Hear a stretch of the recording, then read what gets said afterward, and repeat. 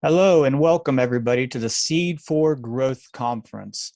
The first thing I'd like to say is thank all of you for attending and thank all the speakers and the tech team for all the work that they have done. We are currently about to engage and go on this amazing journey with all of these, light workers who are coming together to spread the light of truth and love and freedom across the globe. So what is the S.E.E.D conference? The S.E.E.D conference is a 2-day free event that I created myself around 5 years ago. And I have been working effortlessly to bring this knowledge to the people for probably 5 to 10 years, honestly.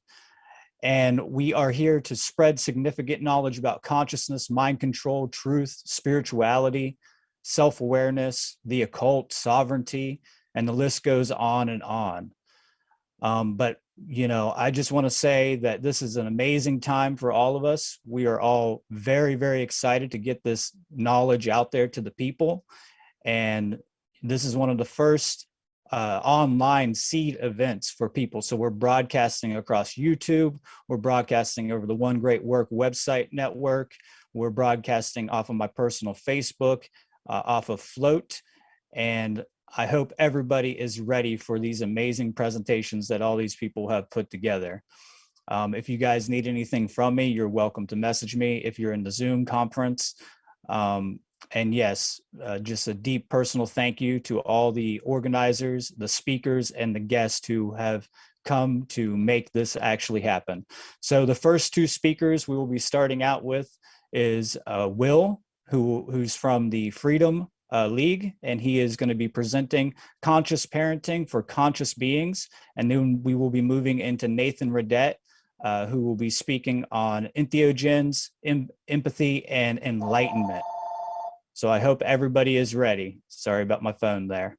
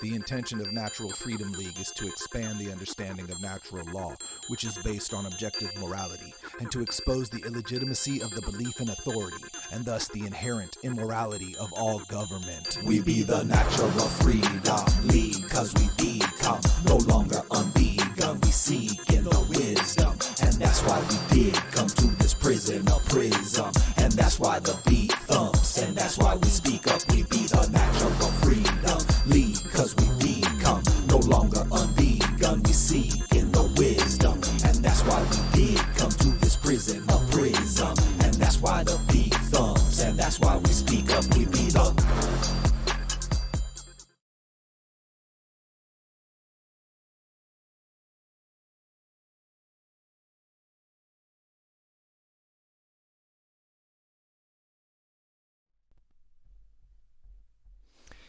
Welcome, brothers and sisters. How's it going? Thanks for joining me. My name is Will Keller.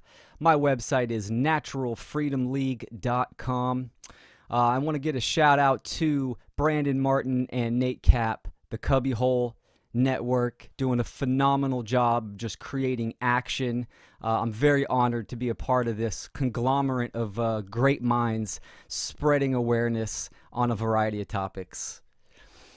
So today I have an important topic. The title of my presentation is called Conscious Parenting for conscious beings. And this is a vast topic. So this is going to be, I'm coming at it from a different angle, and it's going to be fun. So before we begin, the topic is sensitive for most people due to the parental aspects we will be discussing here today. Please acknowledge your emotions, but do not let them control and cloud your ability to hear this message. I will be speaking the truth. I will not be using euphemisms. Outside the comfort zone is where the lessons await. And that's a true story. This is the parental topic, and nobody wants to hear anything about, oh, this is how you should raise your kids, or any kind of self-reflection when it comes to parenting. People get defensive. But regardless, there are some things that need to be said. And if you put yourself in a state of receptiveness, ready to learn something, and just take it with you and digest it later, and just listen to the message. And there's going to be some brutal topics that have to be said, and I'm not gonna sugarcoat it, right? So here we go. We got the comfort zone, and you have the comfort zone where a lot of people nowadays are in, right? Because it's safe and it's secure. And outside of that, you have the fear zone, right? Because now you're pulling from your comfort zone, and you have lack of self-confidence, and this is scary for a lot of people. But then right outside the fear zone, you get into a learning area where you are open to new ideas. And outside the learning zone is the growth zone, because to truly be open-minded, there has to be a willingness to change. So we're going to aim for right in that learning zone, and this is gonna be intense, but we're not camping today. S.E.E.D for growth. This is an important topic, and there are many guests, great educators that speak of alternative techniques, curriculums, and strategies for all ages. But ultimately, there's one core message that must be conveyed with courage, care, and fire. I'm here today as a speaker, a seeker of truth, a propagator of nature, and a father, in hopes to plant the seed that will activate growth. And the graphic on here says, never be afraid of being that parent. You are your child's one and only advocate. If you don't rise up and fight for them, who else will? So I'm speaking truth today for a lot of parents and a lot of children. So, becoming a parent. Let's talk about the human experience. This is where it starts. The act of creating a child, meaning a man and a woman creating a vessel for the monad, the single unit of consciousness, to animate the body or vessel for consciousness to experience, learn, and evolve. This is a divine act within the higher creative intelligence of nature.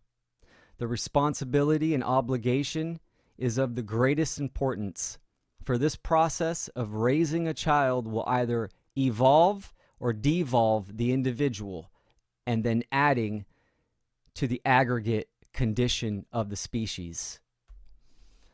So, when you become a parent, I don't think this is stressed out. I don't think this is stressed enough. There's a huge moral obligation. You step into a whole new realm of karma, right? So we're going to get into that as well. So what is conscious parenting? Conscious parenting, the ability to raise a child's level of consciousness to a higher state of awareness through education of the human psyche, the laws of nature that govern this reality.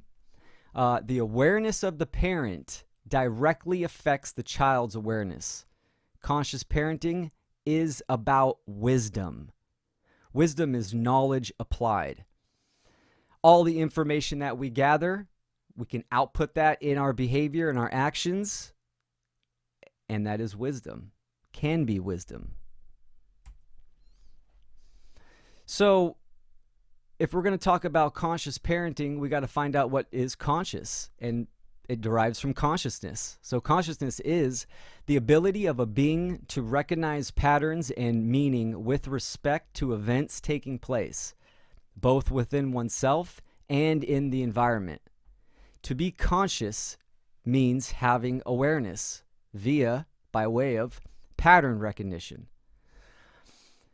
So we have our reality and then we have our self, right? On the deep level, it's one and the same. So having pattern recognition on our thoughts, emotions, and actions, but also in our environment, locally, what's going on right around us, regional, in the surrounding areas, and then the big picture, global, or just the totality of what's going on during that time and in that moment. And this is what makes us different from animals. We are not animals. We are separate. We have animalistic characteristics and physical features, but we are in a completely different category. We have this higher, thought function that allows us to use logic and reason, and we're at a higher level of pattern recognition. Parenting. This is like a typical, just textbook definition. The responsibility of raising and educating a child from birth to adulthood. So we got two aspects, responsibility and education.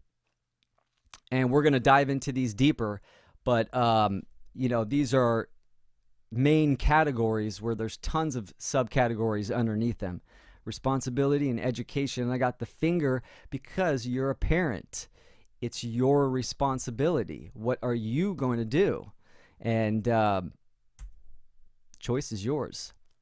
Here's another term that I personally like, and that is stewardship. It means entrusted to one's care.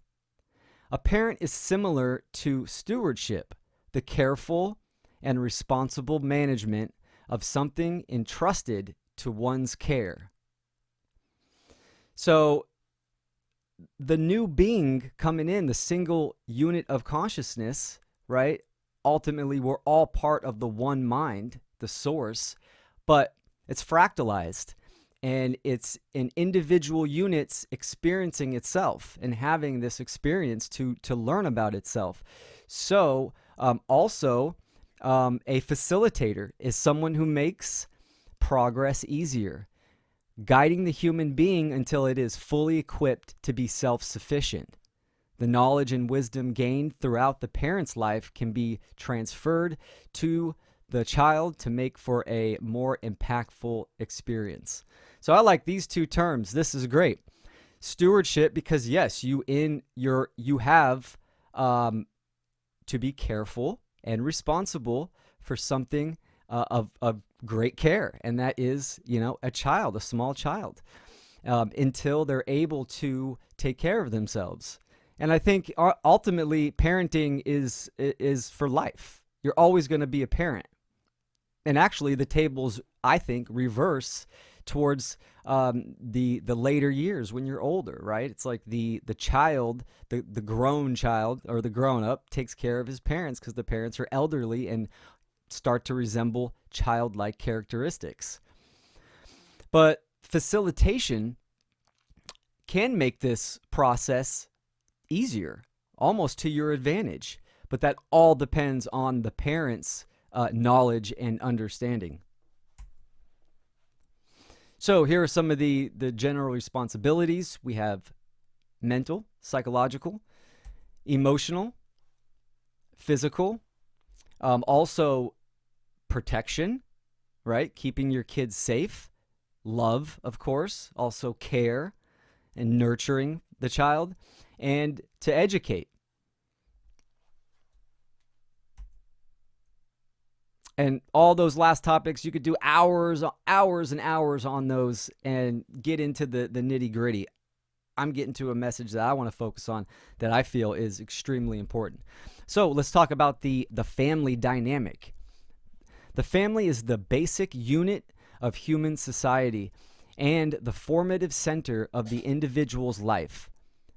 The family and the home become the first structural model of the world that the child knows, and his or her psychological, moral, and spiritual development emanates from this formative environment. The formative years of a child's life will lay the foundation, or programming, for operating in the world and the ability to understand oneself correctly. And I know it, in this given time, that co-parenting is is the norm, is the majority, like myself. That's a whole other topic that we can get into. But the principles and the message that I'm going to explain today can directly relate to that for sure. So let's talk about the formative years.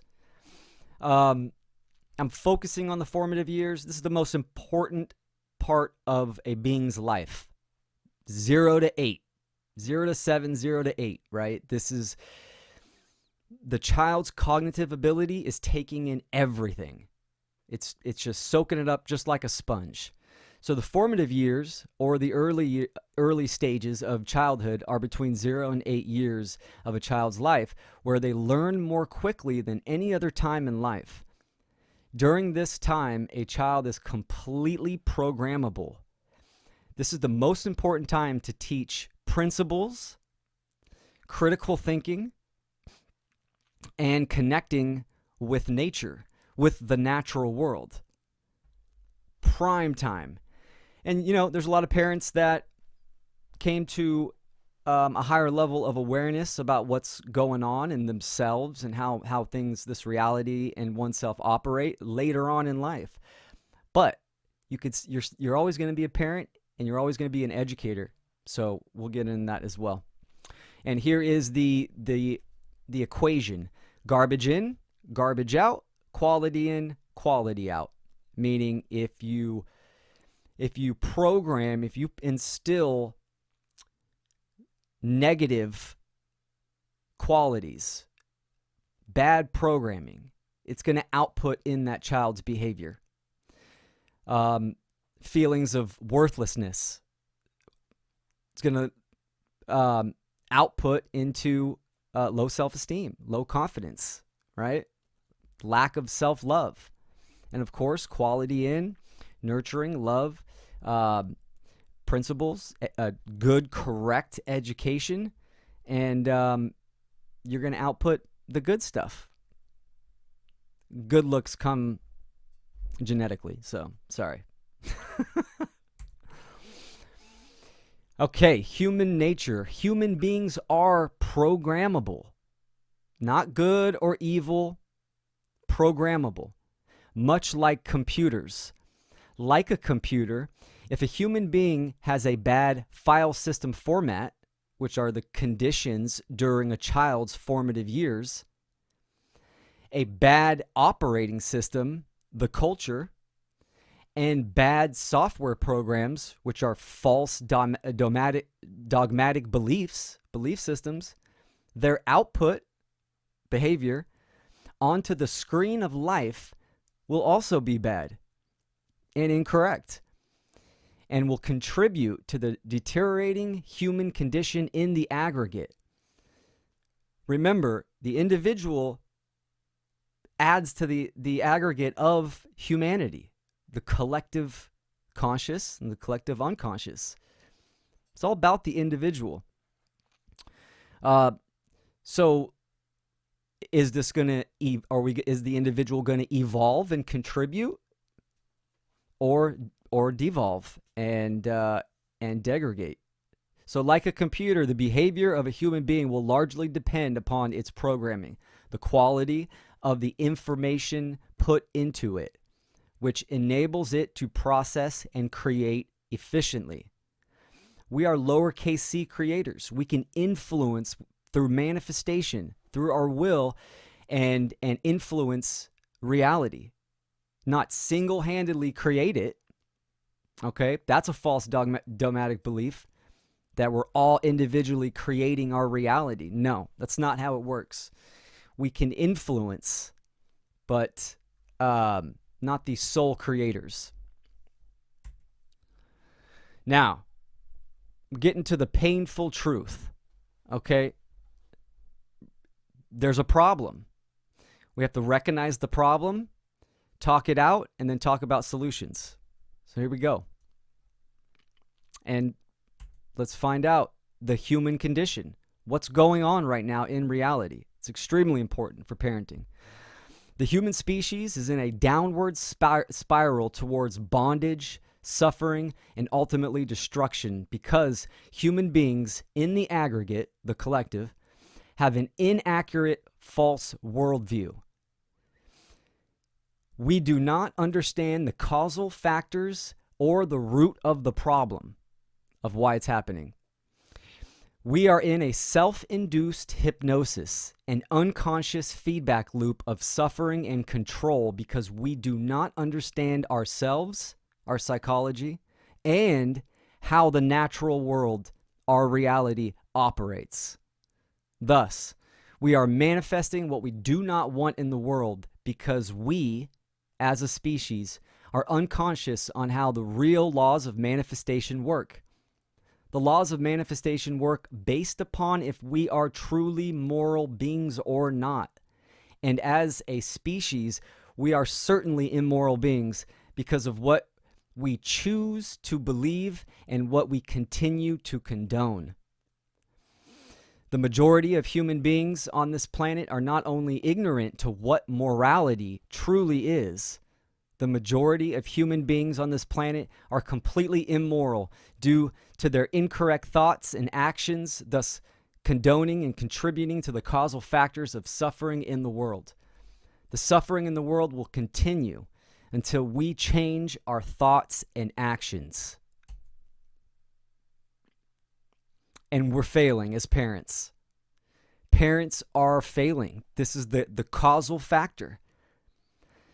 The majority of parents on this planet are failing their children because they have not educated their young on objective morality and natural law, the laws of nature that govern the consequences of human behavior, therefore continuing the cycle of enslavement. Parents, in the aggregate, the majority, do not understand what morality is. And if the parent doesn't understand what morality is, they can't teach it to their kids.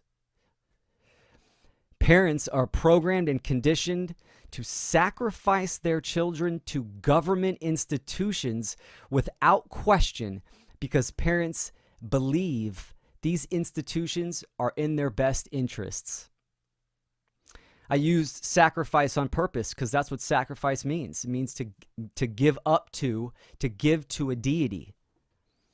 And this is a false god. That's what government is. All the government institutions. This is a religion. It's the ego it's the manifested ego.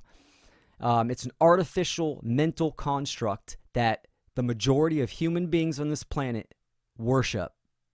And they sacrifice their kids to these institutions.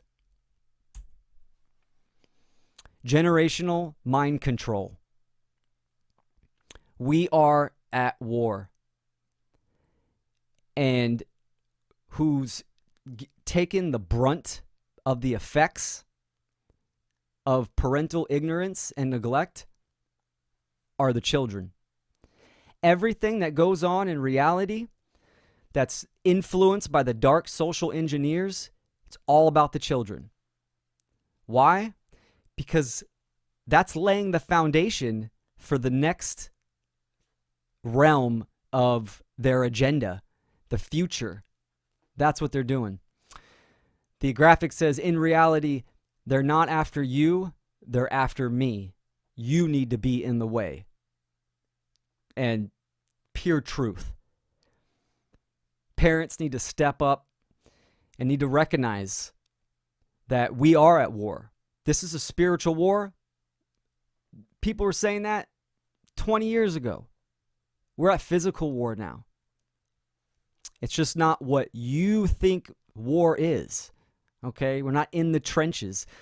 The trenches are trying to go get food or watching people suffocate their kids. So it's everywhere. It's out in the streets, and it's in front of our house. It's not hot yet, but this is why we need to take in this information and understand what we can do. And it's all about parenting. Parents have an opportunity to pull back and give our children a great gift. The social engineers of our reality, social engineers, these are dark influencers. Ultimately, the humans, the individuals creating the action, the majority of people are taking the actions on them by themselves. Police and military, the social engineers are just influencers. They're in all major institutions, and they are just influencing your mind. You are responsible for yourself. You are creating the action. Here's their plan. This is what they do. Distract the older generations. Condition the younger generations. That's simple. Condition them to get them ready for what's coming, the new society. Children are under attack by their own parents. This is from parental ignorance and neglect, because they do not hold the knowledge of how this reality works, natural law, the laws of nature, and morality. They don't understand what morality truly is, which actions are good or bad. And because of this neglect and this willful ignorance, they're physically harming their children. Physically. This is a delusion. Even the CDC's own numbers for 19 years old and under, it's 0.00003. Okay? The real deal is all the government institutions use mind control. They use fear and control, and parents are masking their children, suffocating their children because the TV told them to. That's what's really going on. But if you go outside and you look around, it's just business as usual. People going to work. It's not, everything's operating as it should, except people are terrified. They're under mind control, masking their kids, and this is a violation of sovereignty and human rights. And parents need to wake up for sure. Look at that child screaming. You can't tell me when a year ago, when parents started putting masks on their children, their children weren't fighting it. It's a natural response. Guarantee it. Guarantee it. The only reason why they probably fought less is because the parent conditioned the kid.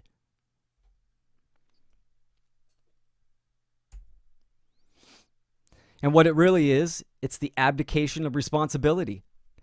Parents are giving up their own personal responsibility to raise their children to someone else, someone they consider superior to them, who would make the decisions for them, allowing the government to shape and mold the young minds as they see fit. As they see fit to put their children into a condition of internal confusion, which then seeks for external control. Parental ignorance to objective morality and the lack of ability to respond consciously to the laws of nature. And this is what it's about. They're giving away their responsibility to government institutions. And here are some of the mainstream institutions: religion, government, media, education, banking, finance, healthcare, medicine, science or scientism, which is government-funded science. These are all false authorities, but people worship them. Parental abandonment issues are the causal factors of the misplaced trust in mainstream institutions. Unresolved trauma is buried in the subconscious, which creates internal confusion, thus seeking external control by a proxy parent to fill the void. The unresolved motherly abandonment issues will leave the child feeling a lack of care and nurturing, which leads to the societal institutions care for me, want to provide for me, and have my best interest syndrome. We see this with the liberals, right? The left. The institutions are gonna take care of everything, right? Just waving on socialism, bring it on in. Unresolved fatherly abandonment issues will leave the child feeling a lack of protection, direction, and discipline, which leads to the societal institutions protect me, keep me safe and secure and orderly syndrome. And this can represent the right, the Republicans, the Trumpers, the military and the police heads. And then you have the biggest, indoctrination, which is government-ran schools, which parents sacrifice their children without question. And they keep lowering the age throughout many, many years. Now you can go there when you're 3 or 4. You got pre-K. And there's probably pre-K. But what it really is, it's the oppression of consciousness. These social engineers know that to condition the future minds of society, they need to put a wedge between the parents and the children as soon as possible. And this is what public schooling's all about. Get your kids into public school. Government schooling produces unquestioning, uninformed, obedient workers, crushed of creativity and individuality, who are emotionally needy, respond to groupthink patterns, and find their only reprieve in materialism. Get your children out of government control schooling. And here's John D. Rockefeller and the Carnegie Corporation practically built the public school system that we have in America. I don't want a nation of thinkers. I want a nation of workers. Right? Our whole education system comes from the Prussia era. We adopted it, and that's what it's for. It's made to have obedient workers. Get your children out of government-controlled schooling. I'm not going to dive deep into these topics of homeschooling, unschooling, and self-directed learning. There's tons of information.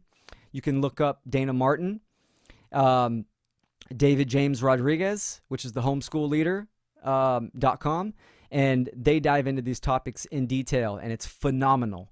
There's something for everyone. This is probably one of the most important things you can do for your child, is to pull them out of school. And a lot of people are doing that right now because with the mask mandates and all that shit. But a lot of people are not. They're leaving their kids in there. Actually, schools are back in session, right? Just with masks, and you got to stay 6 feet apart and line up. Cut recess time down from 25 or 30 minutes to now it's 10. It's crazy. Pull them out. Authority is illusion. And this is the main thing right here. Authority is an illusion. This is a false mental construct. And this is what parents need to understand. No one has authority over you. You don't even have authority over your kids. You're a facilitator. You're a parent to nurture and guide them through this experience. You don't own them.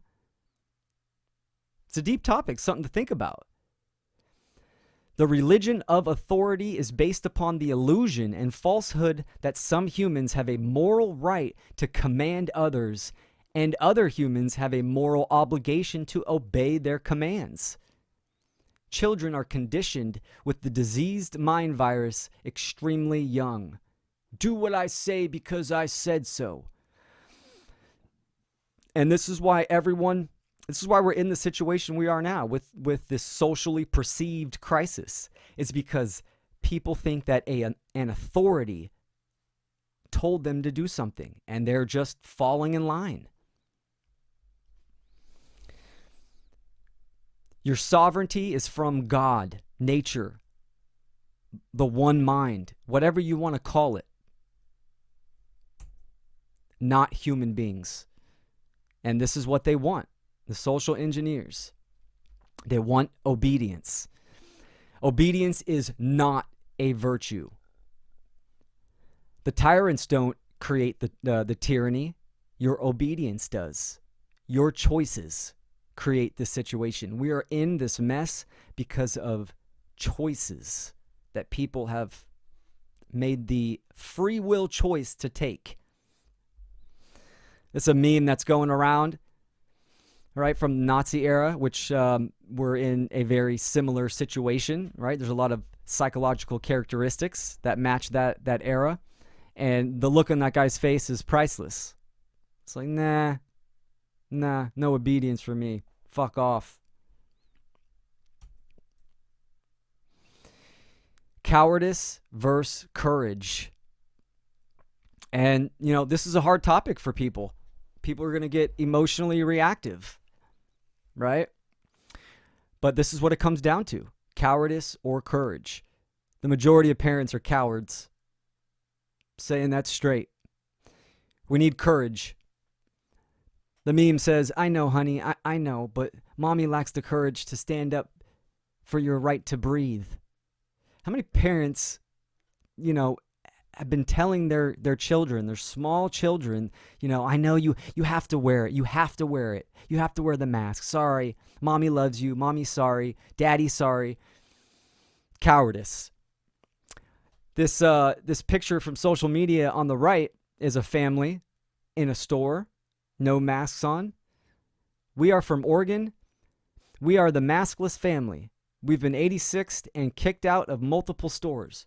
Registers turned off on us. Cops called. We will not be intimidated. We pulled our kids from school. Not going to play this game. Pure evil. That's courage. There's many levels of courage. That's courage right there. Pull your kids out of school, not wearing a mask, and smiling as they do it. Because they know their power. They know their sovereignty.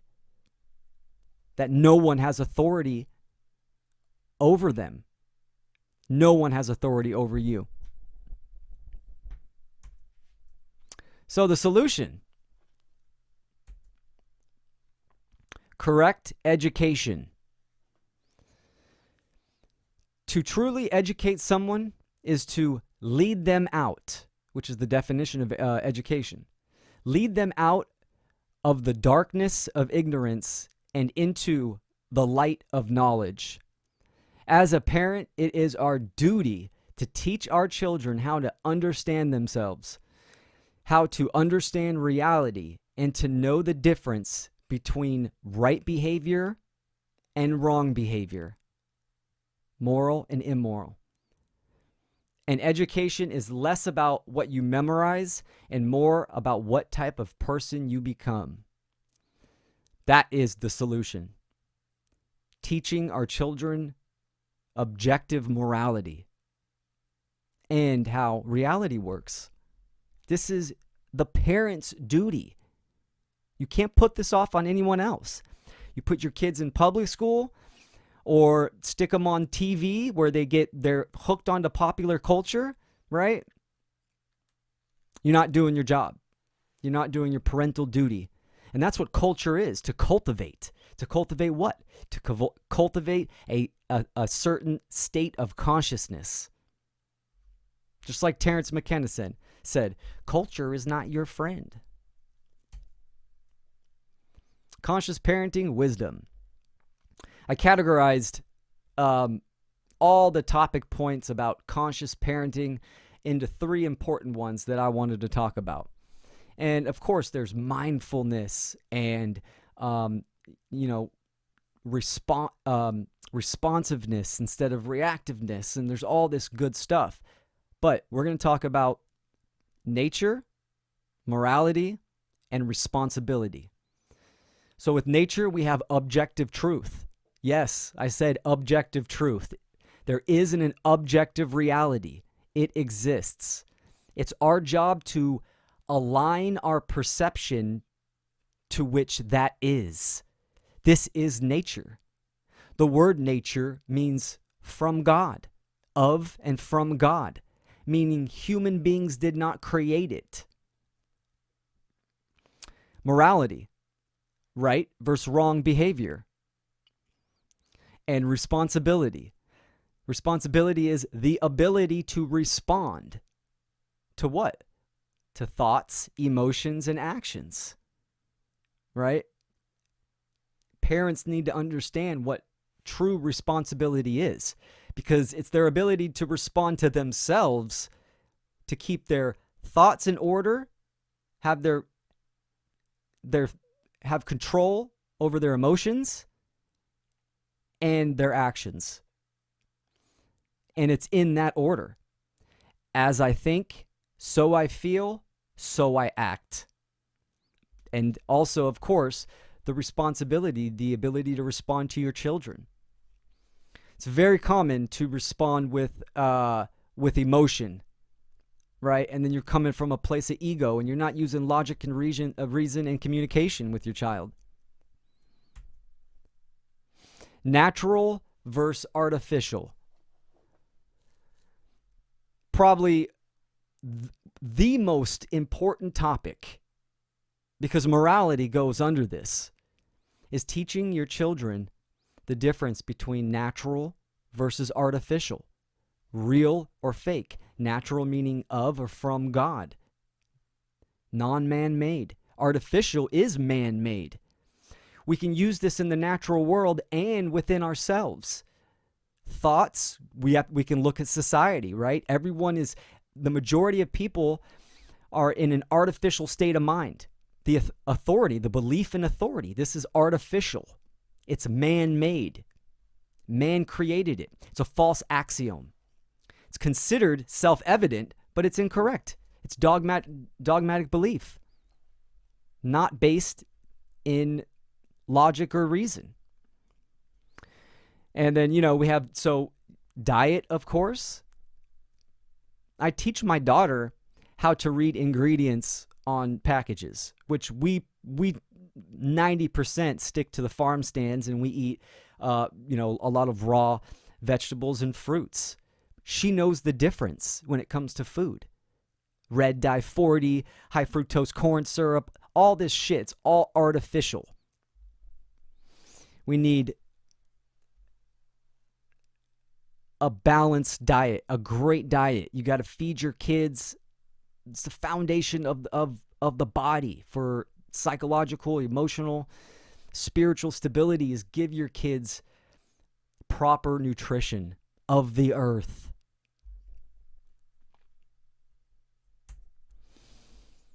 Teaching children about the natural world should be seen as one of the most events in their lives. And I agree with that 100%. This is your operating system. Teaching your kids the difference between natural and artificial is a lifelong study. But once you get to a certain level of understanding, which it's not hard, then you can use logic and reason and start to think about and see situations differently. This is your operating system, right? I put a book on there that I love, Give to Nature and Nature Will Give to You. And this is by Indica Martin. She's also a presenter here at S.E.E.D 4. It's a phenomenal book. One of the best books out there. It's got all the principles that we need to teach our kids. All the natural ingredients for a healthy mind and soul. And what's great about this book, obviously the visual aspect is phenomenal, but it allows for parents to expand on each segment and dive deeper and use that to increase the understanding through communication with their children. My daughter loves it. Phenomenal book. And the kids on the right, happy in nature. So natural law. Natural law is also a huge category, because when you hear natural law, especially with my work and a lot of other people, and like Mark Passio and stuff, we're focused on a certain part of natural law, which is the laws of nature. Natural law is a set of universal, inherent, objective, non-man-made, eternal, and immutable conditions that govern the consequences of behaviors of beings with the capacity for understanding the difference between harmful and non-harmful behavior. Crucial information to study and to talk about. This is the causal factors. This is how you can use discernment. Once you have this information, you can use discernment on what morality is. But this is talking about the metaphysical laws. There's also the physical laws that most people know. Thermodynamics, magnetism, all that stuff. These are all the laws of nature, not created by man. The higher force put these here. And these are the boundary conditions of our reality. It's like knowing the rules. I don't like sports, but if you have a football game, if you don't know the rules, you're going to run the ball into the other team's end zone, right? So this is what natural law, the laws of nature, what they are for this reality. It's the boundary conditions. It's the parameters. You have to know this information. And this is the true authority. This is not non-man-made. This governs the consequences of our behavior.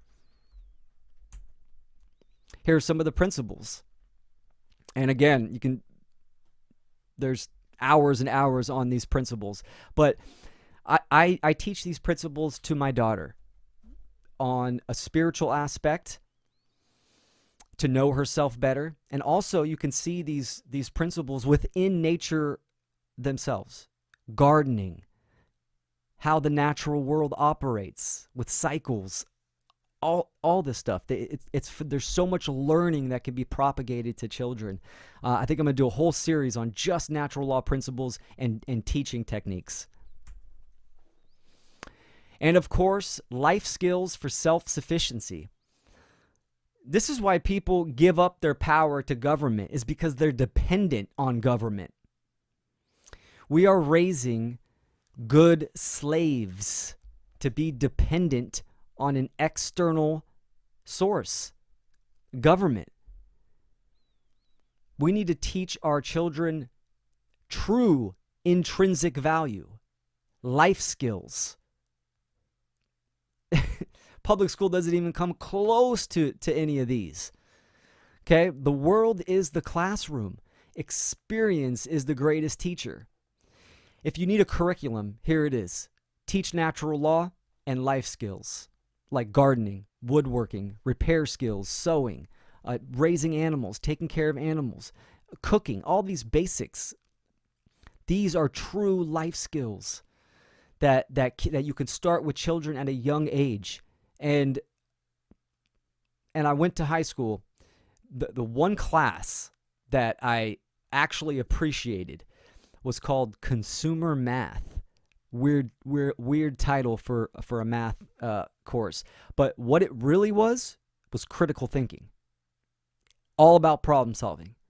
I use that every single day, all day. So, and of course, if you're self-sufficient, you're not reliable on government or government institutions. And that pisses government off because governments can't profit from self-sufficient people. Learn how to think. Parents are sacrificing their children to public schools and these government institutions so that they can control, condition, and manipulate their minds with falsities. The parent needs to teach their child or parents how to think. And this method, which a lot of people in S.E.E.D are familiar with, I'm sure, is the trivium method, right? This is the threefold path to truth. This is a methodology of truth discovery which enables an individual to learn how to think critically.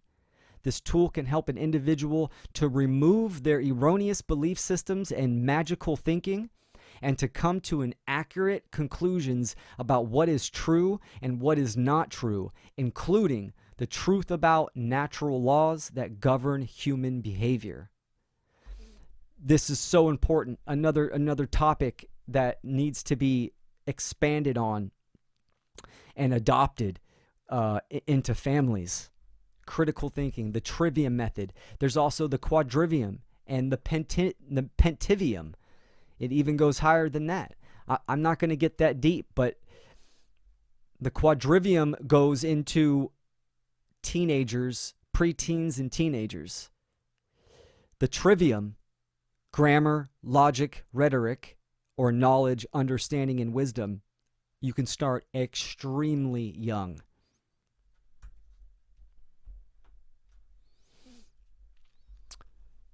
So here's another slide that I made of the trivium method, right? We have input, which is grammar or knowledge. It's gathering the data from an eclectic array of sources without prejudging it. This will give you the answers who, what, when, where. This is the raw data.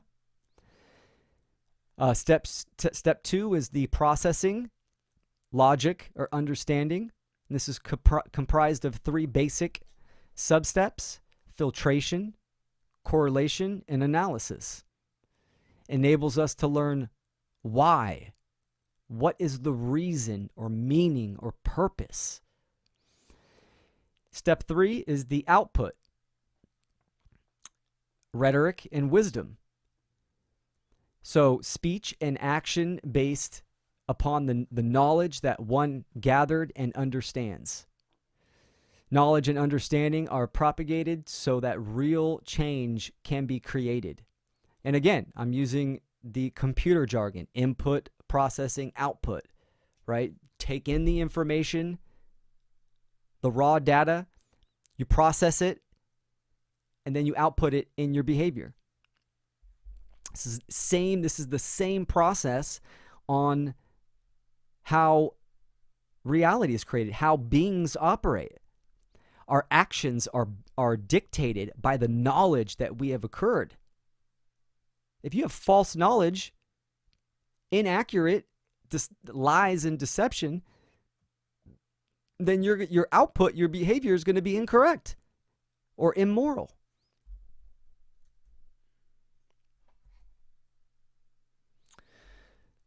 There's one overarching goal for parents: morality.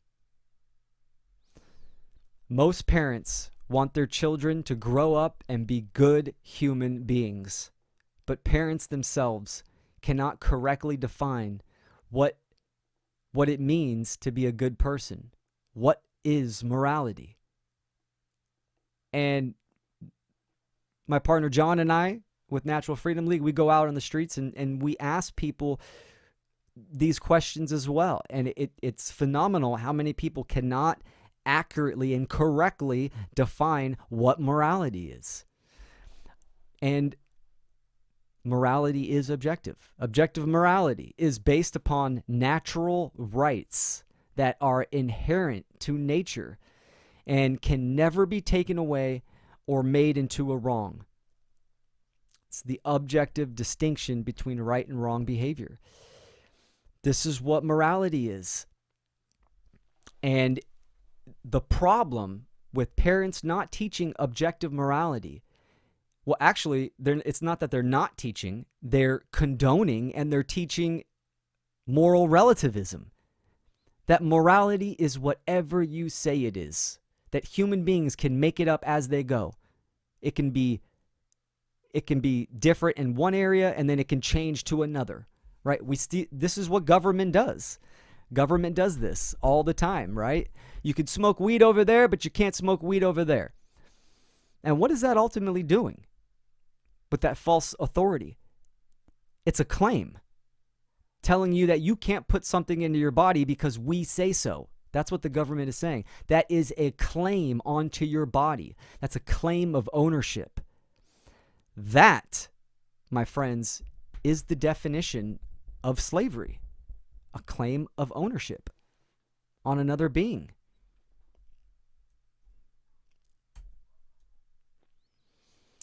So to understand morality, you need to know what is a right. A right is any action that does not cause harm to another sentient being. Rights do not come from the government. They are not a social construct. Rights can never be granted or taken away by anyone. This simple realization must be taught to children early on, and it is simple. My body, my choice, right? That's what they say. Well, that's correct. You own your body. You can dictate how you use that, how you use your body. Now, of course, we're talking about the parental aspect, but this is facilitation. You're here to guide and to teach your children. So you obviously look out for them and protect them. Putting a mask on your child is the opposite. It's violating their rights and harming them. Ownership. You do not own your children. They do not belong to you. You may house their bodies, but not their souls. They are having their own experience. And that's what I was saying a little bit ago, right? But to own something means that an individual maintains rightful possession, control of usage, and responsibility. This is what we need to teach our children, that they are responsible for their body. So the actions that they perform are their responsibility.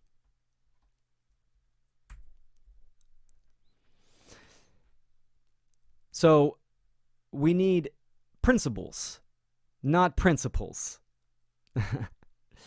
Teaching moral principles instead of obedience to authoritarian principals.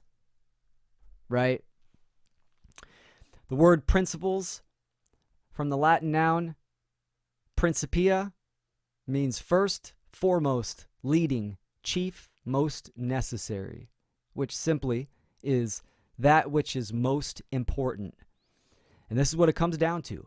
Parents don't have principles. They don't have moral principles. And then they can't teach these to their kids. So let's talk about first principles.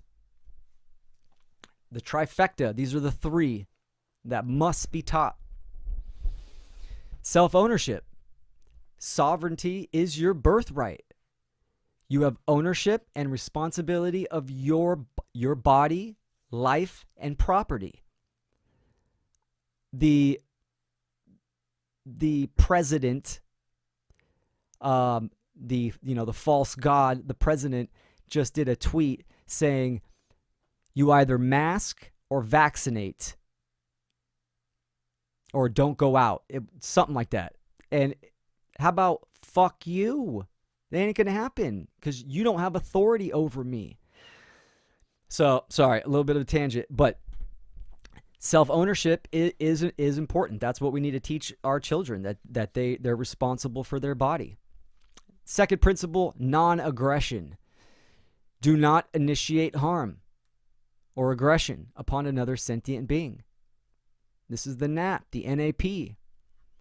This is the sacred feminine principle that needs to be taught. And of course, self-defense.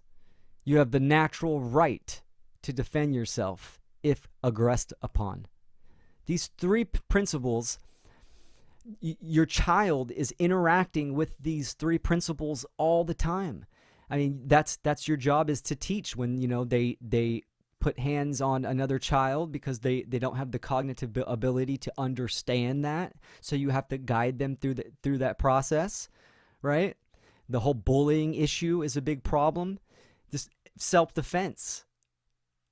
Get your kids, or you and your child, learn some martial arts or some defensive tactics. Extremely important because they're going to need them. Self-defense is extremely important, and one does not supersede the other. All three of these need to be understood and respected and unified.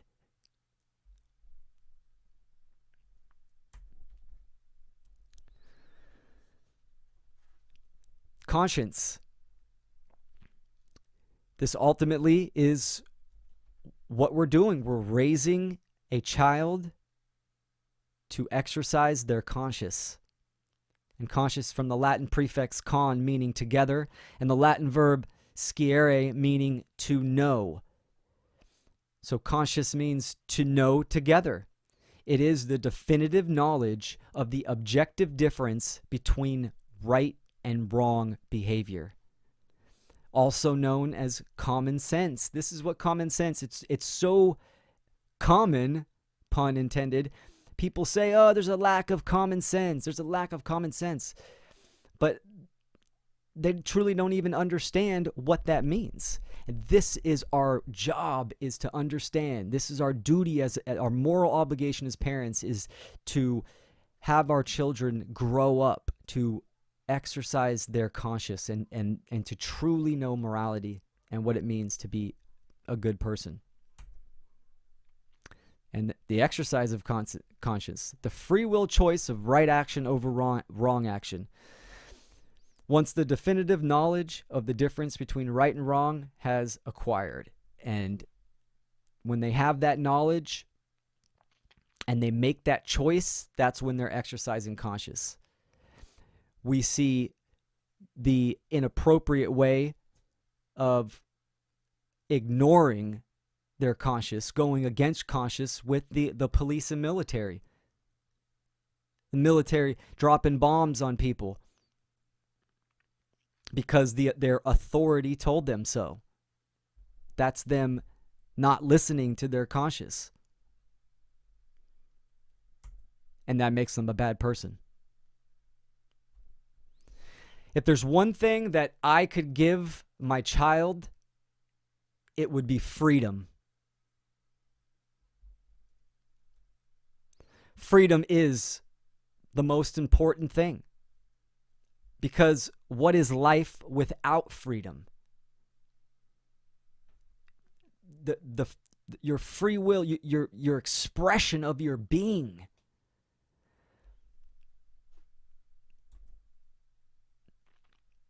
Family and freedom. Children come into this world constantly seeking freedom. Freedom to express themselves in unique, creative ways, to play, to dream big. There is no limit to a child's imagination. And this is the natural state of humans.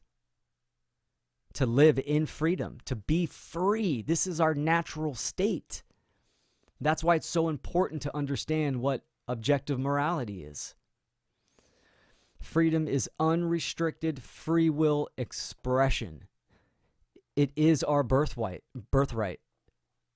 This is what sovereignty is all about.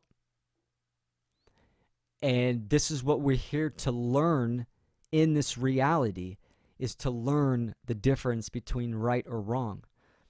But unfortunately, our current condition, we are in a state of slavery.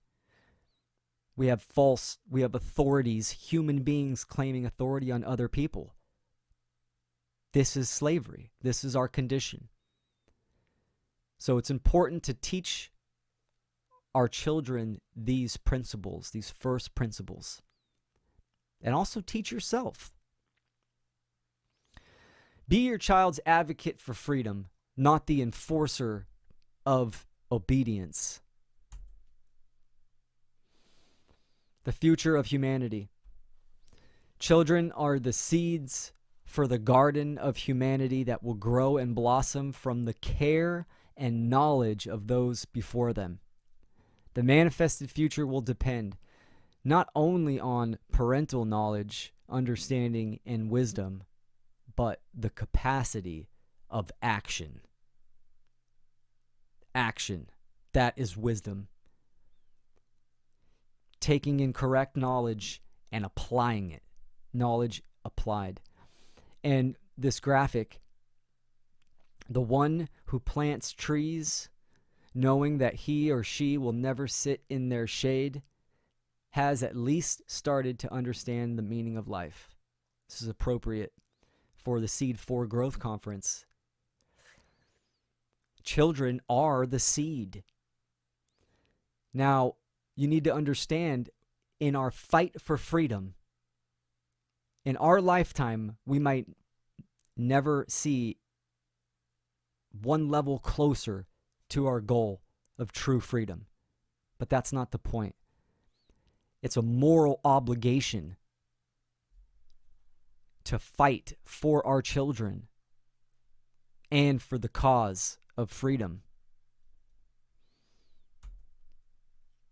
Children are the world's most valuable resource and its best hope for the future. A quote by JFK. And that's a powerful quote. The world change starts in the minds of our children. And that's even more powerful because it's all about your state of mind. All about your state of mind, because from the state of mind dictates your emotions, which dictates your actions. Children are the living messages we send to a time we will not see. And that's why we need to teach morality for our grandchildren and great-great-grandchildren. The generations before us have failed at this. All we have to do is observe reality and the current condition of where humanity is. And we can see that the generations before us did not teach morality because we're in a deeper condition of slavery and bondage where natural rights are being violated all the time. There is no left or right. There is only freedom or enslavement. That's it. When you break it down, that's what matters. What are we going to choose? We have the free will choice to choose freedom or enslavement. We need to be the example. We need parental evolution as the solution. True education is the pathway to freedom. Learn with your child. Respond instead of react. Love over fear.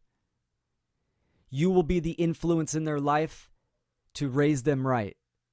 Have courage, willpower, care, and activate. I will not sentence my children to a future without liberty. Thank you, everyone. Thank you for your time and attention. That is the presentation. Leave it on a powerful note. I hope I gave you something to think about, to scratch the surface, to plant that seed where we need to go as parents. Thank you. Appreciate your time and attention. Agape.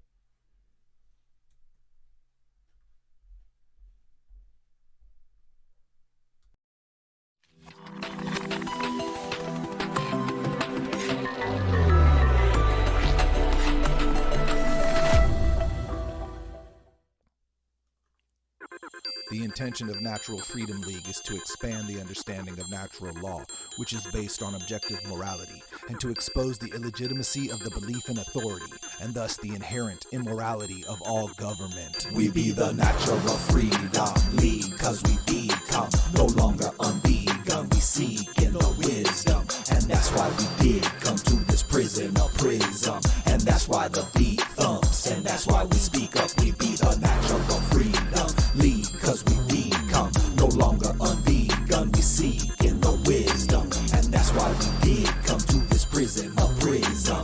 And that's why the beat thumps, and that's why we speak up. We be the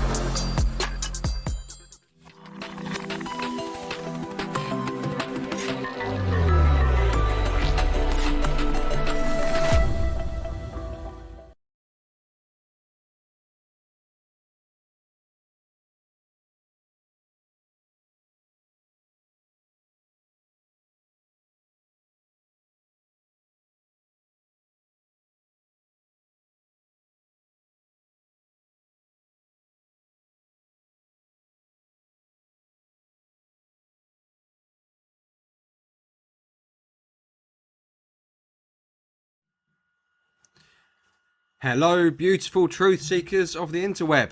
Thank you for tuning in to my presentation today.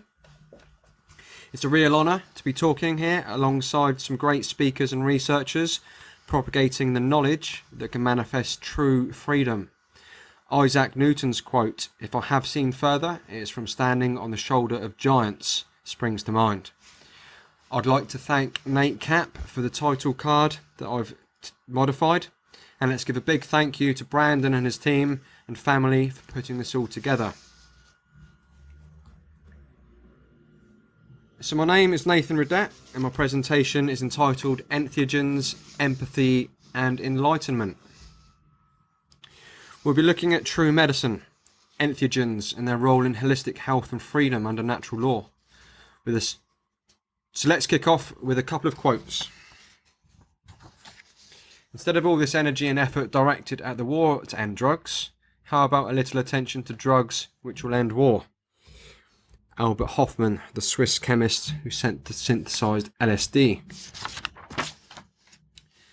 "The psychedelic experience is essential to understanding your humanness as having sex, or having a child, or having responsibilities, or hopes and dreams, and yet it is illegal. This is an outrage. It is a sign of cultural immaturity, and the fact that we tolerate it is a sign that we are living in a society as oppressed as any society in the past." So this is a red pill talk, and I'm sure you wouldn't have tuned in today if you weren't seeking the truth. However, a little bit of housekeeping before I really get going. Don't let my appearances or my pretentious limey accent affect how you take this information. Don't let it distract you from the veracity, and the same applies to how this information may make you feel. Do your own research. So, red pill or blue pill? Take your medicine and accept truth, or society's preference, escapism through alcohol, and masking your problems by taking demonic SSRIs that detach you from humanity, care, empathy, and even love.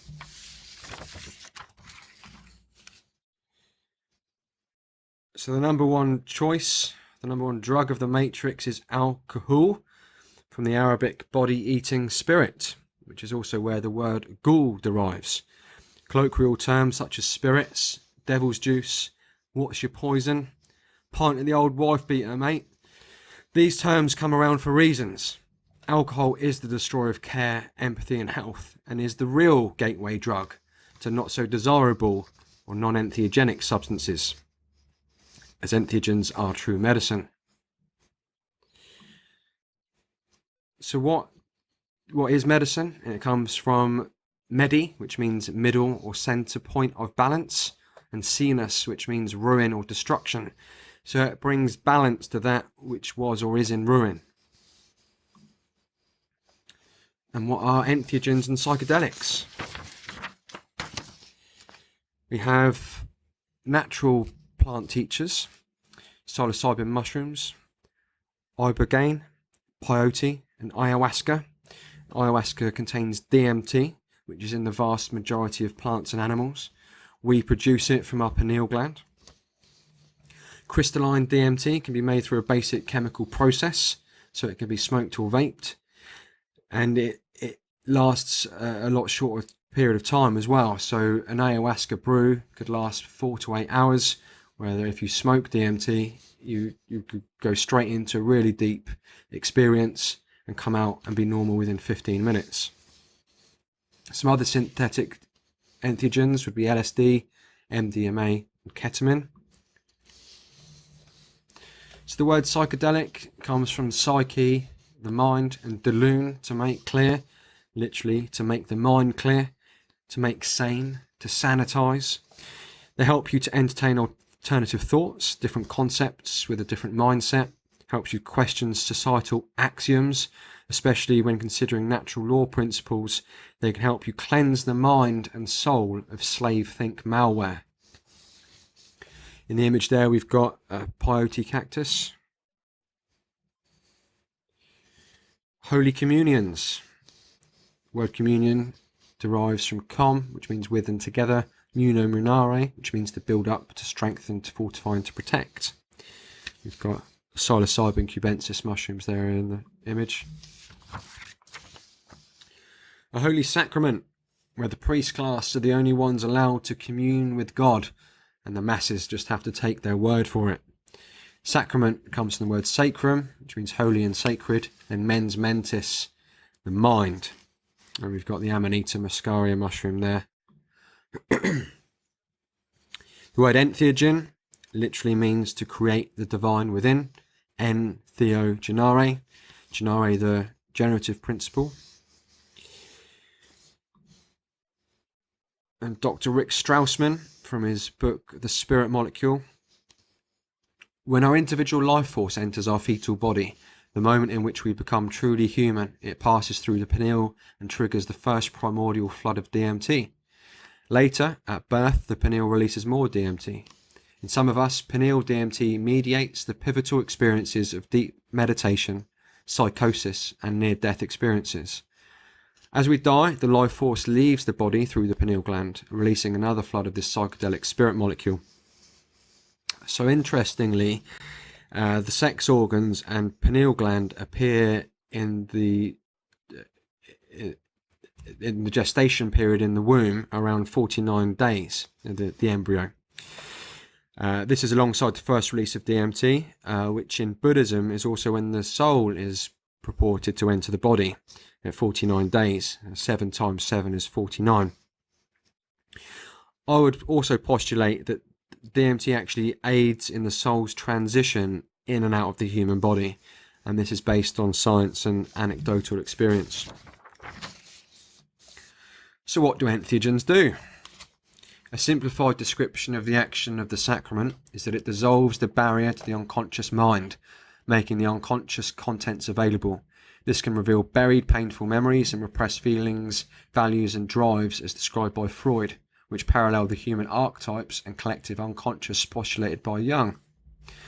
Beyond these descriptions, vast ranges of mind becomes evident, including esoteric concepts of universal mind, remarkable floods of imagery, and an overwhelming source of fresh thoughts, intuition, and creative ideas.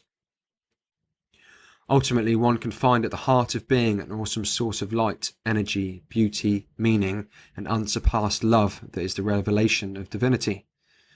Such discoveries have been described as reaching the supreme mystical experience of union with God.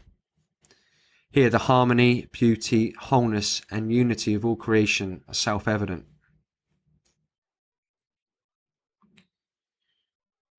So, as many of us know, that our reality is a manifestation of our collective actions. It's a quantum manifestation, and our collective actions either manifest order or chaos. And this is based on the available information in our society,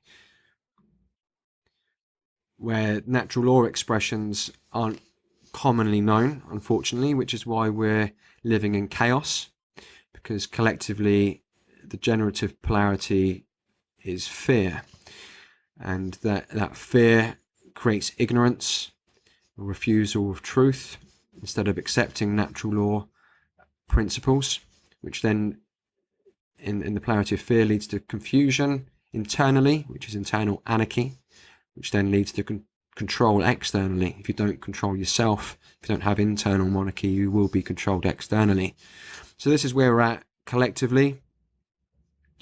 Unfortunately, we do not know together, as what the real meaning of the word conscience means. Together, sciere, to know, which is also sciere is where the word science comes from, to know. Whereas at the moment, especially with this coronavirus scamdemic, that there's a lot of scientism going on. People being made to wear masks, for example, that actually say on the box that they don't work for viruses, but many other reasons why it's scientism and not true knowledge to know. It's not true science. So these plant teachers help us to say no with courage when we align with these natural law principles.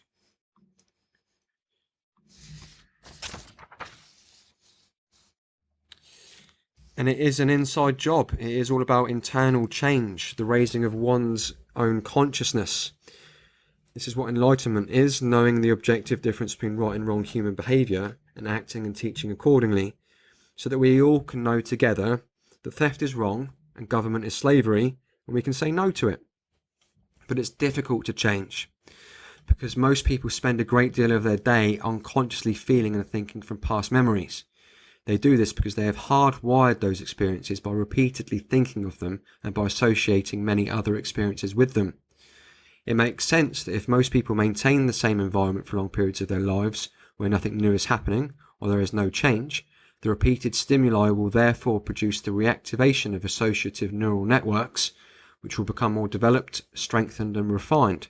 As a consequence of that lack of novelty in their environments and experiences, they have become hardwired to their own worlds. No wonder change is so difficult. So entheogens and psychedelics can help with this, because they actually help to break down the addiction pathways in the brain, and they help to forge new ones, and they help to regrow brain cells. I would also recommend taking lion's mane mushroom as a daily supplement for cognitive and brain cell regrowth benefits. Lion's mane isn't an entheogen, but if you are microdosing as well, then they work synergistically. There's many studies out there, especially people with post-traumatic stress disorder, that have benefited tremendously from this method. I've got a slide here of Paul Stament's protocol, taking between 0.4 and 1 gram of dried psilocybin mushrooms, along with lion's mane and niacin. And some good vegan sources of niacin would be peanuts and avocados. I've got a graphic here showing, it's a brain scan, showing someone taking a placebo on the left and psilocybin on the right. And this depicts the communication between brain networks. And as you can clearly see on the right, there's far more going on whilst you're on psilocybin. Your brain is a lot more active. There's a lot more communication between areas of the brain. Here's one with LSD, very similar. Here's some cropped news headlines or studies. New research provides evidence that a single dose of psilocybin can boost brain connections. Emotions and brain functions are altered up to 1 month after a single high dose of psilocybin. Psilocybin can occasion mystical type experiences, having substantial and sustained personal meaning and spiritual significance. Magic mushrooms could help ex-soldiers to overcome trauma. Well, obviously they shouldn't be an order follower joining the cult of ultimate evil in the first place, and then they wouldn't get post-traumatic stress. But before I digress, magic mushroom therapy found effective for treating depression. Experiences of ultimate reality or God confer lasting benefits to mental health. 1,000 mid-20th century scientific papers rediscovered in the 90s show evidence of the therapeutic value of psychedelics. 1 high dose of psilocybin was shown in a 2016 study to reduce depression symptoms, and 30% of patients taking Prozac or another psychiatric drug in the same category find it completely ineffective. How to change your mind, what the new science of psychedelics teaches us about consciousness, dying, addiction, depression and transcendence by Michael Pollan. And then there's a New Scientist cover page entitled Psychedelic Medicine. In Silicon Valley, they have been microdosing there for a while, and microdosing helps to reduce anxiety and irritability.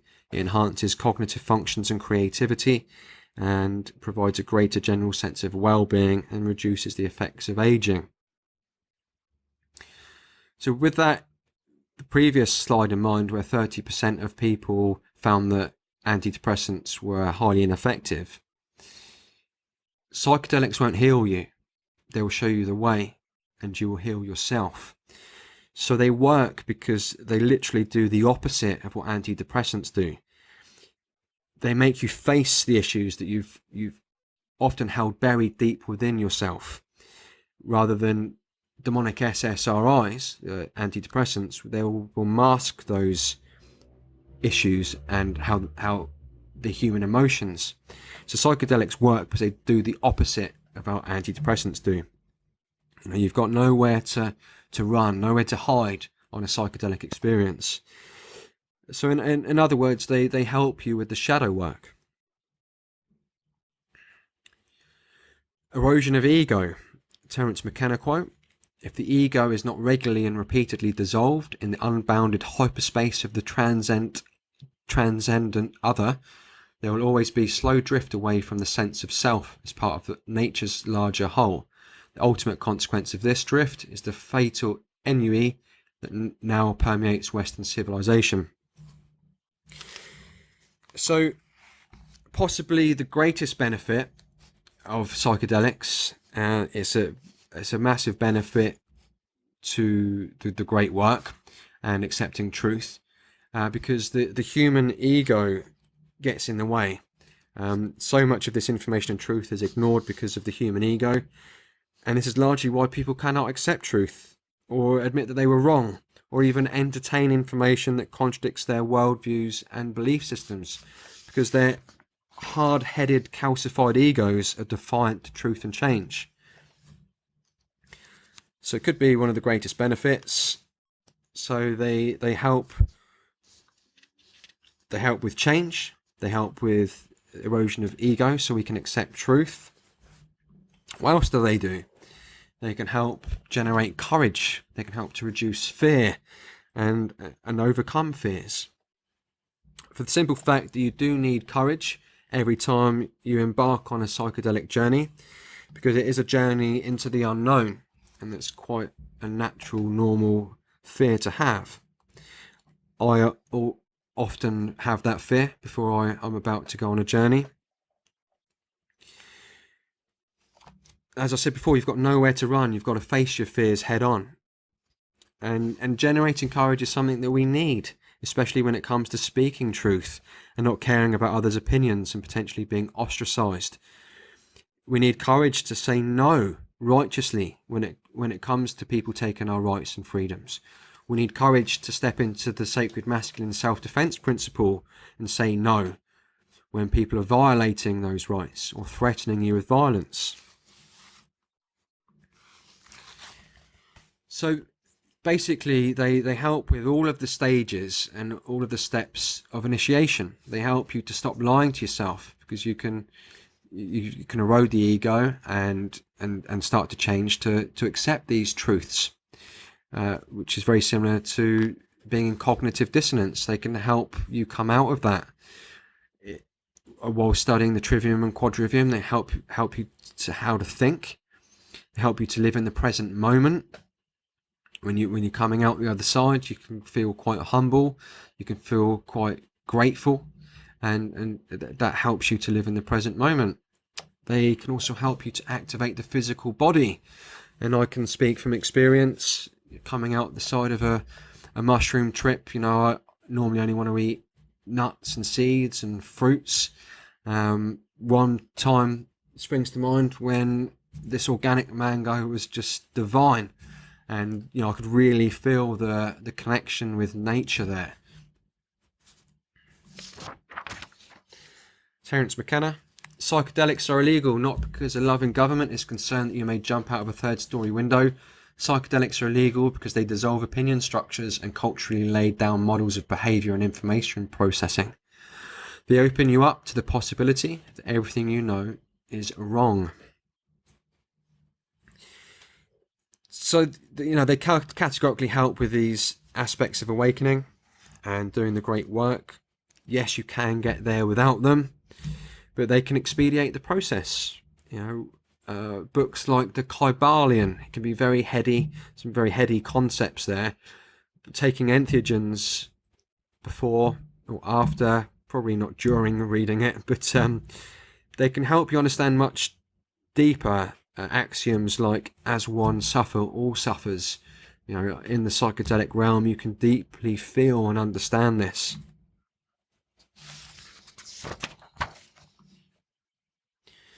Got a screenshot here from Dennis McKenna's Free Your Mind conference in 2015. This is towards the end, and basically I'm going to summarize. He's asking the question, you know, what is the message from these plant teachers? Are we going to listen? Are we going to live alongside nature and develop true care and empathy and live alongside nature and in harmony with our laws, which would be the path of Isis, if you like, on the left?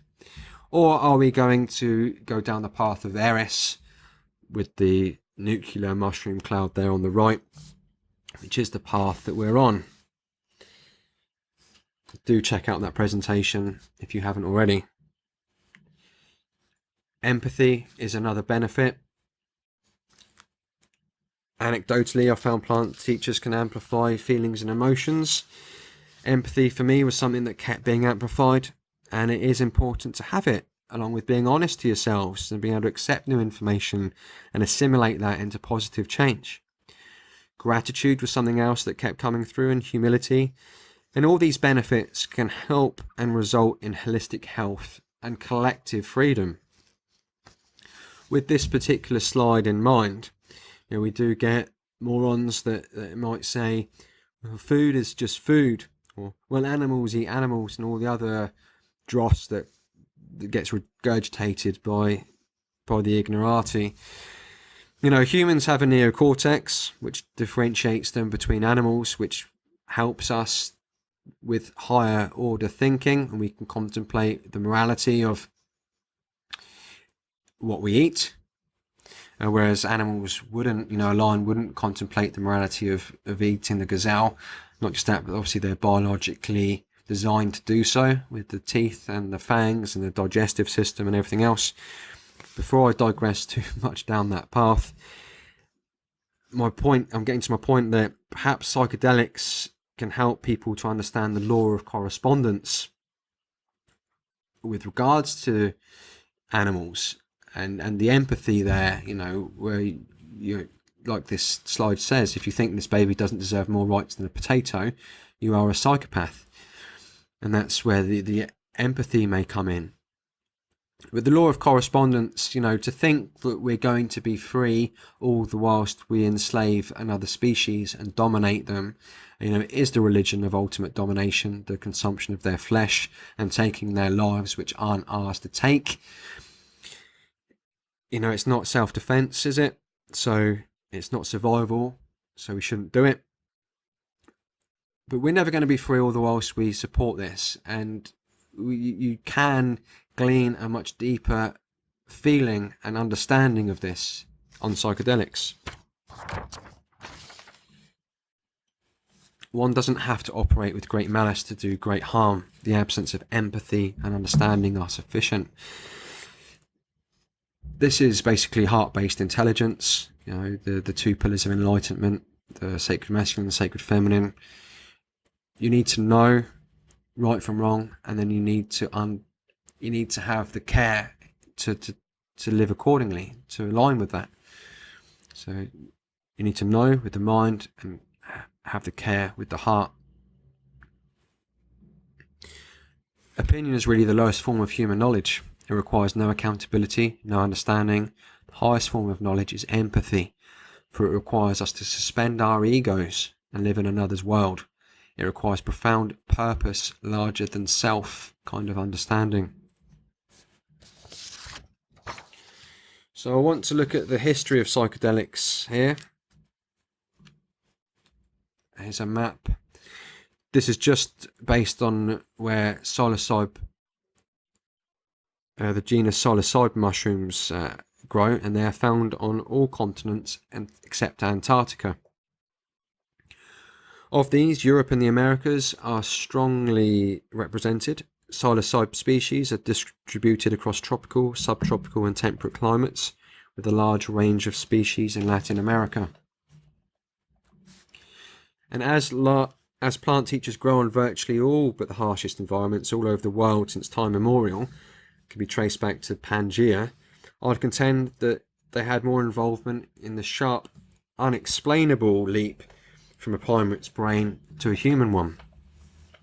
Science cannot explain how that very sharp growth happened. And it's not in line with Darwinian theory.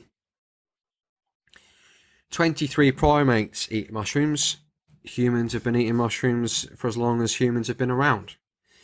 The stoned ape theory, to me, has much more credence than the Darwinian one. It makes perfect sense that primates and early man would have consumed psychedelics whilst hunter-gathering. Depending on levels of consumption, they would have experienced sight and auditory enhancements. In higher doses, spiritual experiences. They would have experienced reduction of fear, more courage and empathy, and these are leadership qualities. This occurs millions of times over millions of years, and this would trigger epigenetic neurogenesis. Combined with what we know about how psychedelics affect the brain, it makes perfect sense that entheogens were the catalysts for this unexplained jump in evolution, and they can still help us to evolve. Hunter-gatherer societies over hundreds of thousands of years, through feasts and famines, all plants would have been consumed at some point. Our ancestors played Russian roulette to discover which ones were nutritious, poisonous, or intoxicating. This led to shamanism, who used these special and sacred plants to achieve altered states in consciousness. The word shaman, a shaman, is someone who can see in the darkness. As much as entheogens have roots in virtually all cultures and religious practice, here we can see that it comes into pop culture. Terence McKenna, Skywalker is a direct translation of the word shaman out of the Tungusic, which is where Siberian shamanism comes from. So these heroes that are being instilled in the heart of the culture are shamanic heroes. They control a force which is bigger than everybody and holds the galaxy together. I'm going to talk a little bit about shamanism. Skywalker here with the green lightsaber being taught by Green Yoda, who is already in balance. So opposed to the Empire, who are still acting in ego and ignorance and domination and narcissism, typically use a red lightsaber. Not like Obi-Wan, who has taken his battle into the spiritual realms with the blue lightsaber. We have Luke Skywalker with the green lightsaber as soon as he has completed his training, and you have his head in the stars and feet on the ground and being balanced in the middle of the light spectrum there. So it's a spiritual allegory.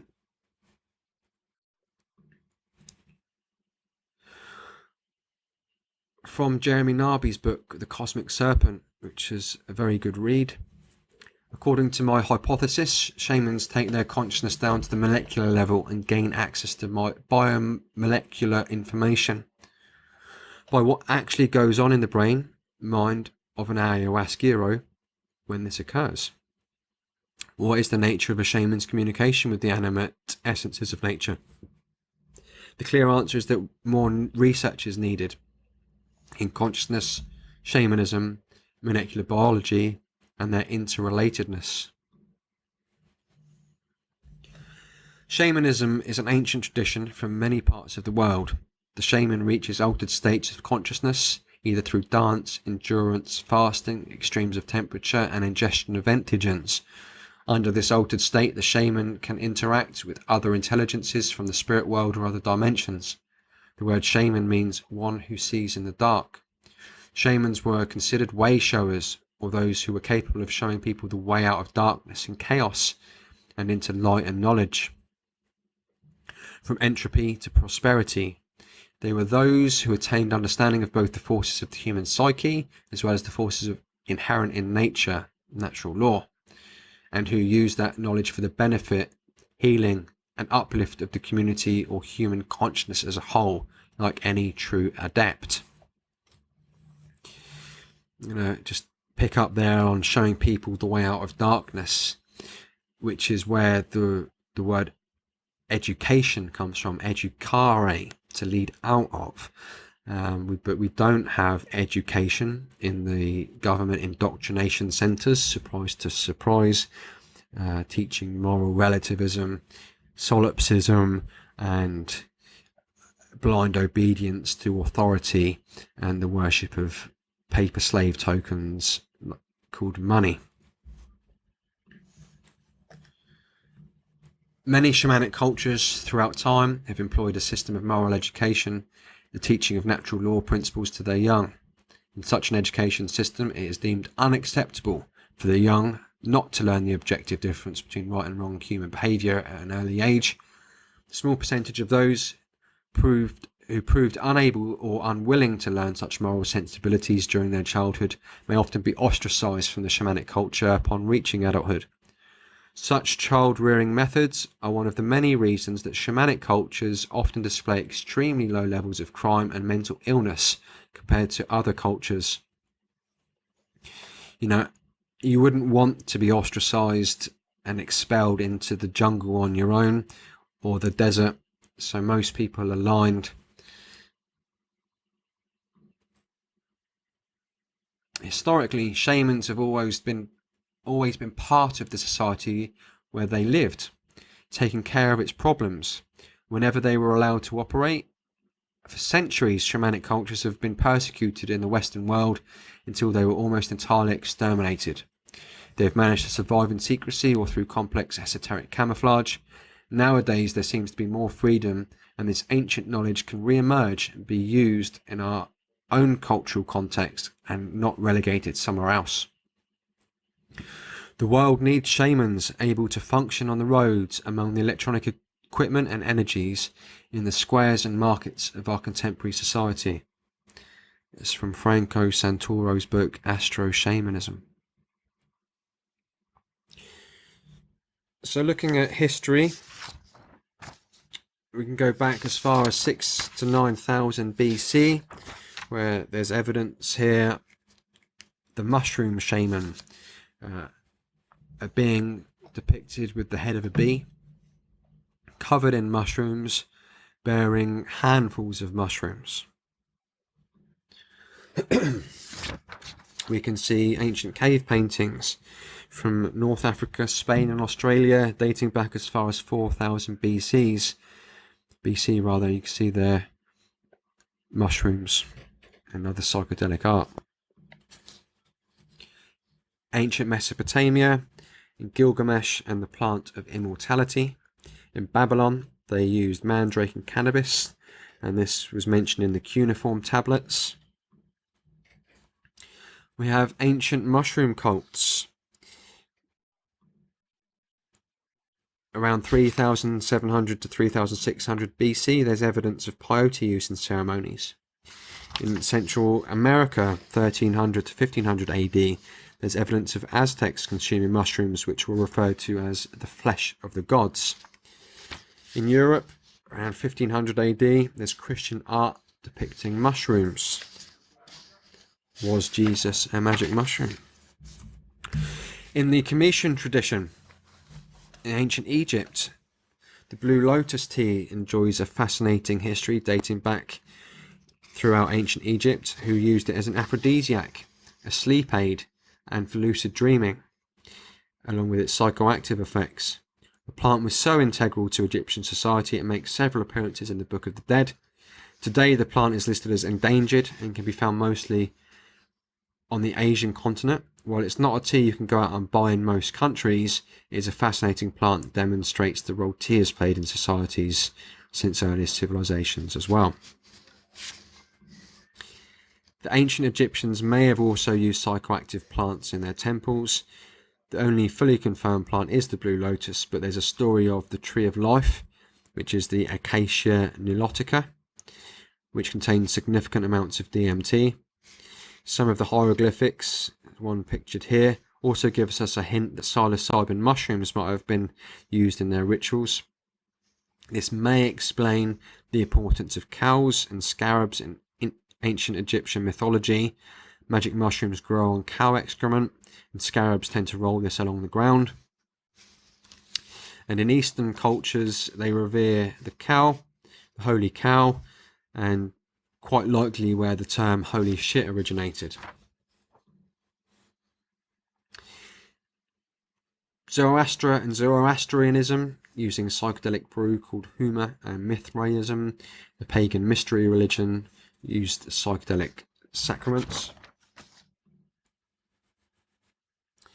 In ancient Rome, we have the Lotus Eaters, and in the Odysseus, in the Iliad, this was the first stop in the story. The first stop was the island of the Lotus Eaters. This again is another spiritual allegory where their journey began with the consumption of a psychedelic plant. Bottom right, we have Persephone and her mother Demeter admiring each other's mushrooms. The former's mythical abduction by Hades underlies the fertility rite, which ultimately became the psychedelic celebrations at Eleusis, as described in Psychedelia by Patrick Lundborg. There were the Delphic oracles, where visions and prophecies were obtained by inhaling intoxicating gases from a hydrocarbon vent and smoking laurel leaves. Similar to the prophetess of Rome, the symbol of Rome, who lived in a volcanic cave in southern Italy, who inhaled these gases and prophesied. The Eleusinian mysteries and the Kakion, which is a brew drunk in a ceremony in a darkened space, with the burning of herbs and the banging of drums in Eleusis. We have Pythagoras. Pythagoras spent decades studying in Egypt, Persia and Greece, and became the first orator, philosopher, magician and astrologer of the day. He's often credited being the father of math, music and geometry. He was trained in the Zoroastrian tradition by the Magi, the greatest magicians and astronomers of their time. The Magi drank milk mixed with cannabis as their primary sacrament and medicine. In the ancient mysteries of Dionysius, Orpheus and Bacchus, at some point involved the consumption of psychedelics, especially the cult of Mithras, which heavily influenced and ultimately transformed into Christianity. We have the pagan mystery times, where people across the countryside consumed psychedelic plants to enter mystical states.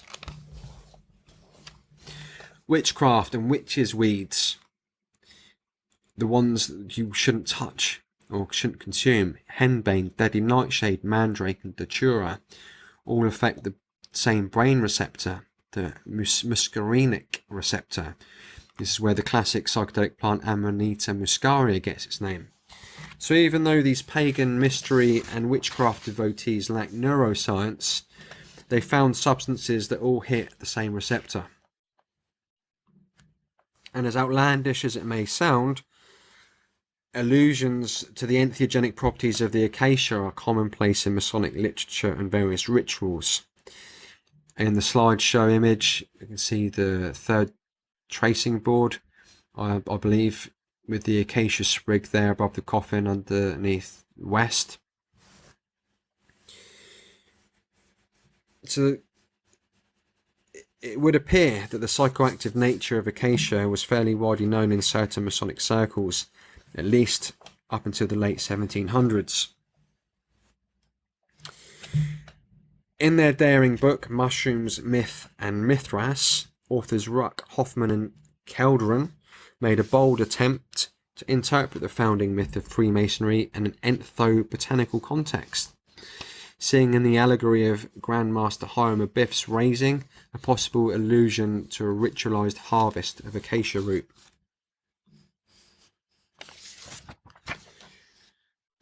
There is more spirituality in a single psychedelic plant than in all the churches of the world combined, because religions have psychedelic origins. The heart of religions contain the esoteric truths of being at one with God. We are all one. The God within expresses itself across all religions and religious cults, and are likely obtained through psychedelics. In the Vedas, the same word soma is used for drink, the plant and its deity. Drinking soma produces immortality. And the Amrita Rigveda, the consumption of soma by human beings is well attested in Vedic ritual. It was composed that the Rig Veda was composed more than 5,000 years ago, and in it says, "We drank soma, we became immortal, we came to the light, we found gods." The Iranians call it Huma in the sacred Avesta. Soma means to press out and extract.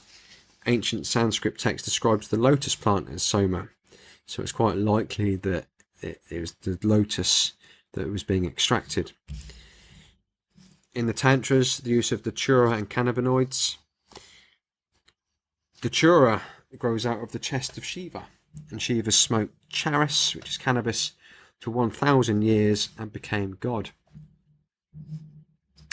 In Buddhism, Buddha was seeking enlightenment and was meditating for months and got emaciated under a tree, but it wasn't until a girl gave him a milky drink which refreshed him, and then bang, as in Bangladesh, as in cannabis, he found his enlightenment.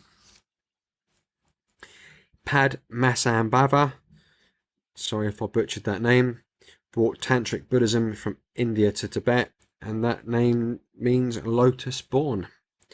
Indian Tantras use psychedelic drugs extensively.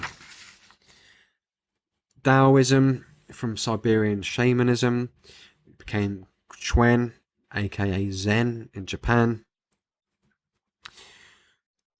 So the shaman originated in southern Siberia, and he predominantly used the fly agaric mushroom, the Amanita muscaria, as depicted in the slide by their dress.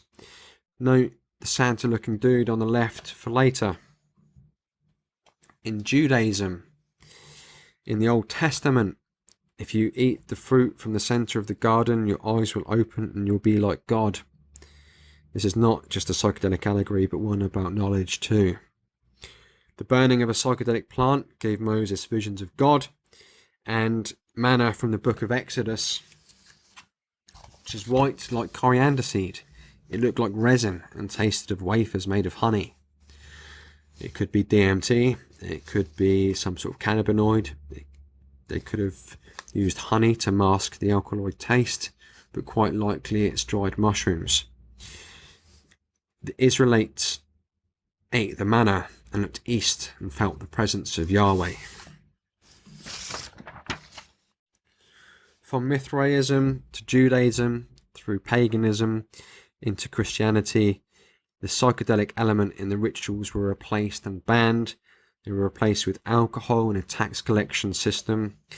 The cantankerous old women were hunted out as and portrayed as wicked witches, as were the pagan mystery religions rooted out. This is early prohibition against psychedelic plants. In Islam, we have the Ismaili and the Hashin sect, which were the assassins who used hash. In one hadith, Muhammad said, "The apostle of Allah said, 'Come with us to the house of Aisha.' So he went with the apostle to the house of Aisha. He asked her to bring food, and she brought hashish, and we ate hashish." Eating hash often leads to deeper and more psychedelic states as opposed to smoking it. Rastafarianism.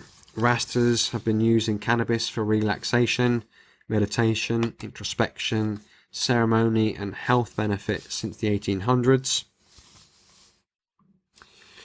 And you know, if I ever got caught, I can always say that I've got a few Bob Marley CDs and a Rasta wig, so you know, I might get off. The order followers might let me off.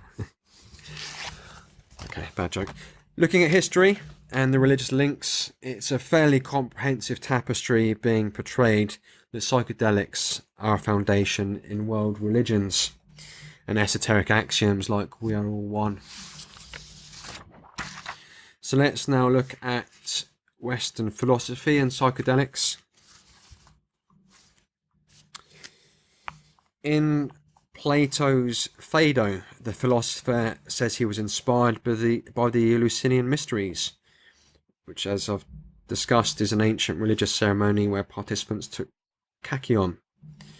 It's quite a radical conjecture that Western philosophy was triggered by the intake of psychedelics, because Plato's philosophy was inspired by psychedelic intake, and Western philosophy was inspired by Plato, arguably the father of philosophy.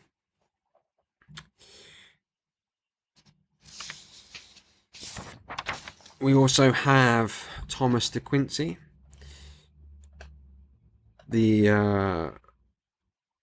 who's famous for his book Confessions of an Opium Eater. We have the chemical philosopher Humphrey Davy, who invented the miner's safety lamp known as the Davy lamp.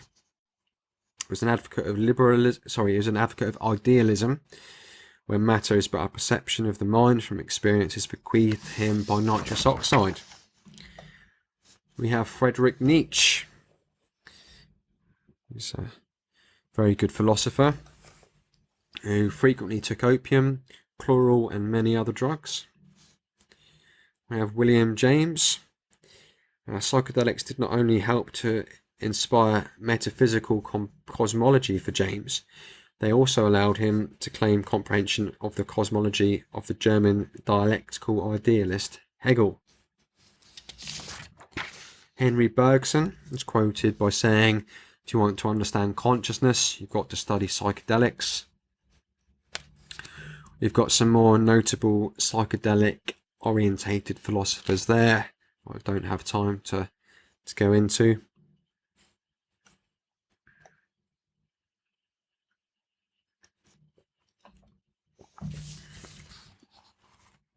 We have Alan Watts and his quote, "The psychedelic experience is only a glimpse of genuine mystical insight, but a glimpse which can be matured and deepened by the various ways of meditation in which drugs are no longer necessary or useful. If you get the message, hang up the phone. For psychedelic drugs are simply instruments like microscopes, telescopes, and telephones. A biologist does not sit with eye permanently glued to the microscope. He goes away and works on what he has seen." And I agree, and I can relate, but I would also add that, as Terence McKenna says, it's still beneficial to merge with the infinite from time to time, because we do get attached to this physical experience. It's still beneficial to microdose for cognitive and holistic health benefits. Timothy Leary was a strong advocate of psychedelics, and in 1964 he co-authored a book called The Psychedelic Experience, where it says, "A psychedelic experience is a journey to the new realms of consciousness. The scope and content of the experience is limitless, but its characteristic features are the transcendence of verbal concepts, of space-time dimensions, and of the ego or identity. Such experiences are enlarged consciousness, can occur in a variety of ways: sensory deprivation, yoga exercises, discipline, meditation, religious or aesthetic ecstasies, or spontaneously.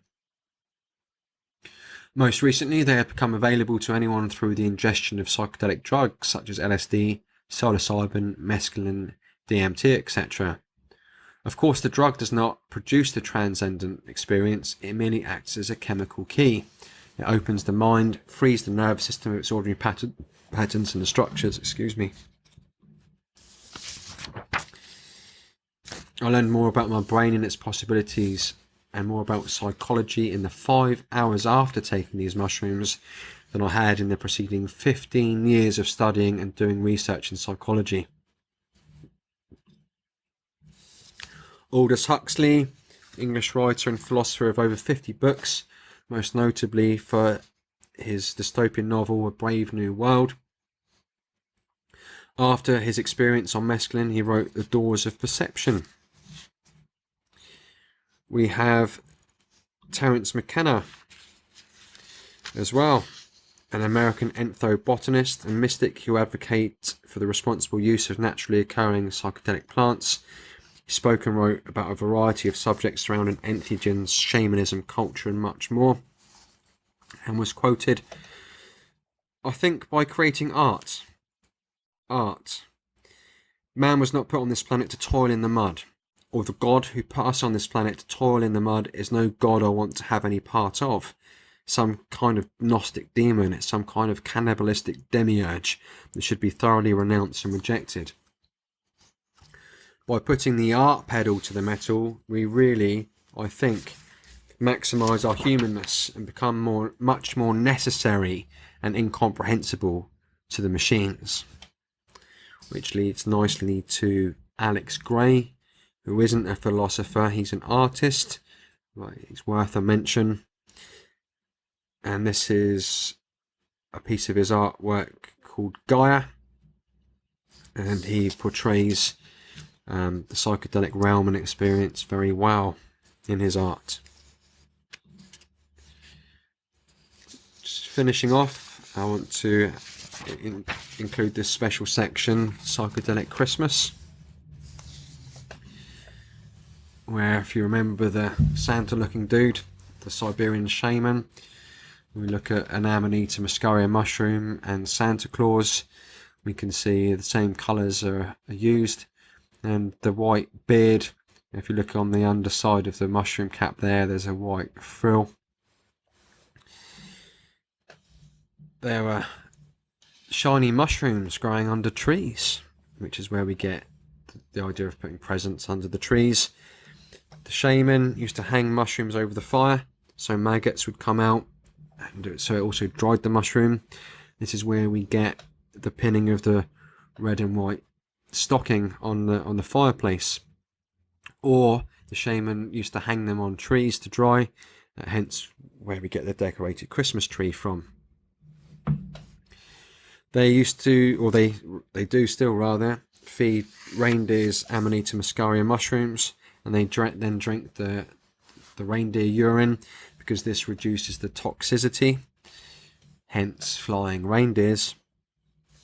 Also, the shaman used to deliver their dried mushroom during the winter solstice, or the Christmas period, to their neighbours, and as they typically live in very low level abodes and were often snowed in, apparently the shaman dropped their mushrooms down the chimney.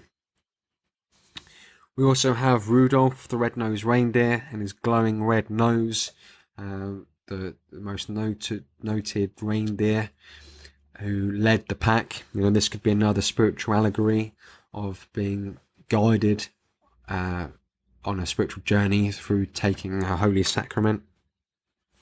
We have helper elves, and they could be hallucinations or encounters with other entities in the other dimensions.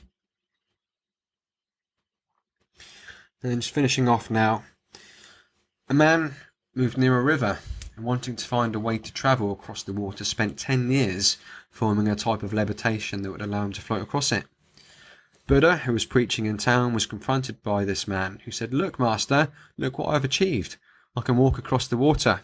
Buddha said, "Yeah, but the ferry only costs a nickel."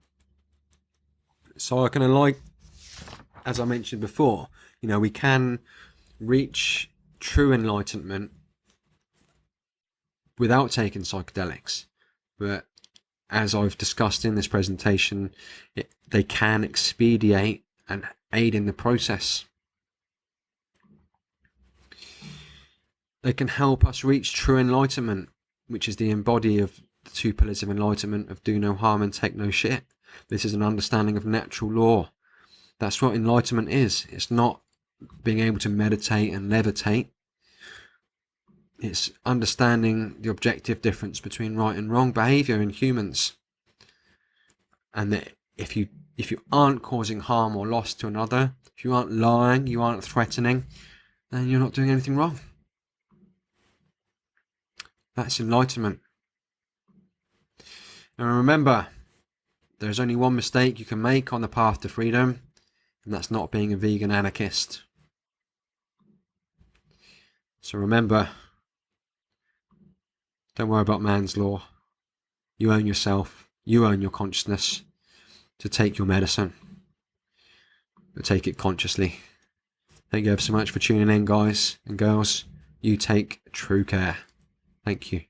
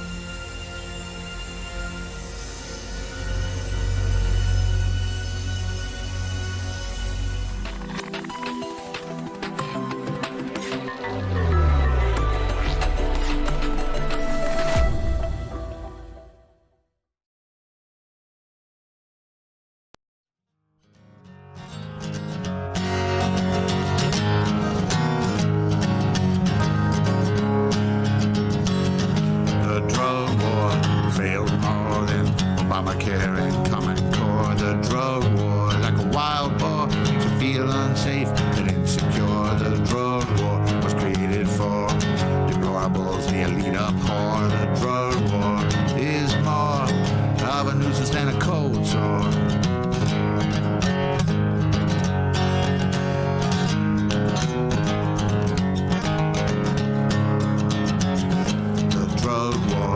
Makes more profit than the drugstore. The drug war is just an open door for civilized set forfeiture. The drug war is bad for your financial aid and credit score. The drug war makes more pigs rich and people poor.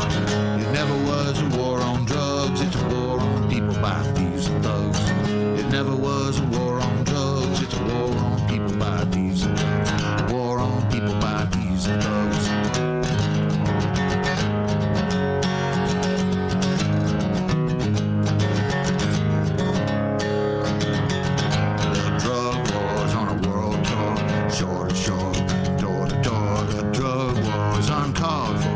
Therefore we say no more, no more drug war, no more drug war, no more drug war, no more drug war. The war on drugs is 100 years old, cause order takers like to be controlled.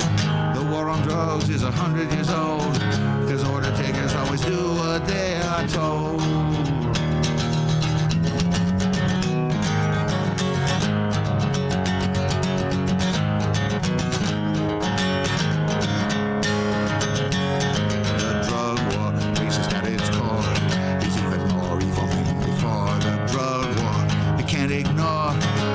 Bleeding out on the floor, the drug war is hardcore. Killing your dog and kicking in your door. The drug war makes more pigs rich and people poor. It never was a war on drugs, it's a war on people by thieves and thugs. It never was a war on drugs, it's a war on people by thieves and thugs. It never was a war on drugs, it's a war on people by thieves and thugs. It never was a war on drugs, it's a war on people by thieves and thugs. A war on people by thieves and thugs. A war on people by thieves and thugs. A war on people by thieves and thugs.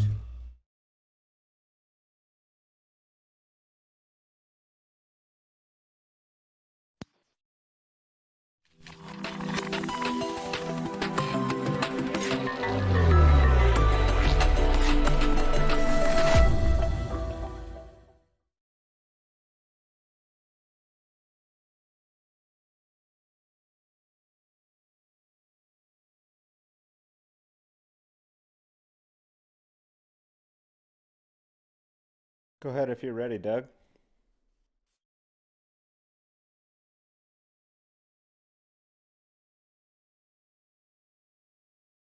All set. Hello and welcome to the fourth SEED conference event, SEED for Growth. We've had some amazing content presented so far by Chill Will Keller at the National Freedom League and by Nathan Redette. Entheogens, empathy, and hemp can save the world, but human slavery must end first.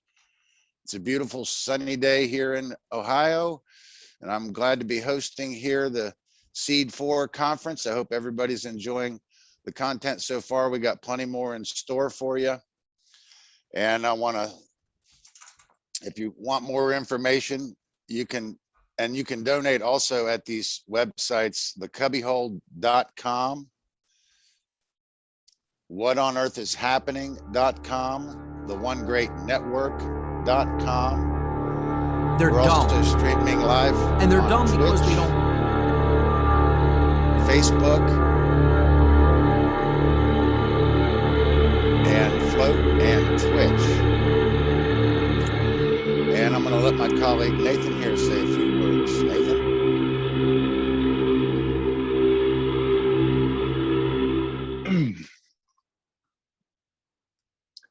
Oh, I'm there. I don't see myself on the screen. All right.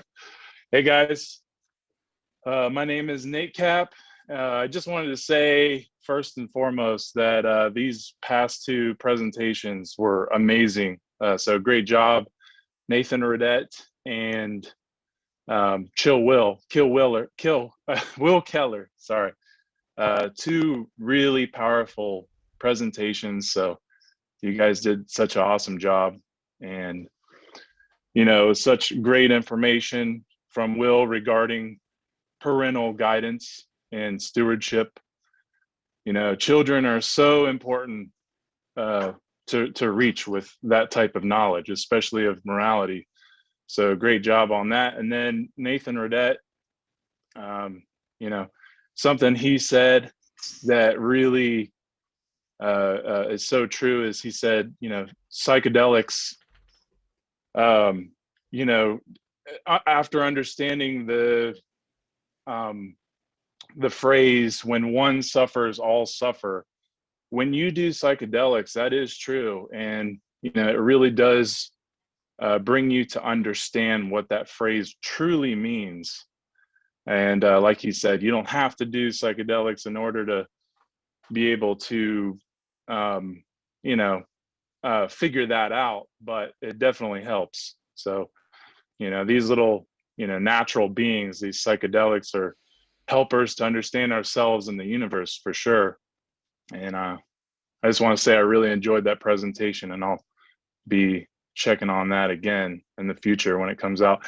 Another thing I wanted to say is, if this is your first time coming to this SEED conference, we really appreciate you, putting your time and attention into this type of event. It is a really special event.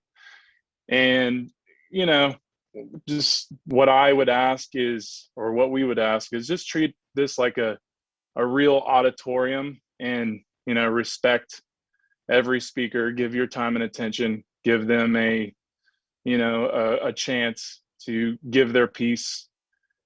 And, if somebody is, talking in your, wherever you're watching from, just ask them to kindly, respect where you're at, and that you're trying to pay attention to this, just because, when we're in an auditorium, we definitely don't, interrupt, and we try to be respectful. So I think that's just really important to keep in mind. And also, I know there's a lot of presentations, so it's just going to be very overwhelming, but, just make sure if you're going to watch a presentation, stick with it and, give it a chance, watch it all the way through. Because, these presenters put a lot of work into their presentations, and they definitely deserve the time that every, viewer is watching. So, yeah, that's pretty much all I have to say. Oh yeah, I wanted to say that the next presentation is, let me see here, it is Dylan McCormick. Dylan McCormick is giving a really awesome presentation, and it is entitled, let me see here. Sorry, I had this all on me. It is the natural right of self-defense and its manifestation in the Second Amendment. And I'm really looking forward to this presentation. I think it's going to be amazing. This man's work is so powerful. He's a great friend. So you're really in for a treat. And you know, the principle of self-defense is one of the most important principles one could ever learn. It's actually the oldest, or what's known as the oldest principle in the universe. So learning about this principle is so vital. And you know, we're really looking forward to what Dylan is going to share with us today. So Hey, real quick, Nate, we also have a question for Will from the audience, and we have a lot of okay. questions, a lot of people making comments, so we probably won't be able to get to them all, and we are bumping up against the schedule. But Will, since you're here, really quick, so one person said, would you recommend homeschooling? What are your thoughts on that? Yeah, absolutely. Homeschooling is the first step, right? Well, the first step is action, to actually pull your kids out. And as parents, we're conditioned to kind of copy the public school system, and that's pretty much what homeschooling is. It's schooling at home. So you're using a similar curriculum, what most kids use in public school. You have a certain time of day that you're using. That is a good start. But ultimately, where we want to be at is self-directed learning. Schooling is their term.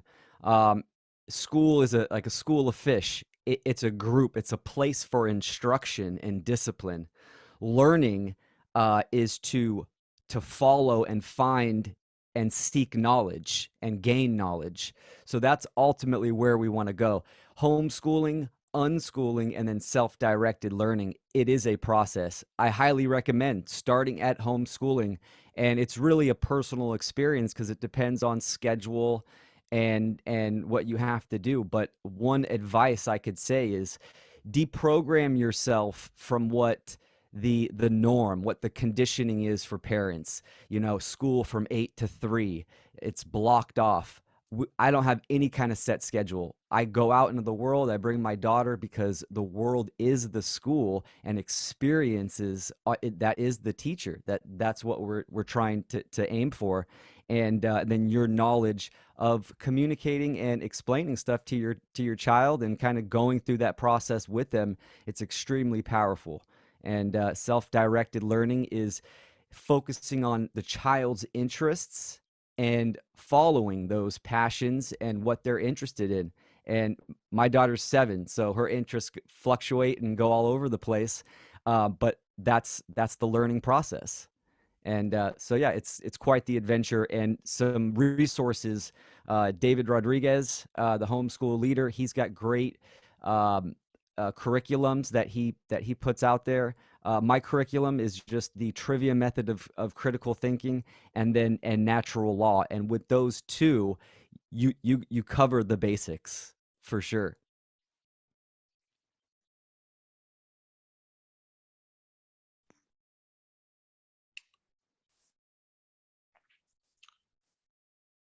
And Will, we have a question from James Cordiner. Can you hear me okay? Yes, I can. Right on. He says, Will, how would you suggest getting around the state truancy laws and whatnot? In my state, homeschooling means the state checks in from time to time. How do we get around that interaction with the state? Thank you, James Cordiner. Yes, powerful question. I'm in California. They can fine you $2,000 a day and then put you in jail if your kid is what they label a truant, right? Which means that you're just not submitting to their authority and their rules and regulations.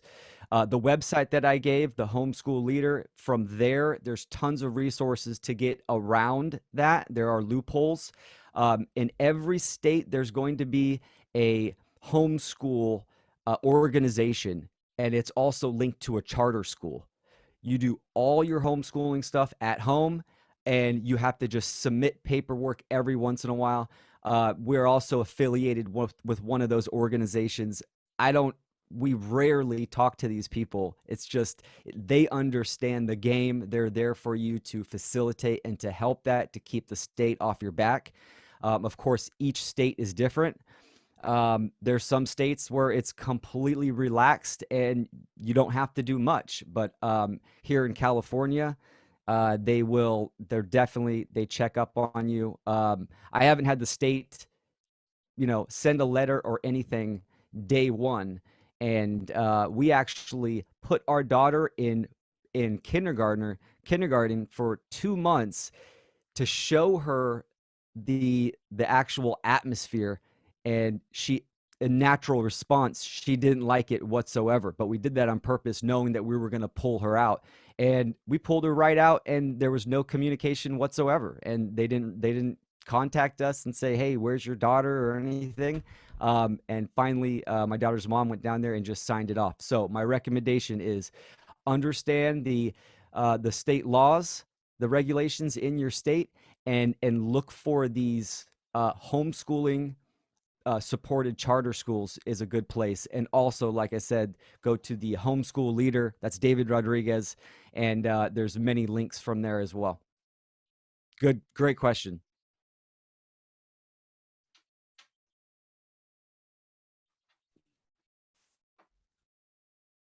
Thank you very much for that answer, Will. So everything's going great so far. We're going to get started here with the next video from Dylan McCormick. So stay tuned to Seed for Growth.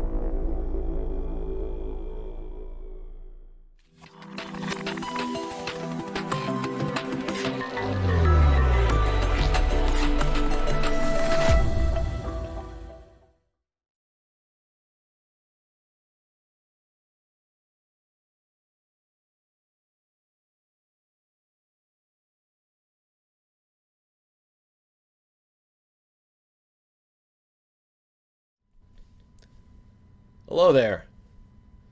So, I'm sure we all wish that we could be doing this in person, but things could be worse. We could be living in a dystopia right now, and I know what you're thinking. It is one. But I don't think it's a dystopia yet. I mean, yeah, there's the mask thing, there's the lockdowns, there's the shot that's going to turn our blood into jello. But it can't be a dystopia yet because it's, all right, nobody is making pills that limit your behavior and the actions that you... Okay, well, nobody is making Terminators yet. Ah, fuck, dude. So, it is a dystopia, but where's the cool aesthetic? What, I'm supposed to wear pool noodles on my head? I was promised a fucking cool-ass uniform. And the trains don't run on time, and our propaganda, it's like Benetton ads, but gayer. So, early on, I debated what it was I wanted to present about. And I initially considered talking about moral absolutism and natural law, the different ways that this phenomenon has been observed throughout history, the different schools of philosophy that have outlined this principle, how it is that we can conclude morality must be absolute. I mean, you're proposing a metric system, so the measurement has to be consistent. And, you know, if you presuppose that you possess your own body, then it stands to reason, okay, wait, I'm going to cut myself off, because if I start, I'm not going to stop. And I wanted to talk about something that was pragmatic, but still allowed me to discuss an ideal. And as nice as it would be to talk about ethics at length and arm people with that knowledge, I would actually just much rather that people be armed. And what I've come to believe is not necessarily that we need people who understand and can teach natural law, but that we require people who understand and can enforce natural law. Because it's force that guarantees the maintenance of any system of beliefs ultimately. And so, to that end, the natural right to self-defense and its manifestation in the Second Amendment. So what is this? What am I doing? What is this about? Well, I'll tell you what I'm not doing. I'm not here to convert anybody. So if you're watching this and you support gun control, this is not for you. You know your wine aunt? You know your wine aunt. She rage posts on Facebook about the NRA and she donates to Everytown for gun safety. You can't show this to her to win her over. This is not going to convince her of anything. Realistically, we're just going to get rid of your wine aunt. And I know that that sounds harsh, but she's made her choice, and given the chance, she'd do the same to you. Well, actually, she would defer that to somebody else. Besides, when you come for her, what's she going to do? Pull a fucking gun on you? Nah. I'll tell you what else I'm not going to do. I'm not going to go over any statistics. I'm not going to go over empiric data. I'm not going to make a utilitarian argument for gun ownership. I'm not going to tell you to cross-reference FBI Crime Table 20 with FBI Crime Table 43A. I'm not doing that. So, what is this? Well, it is a presentation, but only in form. This is a proposition. Maybe it's a worldview. And hopefully it is a glimpse at the form that we'll have to assume in bringing about natural law. Now, if you consider yourself a supporter of the Second Amendment in any capacity, this is for you. And depending on the vigor that you have, maybe it's intended to radicalize you a bit. Now, when I say radicalize, the thing that we have to understand is what we're talking about is radical. It is extreme by its very nature. So, this is not an appeal to the opposition. And this isn't even an appeal to mainstream culture. I mean, why the fuck would I appeal to a culture that has allowed the proliferation of child drag queens? Listen, Desmond isn't amazing. Desmond is a sign of a collapsing civilization. Now I know what some of you are thinking. And let me clarify. This is not a call to action. This is not a call to violence. Well, not yet anyway. I might do that later. That's a joke. I'm joking.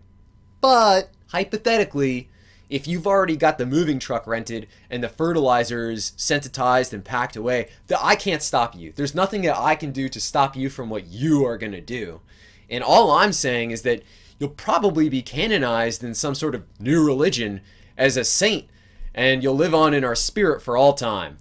All right, I'm joking around, but I'm going to try to be serious because I actually consider this extremely vital information.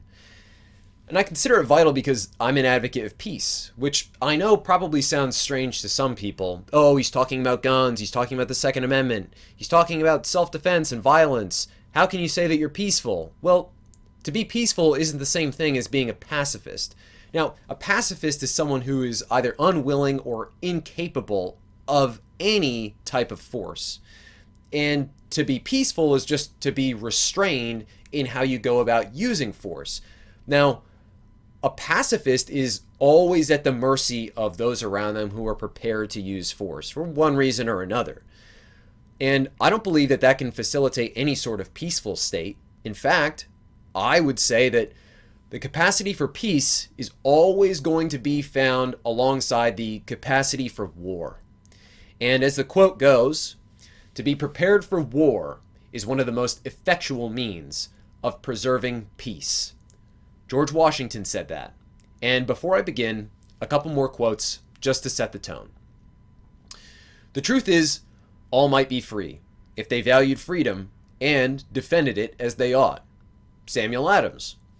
And we might ask ourselves, are we where we are because we haven't defended freedom or because we haven't valued it properly? Which could it be? And one more. If, by the instrument of governmental power, a nationality is led toward its destruction, then rebellion is not only the right of every member of such a people, it is his duty. Adolf Hitler. Wait, what? Did he really say that? He did. In Mein Kampf, huh? Okay. Well, he was right about that. And it does shed light on an important notion that government policy is not and cannot ever be considered infallible or an ends in itself. And that's a very basic concept, actually. It's one that people only seem to acknowledge when it conforms to their worldview. Legality and morality are not the same thing. So whether something is legal or not, that's a totally separate matter from whether it's right or wrong to do. And if legalism were the source of right and wrong, then you couldn't have developed legalism to begin with. So the basis for any legal system is derived from elsewhere. Something that's codified into legality never begins as legality. And the flip side of that is, if something were right or wrong based on the law, well, once it was made law, it would become unassailable. So what we need to do is we need to make a distinction between a legal right and a natural right. Now, a legal right is something that government grants its citizens. So, of course, that requires organization, statecraft, legislation, and then enforcement of all of those systems has to be taking place as well. But if the government can grant something, then it can also take it away. And that isn't really a right. That's a privilege. So a natural right, in the most simple terms, is something which you're able to do inherently, but in performing that action, you don't prevent any other agent from the same thing. It can be willed universally. Now, we don't arrive at what constitutes a natural right by legislation, debate, social interaction, any form of empiricism. No, natural right, it can only be understood rationally. It's a priori. It's a first principle. So, self-defense conforms to that precisely. It is the use of violence, but in a way that can be willed universally as a reaction to aggression. And in addition, we could say that the ownership of arms would fit that as well. It doesn't prevent anybody else's ability to own weaponry for me to own weaponry. There's no mutual exclusivity. There's no zero-sum nature in that. Now, here's where the issue is. How many people do you know personally that will justify something because there's a law regarding it? And the truth is, that's where the average person is. The average person can't actually make a distinction between right or wrong, good or evil. What they are social ballasts. And what I mean by that is, within a certain tolerance, people will basically just kind of replicate whatever behavior they see going on around them. And in a moral society, they might be moral people, incidentally at least. But in a degenerate society, they will continue to be degenerate. So it's this appeal to what's popular and this appeal to legalism and politics that people like to make that makes the Constitution extraordinarily relevant to what we're discussing. Now, ultimately, the appeal to legalism or politics, it's just about being able to read rules and apply them. So what we should do is we should take a look at the language codifying our legal right to the ownership of weaponry. A well-regulated militia, being necessary to the security of a free state, the right of the people to keep and bear arms, shall not be infringed. Okay, so what does this mean? Well, the text is telling us that a well-regulated militia is required or necessary to the security or maintenance of this free state. Now, immediately, revisionists are going to cry out, Actually, you know what? I'm not going to let some stupid ass shit like this come out of my mouth. I have a solution. Give me just a second. The military or the National Guard is the militia, so you're only able to be armed if you're in the military. Alright, you are either being dishonest or retarded if you say this, and generally it is a little bit of both. So, to start, a militia is specifically and distinctly different than the military, who are composed of dedicated warfighters that stand in perpetuity. Now, the militia is formed of citizens, and they only muster in times of need. So, in Federalist Paper 24, Hamilton refers to the garrisoning of men on the western frontier, and he makes a distinction between a standing corps and militia detachments. Now, his reasoning for using a standing corps is he worries that the militia will tire out if they're separated from their families and their occupations for too long. So if it's the case that these militiamen have occupations that they would typically be attending to, then we can obviously gather that they're not dedicated to being standing soldiers. Then in Federalist Paper 25, Hamilton indicates that a standing army should exist. And he says, the steady operations of war against a regular and disciplined army can only be successfully conducted by a force of the same kind.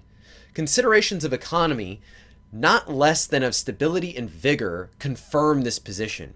The American militia, in the course of the late war, have by their valor on numerous occasions erected eternal monuments to their fame. But the bravest of them feel and know that the liberty of their country could not have been established by their efforts alone, however great and valuable they were. Now again, this is a clear indication that the militia are not, and were never thought of as being the military. In addition, outlined in Federalist Paper 29, Hamilton refers to the militia as a localized state entity, and says that they only answer to the federal body when it's necessary. It is explicitly stated that the large body of the militia is to be made up of common people, while only a small standing corps of officers that are appointed at the state level would exist consistently. Now, additionally, Hamilton also indicates that a separate standing army ought to exist specifically to keep the militia from withering under constant stress and use. He, again and again throughout these papers, outlines the difference between standing officers and militia members. So we know that there was never any notion that the militia and the military would be the same entity. It can't be overstated how obvious it is that the militia is supposed to be composed of average citizens, and one of the most common forms of revisionism is to dispute this fact. Now, Hamilton is actually quoted on the subject as saying, the militia is a voluntary force, not associated or under the control of the states, except when called out. A permanent or long-standing force would be entirely different in makeup and call. Tench Coxe of Pennsylvania stated, the militia, who are in fact the effective part of the people at large, will render many troops quite unnecessary.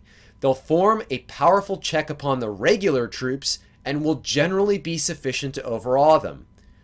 Well, unfortunately, that hasn't quite panned out. And I guess the call for a standing corps today is war profiteering, securing international financial hegemony, defending poppy fields, setting up oil pipelines. Oh, yeah. And dying for I mean, you can cut it off, but they still know. Everybody knows. You're not supposed to talk about it, though, otherwise you're an anti. Given that state is capitalized, we can gather that this isn't referring to a state of being or to the individual states of the Union, but to an organized structure of citizenry and government. Now, that state is meant to be a free one. So keep that in mind. In fact, keep it at the front of your mind and then sear it in. A free state. That is what is meant to be kept secure by this militia.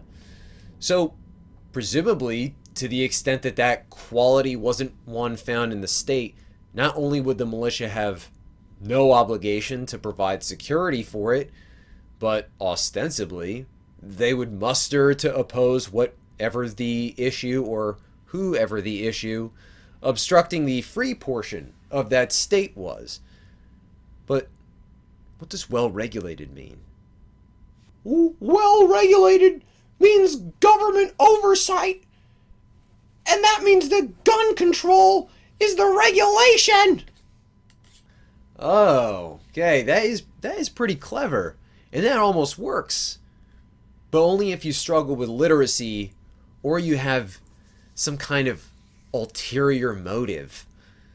Now, the phrase well-regulated, it actually refers to keeping something in regular or standardized working order. Basically, there is a necessary degree of uniformity and regulation among the individuals within the militia. Now, it couldn't refer to regulatory oversight of privately held weaponry by the federal government.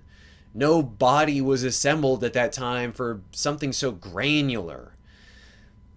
And regulation of the militia it's continually referenced through the Federalist Papers, but in every instance, it's in regards as to how these people are going to be trained, how they're going to be assembled from the body of the people into their collective formation in a way that is effective, but doesn't allow for abuse of the militia at the hands of the government. So, no mention is ever made of limitations on arms in regards to the militia, anywhere, in any of these documents. The overwhelming concern is, how do we train them? How do we organize them? How do we assemble them when required? Now, in Federalist Paper number 4, John Jay advocates for the federal structure as means of making sure that the militia has one plan of discipline for the sake of national defense. Now, he refers to trade as being prudently regulated, but to the militia as being properly organized and disciplined. Then, in Federalist Paper 29, Hamilton says in regards to the training of the militia, this desirable uniformity can only be accomplished by confiding the regulation of the militia to the direction of the national authority. It is therefore with the utmost evident propriety that the plan of the convention proposes to empower the Union to provide for organizing, arming, and disciplining the militia, and for governing such a part of them as may be employed in the service of the United States, reserving to the states respectively the appointment of the officers and the authority of training the militia accordingly to the discipline prescribed by Congress. So what we can gather from this is not only that our government has failed in maintaining this system, but based on Hamilton's other writing, the militia are expected to be armed at parity with the regular or standing corps which exist, in addition to having the same familiarity in tactics. So the militia can best be described as a decentralized, voluntary, paramilitary force. In essence, what they're talking about is that individuals who are mustered into an organizational structure have to maintain a certain degree of uniformity for the sake of multiplying their collective force. Now we come to the phrase, the right of the people to keep and bear arms. And it's fairly clear, right? The term militia isn't used here. So if it's the right of the people to keep and bear arms, which means to possess and carry, it can't be disputed that the thing that is being described is the right to individual arms ownership. Now, it's obvious that the people are going to be the ones to form the militia, and the idea is that they're already supposed to be armed as a prerequisite for their assembly into that collective form. For a bit of additional context, though, we can actually look at the first draft of the Second Amendment. The right of the people to keep and bear arms shall not be infringed, a well-armed and well-regulated militia being the best security of a free country. But no person religiously scrupulous of bearing arms shall be compelled to render military service in person. So, what we can gather from this first draft is that the intent was the same from the very beginning, to outline the right of ordinary people to own weaponry in private form. Now, that is required to facilitate the formation of the militia. And we can also see that the term country was used instead of state. That is another way that we can ensure that it's not about a state of being or individuated states. It's supposed to be about the maintenance of the Union as a whole. Now, obviously that final portion didn't make it in. It was included with respect to Quakers who practice pacifism, but fuck pacifists.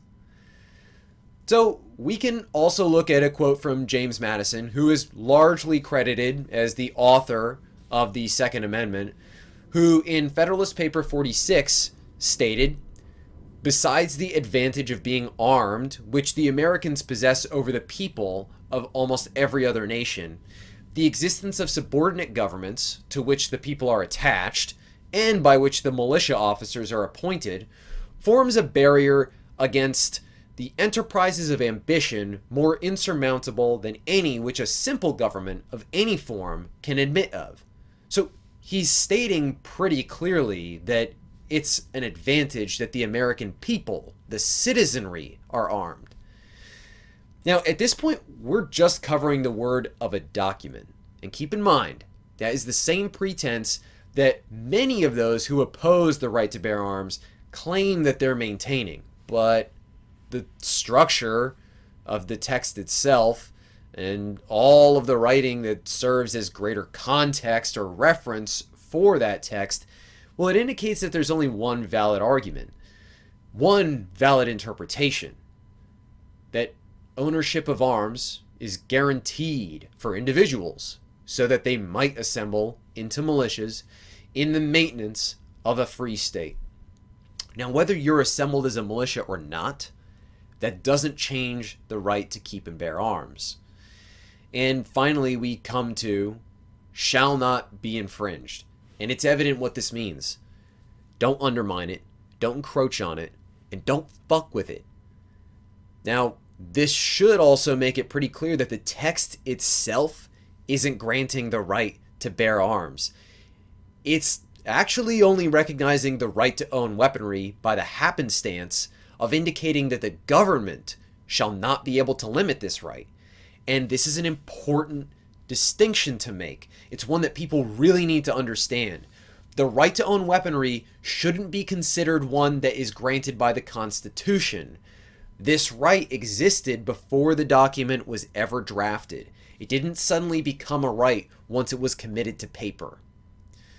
Now, Tench Coxe spoke to the notion of individual ownership and infringement. The power of the sword, say the minority of Pennsylvania, is in the hands of Congress. My friends and countrymen, it is not so. For the powers of the sword are in the hands of the yeomanry of America from 16 to 60. The militia of these commonwealths, entitled and accustomed to their arms when compared with any possible army, must be tremendous and irresistible. Who are the militia? Are they not ourselves? It is feared then that we shall turn our arms each man against his own bosom? Congress has no power to disarm the militia. Their swords and every terrible implement of the soldier are the birthright of Americans. Every terrible implement. What did he mean by this? Well, there is a term that we haven't covered yet. Arms. That brings us to another common piece of rhetoric. The founders were only familiar with muskets, and so that's what the Second Amendment applies to. Alright, where do I even start with this? 1, that's not a real argument. 2, it's wrong. 3, it's dishonest. 4, it's retarded. But should we actually buy the notion that the founders couldn't envision any advancement of weaponry. Now, the obvious trend of weaponry at that time was all in the vein of producing repeating fire. And this is the point where I could bring up stuff like the Girandoni air rifle. I could talk about the Belton flintlock rifle. I could talk about the puckle gun. I could talk about all these different like cannons and artillery. I could talk about privately owned warship, but you know what? I'm not going to elaborate on any of that shit because the technicality and the mechanics don't matter. It has to be noted that the term arms is used. And the same way that we can look at something like the term well-regulated from documents at that time, well, we can actually just look at a dictionary from that time. And how about Samuel Johnson's 1755 English Dictionary, which defined arms as weapons of offense or armor of defense? Oh, so it's a general term. And it has been understood as a general term since at least 1755. It refers to all forms of weaponry and armament. So then, what does the term arms encompass?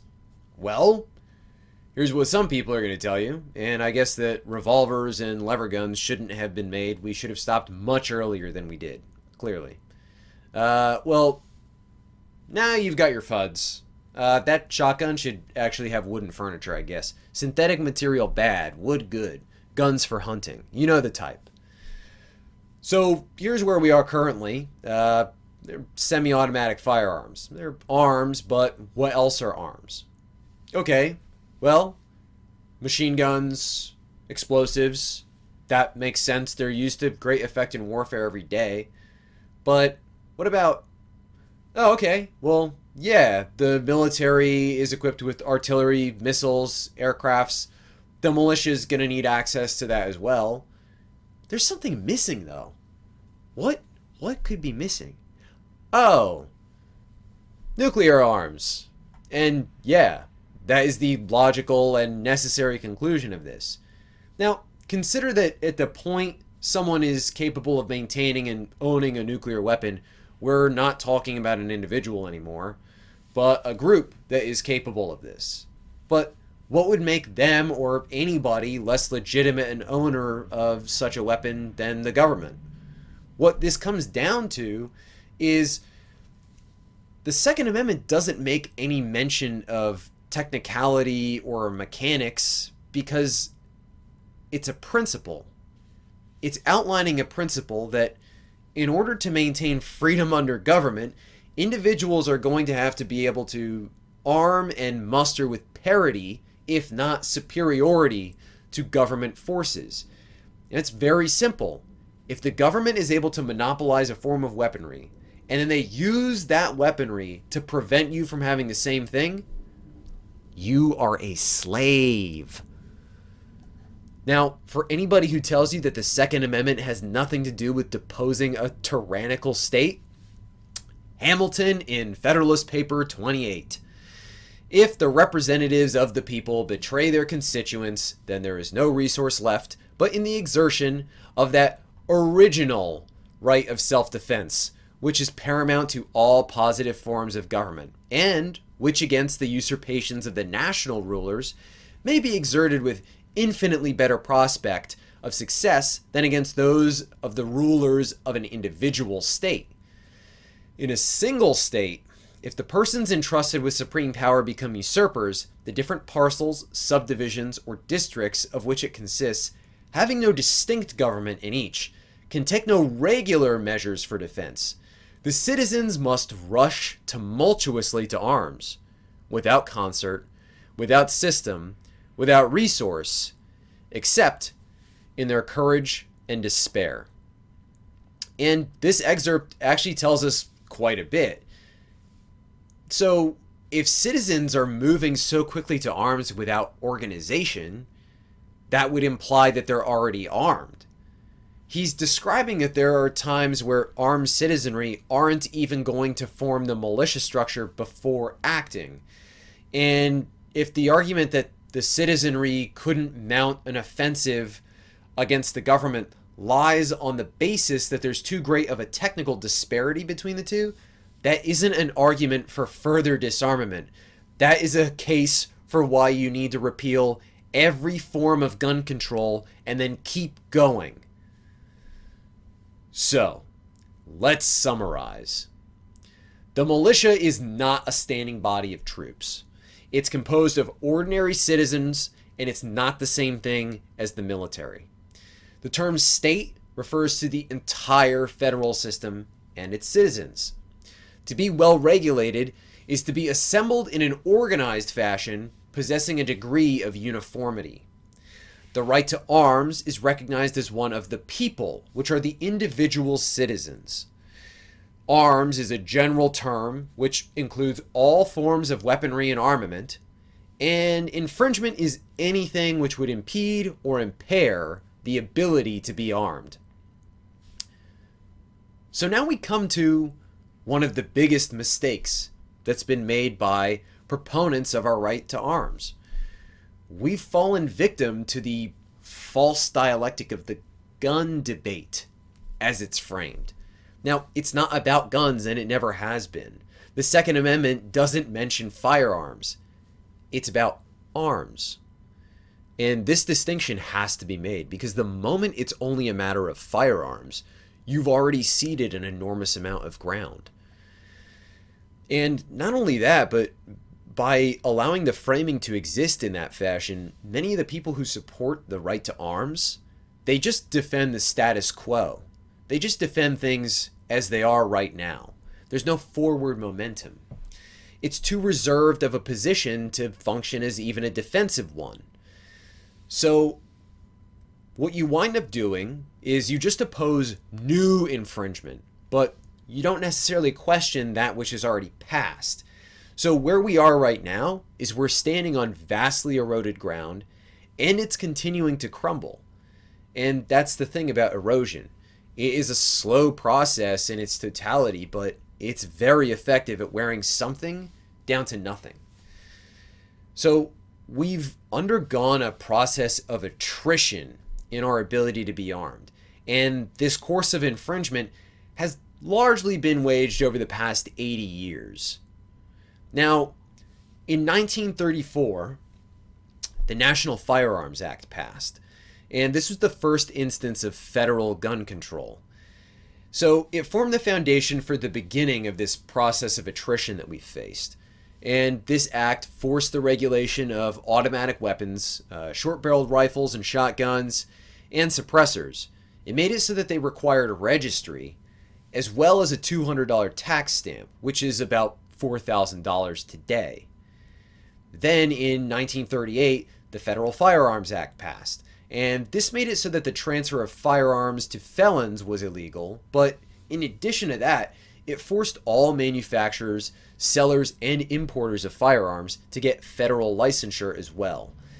It also required them to maintain records of anybody buying firearms. I don't know about you, but I think it's pretty cool that a cousin fucking cripple still managed to find a way to step all over people's rights. Now, 1938, this is actually a Supreme Court case, U.S. v. Miller. And the court ruled that Miller's short-barreled shotgun was not protected by the Second Amendment, and they cited the NFA as support for this.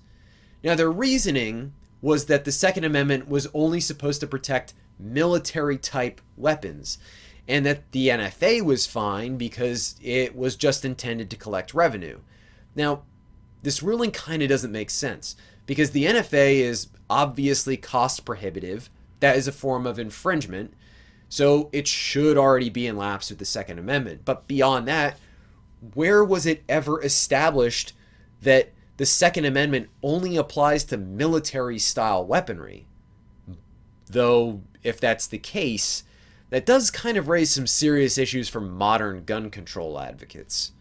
Now, skip forward to Lyndon Johnson.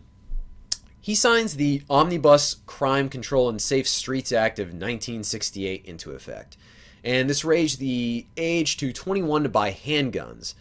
It's also worth noting that this set the foundation for allowing wiretapping. Now, later in the same year, the Gun Control Act of 1968 was signed into effect. And this made it so that rifles, shotguns, they could no longer be mail ordered. And it prohibited the interstate transfer of all firearms. It also mandated serialization for all firearms.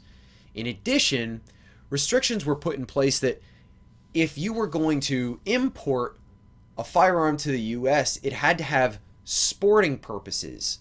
Now, that's something to focus on because it presumes that the reason to own a firearm is for sport.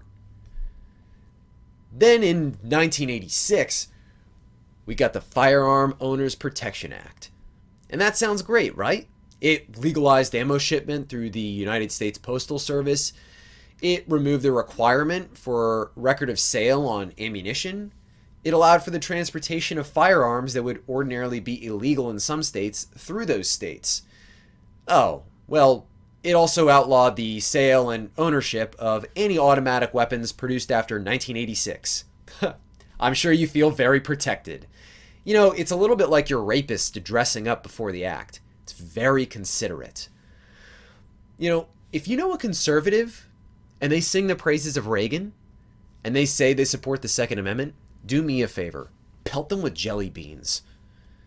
Now, in 1988, the Undetectable Firearms Act passed, and this prevented the creation, import, or sale of any guns with less than 3.7 ounces of metal content. And it was fear-mongering over the Glock 17 that led to this. Basically, people thought that guns were going to become undetectable by metal detectors. Now, this has been continually renewed at every sunset, and it's set to expire in 2023. I wonder if 3D printers are going to be mentioned anywhere in the new legislation. Then in 1994, the assault weapons ban happened. Now, this expired in 2004, and there have been efforts to bring it back, but none of them have been successful so far. But during this time, no assault weapons could be manufactured or sold to the public. In addition, magazines with more than 10 rounds were outlawed as well. And for assault weapons and magazines that were owned prior to this, they had a grandfather clause that was adopted. So there wasn't confiscation of any previously owned property. But wait, what's an assault weapon? Well, it's really just a useful political term, and it sounds scary. Now, it refers to guns that look a certain way. So, the two guns that you see pictured here, they're the same rifle. The difference is just in their furniture. Now, that top one, that's an assault weapon. It's because of its stock, its grip, and the flash hider. Now, gun control advocates will claim, well, it's not a big deal then, because it doesn't make that big of a difference if they're basically the same rifle. Well, if it's not that big of a difference, then why ban them at all? Notice that every instance of infringement, every form of limitation or regulation that is imposed, it's not that big of a deal. It's just a little more. It's just common sense. Yeah, well, we've been losing ground to just common sense, just a little more, and not that big of a deal for 8 fucking decades. And in 2019, bump stocks were banned, but this was actually overturned just a couple months ago. And there are other modern mechanisms that aren't just federal limitations that we can cover as well. Now, that term assault weapon, it's stuck really well. And a lot of states have continued to impose laws that outlaw these cosmetic and utilitarian features. In addition to that, many states ban high-capacity magazines. Now, there's no consistent definition for what a high-capacity magazine is. Supposedly, a 30-round magazine is high capacity, despite the fact that it's a pretty standard size for any intermediate caliber rifle. Some people say it's anything over 10 rounds, but it is a relative term and there's no clear definition. You would think that at least it would vary from gun to gun. You know, I guess the problem is that people who use the term high-capacity magazine have low-capacity brains. There are also universal background checks that have spread throughout different states, and there is a concerted effort to make them nationwide. Now, background checks already exist, so what is a universal background check? Are you making sure that I don't have a fucking record on Mars? Well, What it actually does is it forces people to pay transfer fees and get background checks when they engage in private sale with one another. So ostensibly, all this actually does is prevent ordinary people from transferring firearms between one another, and it forces a new layer of bureaucracy and extortion on the people who are willing to comply. So over the last couple years, extreme risk protection orders have become the new trend. And, well, the risk is extreme. I want protection from extreme risk, right? It's a great name. It's a lot better than the name that you might recognize it by, which would be red flag laws. So these are ex parte orders. Now what that means is they're issued without the knowledge of the involved party. It allows police to directly disarm the people who have been flagged, and the grounds for this are based solely on what the accusatory party states about the individual. There's no real due process involved. And we can also look at something like the introduction of the TAPS Act. That stands for Threat Assessment, Protection, and Safety. Okay, so it's something that's going to make us safe. What could be wrong with that? Well, the way that it makes you safe is it allows police to individually assess people and households, and then allows the police to make a red flag designation. So that's very cool because it actually shits on the Fourth Amendment just as a means of shitting on the Second as well. And it's always in the name of safety. That's what we're told anyway. Now, of course, if you possess weapons for the purpose of safety, you're portrayed as being delusional. The government is there to protect you. They'll handle it. And there's some really good examples of this. Here's the government protecting the students at Kent State. Oh man, they looked so safe and protected on the ground. Well, and then here was the government protecting the women and children at Waco. So they must have been really cold. And they were actually so proud of their work that they decided to pose with it. It's pretty cool. Now listen, whatever you might think about the Branch Davidians, and believe me, I have some thoughts. Look at their flag. The ATF obtained the warrant based on a suspicion that they might be making automatic weapons. There was no concern for the people there. It was all about the property that they had that they weren't supposed to have. And of course, who could forget when the government had to protect the Weaver family? Now, they definitely had to be protected because they had moved to this remote area. So how else are you supposed to protect someone other than entrapping him because he sold a shotgun with a barrel that was an inch too short, then trying to coerce him into being a federal snitch, then giving him the wrong court date and setting up a raid where you kill his dog, his son, and his wife? I'm sure he felt very safe, very protected after that happened. Now, up to this point, I've only discussed legal measures, but we know that the law doesn't just materialize from the ether. This decay, it doesn't start or end in the government body. It extends to the people. There's an entire culture which has been subverted into begging, demanding to be made more helpless. And it's not enough that they're helpless. You have to be as well. Now, the irony is that the people who are screaming for gun control, they're not anti-gun. They just want those guns concentrated to the hands of government agents. So it's a unique danger because your enemy isn't just the government, it's the people who are supposedly your fellow citizens. Now, culture is a stronger source of change than politics on its own. In fact, it should be evident that culture and statecraft are necessarily intertwined. Laws on their own are easily disobeyed and circumvented, but we are social creatures, and when the broad masses express a disdain for something, and our media reinforces this notion, it does a great job at making an ordinary person into an outsider.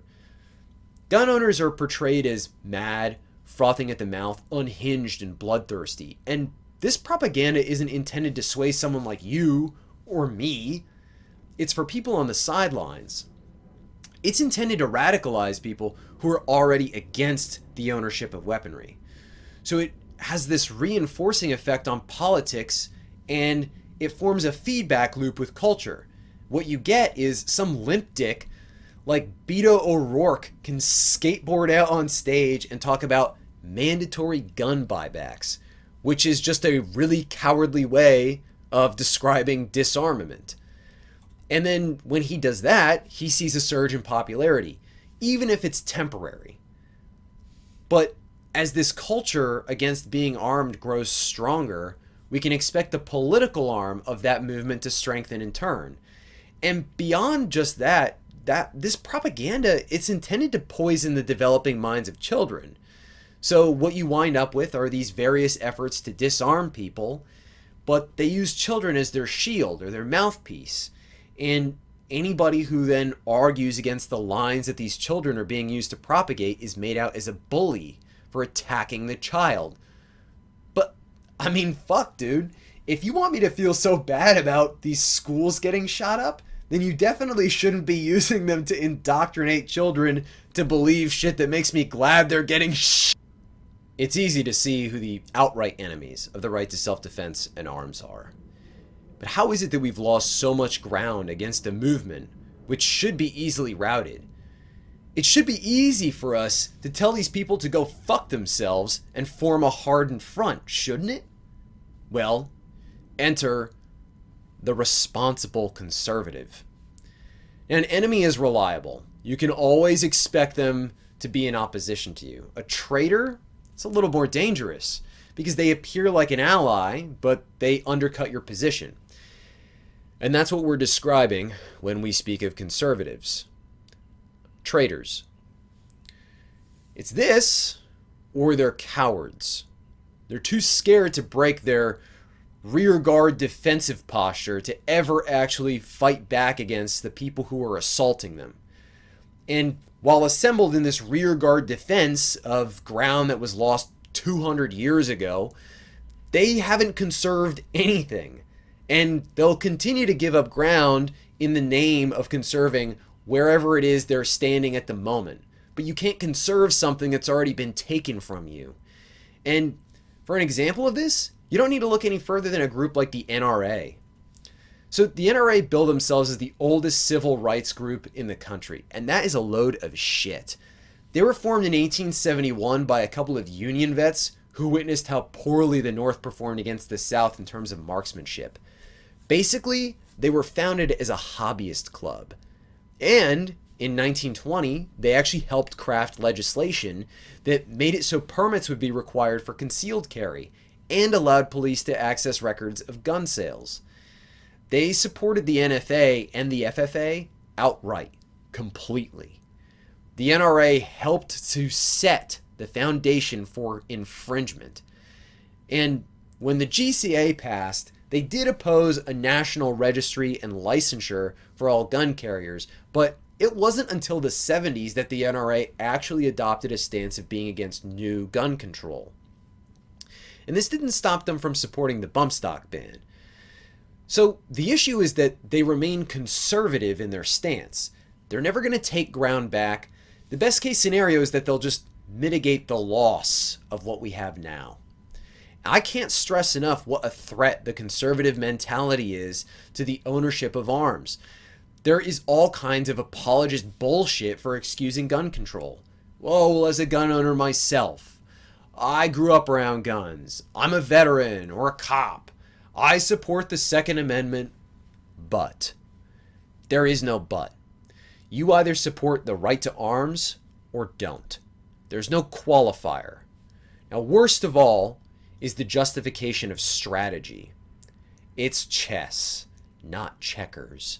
Motherfucker, if it's chess, who do you think the pawns are? You can't sacrifice part of something in the name of saving it. That is literally a loss. Honestly, even worse, and typically found among conservatives, people who carry water for police. The thin blue line cucks. So, the canard that police wouldn't enforce unconstitutional gun control is dismissed pretty easily by one observation. They already fucking do. And the incremental process that we're suffering, the law enforcers are just as subject to that as the citizenry, if not more so. Now, if you are among these lukewarm, limp-wristed cowardly conservatives and you're prepared to cede more ground in the name of conserving where it is you stand, I don't expect any appeal to principle to change your mind. Consider this. You're next. The ground that you're standing on right now is only preserved by the position of those in front of you. And if you think you're safe with your bolt-action rifle, think again, because here's the line. That's a high-powered rifle! It's a sniper's rifle! Who needs something like that? Always pay attention to repeated terms and phrases. Now, the term high-powered rifle, that's the new assault weapon. And they've actually already managed to associate high-powered rifle with things like AR-15s. Now, some people might remember weapons of war, and that one didn't work out so well. But that 30-06 bolt gun, it's a much higher caliber than an AR-15 chambered in 5.56 NATO, and it's going to pierce level 3 plates. So that's all people are going to need to hear to support these high-powered rifles being the next thing which is taken in our systematic erosion of arms ownership. Now let's return for a moment to legal precedent. Most people are going to reference the 2008 Heller v. D.C. case as the one in which an individual right to firearms was determined by the Supreme Court. Now, the court ruled that the Second Amendment outlines the right of individuals to own firearms, unconnected with service in the militia. But this isn't actually the first time that this conclusion has been reached. Now, at the state level, we can look at an example from the Georgia Supreme Court, and this resulted from the first attempt at what we would term gun control today. In 1837, the state banned the sale and possession of pistols and some types of knives. Now, this resulted in the case of Nunn v. Georgia, and by 1846, this was overturned by the Georgia Supreme Court as unconstitutional. Despite having no language in their state constitution that outlined the right to bear arms, the court upheld that that wasn't relevant because the right already existed and was ensured at the national level. Now, the court went on to say the right of the whole people, old and young, men, women, and boys, and not militia only, to keep and bear arms of every description, not such merely as are used by the militia, shall not be infringed, curtailed, or broken in upon in the smallest degree. And all this for the important end to be attained, the rearing up and qualifying a well-regulated militia so vitally necessary to the security of a free state. So according to this, it's specifically the right of the people to keep and bear arms, and not just those in the militia. The ends are that a militia might be established, but that has nothing to do with the right to keep and bear arms itself. Not only that, but the style of weapons themselves aren't limited by only those that the militia would use. Now, it's worth noting, the Heller case actually referenced two previous cases, and these were United States v. Cruikshank and Presser v. Illinois. Now, in 1876, the Supreme Court determined in the Cruikshank ruling that the conflict between black and white militias hadn't constituted infringement of the First or Second Amendment on the blacks by the white militia. States and private actors aren't bound by these amendments according to the ruling. Now, it's worth noting that this case was actually overruled in 2010 by McDonald v. City of Chicago.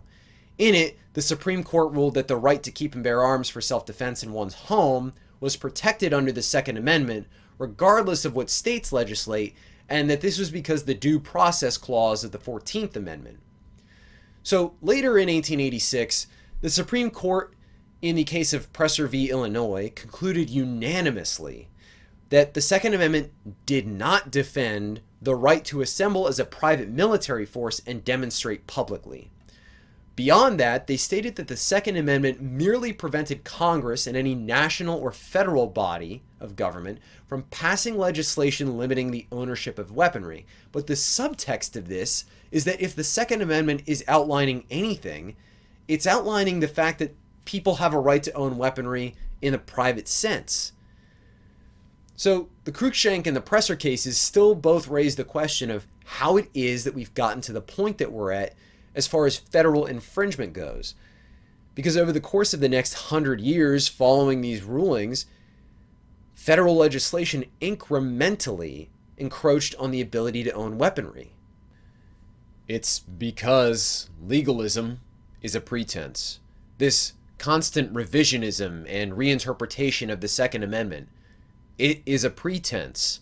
And those committing revisionism know this, but they expect you to argue within the confines of it. Now, here's the truth. A document doesn't do shit for you. And the people who are moving the machine haven't given a fuck about the original intent for at least the past century. You know, we might need to entertain the notion that the American experiment had failed at its inception, that the component parts were already tainted, the ferment of decomposition had already set in. And I'm going to come clean now. And I know that you're not going to judge me. This is a safe space. I can admit this here. I don't give a fuck about the Constitution. What possible value could a document have for someone who understands that rights are derived through natural law? And that document has been totally disregarded. It's apparently open to being reinterpreted anytime people decide it doesn't suit their agenda. So ultimately, your rights are not secured by this document. And the Constitution itself doesn't grant anything. It just indicates what the limitation on the federal mandate of power is supposed to be. But force is the determining factor in seeing that limit guaranteed. You are the one who ultimately decides what rights you'll enjoy. Now, Lysander Spooner summed up the value of the Constitution when he said, "But whether the Constitution really be one thing or another, this much is certain, that it has either authorized such a government as we have had, or has been powerless to prevent it. In either case, it is unfit to exist."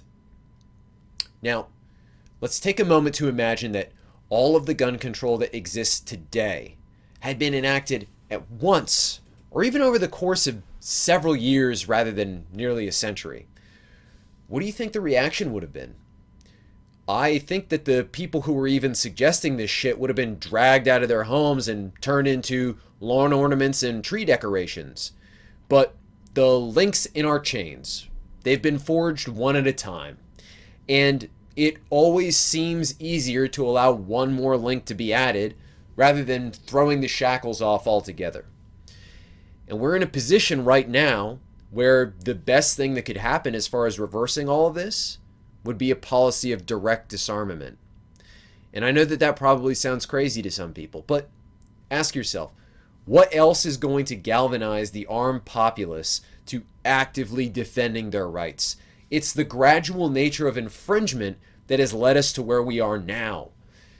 And that's going to be maintained until a combination of ever-restrictive laws and degenerative culture produce future generations that forego being armed altogether. And that's the real goal.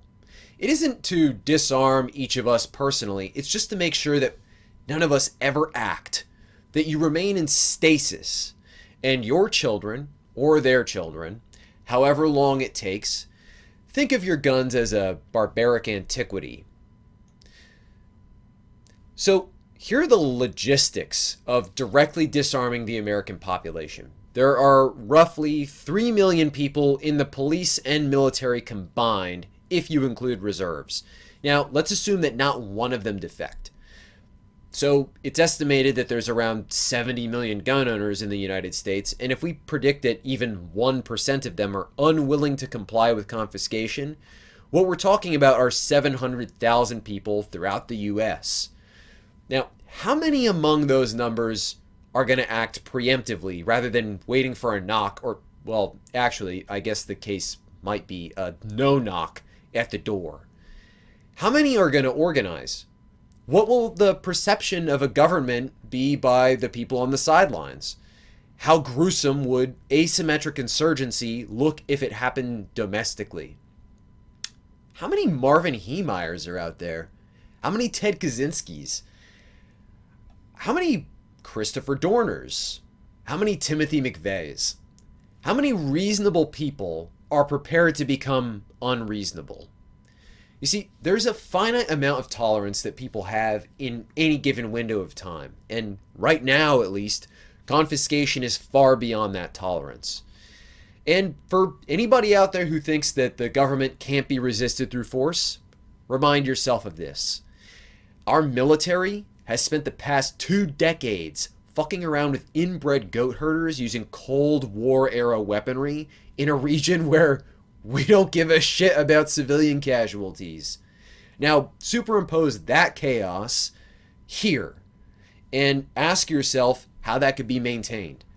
Even if there were restraint, what's the amount of standoffs, raids, sieges that people are willing to hear about happening in the news, let alone see happening around them? And this is precisely why confiscation likely won't happen.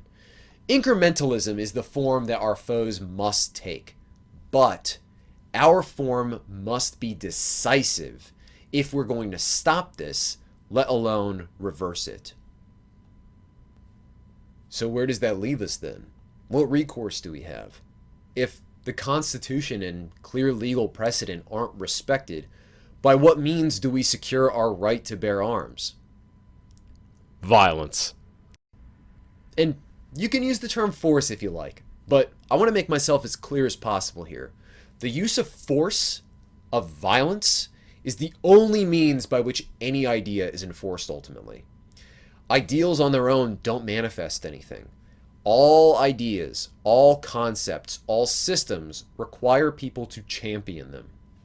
And that's why I chose to present this information rather than simply talking about moral absolutism, because the harsh reality is that whether morals be absolute or not, the determining factor in how we will see them realized is if we're willing to fight for them. Now, a brilliant mathematician actually had some words on the topic. Power depends ultimately on physical force. By teaching people that violence is wrong, except of course when the system itself uses violence via the police or military, the system maintains its monopoly on physical force and thus keeps all power in its own hands. And there's nothing wrong with violence in itself. In any particular case, whether violence is good or bad, depends on how it is used and the purpose for which it is used. Theodore John Kaczynski. You are living under a system that is held together entirely by the threat of violence, and most of us recognize this. But where we are met with violence, we must use violence in return. That is our natural right of self-defense. However, in our current formation, the use of force in a vacuum is no solution against anything. We have to be properly organized to be effective. Otherwise, it's a swarm of gnats trying to consume a mammoth. Now, I don't think anybody should rush tumultuously to arms. In fact, I think that this needs to be methodical and ideally avoid direct conflict. And that brings me to the most important form of armament that I believe we need right now. Rearming the spirit. What I've come to understand is that it is not physical or material means that are preventing us from protecting our rights to arms or even establishing a society based in natural law. The fact is that in general, we do have access to the tools necessary to enforce natural law. We might lack artillery, tanks, aircrafts, but what we really seem to lack is will, or perhaps spirit. When I speak of spirit, what do I mean? Well, isn't it fair to characterize the essence, the will of people or a movement as having spirit? What do we refer to when we describe something like ideological possession? Ideas and concepts are transcendent. They exist unto themselves, but they're then divined and championed by humans. And these ideas and concepts are not mere abstractions, but the expression of an essence or a spirit. Now, natural law may very well exist unto itself, and it precedes human organisms, but it still must be realized. And what that means is this essence or spirit of natural law has to be envisioned. It has to be discovered, then understood, and then after this process it can be employed. But for that, struggle and success are the deciding factors in seeing natural law brought about. Now, you can look through history and you'll find liberty has never fallen from the sky. Rights aren't bestowed by a master. They're taken, they are demanded, and they're fought for imperiously. It's rooted in our will. It's the work that we're prepared to do to make things so. And it's ongoing. Liberty isn't just won and then displayed as a trophy. Our current state is proof of that. A society has to always care for freedom in its maintenance. So the foundation for freedom will always be built on the bedrock of discipline and duty. So the longer a problem is allowed to exist, the more difficult it is to rectify. And the worse a problem is, generally, the worse the solution tends to be. We're not getting any closer to a free state. Things are only getting worse. And I don't think I'm bursting any bubbles when I say that. No one's shocked by me saying that. And I know the perception is out there. I'm not the only one who thinks this. We're heading towards, well, fuck that. We're sprinting towards collapse. And the notion of collapse isn't laughed off anymore. Several years ago, maybe people would have made you out as a madman for talking about something like that. But the edges of this reality are starting to come into focus for all of us now. And of course, you have at least a segment of the population who spent a few years talking about an impending civil war. Now, nobody wants to be honest about what that would actually look like. I mean, what do you fucking think that people are going to put on colored shirts and they're going to form fronts? It's not going to happen like that. But regardless of whatever fantasies people have, this idea, this notion of collapse has been admitted into the public consciousness. And what people believe tends to manifest to some extent, because if people believe that something is possible, then they're inclined to act it out. Now, consider the events of the last year. You had people who legitimately believed that a Chinese bat cold was gonna kill all of us. Fuck, some people still believe that shit. I wish. Don't get my dick hard. Now, it doesn't matter that collapse didn't actually happen, that the spicy cold wasn't actually that spicy. People believed it. Now, as a result of that, the cracks in the system are beginning to show. And it's a matter of time before all of this falls apart. And I know a lot of people are thinking, well, that's our chance. That's when we move. Wait for the system to fall and establish our own. And I don't think that's the wrong idea necessarily. But we have to remember, collapse is a process, not an event. Things can get much worse between now and the actual dissolution of this system. What do you think the logistics of setting up any kind of social order in the middle of an industrial collapse that's going to look like 90s Yugoslavia and the fall of Rome would be? Now, certainly you have to act between then and now in order to be prepared. So, as established earlier, we know that we must have the same tools as our foes in order to do battle with them. But this isn't just true in the mere physical sense. It's true at every level. If your enemy uses a weapon against you, you have to pick up the same weapon. And to fail in doing so, believing that you maintain some form of honor, it's a mistake. There's no honor in losing. There's no honor in letting our fire die out, and posterity is going to curse us all for not striking back at our enemies with the tools that they used against us. And when I speak of tools, I'm not only referring to physically held armaments. We have to consider that organizational structure and overall form are tools in themselves. And this is where I've come to identify a few structural issues in the modern struggle for liberty. The hyper-individualist mindset imbalance. And listen, to suggest that there's an individualist imbalance doesn't imply that we ought to adopt a collectivist imbalance, which is where our opposition is in general. But the collective and the individual ought to strengthen one another in a proper structure. It's evident that most, if not all, revolutionary ideas, they begin in the mind of an individual. But that idea, whether it's technical or philosophic, it requires a collective force to see it realized. Now, the individual itself, it's produced through sexual union. So you're born into a collective form of family to begin with. Well, actually, communists just congeal in gutters. That is a little known fact. They're fucking effective though, right? Like, that's how impressive the magnifying force of a collective arrangement can be. Now, in the collectivist imbalance, the horde cannibalizes the individual to sustain the group. And of course, because it's comprised of individuals, that means that the structural integrity is threatened over time. And because they're in this collectivist imbalance, the individual that's produced is pretty weak on their own. Like, have you ever seen one?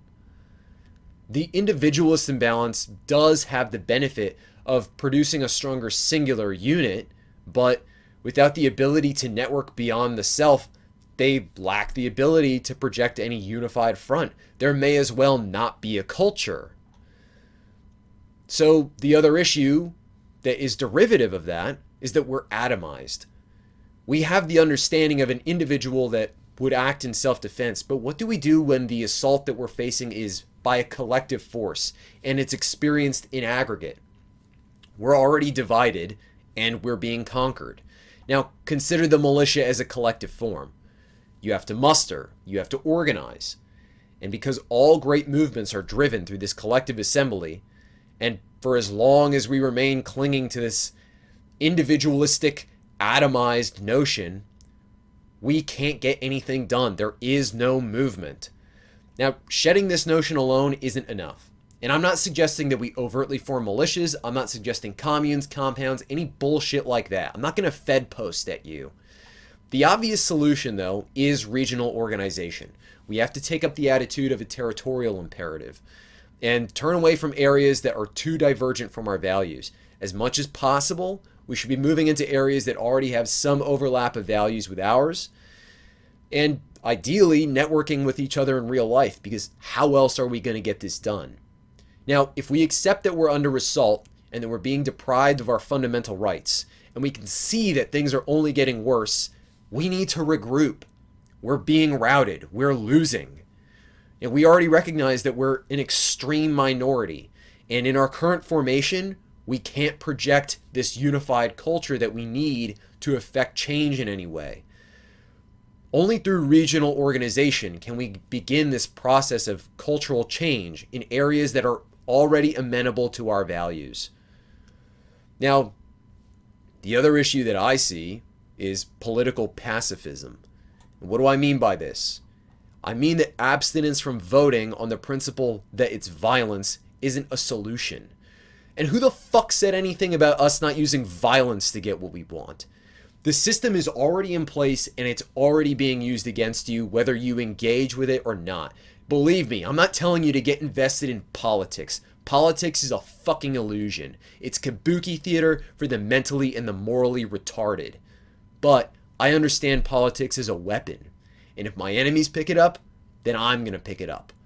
And so what if it's not ideal? That's how it is. We're standing at the bottom of this pyramid of federalism, and the average person is looking at the apex, hoping that they can change it from the top. Now, if we're serious about tearing the structure down, we need to begin at the bottom. Properly organized, we might find that we can utilize local elections as a way of gaining deeper regional footholds, magnify the cultural and political effect that we have. And whether we can influence local politics or not, the worst case scenario is that we're better organized physically. Abstinence from voting is not a solution. It is another form of passive behavior that passes itself off as principle. We are in a triage situation, and what I see is that there are specific groups of people, and this is true throughout history as well, that understand natural law. We can insist that it exists unto itself all we want, but it requires these people to live it out. And those are the people that I'm speaking to. Those are the people that I'm concerned with arming. Those are the people that I'm concerned with seeing come out on the other side of this.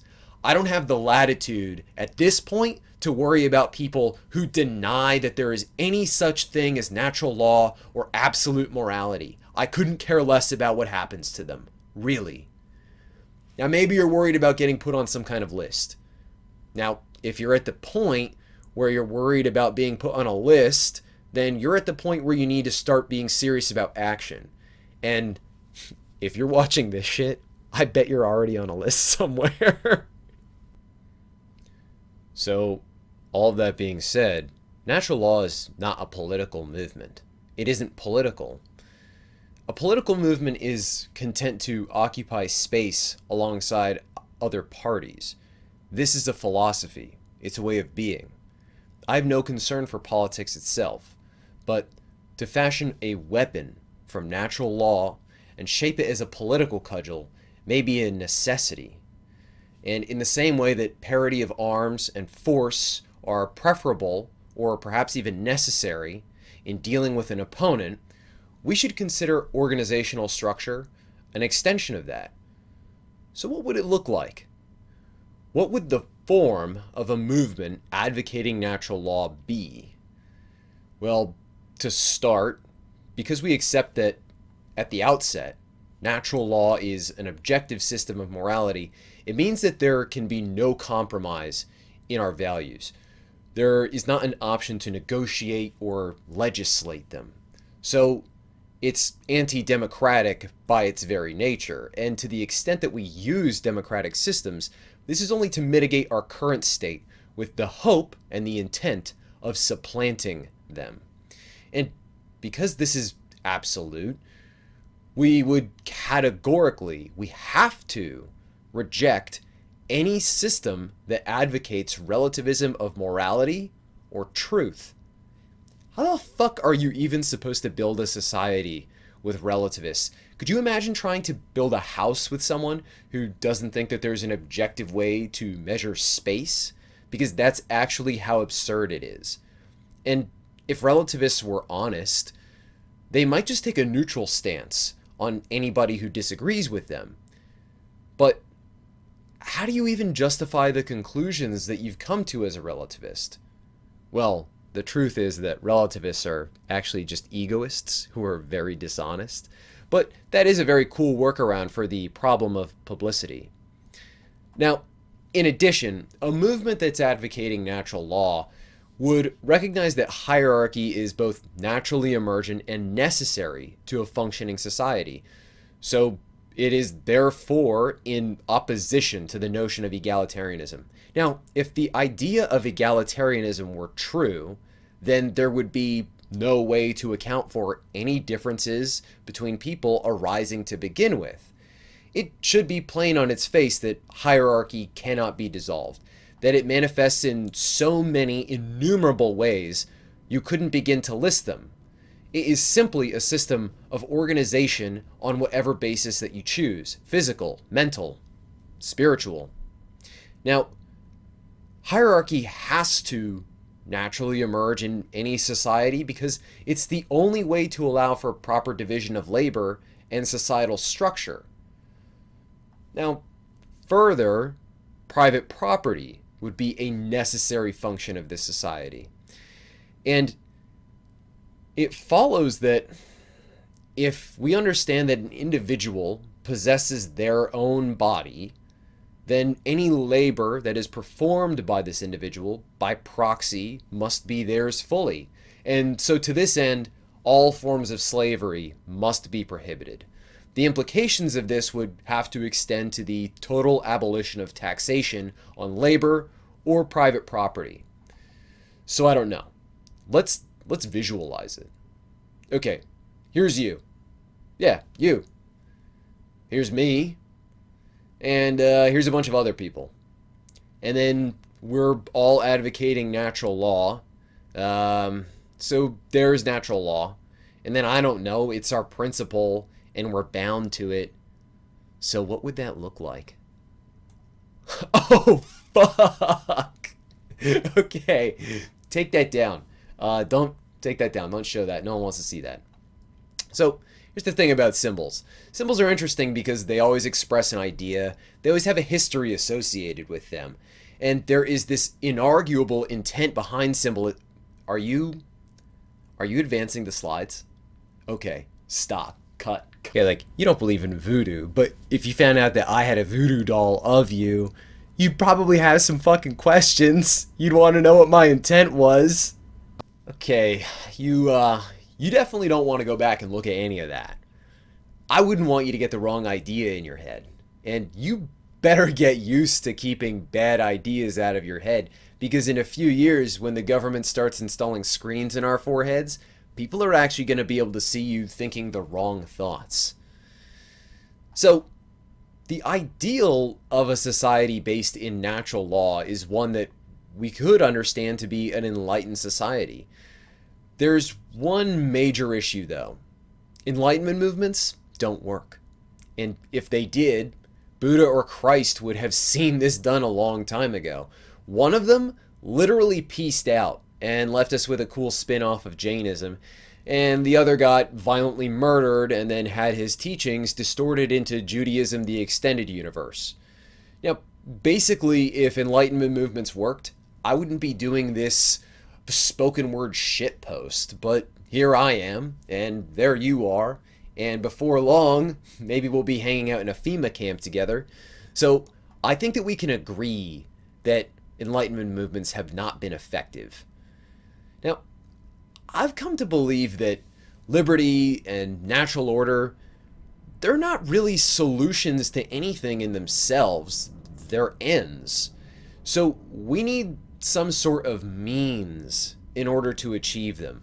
And if we're talking about an enlightenment system or an enlightenment society, well, maybe there is something that we can glean some knowledge from.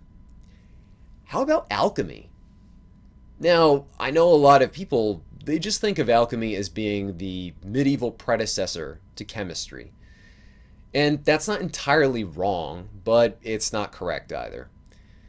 Alchemy is much better thought of as a spiritual form of chemistry, rather than a rudimentary one. The literal notion of turning lead into gold was propagated throughout the Middle Ages.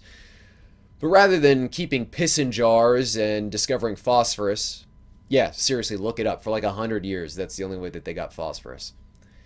What alchemy truly concerns itself with is the transformation of the base into the noble. Lead and gold. The base and the noble. Saturn and the sun.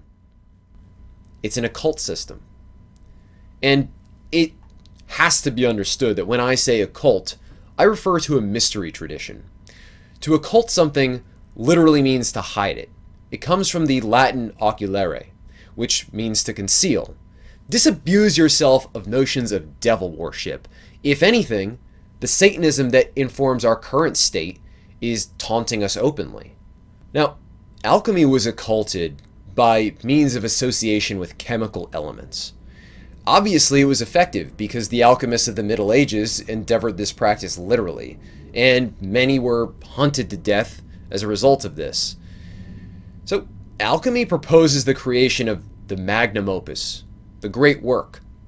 And the exoteric understanding of this is that it allows the user to change lead into gold. Now, the esoteric understanding is that the creator of the magnum opus achieves enlightenment and eternal life. Now, I'm not going to get into talking about the metaphysics of the eternal spirit in Egypt. If you want to learn about that, read Hall, Churchward, Evola. That is a little beyond our scope here. Now, taking the exoteric and the esoteric understanding of alchemy, it would be correct to say that the highest goal is to attain enlightenment, the byproduct of which would be the destruction of the monetary system of its time. And I don't find that this is coincidental. In fact, it seems quite deliberate. More than the simple threat of violence has produced our slave state. And if our desire is to be free, then we have to understand how it is that we've come to be enslaved without any steel on our wrists. in some ways, in many ways, that would actually be much better than where we are now. Because the spiritual chains that we're bound in aren't apparent to many people. At least actual chains would make it abundantly clear what it is you were. Now, I'm not going to pretend to be some type of Puritan here, but we all know that a great degree of our position is owed to material comfort that we enjoy. And to some extent, we're all complicit in this. And that's a difficult thing to contend with, because we're forced to recognize that we've been complicit in allowing ourselves to reach this point. The effect of this decadence in aggregate is that we get a culture that venerates degeneracy. And when I say degeneracy, I refer to the pursuit of physical or material pleasure as an ends in itself. The effect that this has on someone is that the bar for stimulation runs ever higher, and they become a greater slave to vice. Now, this material trap prevents any scaling of natural law, because morality is not a material construct. And through morality, we can come to understand that vice is a self-harm disguised as pleasure. Ultimately, this might just amount to keys being jingled before us. These plastic purveyors of human decadence are distracting us from something worse. I think most of us are familiar with the danger that the founders attributed to a standing army, but there are other institutions which were warned against as well. Thomas Jefferson had this to say: "I believe that banking institutions are more dangerous to our liberties than standing armies. If the American people ever allow private banks to control the issue of their currency, first by inflation, then by deflation, the banks and corporations that will grow up around the banks will deprive the people of all property until their children wake up homeless on the continent that their fathers conquered." And he doesn't mince words. Conquered. More than once, I've heard it said that the religion of money must be contended with if we're to establish a society based in natural law. And I had to spend a lot of time thinking about this because I didn't understand what it meant. For as long as I can think of, understood that money was just a tool of intermediary exchange. It's a token of value. And I had no consideration for it beyond that. So first I had to break it down. Well, what is money? Well, Aristotle outlined the qualities of sound money as being durable, portable, divisible, and having intrinsic value by being scarce, fungible, and cognizable. And he recognized that wealth or money were not ends in themselves, but means to an end. The viability of a barter economy becomes an impossibility as civilizations scale.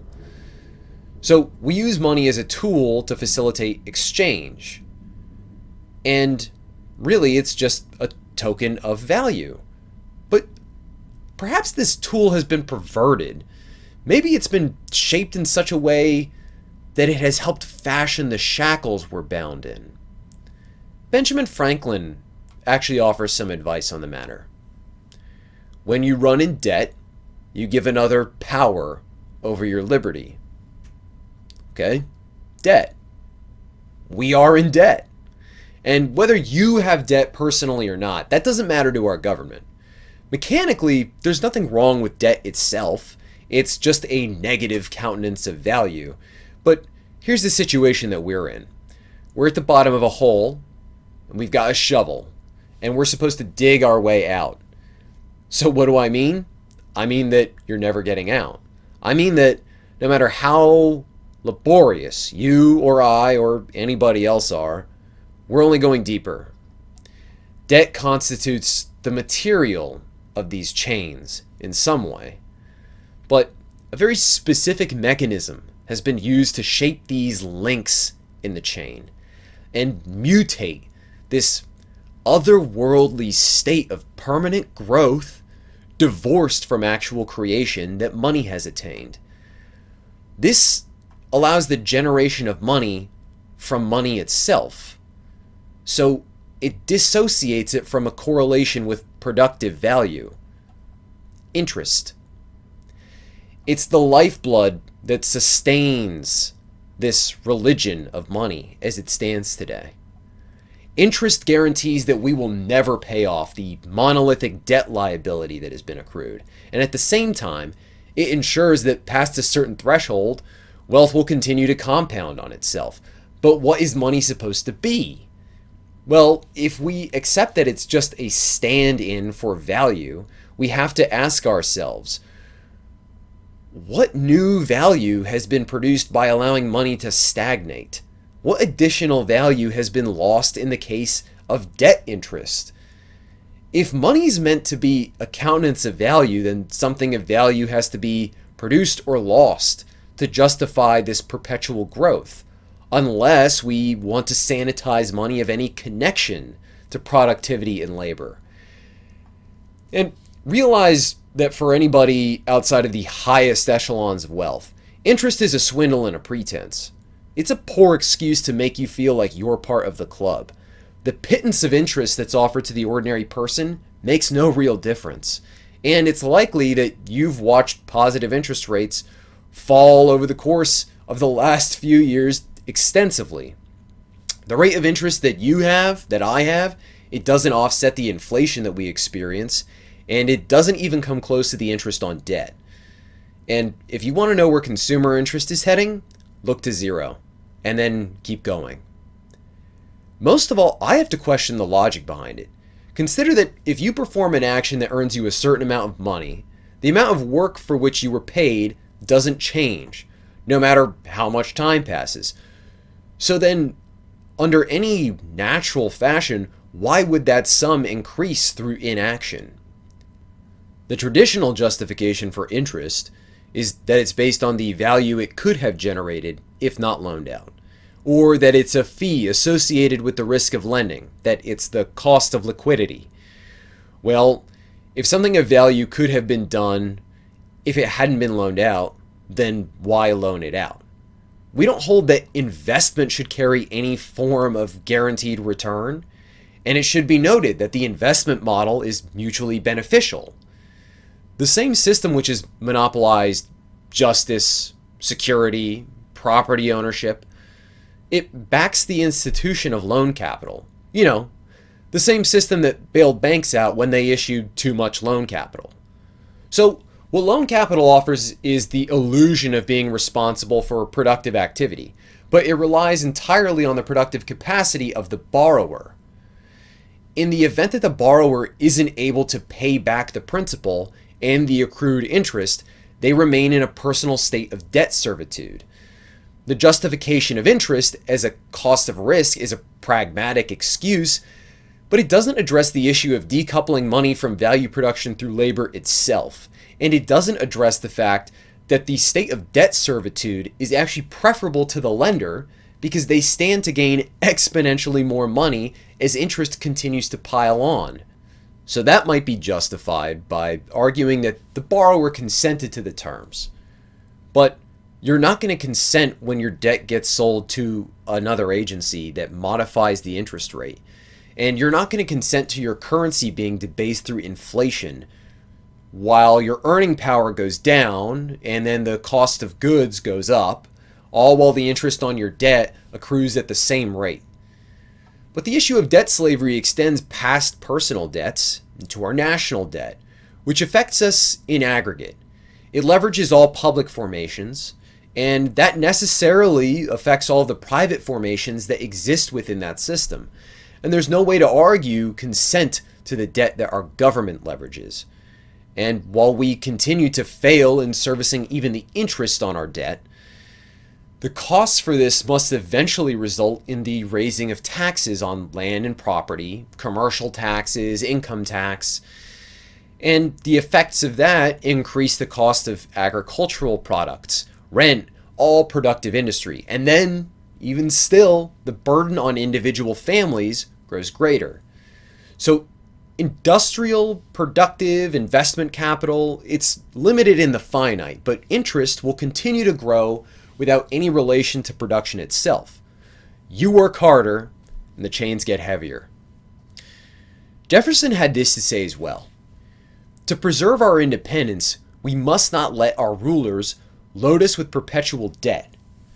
Now, if interest is serving to propagate that debt, well, liberation from enslavement to interest on money is the clear motto for the global revolution, for the liberation of productive labor from the chains of supragovernmental money powers. Gottfried Feder.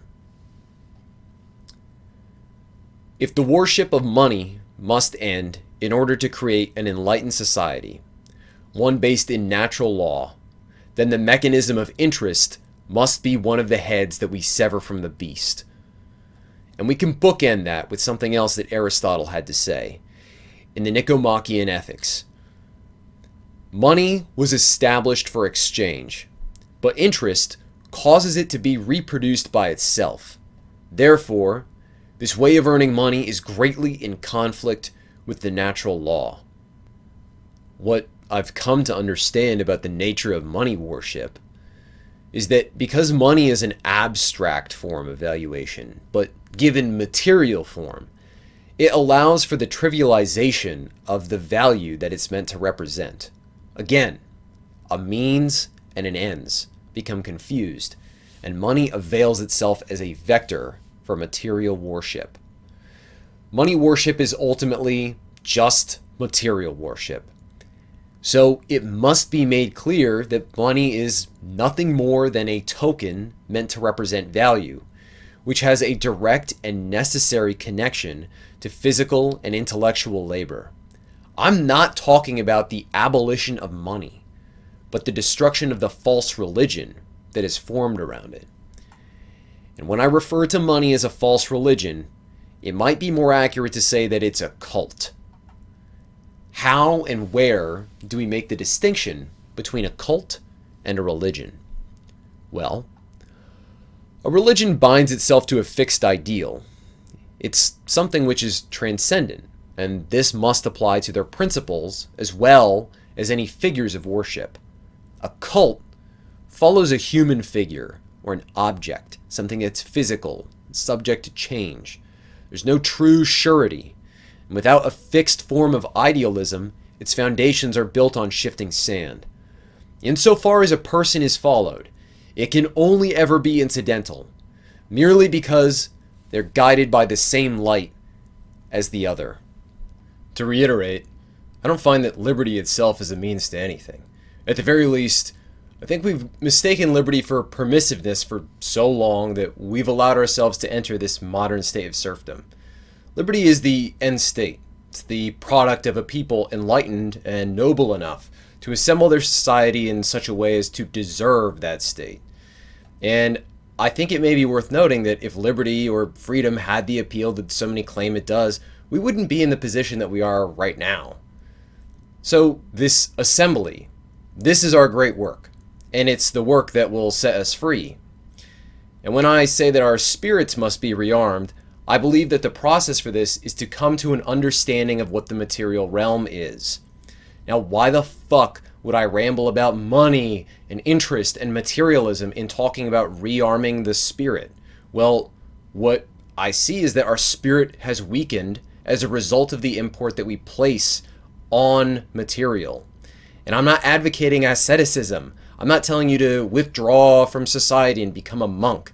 I simply think that we need to have a proper understanding of what material or physicality are. I would reference the tradition of Zoroastrianism, Hermeticism, or Gnosticism as movements which had a proper understanding of material. And we could even refer to Immanuel Kant, who spoke to the notion or the distinction between phenomenon and noumenon, the outward realm of sensory experience and the underlying reality of things in themselves. Essentially, that the material realm is one that is composed of symbols, which represent and are associated with an underlying reality. Now, at the very least, I would propose that this is a more useful way to understand reality. And consider that natural law, it's not material in how it exists, but its manifestation in material interaction between humans can be observed and quantified. So something which is not material itself becomes observable through the principle of correspondence. And this is where the proper assembly of physical elements becomes vital. Ritual. So many of us have this notion that society is essentially a large-scale ritual. Well, a ritual or a rite is a symbolic act. It's a physical ceremony that invokes result. And we could ask, what result? What end is it that the current ritual we are involved in is invoking? I mean, if history is any indication, then I suppose that it's a mass sacrifice. It's collapse, like Sumer, like Babylon, like Egypt, like Rome, and so many others. So in the formation of a society based in natural law, what I see is that we're ultimately engaging a ritual which assembles things to a certain order. And in the process of assembly and symbolic arrangement, the ends that we invoke are to manifest natural law. I'll reiterate, I don't find that liberty itself is a means to anything. At the very least, I think that we've mistaken liberty for permissiveness for so long that we've allowed ourselves to enter this modern state of serfdom. Liberty is the end state. It is the product of a people enlightened and noble enough to assemble their society in such a way as to deserve that state. And I think it may be worth noting that if liberty or freedom had the appeal that so many claim it does, we wouldn't be living the way we are right now. It's unquestionable that we have a natural right to self-defense, and it's this will to fight back that ensures any organism's place on this earth. This is true at the individual level and at the collective level. And we might ask ourselves again, though, what would that look like? What would it look like for thousands or millions of people to champion an absolutist philosophy, to threaten the monetary system, which is international in its structure? Has this ever been attempted before? And what is it that's being described? What would people call us? What would the symbol of this rigid Enlightenment movement be? I can see it now, breaking on the horizon, just as things are at their darkest. It's a force of nature, and it can't be stopped. The sun. Thank you for your time.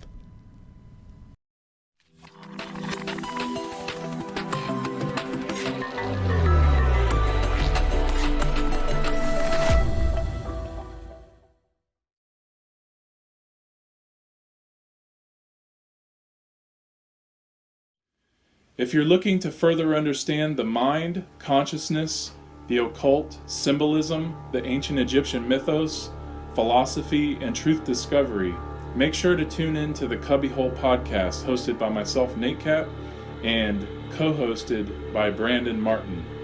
The Cubbyhole podcast is a repository of critical knowledge that deals with and covers the many facets of the human condition, especially what causes most of the suffering going on in this world. Make sure to start at podcast number 1 and work your way forward for maximum value and understanding. The Cubbyhole podcast is found on iHeartRadio, Spotify, Apple, TuneIn Radio, Simplecast, and Cubbyhole.com. That's CUBBYWHOLE.com.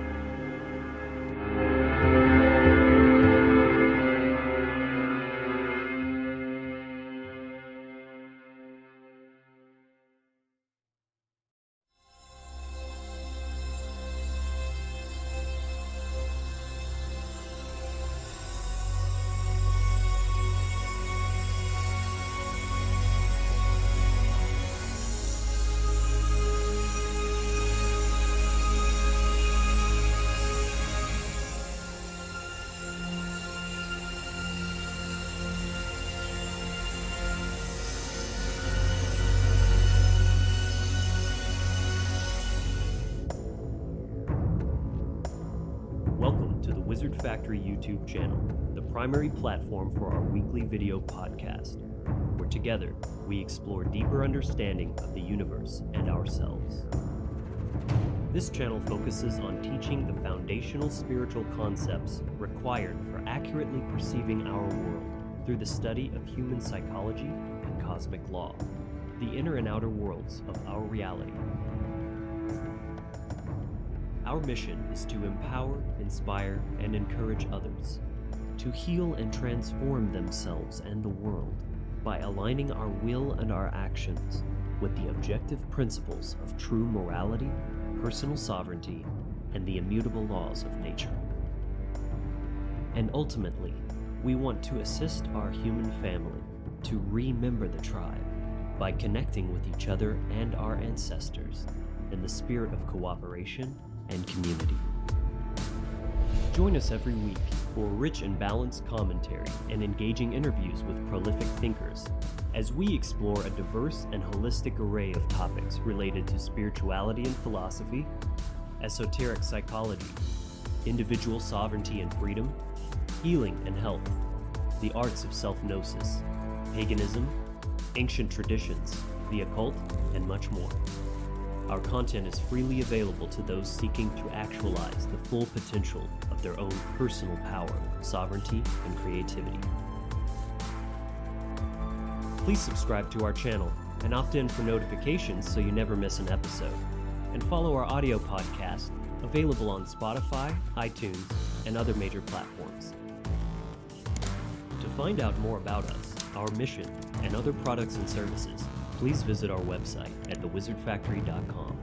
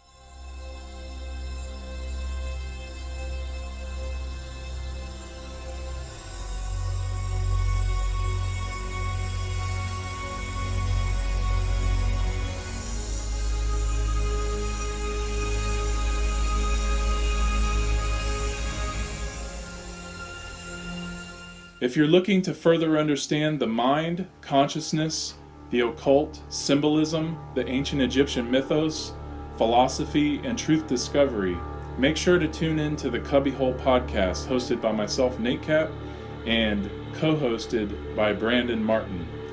The Cubbyhole podcast is a repository of critical knowledge that deals with and covers the many facets of the human condition, especially what causes most of the suffering going on in this world. Make sure to start at podcast number 1 and work your way forward for maximum value and understanding. The Cubbyhole podcast is found on iHeartRadio, Spotify, Apple, TuneIn Radio, Simplecast, and Cubbyhole.com. That's CUBBYWHOLE.com.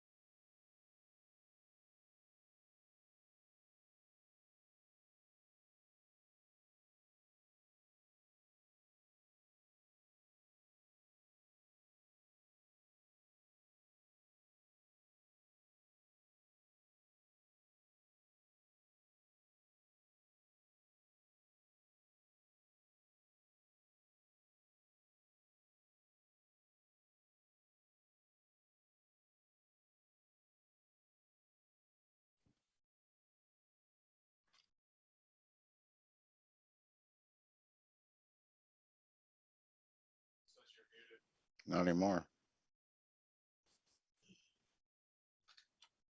Wow. Absolutely amazing presentation from Sean McCann. Excellent musical performance by Ryan Swisher with his song Drug War. And the material presented so far has been just amazing. I've participated in many of these conferences and I've never seen a lineup like this, with all of the material just complementing the other material. It seems to be a really, really stellar lineup we have here for us. So coming up, we got Mark Devlin at 3:45, and then my talk will start at 5:15. And it's a bit of a long one. And then we're gonna have a question and answers roundtable following that at 9 p.m.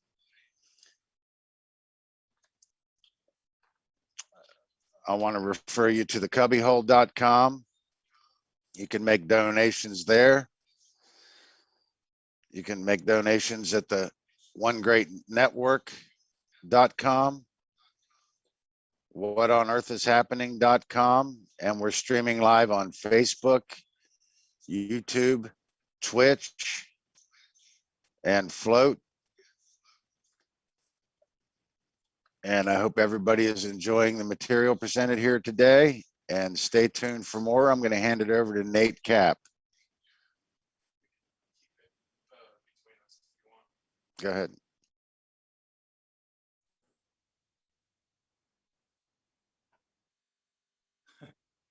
Dang, man. That was just both presentations were amazing. And I don't know why my thing isn't showing up, but you know, just Dylan McCormick, hats off to you, man. You really just, you know, hit the ball out of the park with that one. And I really appreciated your depth of knowledge. You're very well studied, and you know, it's a very phenomenal presentation, to say the least. And I'll be looking forward to watching and studying that one, you know, in the future whenever you get that uploaded for in the public. Sean McCann, it's crazy. We actually just watched Eyes Wide Shut last night, so it was really cool to see you break that down. And I've watched your other breakdowns that you did about what's Rosemary's Baby, and you're really great at breaking down the allegories and the finer details that a lot of people might miss. So it was really cool to see, and you know, I definitely look forward to more of your work. So pretty awesome. Do you want to come in? Sure. Oh yeah, one other thing that I wanted to say is, you know, I know that Doug already mentioned Ryan Swisher, but you know, he has 2 more songs coming up tomorrow, so definitely watch out for those. And his Drug Horse song was so cool, and I really enjoyed that a lot. So just wanted to say that that was awesome, and much appreciated to those lyrics. Yeah, I wanted to say great job to Dylan McCormick as well. That was a powerful presentation. Really amazing. And tomorrow's lineup, we have Indica Martin at 10 a.m. and she will be doing a presentation on her book, Give to Nature, and Nature Will Give to You. At 10:30 a.m., we have Brian Esterday at the Wizard Factory. Tomorrow at 11:30 a.m., we'll have a short break, and then Ryan will give another musical performance by Ryan Swisher and a little bit of an open chat room. And then 11:45 a.m., we have Brandon Martin's presentation, Sight Beyond Illusions. Brandon at cubbyhole.com. At 1 p.m., we have Nate Cap at cubbyhole.com, doing his presentation, Reillumination of the Imagination. 3 p.m. tomorrow, we have Regina Zwilling, Guided Meditation. She's going to do a talk on guided meditation. Tomorrow at 3:30 p.m., we have Logan Hart, 3 ideas that can evolve the natural law perspective. Logan Hart, also thewizardfactory.com. 4:15 tomorrow p.m., we have Colin Smith giving a presentation. And Colin Smith, you can find him at patreon.com. Tomorrow, 5:45 p.m., we have a break and then another musical performance from Ryan Swisher. 6 p.m. tomorrow night, Mark Passio, Fake Ass Anarchists. That's one you're not going to want to miss. And then another Q&A roundtable conference at 8:15 p.m. tomorrow on Saturday the 15th. So stay tuned for more. I'm going to hand it back over to my colleague, Nate Cap. So take it away, Nate. All right. Well, I hope everybody's enjoying and getting lots of value from this work so far. And it's been mind-blowing, and it's really relieving to see so many people with like minds getting together to share really valuable, important knowledge that really is going to help us end so much of the suffering going on in this world, because that's really what it takes. And, you know, what we have coming up tomorrow, or actually the next couple of presentations and tomorrow, are going to be, you know, just to further demonstrate how much wickedness is going on in this world, but also the solutions that we can do within ourselves to help, you know, generate a, you know, a world with less, you know, violent ideologies and, you know,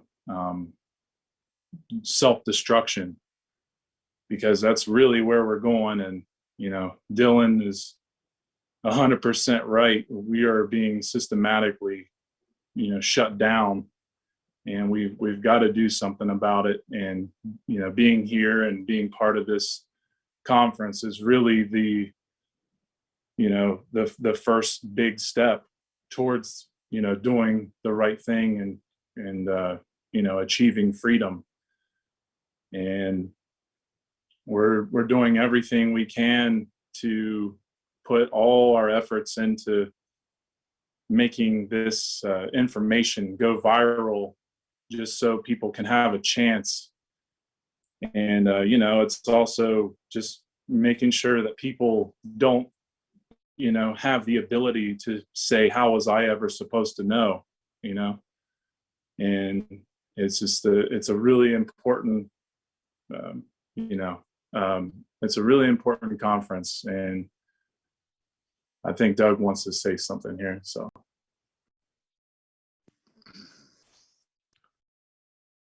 I just wanted to say thanks for everybody who's tuning in and trying to take in this information.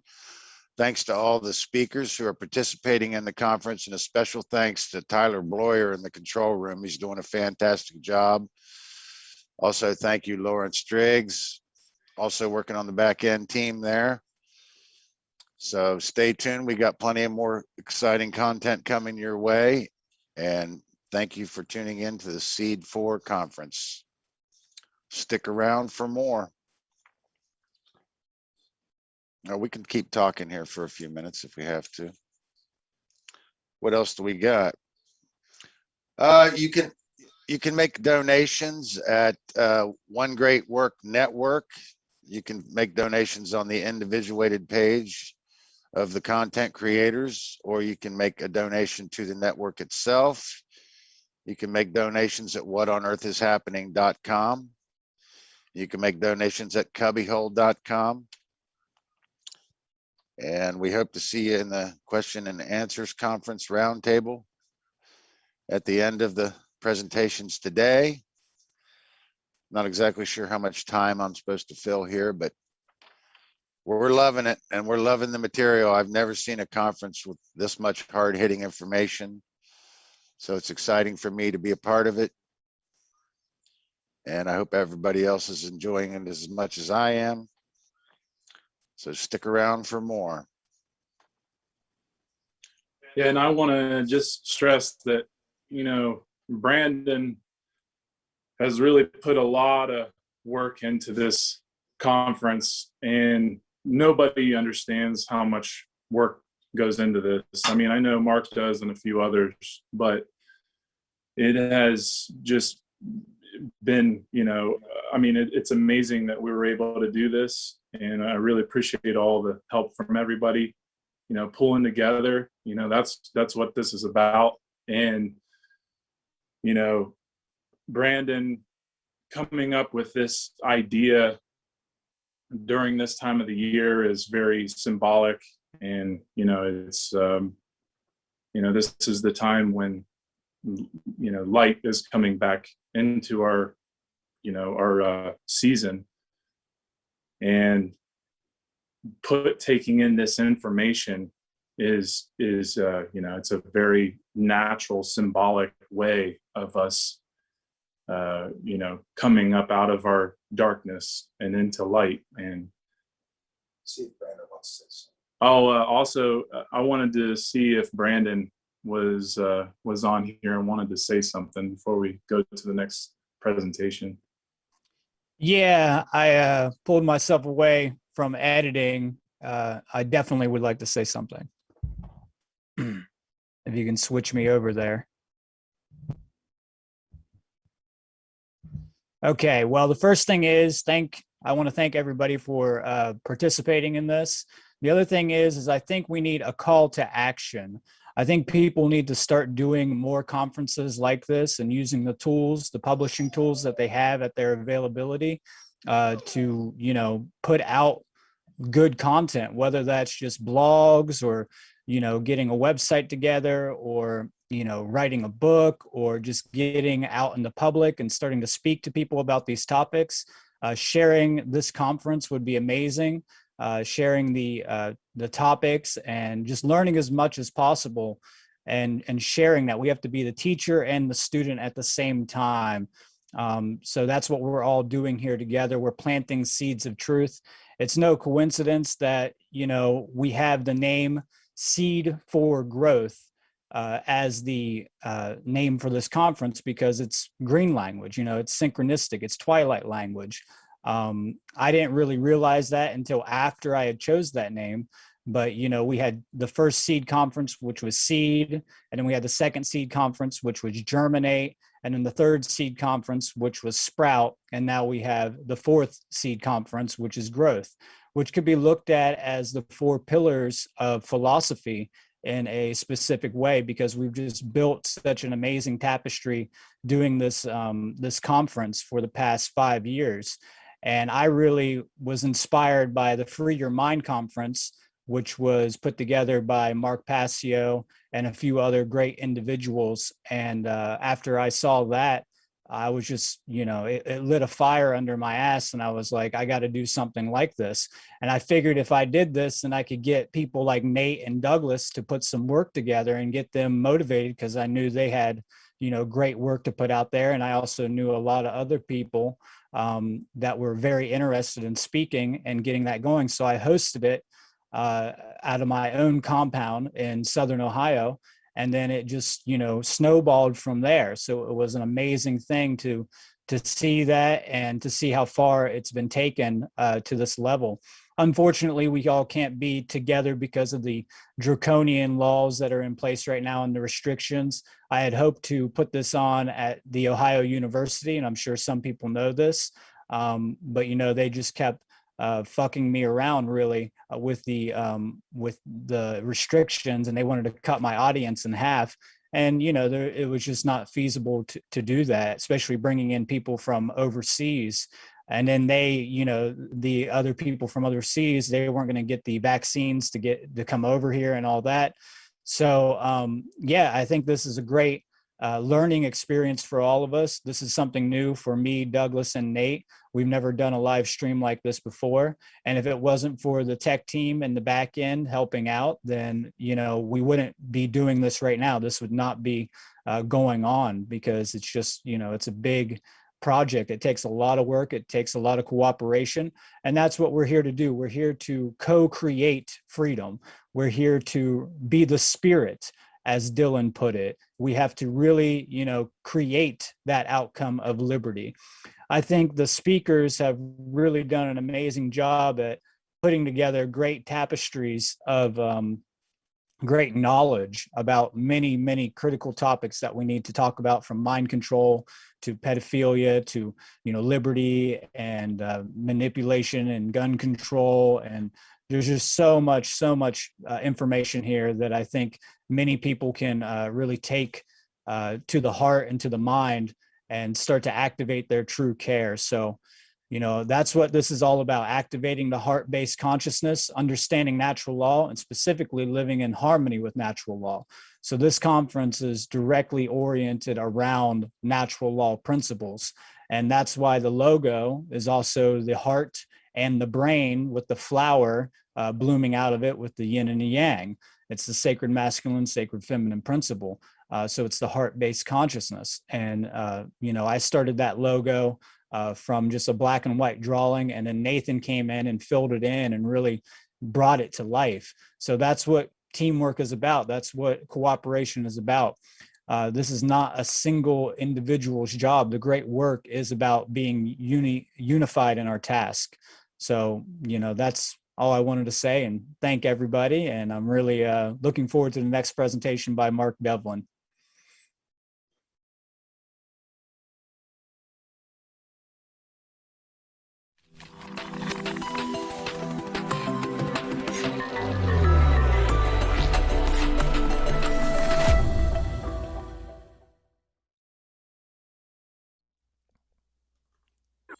The intention of Natural Freedom League is to expand the understanding of natural law, which is based on objective morality, and to expose the illegitimacy of the belief in authority, and thus the inherent immorality of all government. We be the Natural Freedom League, cause we become no longer unbegun. We seek in the wisdom, and that's why we did come to this prison, a prism. And that's why the beat thumps, and that's why we speak up. We be the Natural Freedom League, cause we become no longer unbegun. We seek in the wisdom, and that's why we did come to this prison, a prism. And that's why the beat thumps, and that's why we speak up. We be the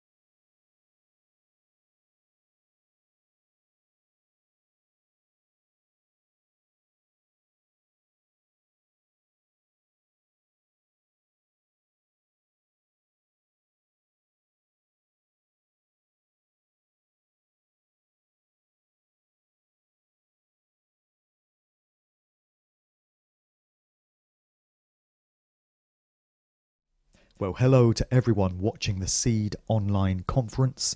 This is Mark Devlin out of the UK.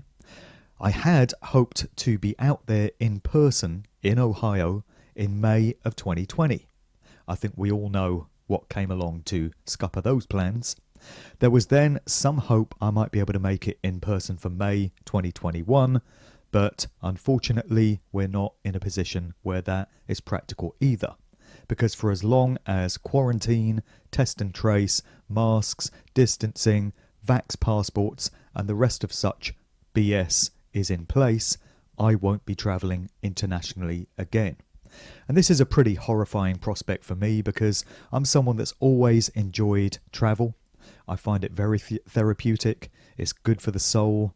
It's one of my favourite pastimes. I love going to different places, meeting different people. And the idea of never being able to do that again and having to spend the rest of my days in this God-forsaken hellhole fills me with dread. But who knows where we'll be this time next year? Who knows how this situation might resolve itself? We live in hope for it. In the meantime, I've got my presentation for you remotely right now. I want to thank Brandon and everyone else involved in organising S.E.E.D for the opportunity. Big shout out to all the other speakers, and of course much respect to everyone tuned in listening. I hope you will find my presentation to be fulfilling, and I hope to see you in person sooner rather than later. The title of this presentation is Music's Military and Mind Control Connections, and this draws on the full 11 years worth of research that I've done into the true nature of the corporate controlled music business and those forces that direct it. This was the basis of my first book, Musical Truth Volume 1, which came out in 2016.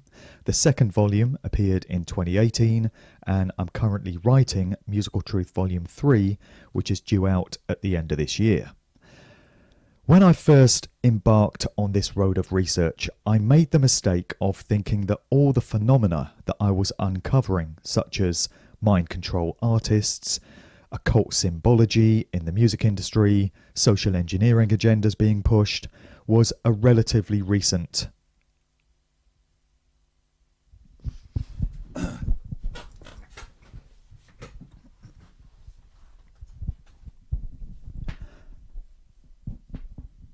The title of this presentation is Music's Military and Mind Control Connections, and it draws on the full 11 years worth of research that I've done into this subject area. This formed the basis of my first two Musical Truth books, which I put out in 2016 and 2018 respectively, and I'm currently writing Volume 3, which I'm looking to get out at the end of the year, because the story is very far from finished being told. When I first embarked on this area of research and made it my specialist subject, I made the mistake of thinking that phenomena such as mind-controlled artists, dark occult symbology, social engineering agendas being pushed through popular culture were relatively recent things. And as I delved further into it, I found that it went further and further back in time. So far from being something that's restricted to just the 2000s, I found myself going back in time through the 1990s, being transported back into the 1980s, back through the 70s to the 60s, and all the way back to the very birth of the popular music industry.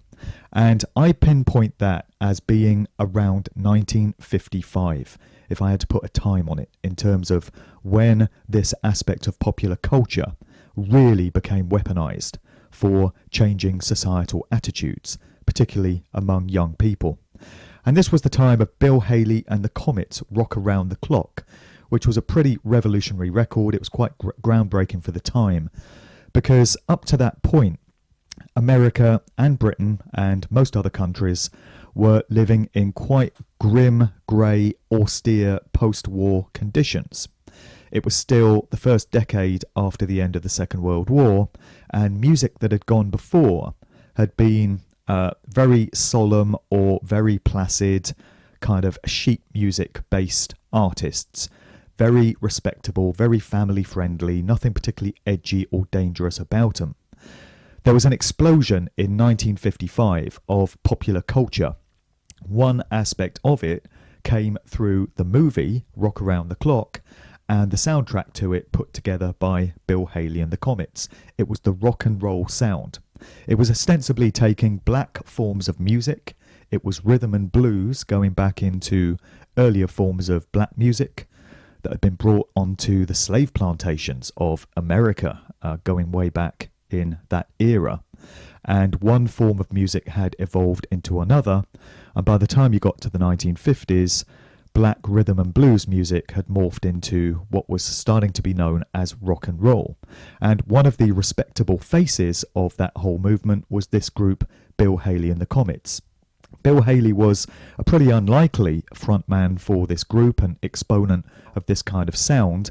He was well into his 30s by this point, by no means young by the industry's standards, and he'd experimented with all kinds of other styles, including country and bluegrass music, before he settled on rock and roll, or was chosen for the role, possibly. It had been decided at this point by those that control culture that the youth of the time was going to be given a real kick up the arse.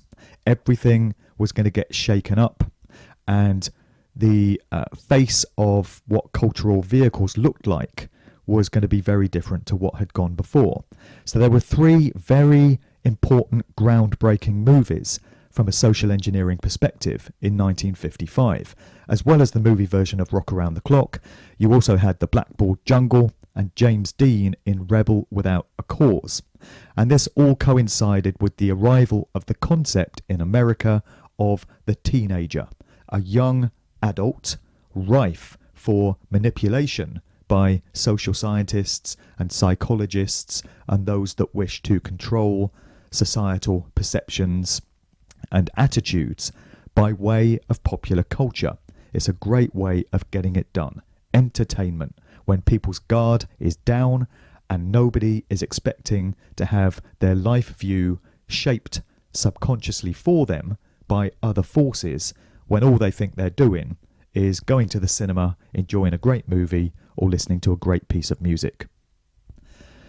Going back to the very early roots of the American record industry and those of other countries, we find that many of the prominent recording labels through which these important early artists came out have direct links back into the military, the world of the military, and the world of military intelligence. One great example is RCA, which stands for Radio Corporation of America. This came out of the US Navy, and it spearheaded many of the standards in vinyl record production, and of course spawned the RCA record label through which many prominent music artists were promoted. And this is very far from an isolated instance. You find this with all the major early record labels. EMI, which stood for Electrical Mechanical Industries, that became the Beatles label through Parlophone in the UK. We find it also has links into British military intelligence. It goes back to Sir Joseph Lockwood out of the aristocracy, who spearheaded this whole operation. And we can see here that it's got links to the British War Office and all kinds of aspects of military intelligence. And you often found with many of these early record labels, they were involved in researching new breakthroughs in sound production. In many instances, these were initially for military applications, so they would be developing sonar systems, radar systems, radio control systems, and many of these technologies were later applied to the recording industry, and that which had been learned from military intelligence research was applied on a record label corporate level. Decca Records is another one, no exception to the rule. We often found in those early days that the recording industry, as it started to consolidate, it began to organize itself very efficiently in getting all its assets together in one place. So when it comes to the country music industry, very key when it comes to societal influence, particularly over a certain demographic in the United States. The country music industry, according to many researchers, including Fritz Springmeier, with many comments he's made to me, is an absolute hotbed of mind-controlled artists. This is where we get into trauma-based mind control as a favourite tactic that the establishment uses to make sure its assets, its key players, whether that be politicians, whether it be Hollywood actors, television presenters, professional sports people, or musicians to make sure they all stay on track and do what's expected of them without breaking ranks and becoming a thorn in the side of the establishment. Mind control is everywhere. The country music industry stands as a great example. Dolly Parton as a great example of an artist that would have been subjected to that. But this is country music's mecca. It's Music Row in Nashville, and this is an area of the city where all the big music publishers, the record labels, the music clubs, all the performance venues were grouped together into just a few small blocks so that everything is in walking distance of everything else, and therefore everything can be very closely controlled. It just seems to be one of the ways in which the industry likes to control things. This, going back to an earlier era, is Tin Pan Alley, so called, in New York City. And this was the place where all the early songwriters of that time were based.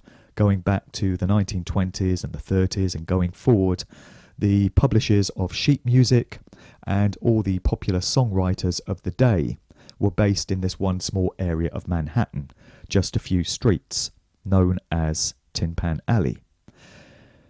One of the, or possibly the biggest superstar to emerge out of that very early 1950s era was, of course, Elvis Presley. When we think about mind-controlled artists, Elvis becomes a prime candidate for this role.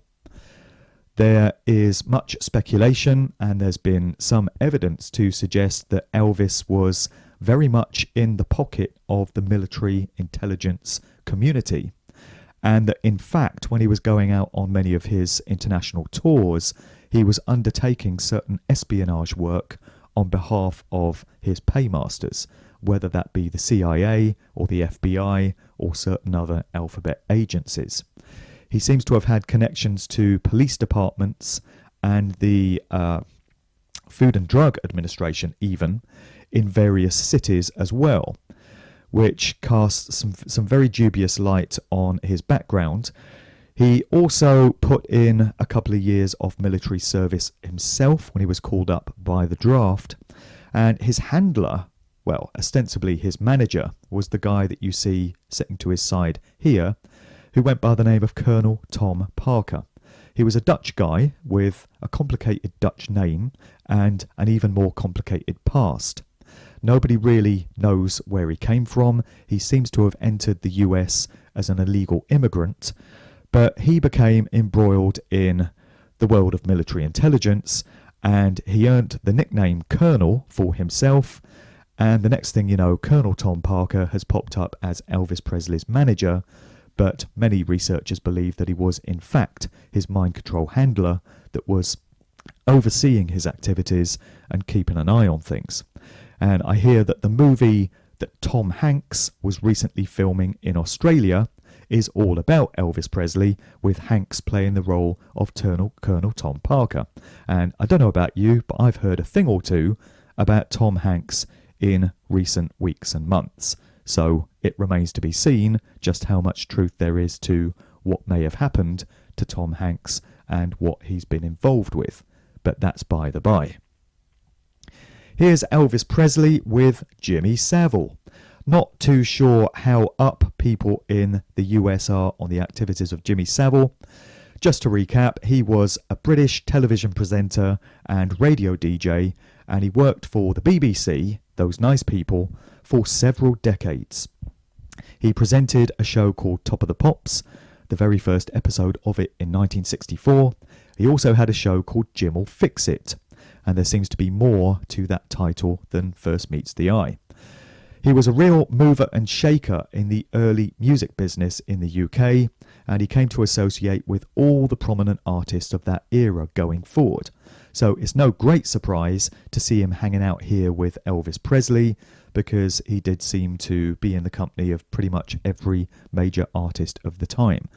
There could be some sort of mind control situation going on here. Possibly Savile is fulfilling the role of a handler.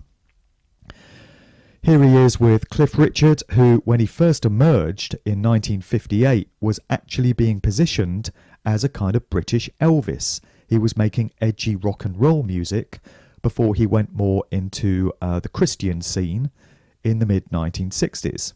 But Savile seems to have had a relationship with Cliff Richard, and Cliff Richard in turn had some very dubious relationships when we come into aspects of the British establishment. Here he is with Lord Bob Boothby, a prominent Labour politician from the 1960s, a homosexual and, according to many accounts, an absolutely raging paedophile.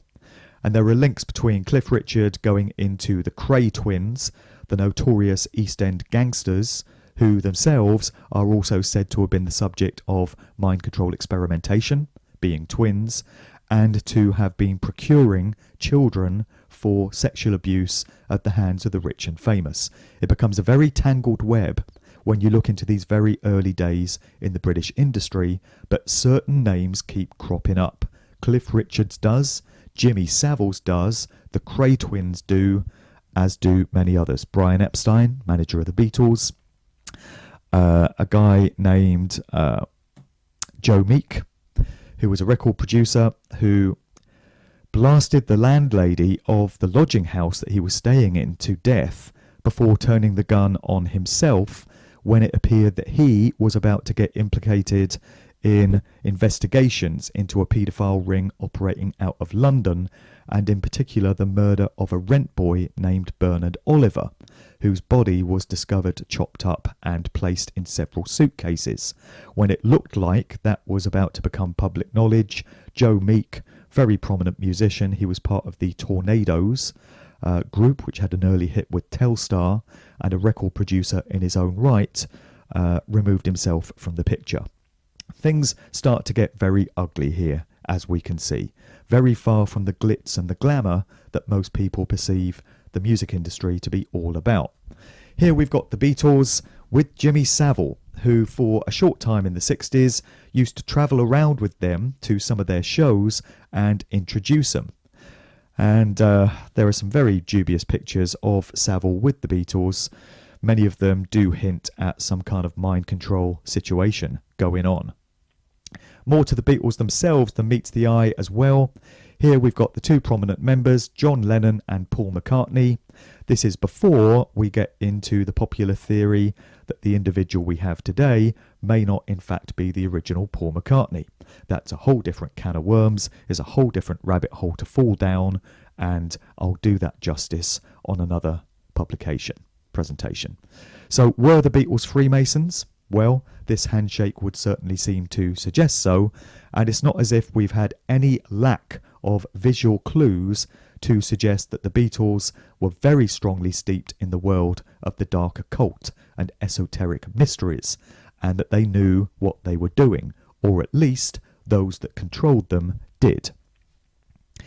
Just before we move on to the so-called fifth Beatle, we have an interesting scenario here with two future Beatles' wives. So this is Yoko Ono, who became the second wife of John Lennon, and Linda Eastman, born Epstein. So the original family name was Epstein. Her father was Leopold Epstein. I think he was a Lithuanian Jew.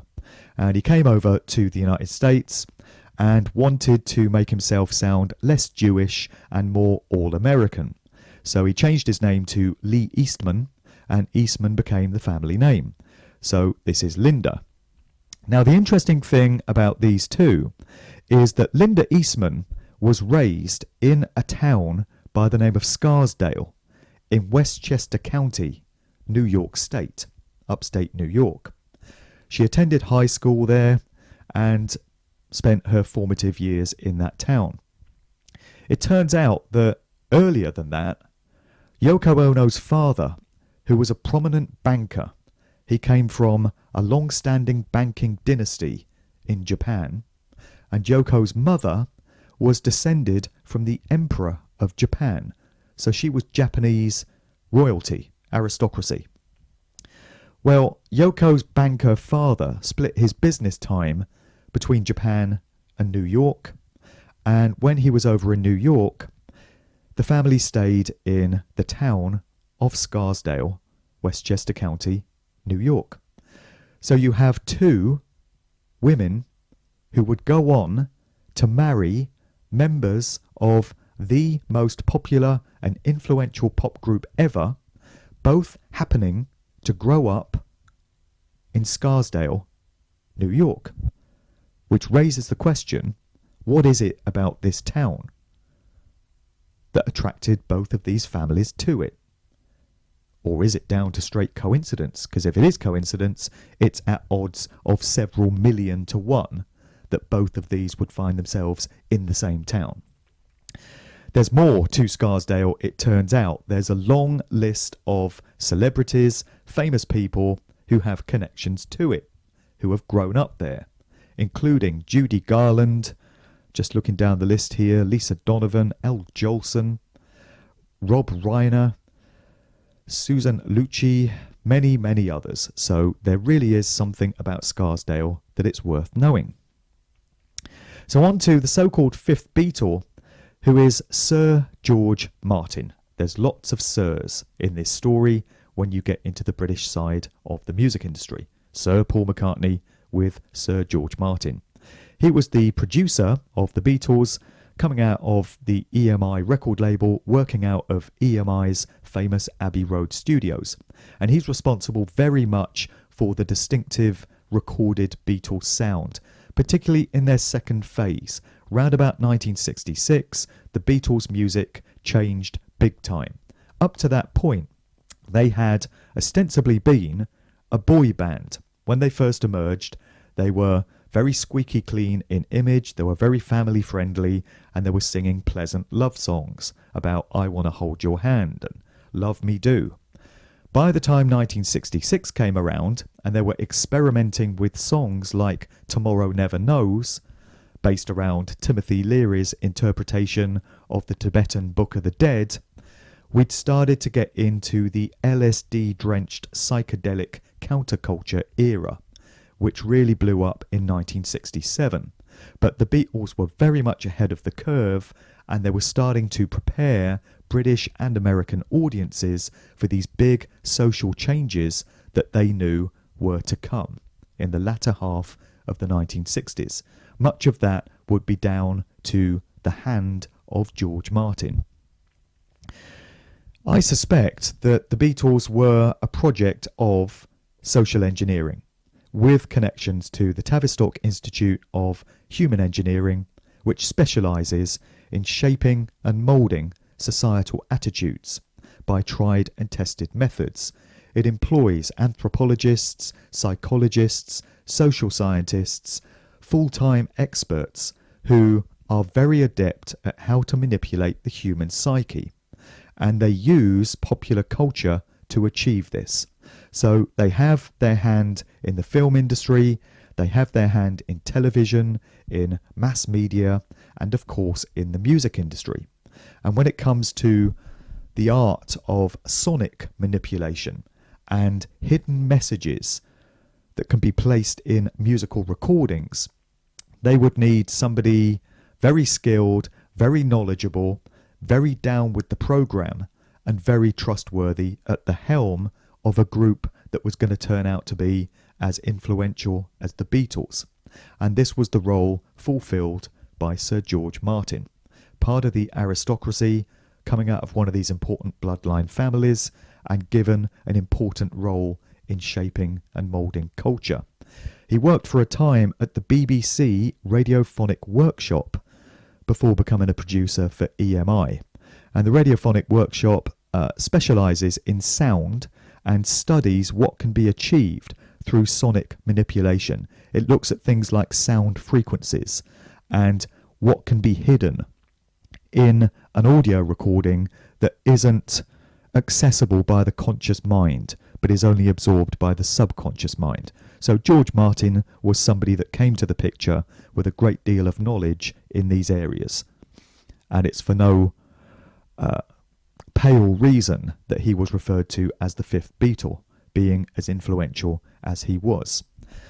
Now, talking about the 1960s counterculture psychedelic era, we get into the work of the late great author and researcher David McGowan, who sadly passed away on the 22nd of November, the anniversary of the Kennedy assassination, interesting date for a conspiracy researcher, in 2015, of a very fast-acting and aggressive form of cancer. Dave left behind in the world some very important work, specifically this book, Weird Scenes Inside the Canyon, Laurel Canyon, Covert Ops, and the Dark Heart of the Hippie Dream. In this book, Dave delved into the backgrounds of so many of the prominent musicians that populated that counterculture, folk rock, country rock, hippie scene that came along in the latter half of the 1960s. It changed societal attitudes, it changed culture forever. We're still feeling the ripples from that 1960s era even now, and that was always the plan. But nobody before had really gone delving into the family backgrounds of so many of these musicians. And nobody before had really focused on this one small neighborhood in Los Angeles, up in the Hollywood Hills, known as Laurel Canyon. The hippie counterculture scene is generally acknowledged to have come out of San Francisco, and largely the Haight-Ashbury district up there. But many of the familiar names that helped shape and mould that whole scene and change the face of music in the latter half of the 60s came out of Laurel Canyon. And this was a very odd thing, because there had been no musical history within Laurel Canyon prior to 1965. There were no recording studios there, no music clubs, no musicians were known for being based there. It did, however, house a covert military research facility known as Lookout Mountain, which, among its various activities, had been involved in producing propaganda films on behalf of the US military and the US Navy, many thousands of them reportedly. And among those who are said to have had top secret clearance to go and work there were Marilyn Monroe, James Stewart, and Bob Hope, among many others. So elsewhere in the district of Laurel Canyon, from about 1965 onwards, you had a whole host of musicians that came flocking from miles around, all over the United States, from Canada, from the United Kingdom, and they all very quickly started basing themselves in this very small neighborhood in the Hollywood Hills. What is it about Laurel Canyon? Could it be connected to that military base, to its history? So McGowan went digging into the family backgrounds of these musicians and thought it'd be interesting to find out what the fathers did and what other affiliations there were. And what he found was that almost without one solitary exception, these musicians, who supposedly were grassroots, organic, these bands had just come up out of nowhere, they'd just started writing songs, picked up a guitar, played a few gigs, managed to get a record deal against all the odds, just down to good luck and pure chance. The fathers involved had direct connections back into the world of the military, of military intelligence, or connections into aspects of government, the Pentagon, the Department of Defense. Now, this seems to be an unlikely thing. You wouldn't expect to find this with the fathers of musicians, or if you found it with one or two, you wouldn't expect to find it with all of them.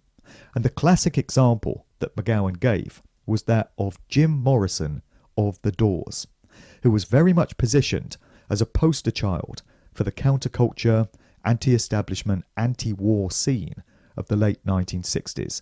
So Morrison was thought to represent the angst of the teenage generation of young people at that time who were against the Vietnam War, and they were aligning themselves with all these political movements that were taking place at the time, all these anti-establishment rallies and such. So that's Jim Morrison, the rock god.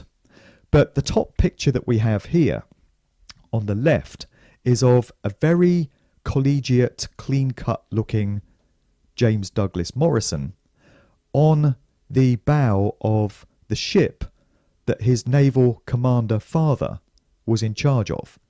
So Jim's looking rather different there to his rock god image that he came out with a few years later. And round about this time, by the way, 1964, Jim Morrison made a commercial for a university in Florida, encouraging students to attend university. And he's there in his college blazer. So he's filming a commercial. In other words, he's acting. He was an actor. And it turns out his role in The Doors was that of an actor as well, because his father here, the naval commander, George Stephen Morrison, just happened to be in charge of the fleet of ships that was involved in the Gulf of Tonkin false flag incident, which springboarded America into the long, protracted, bloody Vietnam War. So somehow we have to reconcile the rock icon son with the warmongering naval commander father and explain how it can be that both emerge from the same family. And people might make the argument that it's just one of those isolated things, and they point to the fact that in interviews in later years, Jim Morrison used to claim that his his parents were dead, and he disowned them.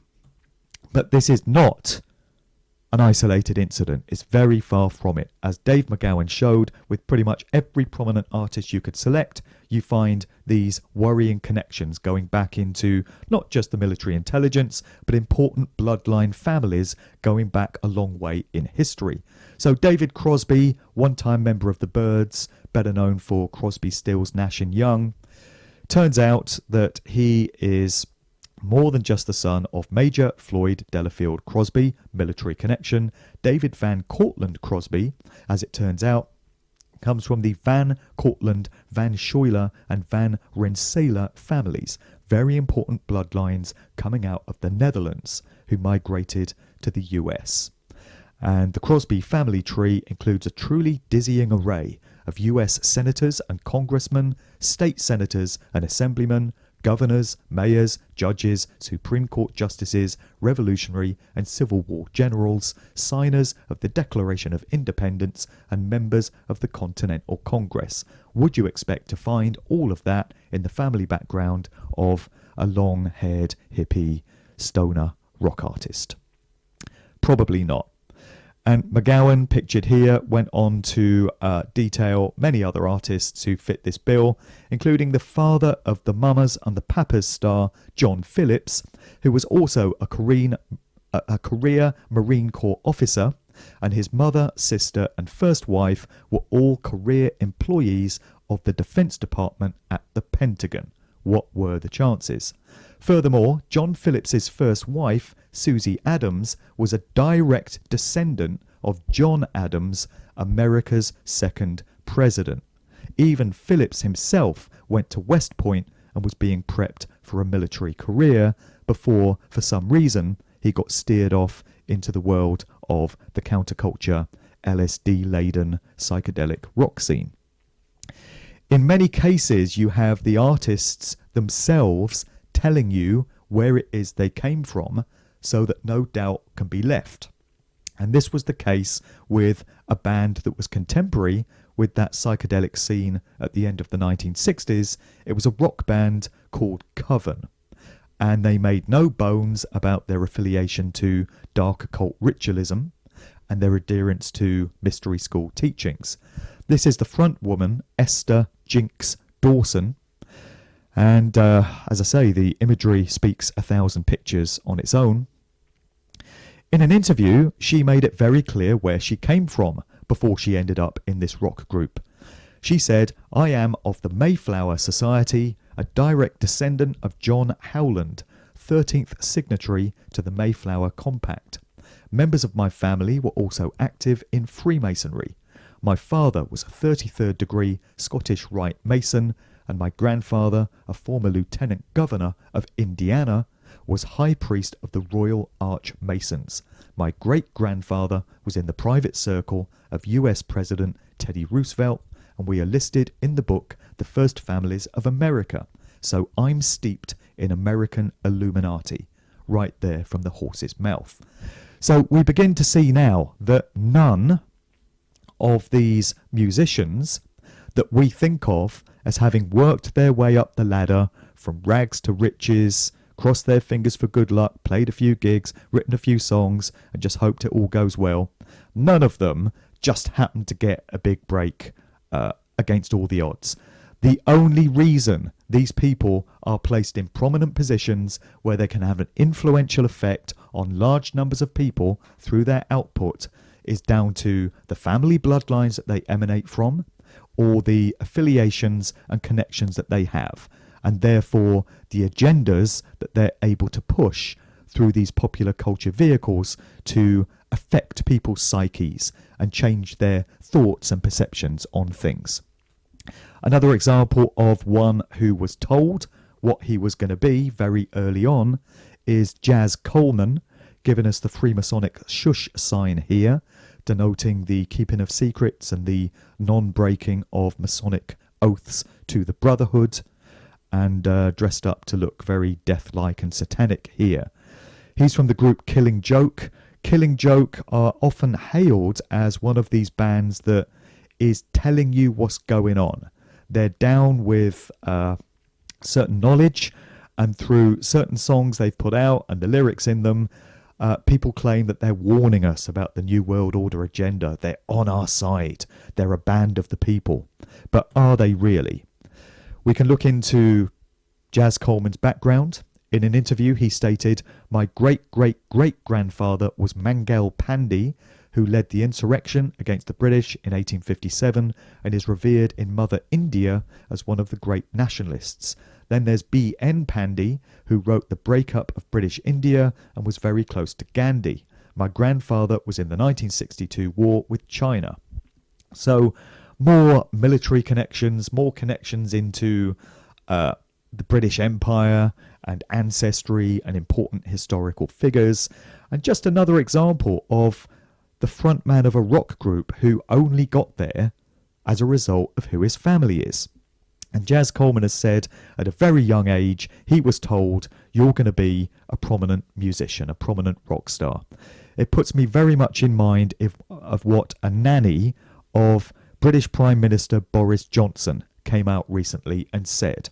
She worked with the family many decades ago when Boris Johnson was a young lad, and she recalls his family telling him that one day you will be British Prime Minister. And lo and behold, decades into the future, he was. These roles are never left to chance. They're pre-planned, and in many cases, they're planned decades in advance. Roles such as these are so influential that they would never let just anyone take them on. They would only ever want one of their own, coming from one of these secret societies or one of these important bloodline families, and this is where we get into the world of lifetime actors, so-called. This is a phrase that was coined by the American researcher and author Joseph Atwill, and it refers to the dynamic where you've got someone in the public eye, you've got someone who is famous, they're a celebrity, they're known for one thing or the other. It could be a politician, it could be a Hollywood actor, or it could be a musician such as Dave Grohl here, giving us some very telling symbology in terms of what he represents. So Dave Grohl of the Foo Fighters, and he was earlier in Nirvana, serves as a great example. He was earlier in a punk band out of DC. His father, James Harper Grohl, worked in politics as an assistant to Robert A. Taft Jr. Robert's father was William Howard Taft, the 27th President of the United States, and his father was Alfonso Taft, a founder of the Skull and Bones Occult Secret Society operating out of Yale University. During John Kerry's presidential campaign in 2004, Dave Grohl joined the trail and dedicated the album In Your Honor to the former Skull and Bones man. Yeah, rock and roll. Still think that Dave Grohl's this cool rock guy that just, came out of nowhere and played a couple of bands and just got famous the way you do? Or is it down to where he came from and the agendas that he helps push? He's just made the record with Mick Jagger called Easy Sleazy, where they're basically mocking and taking the piss out of so-called conspiracy theorists. You know, they've got lyrics like Bill Gates is shooting through my veins, and they're mocking the whole vaccine agenda, and they're just making light of the lockdowns and the stay-at-home orders and all this. So you've got Sir Mick Jagger.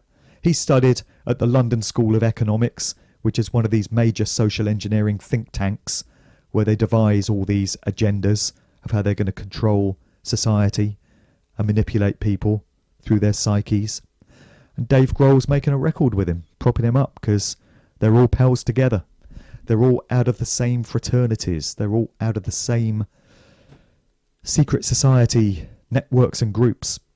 Here's a credit card bill that came in. It was shared on the internet by Dave Grohl. The bill in this restaurant came to $333. Dave thought it'd be a nice touch to leave a $333 tip and round it up to 66630. Go figure. One of the beloved numbers of these dark occult groups and networks which control everything. Because the same groups and networks which control the music industry and decide who all the major influential players are going to be are the same groups and networks that control the Hollywood film industry, the television industry, the world of big business, the world of medicine, the world of big pharma, the world of the military, the world of the mass media, the world of politics, the world of organised religion, and every other aspect of our experienced daily lives. It's the same cabal. It's the same groups at the end of the day, and the connections just go on forever. How else could it be explained how a rock singer, which is what he's supposed to be, right? I mean, Bono's just the singer with U2. So how does a rock singer get to hang out with the likes of George Bush, Oprah Winfrey, Bill Gates, Tony Blair, Bill Clinton, Al Gore, Barack Obama, the Pope? Not that you'd want to, mind. This is not exactly my idea of a great party and people I'd like to hang out with. Where's a roof collapse when you need one? But here's Bono hobnobbing with all these globalists, so-called, all these key players. So how did he become best mates with Bill Gates and Bill Clinton and all these people? Well, it's because Bono is a lifetime actor. It's not so much that he's a rock singer, it's down to the family that he came out of and the real work for which he was always being earmarked. And he's doing that real work now, hanging out with Klaus Schwab at the World Economic Forum, helping to push the United Nations Agenda 2030, helping to do his bit with the Great Reset, helping to do his bit pushing smart cities and 5G transhumanism and futurism and all this, pushing all these new economic agendas through. That's why he's hanging out with all this lot. But he had to become famous first. You had to know who he was. So he was given a role with U2, so everyone got used to him being a rock singer. And then, at a certain stage, he started stepping aside, spending less time in the stadiums and the concert halls, and more time hanging out with the likes of this lot. This is a prominent Irish barrister by the name of Barbara Hewson. She died in January of this year, but she was very controversial prior to that, down to her... excuse me. Got a bit of a sore throat at the moment. Apologies for that. Down to her campaigning for the age of consent for adults to be able to have sex with children to be lowered to 13. She was also a prominent pro-abortionist. So, an article in this magazine asked the question, who is Ireland's Barbara Hewson? Age of consent to 13, murder, and Bono, 1498 till now. Well, if we do some genealogical delving, we find the Hewson family, originally known as Hewitson, coming out of Yorkshire, England in the 15th century. And there was a key member of that family who decided to move the Hewsons from England to Ireland. And so future generations of the family started growing up in Ireland. And you can probably guess where this is going. The real name of Bono is Paul David Hewson. He's related to the aforementioned Barbara Hewson, and they all emanate from this important English bloodline which was exported to Ireland. So it's the dynamic of lifetime actors in effect. You've got one spin-off of that family, Barbara Hewson, the barrister, who's put to work in the legal profession where she has major influence, such as in trying to lower the age of consent. And then you've got Bono doing all the stuff that he's doing with Bill Gates and the United Nations and all the rest of it as his real work. Lifetime actors, the lot. They know, they might as well say. And this brings us on to Bono's best mate, Bob Geldof, who has managed to become a knight of the British Empire, despite the fact that he's not actually English. But he's not fully Irish either. There's Jewish genealogy when you get into his bloodline. And it was the same thing with Bob Geldof. His real work was the Band-Aid Project, the Live Aid Project, and all these globalist agendas that he's been used to prop up, very similar to Bono, in the wake of it all. But you had to get used to who Bob Geldof was. You had to know him as a public figure before he could be put to use in these things. And so he was positioned as the lead singer with the Irish punk new wave group, the Boomtown Rats, just so that you get to know who he is. And then a little bit down the line, he starts doing his real work. This is the way it always is with lifetime actors. At a certain point in their career, they stop doing so much of the singing and the playing shows and the making records, and they start getting involved in extracurricular activities, which let you know what they're really all about and who they really serve.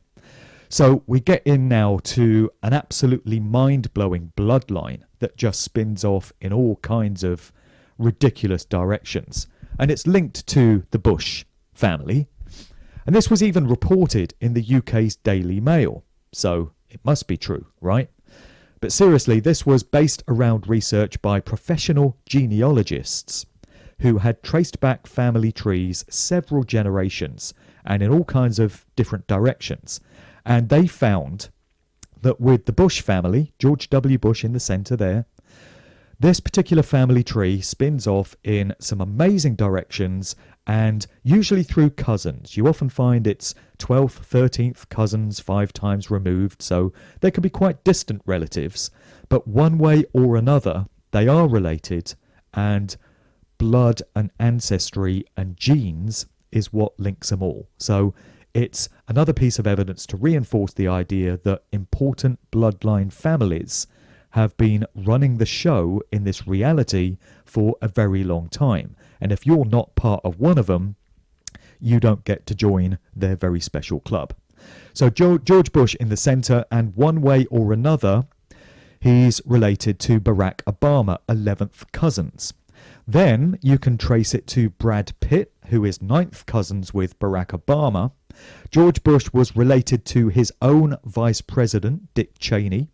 And if you go back far enough, 7th cousins 5 times removed, you get a link from George Bush going all the way back to Abraham Lincoln, who in turn is connected to Tom Hanks. Then you also have a connection between George Bush and his running opponent in the 2004 election, John Kerry. They both attended Skull and Bones at Yale University, that secret society, and they're related. It goes all the way back to Vlad the Impaler of ancient Transylvania, and Prince Charles of the so-called British royal family has been very proudly crowing about how he's descended from Vlad the Impaler on the side of the Queen Mother. He's very proud of that. We've got a connection into Princess Diana coming out of George Bush, 11th cousin twice removed. I mean, what are the chances of this happening, by pure happenstance, rather than all of this being pre-planned and all these people being ushered into these prominent positions? And yet, when newspapers report on this, they do act as if it's an amazing coincidence. Who would have thought this? Isn't it astounding what these genealogists have uncovered. Well, it's not astounding when you know how the game is played. It becomes very, very predictable. So then on the bottom right, we have Madonna, and it's been very widely reported that she's a cousin of Celine Dion on her French-Canadian mother's side. Madonna also cousins with Ellen DeGeneres. They both share those French-Canadian roots. And it turns out that Madonna is also cousins with Lady Gaga. And we're given these rags to riches story with both of these artists, which in all seriousness we're asked to believe in terms of how they came onto the scene. So Lady Gaga, we're told, struggled for years in poverty, and she wanted to become a star, wanted to become famous, worked really hard at it, suffered many knockbacks, and eventually, against all the odds, after trying really hard, she finally broke through. And it's very similar to what Madonna had to say in this monologue at the start of her 1985 video for the Virgin Tour. She says herself, "I went to New York, I had a dream, I wanted to be a big star, I didn't know anybody, I wanted to dance, I wanted to sing, I wanted to do all those things. I wanted to make people happy, I wanted to be famous, I wanted everybody to love me, I wanted to be a star. I worked really hard and my dream came true." Yeah, because that's all you need to do, kids. You just gotta turn up in New York with not a dime to your name, don't know anyone in town, and just really want that dream. Just never stop wanting it. Work really hard, work your charisma, work your magic, and you too could be like Madonna. You too could influence the world as much as she has. And you too could have a career that lasts decades. Yeah, because that's how it works.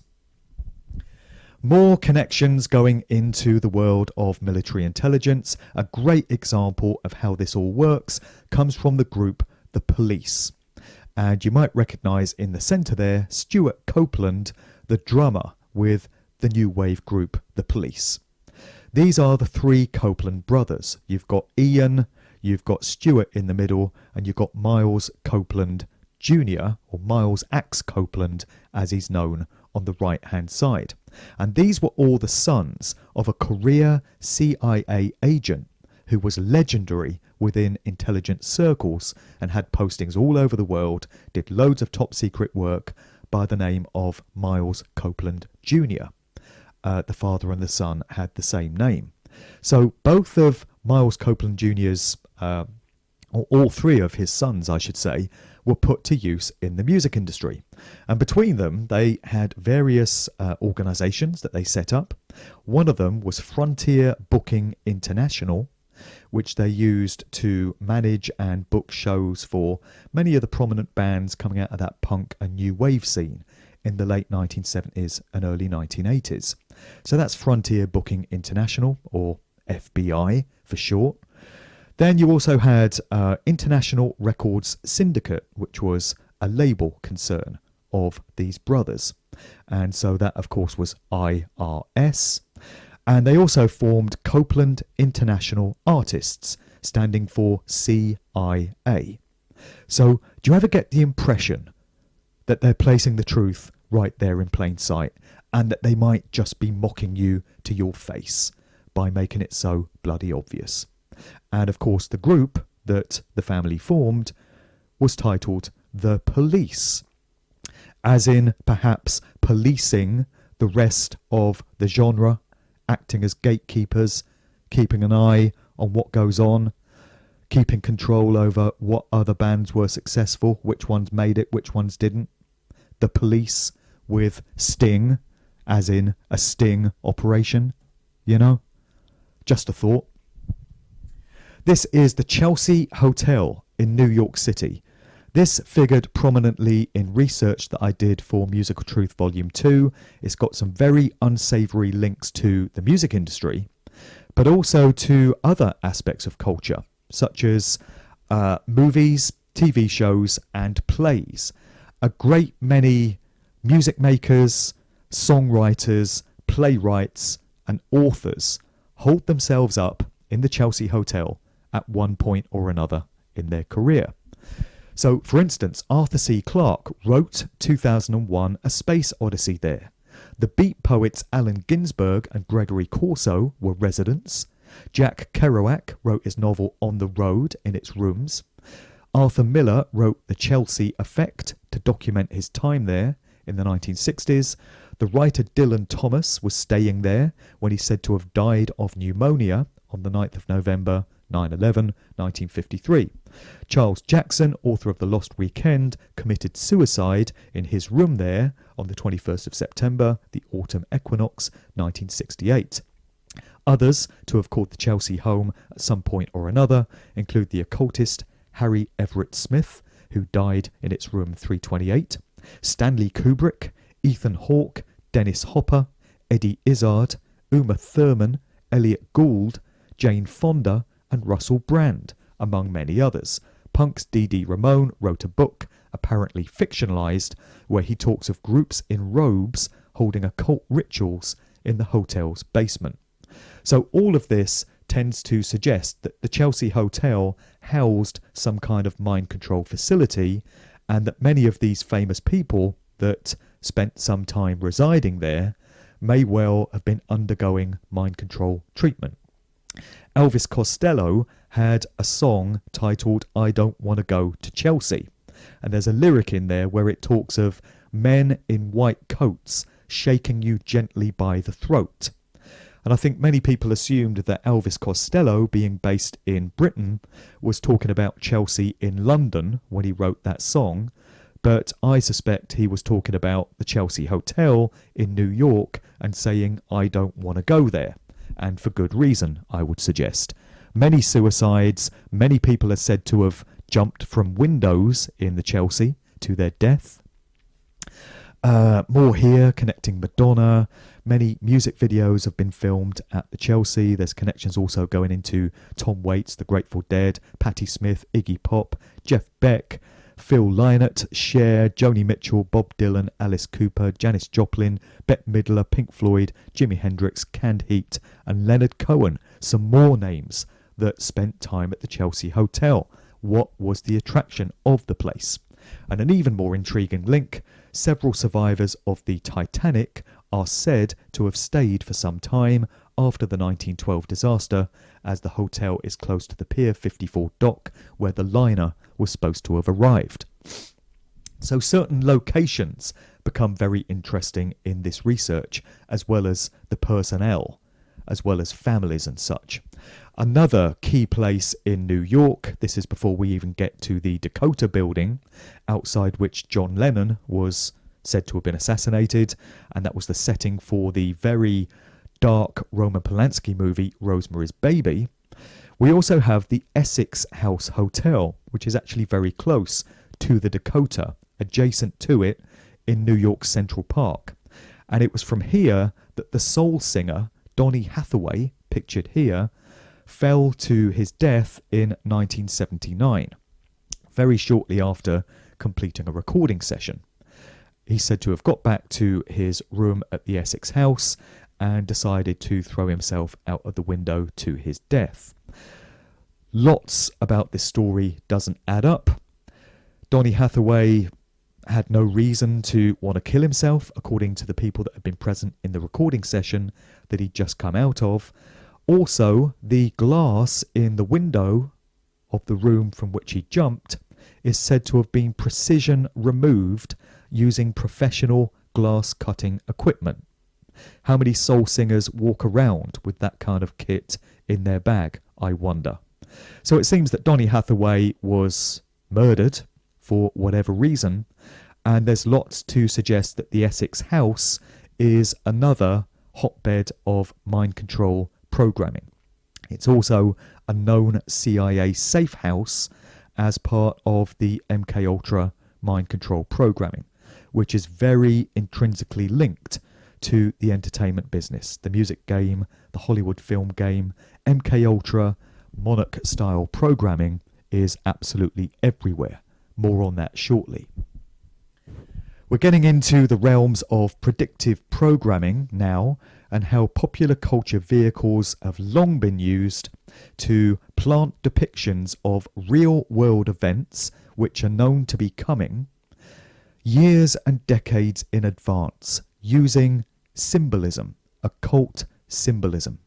So certain ideas and themes and icons and motifs are placed into the collective subconscious mind of the general public so that they have no idea that it's there. It's not recognized by the conscious mind, it just gets absorbed by the subliminal mind, where the imagery gets acted upon and gets processed without any conscious knowledge of it on the part of the recipient. This is construction of the World Trade Center towers in Manhattan taking place in the 1960s. Construction was completed of World Trade Center 1, Tower 1 in 1968. 33 years later, a Masonic 33, that tower came down in the events of 9/11 2001. In this article of Newsweek magazine from April the 3rd, 1967, we've got David Rockefeller, that nice man, representing the Rockefeller family bloodline, one of the key bloodlines in this whole scenario. So there he is, sat at the window of his office, looking out over the Manhattan skyline, and he's wearing a watch. And it's been noticed that if you close in on the watch, you'll notice that the time is set to 9/11. The 9 and the 11 are highlighted on the watch. In that same issue, you've got the ad, which is pictured here on the right, and the guy has a sweatshirt with a design that looks very similar to what would become the two World Trade Center towers.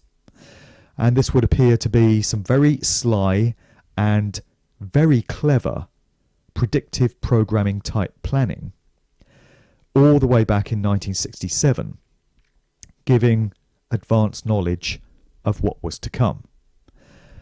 We have some examples from the music world of aspects of 9/11 that were encoded into things that would have been seen and absorbed into the subconscious mind of many people through this famous Supertramp album, For Breakfast in America, which came out in 1978.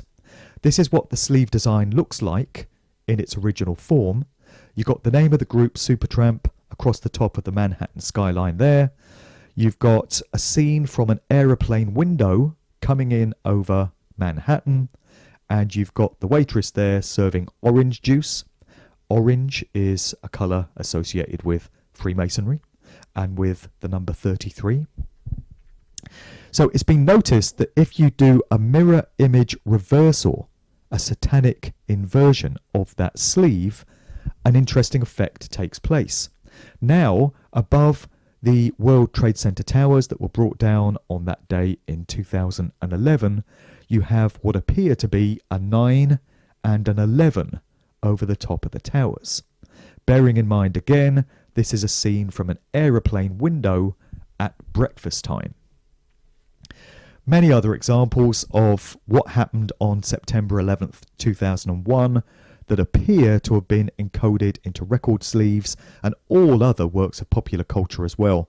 There have been identified from movies and TV shows and cartoons, hundreds of examples of different aspects of that day that would have been fed into the subconscious of many, many people leading up to that fateful day. Here's another example from the music world, from a little known hip hop act called The Coup. They had an album called Party Music, which they put out in June 2001. So this is just a few weeks before the towers of the World Trade Center went up in an explosion exactly of the kind that we see on this sleeve. And we can argue all day about what really brought the towers down. I'm well aware of all the different suggestions, directed energy weapons, nanothermite, no planes, all the rest of it. It doesn't matter what method was used. The point is, this is what the American public witnessed. This is what the American public was asked to absorb into their psyche. And this was the official version of things that people were being prepared for. So on this cover, you got the front man of the group there, Boots Riley, who appears to be detonating this explosion with a car stereo as a kind of remote detonator. So Does this indicate foreknowledge on the part of this group, or whoever controls them, or whoever designed that sleeve, of what was to come in September, or was it just a lucky guess at odds of several billion to one? Well, after the events of 9/11 happened in September, this album sleeve, unsurprisingly, was very quickly withdrawn from circulation, and it was replaced with a new design. And the group never really gave any adequate explanation as to how they'd been able to predict what was going to happen. Well, the answer, of course, is that the forces that control the music industry and the Hollywood film industry and all the rest of them ultimately are the same forces, or are affiliated with the same forces that caused the events of 9/11. And they feed this predictive programming symbol to the minds of the general public, so that when the event happens, or when it's presented through the mainstream media as having happened in a particular way, there's already a subliminal familiarity with the narrative in the minds of the public. They've already absorbed aspects of it. Some people also feel that these occultists, because that's what they are, dark occult practitioners, magicians, are helping to bring about what they wish to achieve by presenting aspects of it in popular culture vehicles. Because people pay their mass attention to it. Energy goes where attention flows.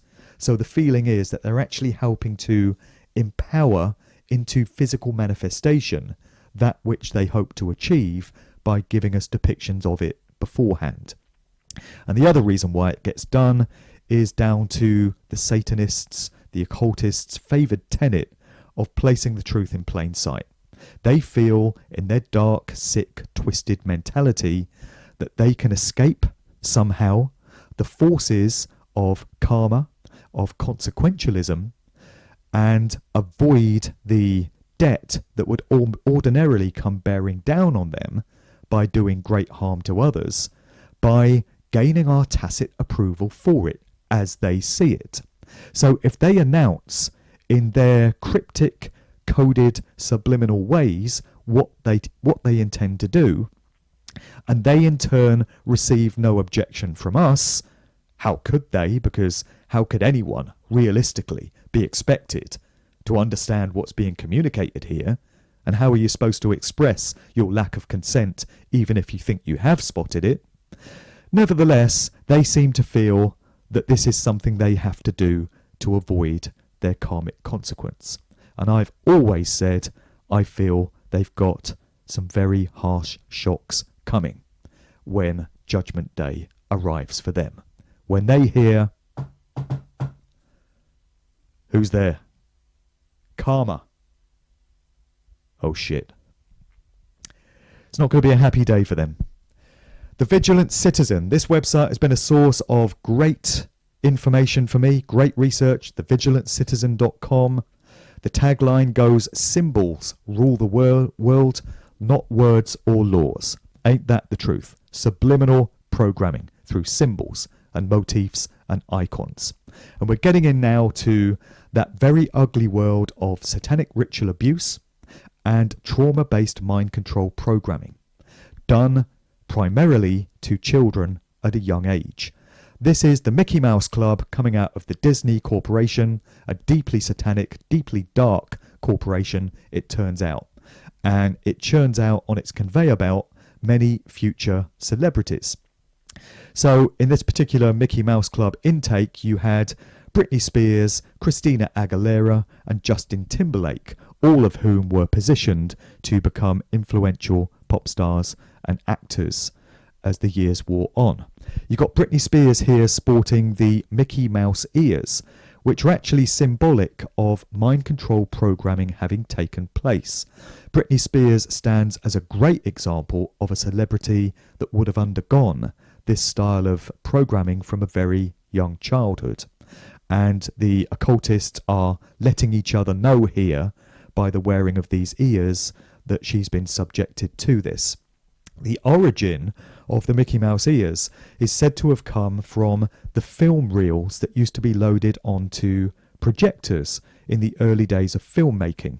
Because when these mind control victims are subjected to horrific trauma and it causes their minds to dissociate from reality, they're said to enter these illusory worlds, which are like going into a movie scene.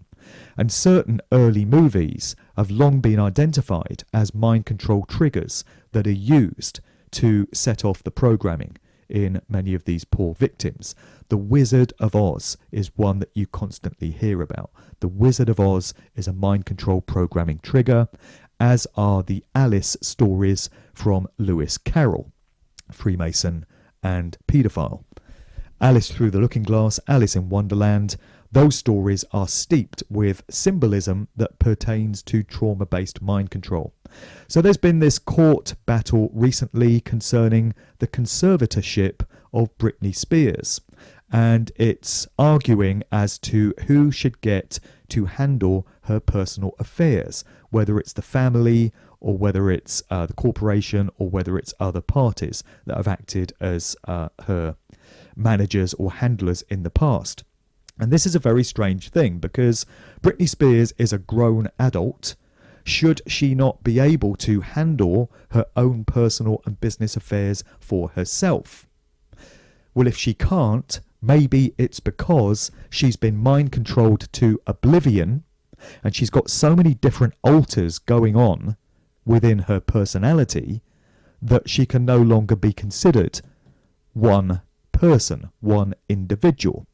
These altars are created through the trauma, through the satanic ritual abuse, in many cases as a result of the families that these people come out of, these celebrities. Remember earlier on, we were looking at the bloodline of Madonna on the part of her French-Canadian mother and all the different bloodlines that connects back into.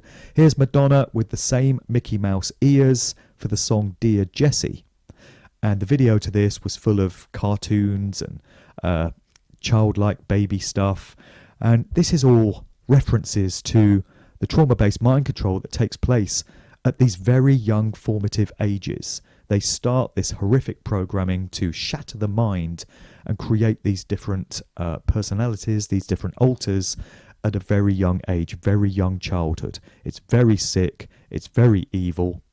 The Disney Corporation is at the center of so much of it. It's been identified that the word Mickey, as it's presented here, if you do a mirror image reversal of it, it actually comes out as the word wicked. So they're telling you to the subliminal mind, which works with inverted imageries. This makes sense to the subliminal mind, which absorbs everything, but it doesn't make any sense to the conscious mind, which filters out that which it consciously acknowledges. So if you ever stopped the average person and said, did you realise that Mickey encodes wicked, they would deny it to your face, and yet here's the evidence. This is Nicki Minaj, who is another prime candidate for having undergone mind control programming. One derivative of MKUltra that came out of the CIA was known as monarch programming, and it refers to the monarch butterfly, which goes through a metamorphosis as it changes from a caterpillar into a butterfly. And this is supposed to symbolize, as far as the mind control handlers are concerned, the metamorphosis that goes on inside the heads of those that have been subjected to this trauma. It causes them to undergo different personalities. The mind shatters into different alters, and it tries to deal with the horrific trauma by tucking it away into these different alters. And a skilled mind control programmer, who have often been victims of it themselves before they become handlers, can bring forth these different alters at will with trigger words and phrases. Nicki Minaj stood as a great example of this a few years ago when she first emerged. She used to have this alter ego known as Roman Zolansky, which is obviously a reference to the convicted paedophile filmmaker Roman Polanski. But she used to slip into this persona during interviews and during stage performances, and her voice would change. She'd take on a completely different air, and she would say, "Oh no, Roman's here, I've become Roman." It's classic indication that she slipped from her front alter personality into one of these programmed ones. And a few years ago at, I think it was the VMA, or it might have been the Grammy Awards, it was a deeply dark and deeply satanic show, even by that event's standards. She announced that she was publicly exorcising Roman Zelensky from herself, and she's not used that particular altar from that day to this. One of the other motifs that's used to identify the presence of mind control programming is pink hair, incidentally, and many of the female victims of this programming are portrayed as dolls, and more specifically Barbie dolls. Nicki Minaj's nickname for some time was Barbie doll or Barbs. So they're telling you right to your face what she is. She had out a record called Out of My Head a few years ago, where she's in a straitjacket in a mental institution with all these demented scrawlings on the wall, and she's there with her pink hair. They're not backward in coming forward. Thinking about the monarch butterfly as symbolising the presence of mind control, we get it with Mariah Carey. She, like Britney Spears and like Nicki Minaj, often slips into a British girl accent in interviews. It's another example of her going into an altar. And she does a very similar voice to that which Britney Spears does when they start speaking with a British sort of English society posh accent. And the fact that all three of these have the English girl accent makes me think that they've all been subject to the same methods of mind control programming, and they've had the same altars established within them. You often hear of celebrities going a bit crazy and going off the rails when they've been subject to mind control. Most of us probably remember Britney Spears' famous incident of several years ago where she went into a hair salon and grabbed the clippers and shaved off all her hair. And she was talking about she's got to get these implants, she's got to get these things out of her head, as if things have been plugged into her. And then she started attacking cars with umbrellas, and everyone in the media was saying, what's gone on with Britney? She's gone a bit crazy, she's gone a bit mad. What is it with these celebrities? Well, people might well wonder why they all behave in such haphazard ways, such bizarre behaviours. These are indicative of the mind control programming starting to break down, and of the celebrity in question having to go back to the lab to have their programming topped up again. That's what we saw with Britney.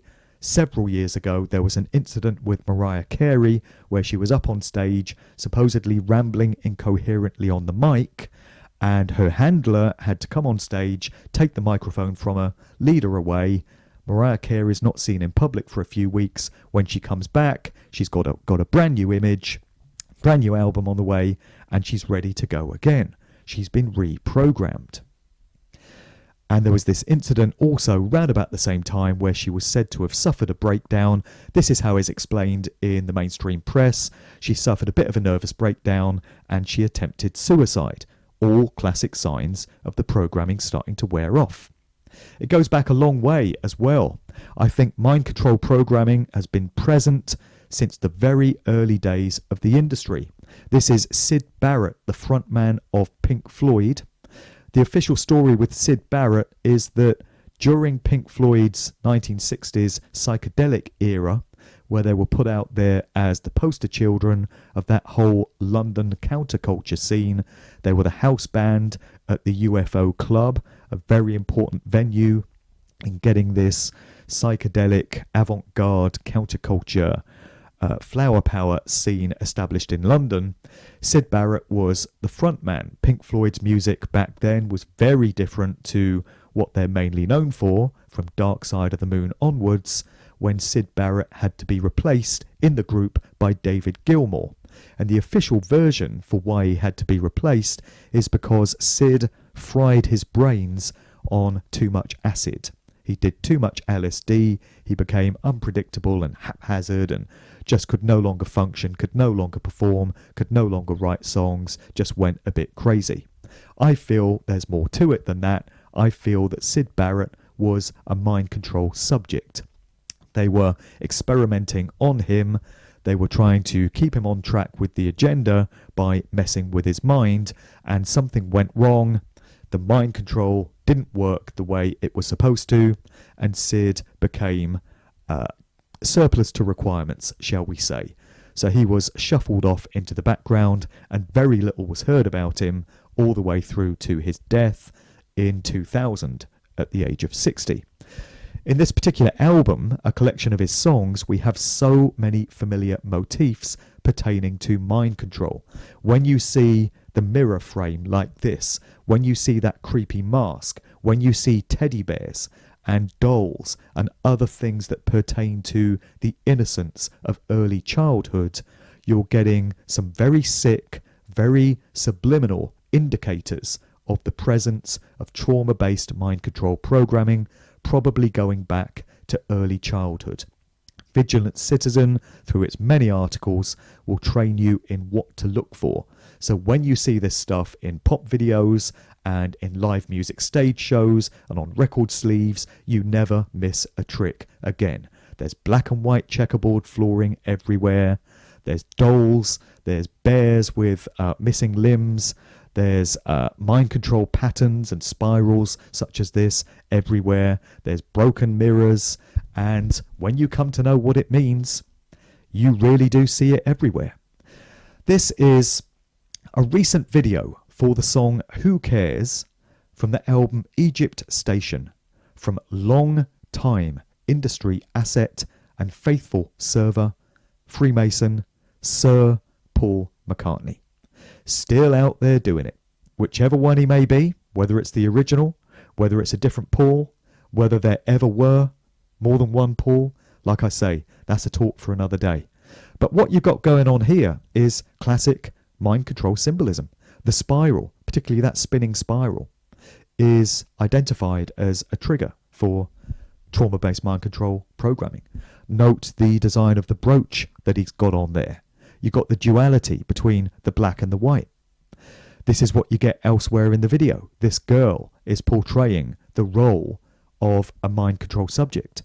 Paul McCartney is portraying the role of a doctor, a handler. He knows what he's doing.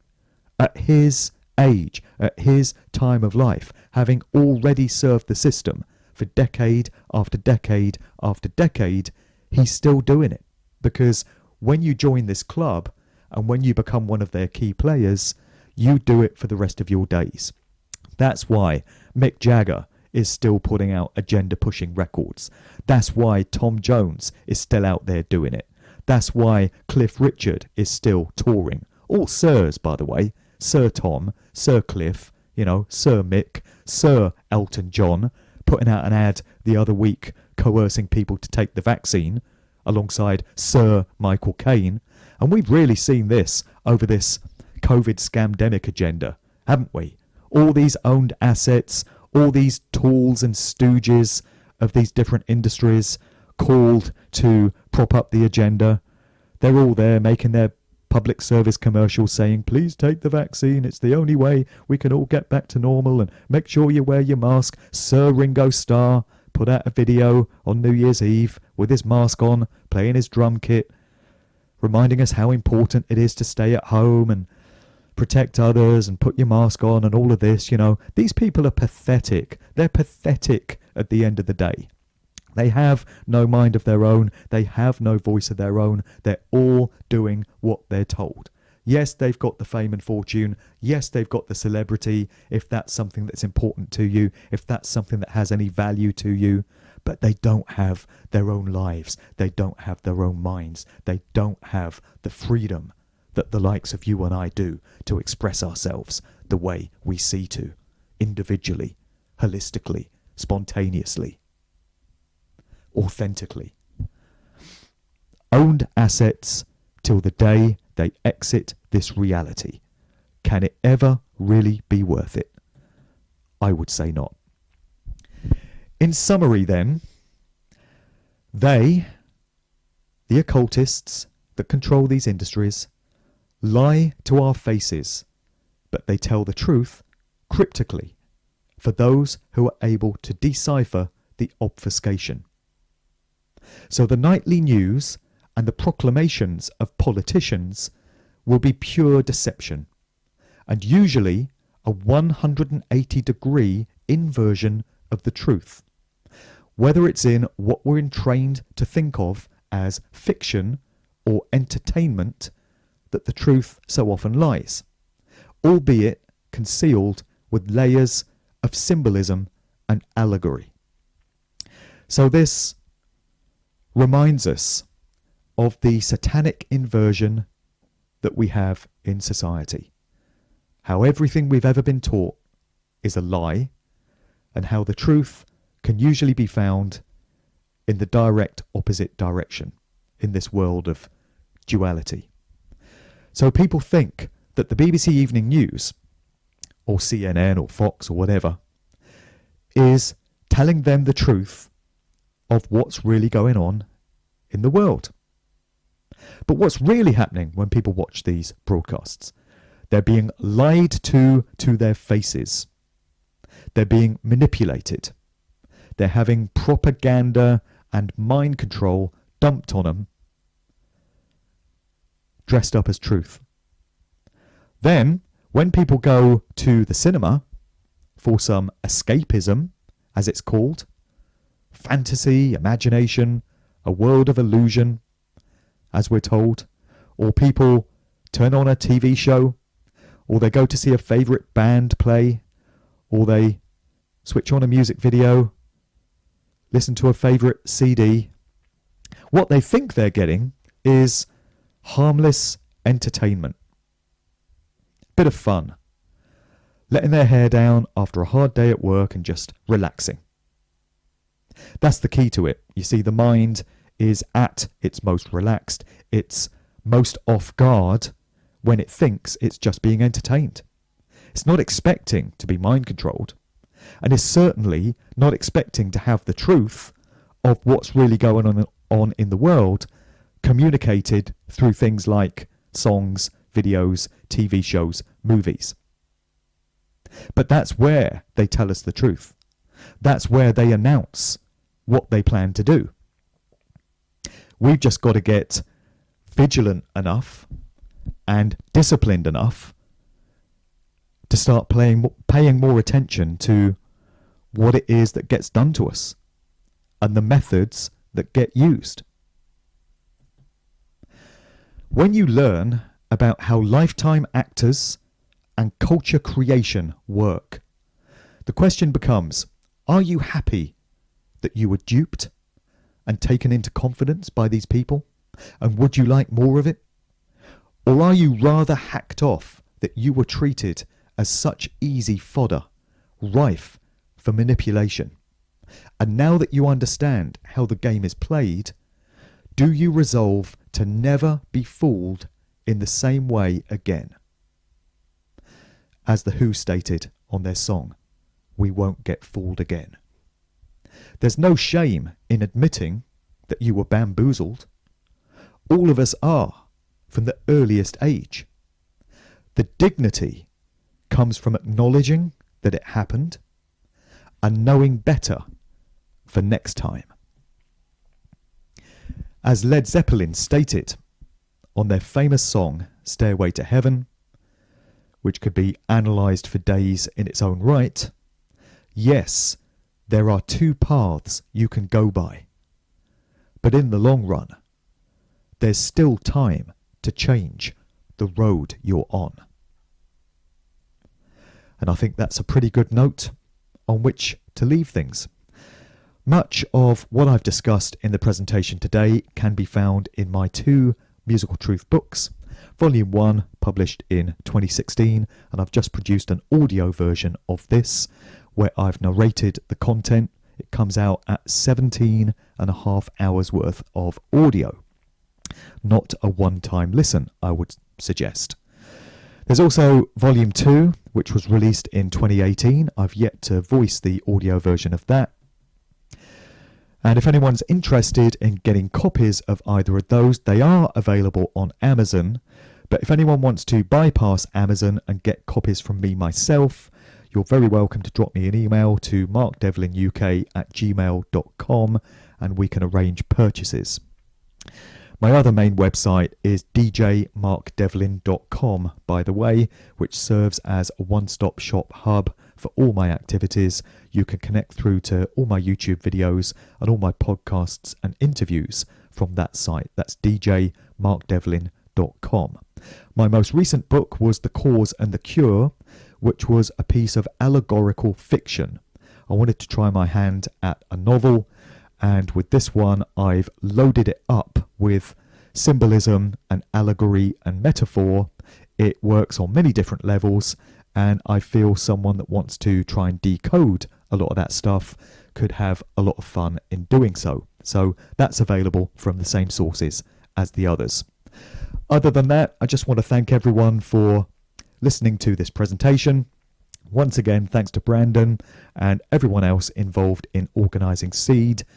Who knows, maybe next year we'll be able to have one of these in person. Maybe all the BS will have gone away. Maybe we'll be able to travel freely again. Maybe we'll have put all this tyranny and this dystopia and these outrageous affronts to our rights and freedoms down where they belong. Who knows? But either way, I'll catch you all again in some form sometime soon. Thanks again for listening.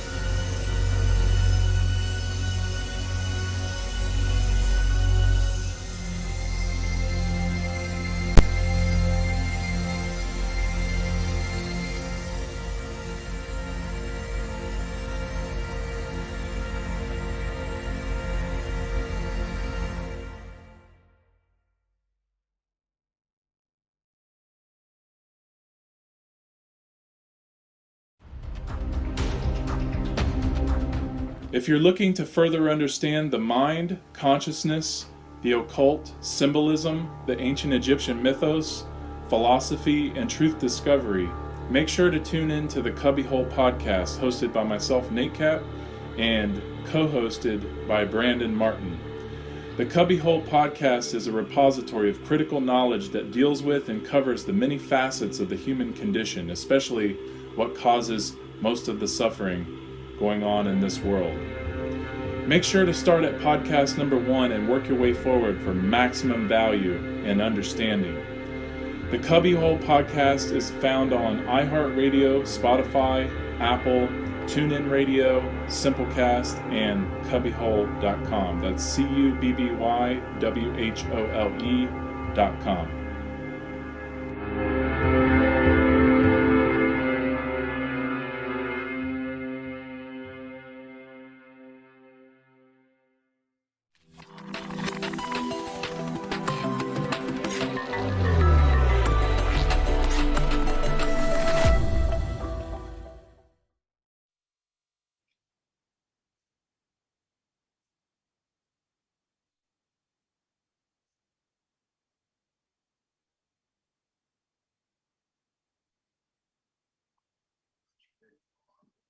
This. Well, that was a really, really amazing presentation by Mark Devlin. And that guy is just extremely well researched in the areas of, the music and, acting industry. So definitely check out more of his work at www.djmarkdevlin.blogspot.com. So we don't really have too much time till the next presentation, and this next presentation will be just a extremely large 4-hour presentation that will probably make everybody's heads fall off. Just very, I have the highest level of respect for Douglas Martin and all his work. His presentation titled The Origins of the Secret Societies Part 2. And if you haven't seen Part 1, you should definitely see that after this presentation immediately. So without further ado, Douglas Martin. Enjoy. Get your notepads ready.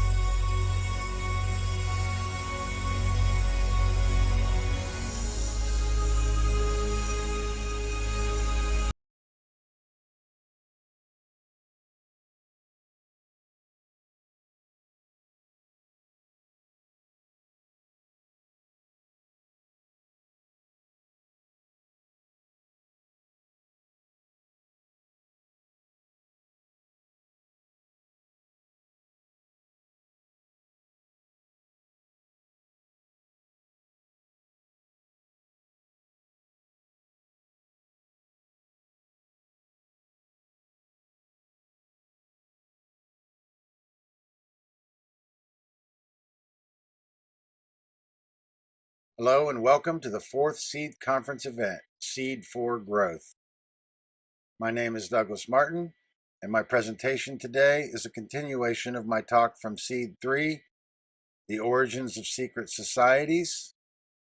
This is Part 2, The Cult of Osiris and the Mingling of the Mythology with the Perfected Eschatology. This is my title slide from Part 1, The Origins of Secret Societies, a general chronicle regarding the rise and influences of occult organizations. So when we're talking about secret societies, we're dealing with a hidden history. In order to understand the hidden history, we first must understand our classical history. We have to have a long view of history. So this idea that history is fake or history is written by the victors, it's a cop-out, quite frankly, because we could never understand our hidden history until we understand our classical history. We have to work with what we have.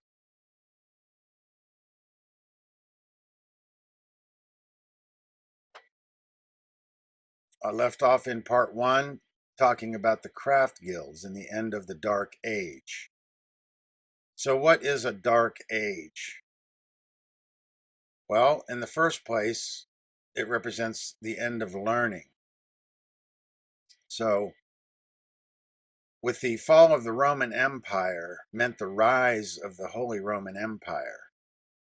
And Rome's ambition was to unite Northern and Western Europe under the single banner of Latin Christendom. Following, roughly the 5th century, we enter into this dark period. So the Dark Age implies an anti-intellectualism, or this Latin Christendom is an anti-intellectualism, which I found to be quite alarming. A Dark Age also implies very limited chronicling. There's very few chroniclers in the Dark Age. and there is much ambiguity in the history that we have. Thirdly, a dark age implies a degenerate age of ignorance and barbarism, barbaric time. So, out of the dark age, or through the dark age, resulted in feudalism in Europe. So, feudalism is not really a de facto or a planned system, typically. Typically, a feudalism is the result or a de facto result of a failed central authority. In this case, that's Rome. We're talking about Rome and this Holy Roman Empire. And this failed central authority further led to what we can call manorialism, which was the complete collapse of the trade routes. And at that point, everything that was needed by the manor had to be produced on the manor, by the manor, for the manor. So it's a sort of a condensed feudalism. And we have to understand what gave rise to feudalism basically was advancements in agricultural implementation.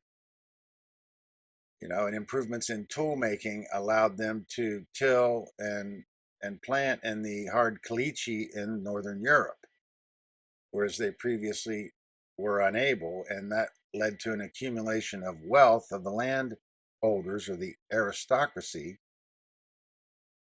which resulted in many of them defecting from the central authority of Rome,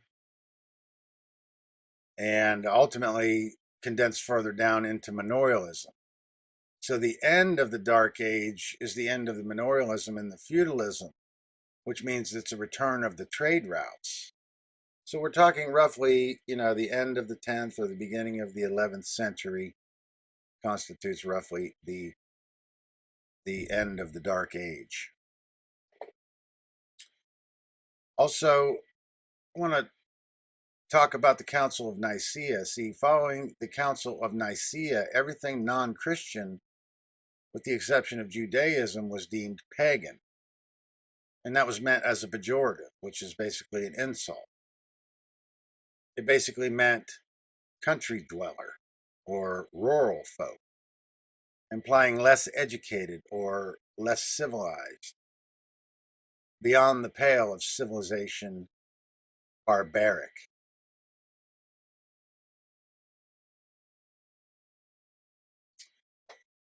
Now, through the Dark Ages and following the Dark Ages, we saw the phenomenon of this cathedral building.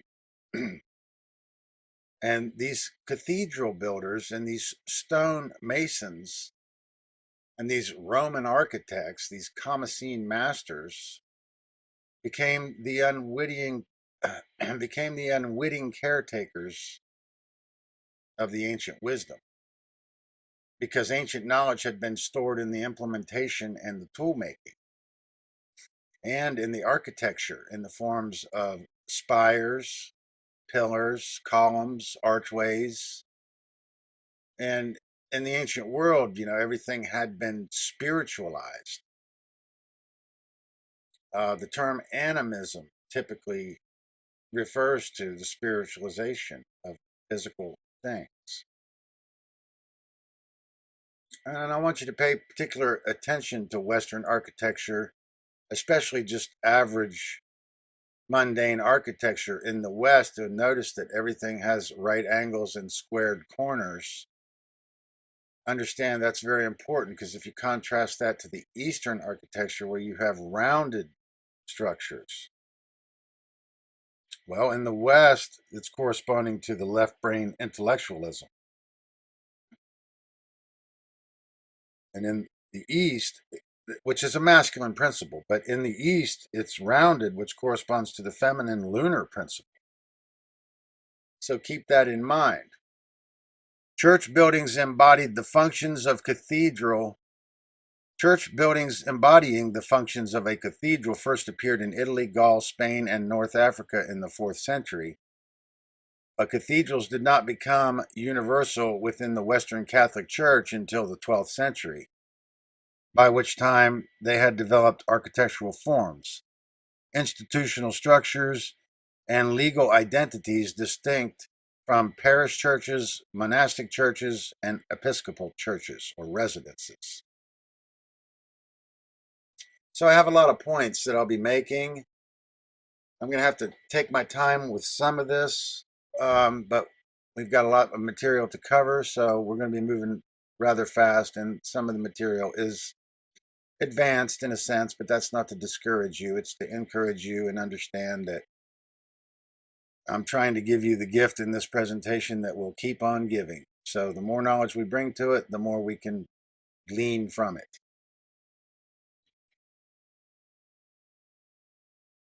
The Council of Nicaea in 325 AD, under the Council of Nicaea 325 AD, Constantine, the first Roman emperor to embrace Christianity, has called the bishops. As a statesman, he opts for an orthodoxy, and with the support of a powerful hierarchy, what he declares will define the Christian faith until today. The Gnostic Gospels burned. Christians killed fellow Christians by the countless thousands. Gnostics and everything pagan was wiped out. See, following the Council of Nicaea, heresy hunting became the new sport. The Serapeum, or Serapeum, Alexandria's temple of Osiris, and its great library go up in flames. And what replaced the system of learning and knowledge was blind faith, which eventually led to the monks and aesthetic dryness of the establishment that imposed their doctrines and dogma on the population. Robert Bauval. The first old Christian monks in Europe would and did take great care that all writings or traces of writings of the cults and the old cults were destroyed, or at least all that they could not make use of and carry on in the new cult. Moreover, the old Christian monks were about the only men who could write at the time. It was a dark and ignorant age. For hundreds of years, the people depended upon what the priests told them, and these were not much better informed as to the truth than the poor, ignorant classes. But for all the brothers who did take an interest in the origin and real meaning of the rites and ceremonies of our order, referring specifically to secret societies, there in the ritual of Egypt, written in sign language, lies the true origin of all the mysteries in the world. And the study of the origin and evolution of the human race can be traced, the reasons for the foundation of the same. Sin and guilt gave rise to creed in which hell was imaginable, fear of God and admonishments of priests. It was not an idea that the Gnostics wished to share.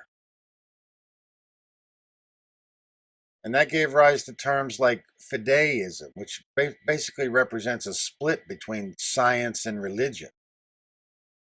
Fideism is an epistemological theory which maintains that faith is independent of reason, or that reason and faith are hostile to each other, and faith is superior at arriving at particular truths. The word fideism comes from fides, the Latin word for faith, and literally means faithism. So up until the point where we have this fideism, reason was outright rejected. And then basically sometime probably, after the Dark Age, which basically represented the height of the papal power, we have this fideism coming in. So, the end of the learning of the Greek sciences and philosophies was restricted in the West, but now it's making its way back into the West, which gave rise to this term fideism. So this term fides, or fid, literally refers to faith, or faithism. So we had these defenders of the faith. So which is a dangerous proposition because they're willing to kill for their God. So now there's bigger game, you see. The Defenders of the Faith, simply Fid Def, was printed on all of the coinage. And the term infidel, which basically meant a heretic or a non-believer, we see the word fid there. And El references the term God. So infidel is basically no faith in God, or the absence of belief in God.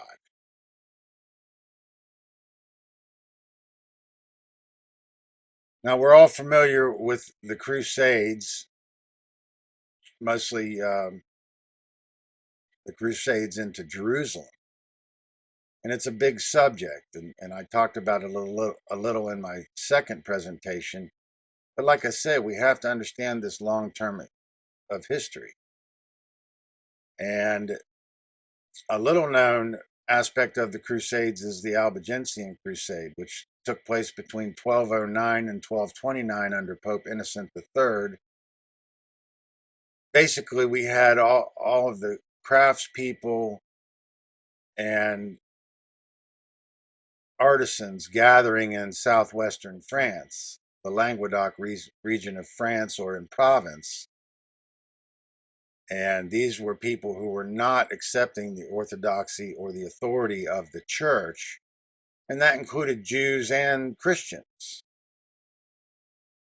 And Pope Innocent III ordered a crusade and basically annihilated these artisans and these craftspeople over a 20-year period. And it is part of history, but it's not a well-known part of history, and it needs to be better understood, because what really the Renaissance is about was overshadowed by the Protestant Reformation, which represented a split in the church.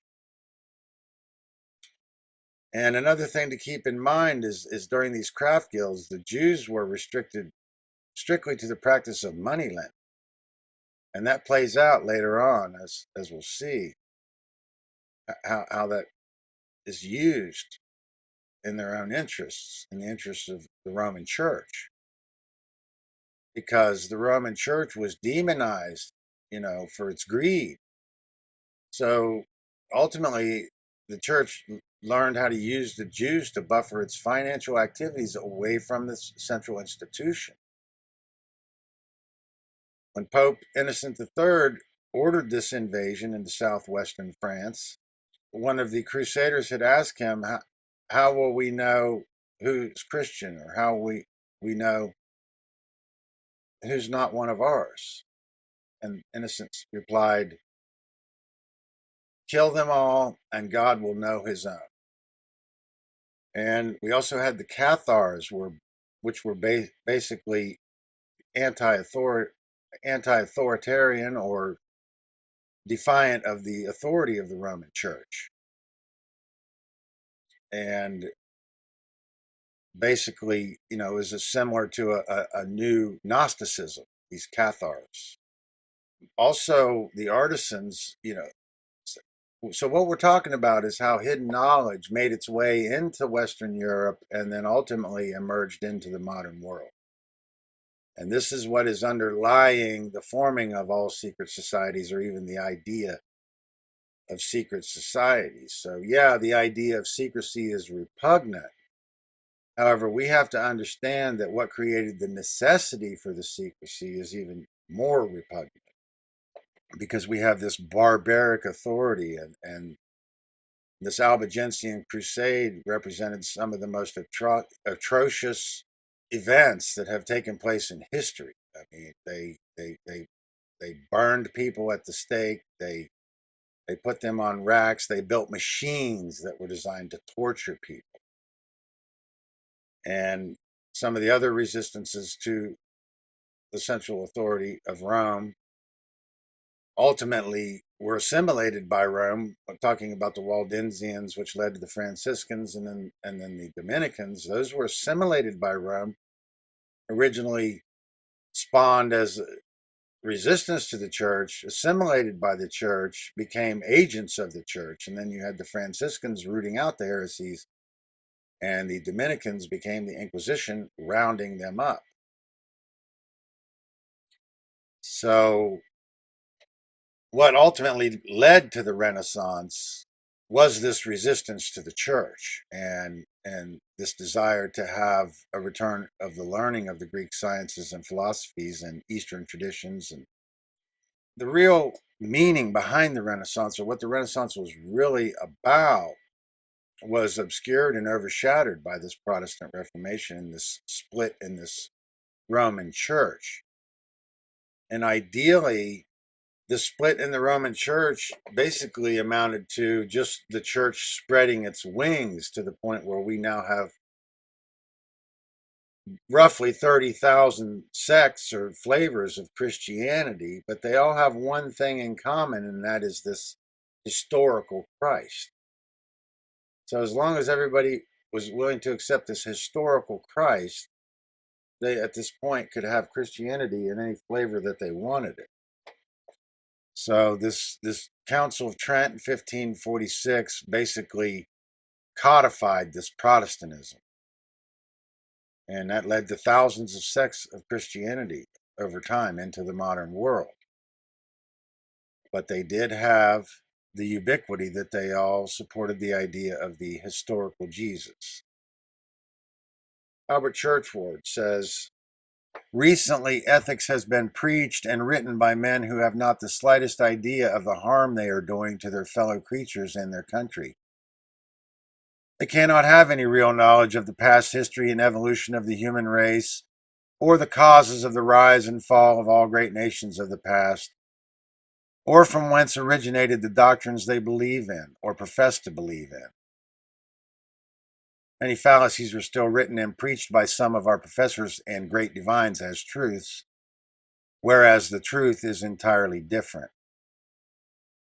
I therefore hope that my work may awaken and teach them before it is too late, and that the human race may not be sent back to the dark and degenerate age from which we have just emerged. Albert Churchward. So we're going to talk about this monotheism, and this is a difficult subject. And the late, great Gore Vidal called it the great unmentionable evil. And he states, the great unmentionable evil at the center of our culture is monotheism. From a barbaric Bronze Age text known as the Old Testament, three anti-human religions have evolved: Judaism, Christianity, and Islam. These are sky god religions. They are literally patriarchal. God is the omnipotent Father, hence the loathing of women for 2,000 years in those countries afflicted by the sky god and his earthly male delegates. The sky god is a jealous god, of course. He requires total obedience from everyone on earth, as he is in place not just for one tribe, but for all creation. Those who would reject him must be converted or killed for their own good. Ultimately, totalitarianism is the only sort of politics that can truly serve the sky god's purpose. Gore Vidal. So in understanding monotheism, we must understand that while the Egyptians revered one great spirit, the spirit which they revered was not an anthropomorphized deity, much less a male deity, in any sense of a human-like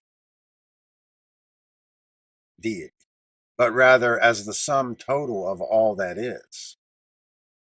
So the idea of that which is divine is the idea of that which is perfect.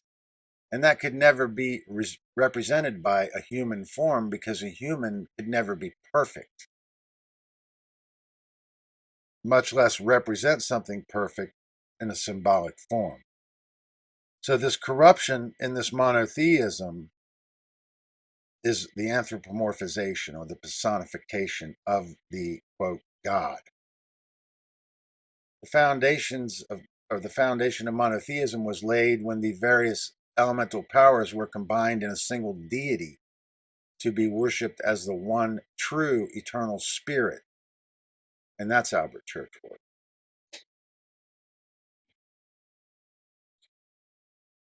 Michael Mayer, in his work Silentium Post Clemores, 1617, he describes Rosicrucianism as having arisen from the Egyptians, the Brahmins, the mysteries of Eleusis and Samograce, and the Magi of Persia, Pythagoreans, and the Arabs. Its mystery schools, which acted as universities and monasteries, were the guardians of its wisdom. These schools experienced a distinctive flowering under the rule of Akhenaten, especially after he introduced the concept of monotheism. The Egyptian religion is particularly intriguing because of its mystery schools. The figure of Hermes Trismegistus had some of its origins in Egypt, in the god Thoth, together with the Greek god Hermes. This is around 1350 BC. This is the time of Akhenaten. And classical history basically picks up around, with Homer at 800 BC, but they build that on basically off of 1250 BC, and then between 1250 BC and roughly 900 BC, that's considered a dark age too. And I talked about that in my second presentation. This idea of monotheism bolsters the idea that the Egyptians were, prior to Akhenaten, polytheistic. If that's true, then that was a corruption of a more ancient doctrine. And first of all, what we think of gods are elemental powers, in fact, in the eyes of the Egyptians, and those became represented as personified or anthropomorphic forms. So this idea of personified gods is part of this corruption. So it could only be true in corrupted forms, this idea that the Egyptians were polytheistic. So what we think of as gods are in fact elemental powers in pure Egyptian forms. Now, Egyptologists have clumped together the pantheon of Egyptian deities and consider Osiris to be the first, when in fact Osiris is the last in line of the Egyptian deities.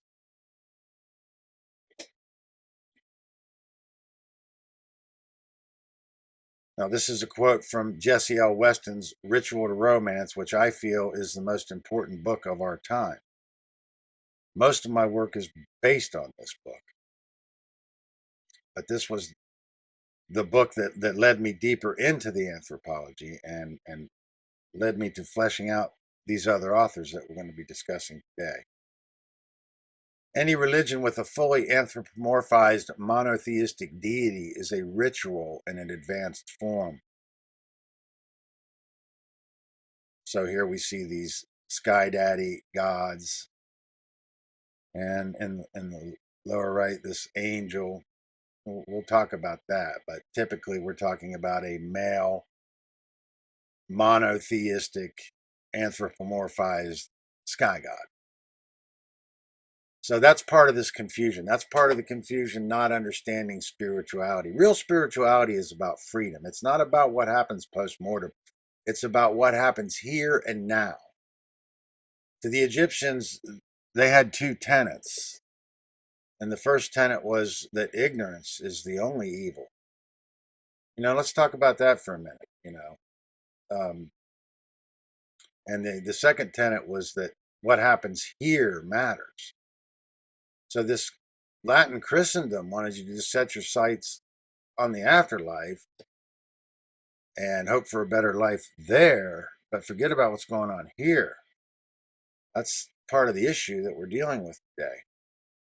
And the Egyptians fully felt that ignorance was the only evil and that what happens here matters. So, what is this ignorance that we're talking about? Well, it's not, ignorance of how to make a bundt cake or how to assemble a bicycle. We're talking about ignorance of the moral laws of creation, the natural laws that exist and are inherent in creation. They're part of the fabric of creation. So I'm thinking of the Thomas Jefferson quote, a nation that expects to remain ignorant and free in a civilized state expects what never was and never will be. And I'd like to actually augment that, okay? A nation that expects to remain ignorant of the moral laws of creation and free in a civilized state expects what never was and never will be.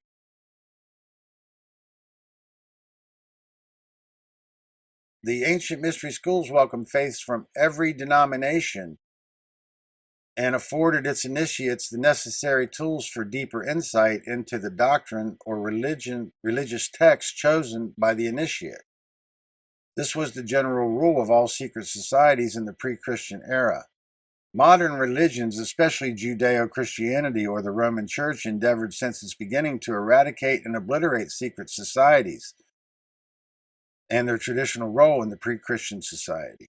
The secret society's primary function was to imbue temperament and moral judgment into the initiate by teaching the deeper inner mysteries, esoteric, of the chosen faith, exoteric, of the initiate, which was given as a pre-initiate prerequisite of being accepted into the mystery schools. So what that means is they weren't interested in bringing atheists into the mystery schools because they felt that the atheists were unteachable. This atheism, it's still a religious ideology, and their religion is the religion of the state and the religion of money, which is quite frankly what a corrupted religious institution amounts to. We're going to talk about Freemasonry. Freemasonry, for instance, welcomes all faith from every denomination. So what we're talking about here is that in the pre-Christian world, the secret societies were a vital function in society. So once you had completed your general education, you were expected to go out and choose a faith upon which you could be taken into and initiated into the mystery school. But first, you had to choose a faith. So, the only leap of faith that's required is that truth can be known. That's not a religion. The religion is the result of an Egyptian science that was not understood. So basically, at some point, the temples were basically stormed by the ignorant mobs, and the science was forced out into the light of day. And the ignorant mobs or masses never learned to handle the science, or never learned the science in the first place. And that's what gave rise to dogmatic religion. So we have to keep that in mind. And these are heady topics. Whether or not you think they're controversial, that's totally on you. But this is mature material, and it's not intended to offend anybody. It's intended to educate everybody. So this atheism, it's just another religion, whether an atheist realizes that or not. It is a belief system. This idea of democracy is mob rule, quite frankly, which means rule by the most ignorant. And that's not a political statement. It's just a simple fact that a democratic system means rule by the most ignorant. And if you want to talk about conservatism, most people don't understand the meaning of that term. That simply means orthodox. So I've talked about those terms in the past, and I'll continue to talk about them. That's not really what I'm here to talk about today, but just keep in mind that the idea of conservatism means orthodox. So you have an orthodoxy. It doesn't mean fiscally conservative. It means orthodox. So the idea of liberal is unorthodox or open to interpretation.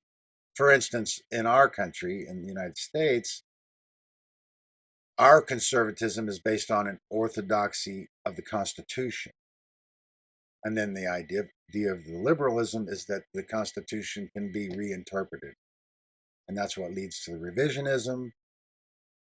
And these are both corrupted ideologies, okay? The right-left paradigm that we know as politics, that's completely a polarization, dialectical manipulation. So if we want freedom, the only way we're ever going to have that is to learn and understand these moral laws of creation, what we can call natural law, or the law of consequentialism. So let's move forward. But yeah, here, that's actually the Grand Lodge in Philadelphia, and that's a personal photo. So that's the Egyptian room at the Grand Lodge in Philadelphia. I've been there twice, and it's just amazing. And I recommend that you visit it while it's still accessible.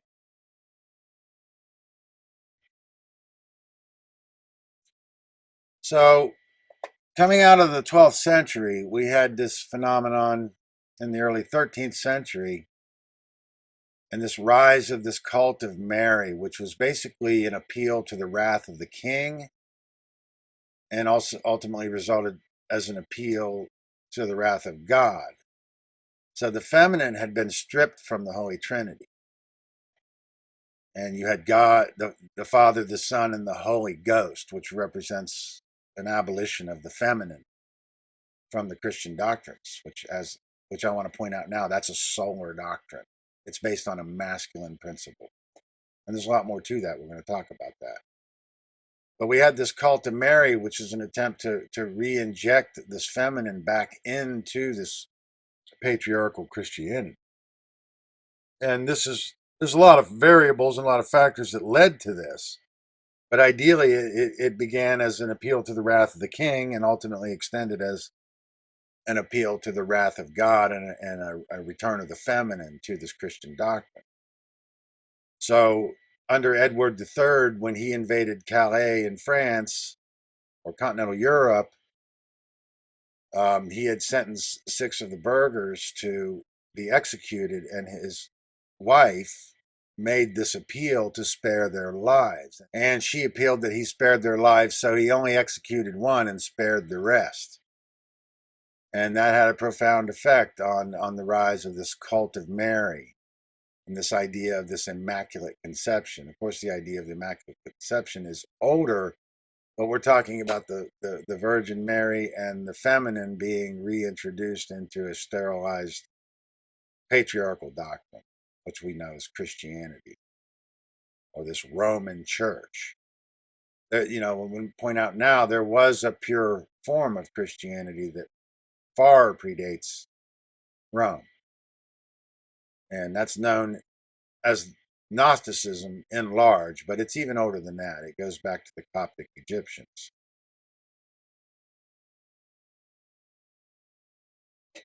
So Arthurian romances correlate to and are in relation to the cult of Mary, and particularly in the Vulgate and post-Vulgate romances. So the romances of the Arthurian legends are basically popularized, romanced, augmented variants of an ancient tradition or an older tradition. And they became romanced to the point where they were just forms of entertainment.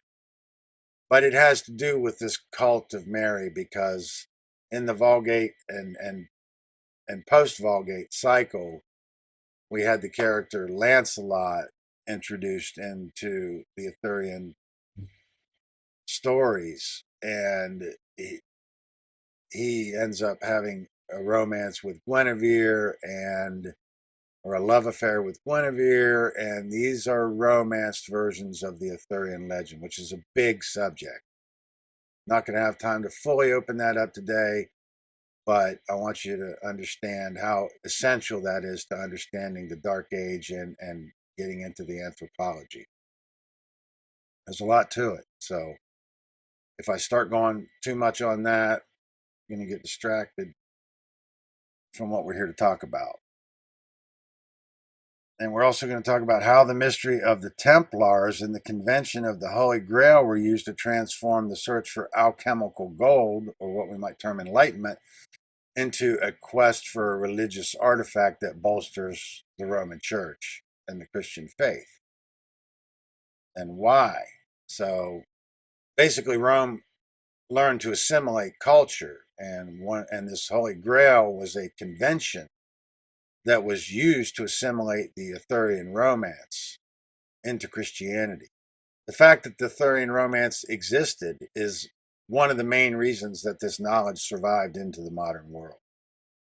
And this resistance of any form to the Roman Church is the only reason. The strong culture in Northern Europe, and particularly in Britain, which is different than continental Europe. So the history in continental Europe, or the history in Britain, is unique to the history in continental Europe. You have to keep that in mind. And that's partly because it's an island. But I don't know how many people are aware, but there's more surviving monolithic works and earthworks in Britain today than anywhere else in the world. So I would tell you that everything ultimately came from Egypt, but the way back to all roads came from Egypt, but the way back to Egypt is through Britain, formerly known as Albion. And that's another big subject. I recommend Harold Bailey, and that's advanced material, but it's going to have to be dealt with. And that's Bayley, Harold Bailey. And he's one of the authors that I've been studying lately. We'll talk a little bit more about Harold Bailey. So following the Renaissance, we had this rise of these secret societies emerging in the West. And basically, we know that it seems to have started with this Rosicrucianism, which was kind of a union of pagan and Christian traditions, with this rose at the center of its tradition and this rosy cross. And we can see this rosy cross is adorned with pagan symbolism. We can think of Rosicrucianism essentially as the Western mystery schools. Even though this is, roughly the 14th, 15th century, and even 16th century, more 15th and 16th century, we know that this tradition can be traced back as early as the 10th century, but that's, again, a big subject. We're not going to go fully into that. But there's a lot to say about this Rosicrucianism, and that it did give rise to what we know today as secret societies in the West, or emerging in the West. So, and then down here we see the Hermetic Order of the Golden Dawn. That's basically a sect that came out of Rosicrucianism, and you can see it has the rosy cross. So as far as we know, the Rosicrucian was one of the many secret societies that had existed in Europe 200 or 300 years ago. The historian of the order, or rather the writer that is popularly considered to be such, is Mr. Hargrave Jennings, whose 2 volumes entitled The Rosicrucians, Their Rites and Mysteries contains a mass of bald, disjointed erudition, but throw very little light upon the subject. The value of this book is discounted by the statement in the introduction that the initiates of occult mysticism need to have no fear that the author will do otherwise than stand guard over their Kabbalah. Mr. A.E. Waite, the author of The Real History of the Rosicrucians, is a writer of a different caliber. He approaches his subject in a critical and skeptical mood and demolishes most of the generally accepted opinions. From the wreckage which he has left, I have gathered up a few unbroken fragments and have accepted these as being genuine and reliable. With the exception of the 2 manifestos, Fama Fraternitatis and Confessio Fraternitatis, and a few miscellaneous facts, I am inclined to think we possess no unquestionably authentic information about the origin of these Rosicrucians. Probably from time immemorial, secret societies have in one form or another existed among us. The Rosicrucians were not a political order, nor were they professedly alchemists. Alchemy is Neoplatonism. We'll talk about that. Although in an age when the belief in the possibility of the transmutation of metals was almost universal, there is very little doubt that many of the members, including Bacon, Francis Bacon himself, acquiesced in the current philosophy. They were, however, preeminently a learned and beneficent order, whose avowed objects were the restoration of science and art and the alleviation of human misery. The mysterious secrecy which was assumed by the fraternity for purposes of shielding themselves from derision, insult, and persecution shrouded them with a romantic glamour and led to the circulation of absurd and extravagant reports as to their supernatural and unholy powers. This gave rise to the idea of devil worship and things like that. Anything that the Roman Church could do to stigmatize anything non-Christian. From time to time, charlatans and impostors, finding it a profitable card to play to claim connection with the powerful Rosicrucian Brotherhood, did so, and by their swindling of credulous people, caused these extravagant rumors to regain currency. Harold Bailey. So I don't know how many of us are familiar with this idea of Pan, but this is essentially a Greek nature god. And before I forget, I just want to go ahead and mention that Alban, A-L-B-N, is Pan. Or the ban in Alban is Pan, or it's a reference to Pan. We're going to talk about Albany. And I'll go ahead and mention here, the ancient name for Britain is Albion. That's A-L-B-I-O-N. And that's a big subject. Trying not to go into that right now, but let's talk about Pan. So I'm stating here that this is the origin of our image or our archetype of our modern day Christian devil. And we see here there he has a pan flute. So this idea of pan means also widespread. Like the idea of a pandemic is a reference to Pan. It's full range or full spectrum dominance, which is omnipotent, omnipresent, and omniscient. So we have to understand full spectrum dominance if we want to understand how the world really works. And that's a big subject. It means you have to cover all of the bases. It means by the time that the ruling class is done, every molecule will have a barcode on it. Part of the legend of Pan was that if one was to wander astray and venture into the forest or the wilds away from civilization, then they were likely to encounter the deity known as Pan. This idea became a Christian convention in their Christendom doctrine in the allegorical sense of straying from the gospel and encountering the devil. Thus, anything not sanctified by the church was deemed of the devil. Our archetypal Christian devil is based on this likeness of Pan.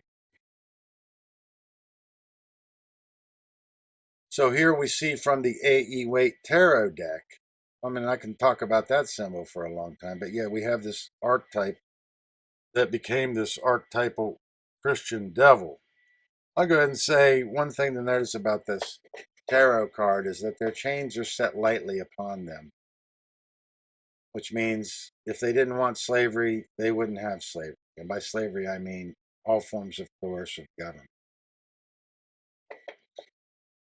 So I don't want to try to break down that card right now. I'm just trying to make the point that this is where we get our idea for this archetypal Christian devil and how that was used to stigmatize everything non-Christian. So in the photo adjacent to that, we see this statue of this Baphomet, and this became a very powerful political device, and is still used vigorously today. So anytime they don't like, let's say, the policy or the politics, that, let's say they want to put the 10 Commandments at the State House, they just show up with this statue and say they want to put their statue there, and then they'll quickly withdraw their 10 Commandments to avoid having this Baphomet put on display in public view. It's really quite hilarious, but it's it's merely a laugh, but it's really a cry. So they would move this Baphomet to forward or alter public political policy. It's a powerful political device. This archetypal Christian devil has been used as a political convention to stigmatize anything non-Christian or anything that challenges their dogma. So we really have to, if we consider ourselves to be a true Christian, then we have to understand what real Satanism is, which is basically internal opposition, cognitive dissonance. The idea that money and government could ever be anything moral. Government in the sense of coercive government. Because that's violence and that can never be moral. So if we truly consider ourselves Christians, then we have to understand that these ideologies of statism, money, and government are immoral. And that's what we can define as true Satanism. But Satanism is an ambiguous term, and most people confuse it with devil worship. This idea of devil worship. So, what real Satanism been stigmatized by this idea of devil worship. Let's keep that in mind. Joseph Conrad says the belief in a supernatural source of evil is not necessary. The belief in a supernatural source of evil is not necessary. Men alone are quite capable of every wickedness. So this heresy hunting may continue under the guise of anything non-Christian can now be stigmatized as Satanism or of the devil. Those that can't make us, this is a Victor Hugo quote, those that can make us believe absurdities can make us commit atrocities.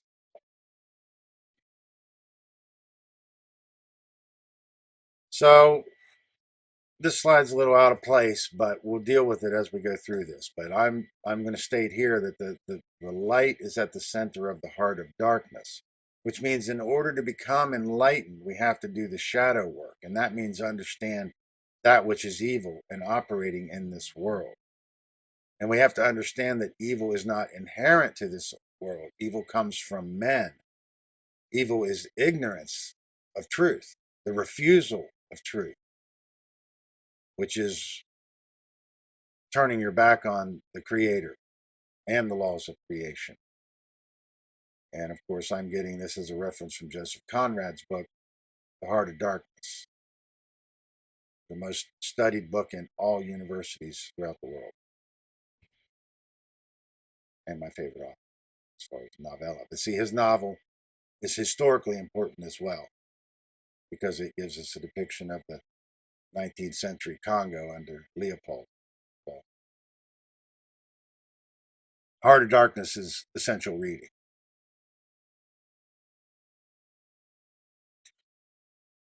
So what we're really dealing with is this polarity, and this goes into the earliest mythology in Egypt, with Horus representing the light and Set representing darkness.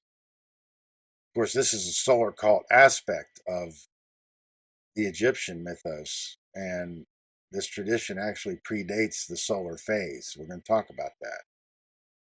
But this idea that the devil is the adversary that must be destroyed, this is part of the human sickness. And the human sickness is so severe that few can bear it or bear to face it, but those that do will become well. I'm roughly trying to quote Vernon Howard. So we have the idea that this evil not only is inherent in the world, but that it must be destroyed, or this devil must be destroyed. And this is part of this sickness. It can only be dealt with on the internal level, at the individual level. So if we don't do the shadow work and deal with it internally, it's going to manifest externally, and then we're going to have to face it there.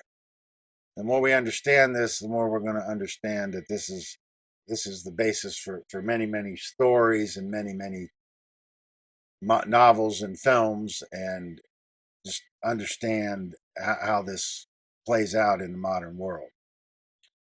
The S.E.E.D principle is really just, well, the Horus principle is that which returns to source. That means raising in knowledge and understanding natural law, the laws of creation, fully raised.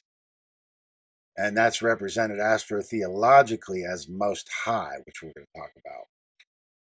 But evil is not a polarity of good. It's the result of ignorance. So when we understand, when we're studying all of the evils of government, just, and control systems, just have to understand that as bad as you've ever imagined that it could be, multiply that by infinity is how corrupt it is and has the potential to be. So that's not really what's important. What's important is at what point do we start to care to understand truth and learn and deal with this internally before it manifests externally. So this Horus principle is that which returns to source, returns to light, returns to knowledge. So this S.E.E.D principle is resistance to truth, wants to stay in darkness. That which refuses to return to source. And we have this conundrum in a corruption form, is this Christ versus this Antichrist. Well, this adversary cannot be destroyed. It can only be bridled and dealt with internally.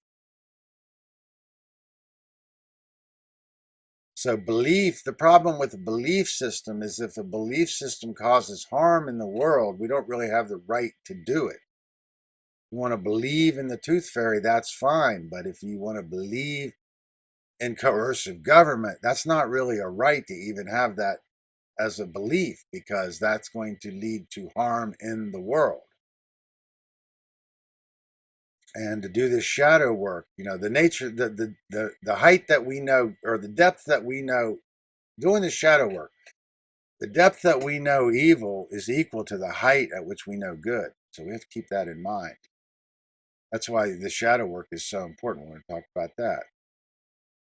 But this idea of belief, another dangerous aspect of it is it constitutes the potential end of learning and arrestment of development. One of my favorite quotes is, "The fear of death is the beginning of slavery," Robert Anton Wilson. And another quote from Carlos Castaneda, "All the sorcerer has to do or need do is give you his mindset, which is to keep you in dual consciousness or cognitive dissonance." So the idea of this resurrection, it comes from the return of the sun and the solar doctrine and the return of this life-giving force. Set as Typhon in the Osirian myth was considered an evil power. And Typhon obviously is where we get the word typhoon. It's a destructive power. So Set as Typhon in the Osirian story is considered an evil power, a sort of devil of darkness. And the conflict between him and Horus was a struggle between light and darkness taking place in the twilight of evening and morning, or in the midwinter season, or at the equinoxes. Plutarch tells us how the evil Set, or Typhon, was humiliated and insulted by the Egyptians at certain festivals when they abused red-haired men because Set was red-haired. That's a whole different topic, but we're talking about how certain religions and certain traditions marginalize not only people but animals as well, and how people and animals have suffered the abuses of these perverted teaching. Set was the treacherous opponent of Horus. He was the Egyptian Judas. He betrayed his brother to his enemies, the Sabal. He was of red complexion, but the complexion and the red hair of Set were not derived from any human origin. Set was painted red or sandy as a representation of the desert. He was originally devil in the wilderness, the original devil in the wilderness, the cause of the drought, the darkness, and the creator of thirst. So in these religious traditions, certain things have been deemed unclean, and as a result, they have suffered abuses over the centuries. And this gives rise to what we know as this Faustian legend. So who is Faust? Faust is the protagonist of a classical German legend based on the historical Johann Georg Faust, 1480 to 1540. The erudite Faust is highly successful yet dissatisfied with his life, which leads him to make a pact with the devil, exchanging his soul for unlimited knowledge and worldly pleasures. The Faustian legend has been the basis for many literary, artistic, cinematic, musical works that have reinterpreted it through the ages. Faust and the adjective Faustian imply a situation in which an ambitious person surrenders moral integrity in order to achieve power and success for a delimited term. Faust is a tragic play by Johann Wolfgang von Goethe, usually known in English as Faust Part 1 and Faust Part 2. Although rarely staged in its entirety, it is the play with the largest audience numbers on German language stages. Faust is considered by many to be Goethe's magnum opus and the greatest work of German literature. Goethe's Faust first appeared in print in 1790. The most important thing to remember here is that Goethe's Faust is the most popular account, partly due to the onset of the printing press, and that the legend predates even the account of Johann Georg Faust, circa 1480 to 1540. So this is an older legend, this Faustian legend, but Goethe's Faust is basically from the 18th century, considered to be the most popular. So it's the idea of selling the soul for materialism. See, this whole idea of this Western idealism and this Roman pragmatism. What's the problem with Roman pragmatism? Is that it basically is a utilitarianism. It's the most practical way to do things, but not necessarily the most moral way to do things. So if the railroad wants to go through your living room, then the most practical thing to do is just them to lay down the tracks and just demolish whatever's in its way. And that's not moral. So that's the problem with pragmatism. So this Western idealism is essentially this sway towards materialism and away from spirituality or spiritualism. Selling the soul for materialism. This is the real selling of the soul. It's not about giving up all material belongings. It is, letting go of materialism is not about giving up all your material belongings. It's about letting go of the attachment to the physical world and understanding true value by understanding true purpose, which is to understand and discover the natural law and pass that knowledge forward to progeny and posterity. We are so much more than what we were ever taught. So this materialism and this shift towards materialism resulted in an ideology, what I refer to as the basis for the idea of all forms of coercive government, which we can call socialism. Any form of coercive government is a form of socialism.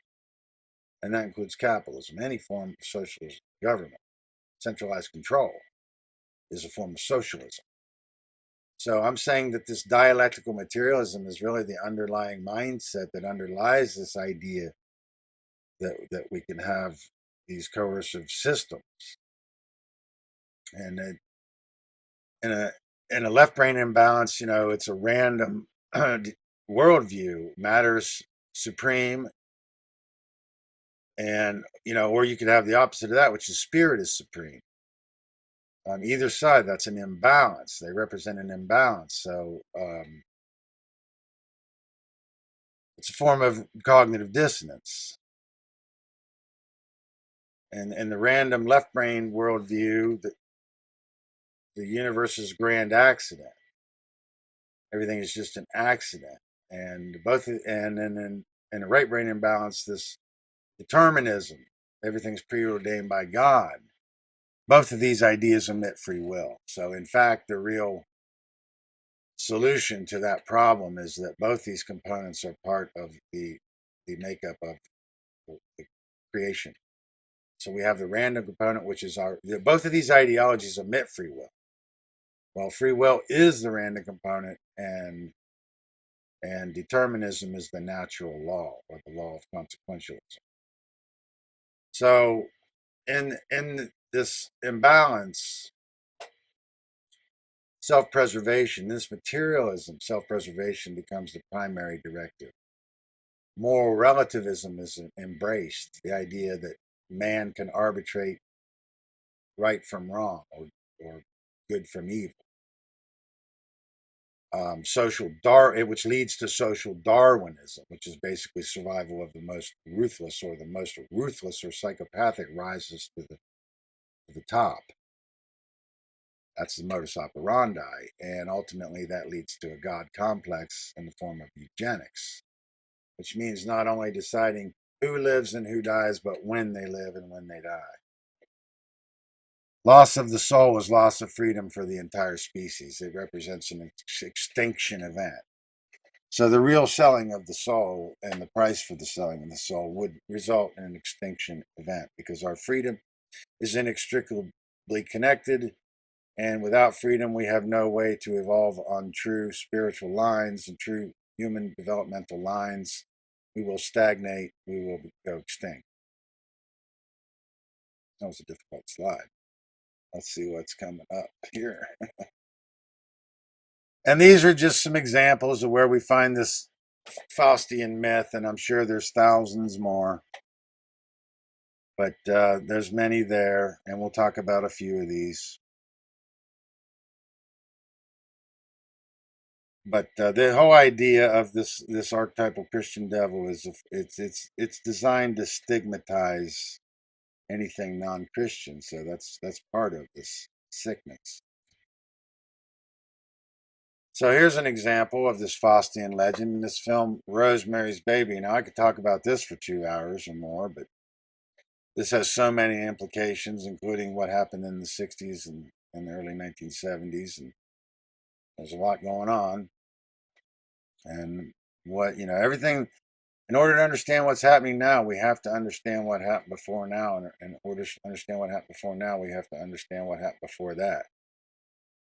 But in this Rosemary's Baby, let's assume that we're all familiar with this.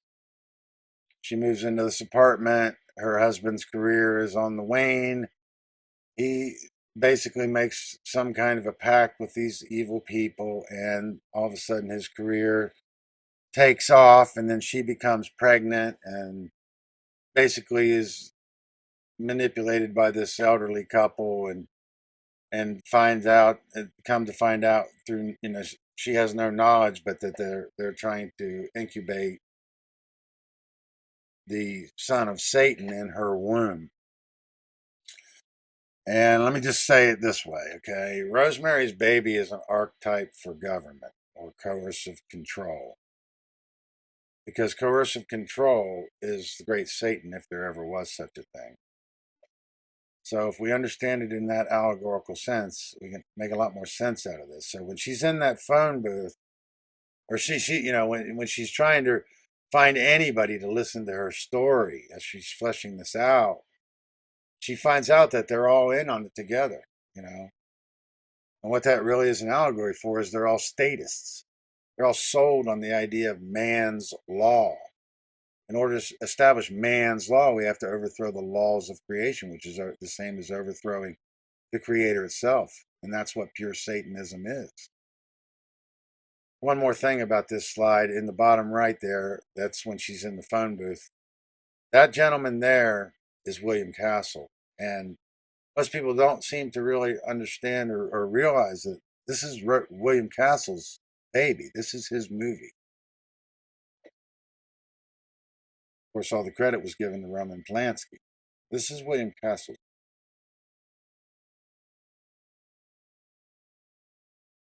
Here's another example where we find this Faustian legend. This is another interesting film, and it's based on the true, or a legend of the late great Robert Johnson going down to the crossroads in Mississippi and striking this deal with this devil. And it's a great film. There's great guitar playing in this movie. this is an interesting film, and I recommend you check it out. The guitar playing in it is phenomenal. I'm trying to think of what else I want to say about this, but the main thing I want to mention here is this crossroads. Oh, yeah, well, the idea of the 27 Club, because Robert Johnson died at the age of 27, it came from this. And just keep that in mind. All these celebrities, particularly coming out of the 60s, dying at the age of 27, Janis Joplin, Jim Morrison, Jimi Hendrix, etc. So it's one of the popular conspiracies, but there does seem to be something to it. There's an unusual amount of popular musicians dying at the age of 27. And here's another movie. This one literally sells his soul for rock and roll. And the interesting thing about this movie is that God appears in the form in this film of God and as the adversarial devil. And it's also interesting that they go to Vegas to gamble for his soul. And God tries to win back his soul in a game of poker in Vegas, which is kind of interesting. I think of that as the one dividing into the two to understand the one, which gives us the three. There's a lot more to that, but keep that in mind. It's just pretty cool. Carl Jung says, we need more understanding of human nature because the only real danger that exists is man himself. We know nothing of man, far too little. His psyche should be studied because we are the origin of all coming evil. Man is the origin of all coming evil. And we don't know enough about man, or at least if we did ever know enough about the psyche of man, which I'm going to tell you we did, that knowledge was lost in the sands of the Sahara. But see, it's possible to understand it now. So we have this one opportunity to recover it. We don't want to squander it. Because I consider Jungian and Freudian philosophy, the Vienna School and the Jungian School, or the Vienna School and the Zurich School, to be psychology in its infancy. So we have to understand that the Egyptians were ancient cosmonauts, and the ancient psychology was their most advanced science. So when we're talking about ancient knowledge, we're talking about the ancient knowledge of psychology, not technology. The high science is psychology, and the Egyptians understood this well, and over the period of eons had developed the high science of psychology. So we'll talk about that some more. Now, one other interesting thing to distinguish the Zurich from the Vienna School is that it's about how they, Freud and Jung defined the term libido. And basically, that's what drives our behavior. This term is the idea of what drives our behavior. So in the Freudian school, the Vienna school, the idea is that all drives are of a sexual drive or of a sexual nature. And in the Jungian school, the idea is that libido was determined by different stages of development, which Jung described as 3 or possibly 4 stages, but typically 3. So keep that in mind because, one thing to understand about this Freudian psychology is it created a cultural meme that did devastate the American society in less than 100 years, even more so than Christianity, I think. So keep that in mind. Yeah, we're going to talk about this movie, The Da Vinci Code, and this book, The Da Vinci Code by Dan Brown. So this is a difficult subject. That's a little heady. I'll try to get into this, but not too deep. But this is important because it deals with some of the earliest secret societies that we know of, including the Prior of Sion and Opus Dei, and of course the infamous Knights Templar. these are all heady topics, and these are all topics that require more time than we're going to be able to give them here, but we'll just keep moving forward and try to flesh this out. So there's a lot of peculiarities in this movie. The main thing I want to say about it is that it's based on the idea of better the devil that you know, because you have this horrible conspiracy that's created within this church by the church, dealing with esoteric knowledge that only the church is privy to. So therefore, they're the only ones that can deal with the problem. And this is the same idea with government. It's based on the idea of better the devil you know, or the lesser of two evils. And we have this idea of, of this Priory of Sion as a secret order ordained by Rome, and the protection of the religion that they're using to basically control. And the Priory of Sion is considered to be one of the most ancient secret societies, and said to have leaders like Sir Isaac Newton and Da Vinci himself. And the fleur de lis is in their crest. They are guardians of the secret they supposedly refer to as the dark con of man. But what secret? The Priory of Sion protects the source of God's power on earth. And then he's talking about the Rosa lines, which is a reference to Rosicrucianism, and lines that go from the North to the South Poles. Main thing I'd say about this is that the original prime meridian was Egypt, and it was moved 30 degrees west. Paris, that's primacy in the north. The P is primacy in the north single axe. So Polaris is a truncation of Paris is a truncation of Polaris. And they're talking about this particular church in Paris, in which they want to claim is the world's first prime meridian, passes through. They're trying to obscure the fact that the world's first prime meridian is in Egypt, and it was moved 30 degrees west. And that has to do with Westing or materialism, or Western idealism, or Western civilization. So these are some heady topics, and I'm making some difficult points about them. As we go through this, hopefully we can better understand this material.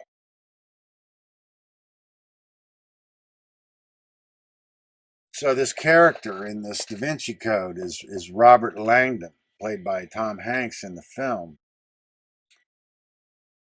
And Robert Langdon, in his discourse, he says, symbols are a language that can help us understand our past.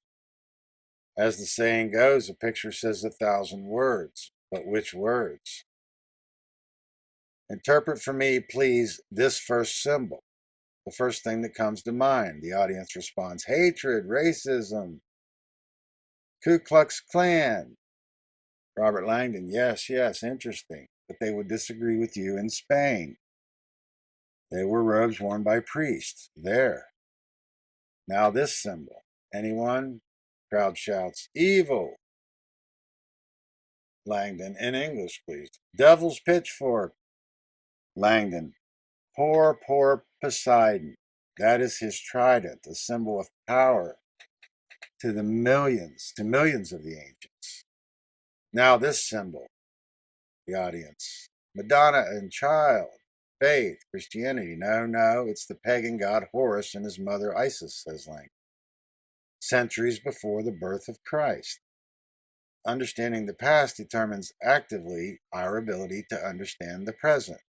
So how do we sift truth from belief? How do we write our own histories, personally or culturally, and thereby define ourselves? How do we penetrate years, centuries of historical distortion to find original truth? Tonight, this will be our quest. Robert Langdon. And I brought that along because I thought it was very profound, and it corresponds to what we're actually trying to do here. So part of what we're talking about is not only symbolism, but origins and pure forms of symbolism. There's no way we can understand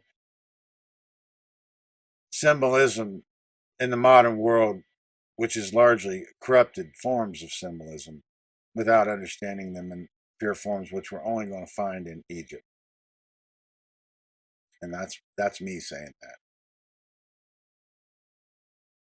So there was a conspiracy or this was actually a real lawsuit that the Da Vinci Code and Dan Brown had plagiarized this book, Holy Blood, Holy Grail, and certainly a lot of indications in the story that that's true, not to mention the fact that one of the main characters was named Saunier, based on this conspiracy that this Berenger Saunier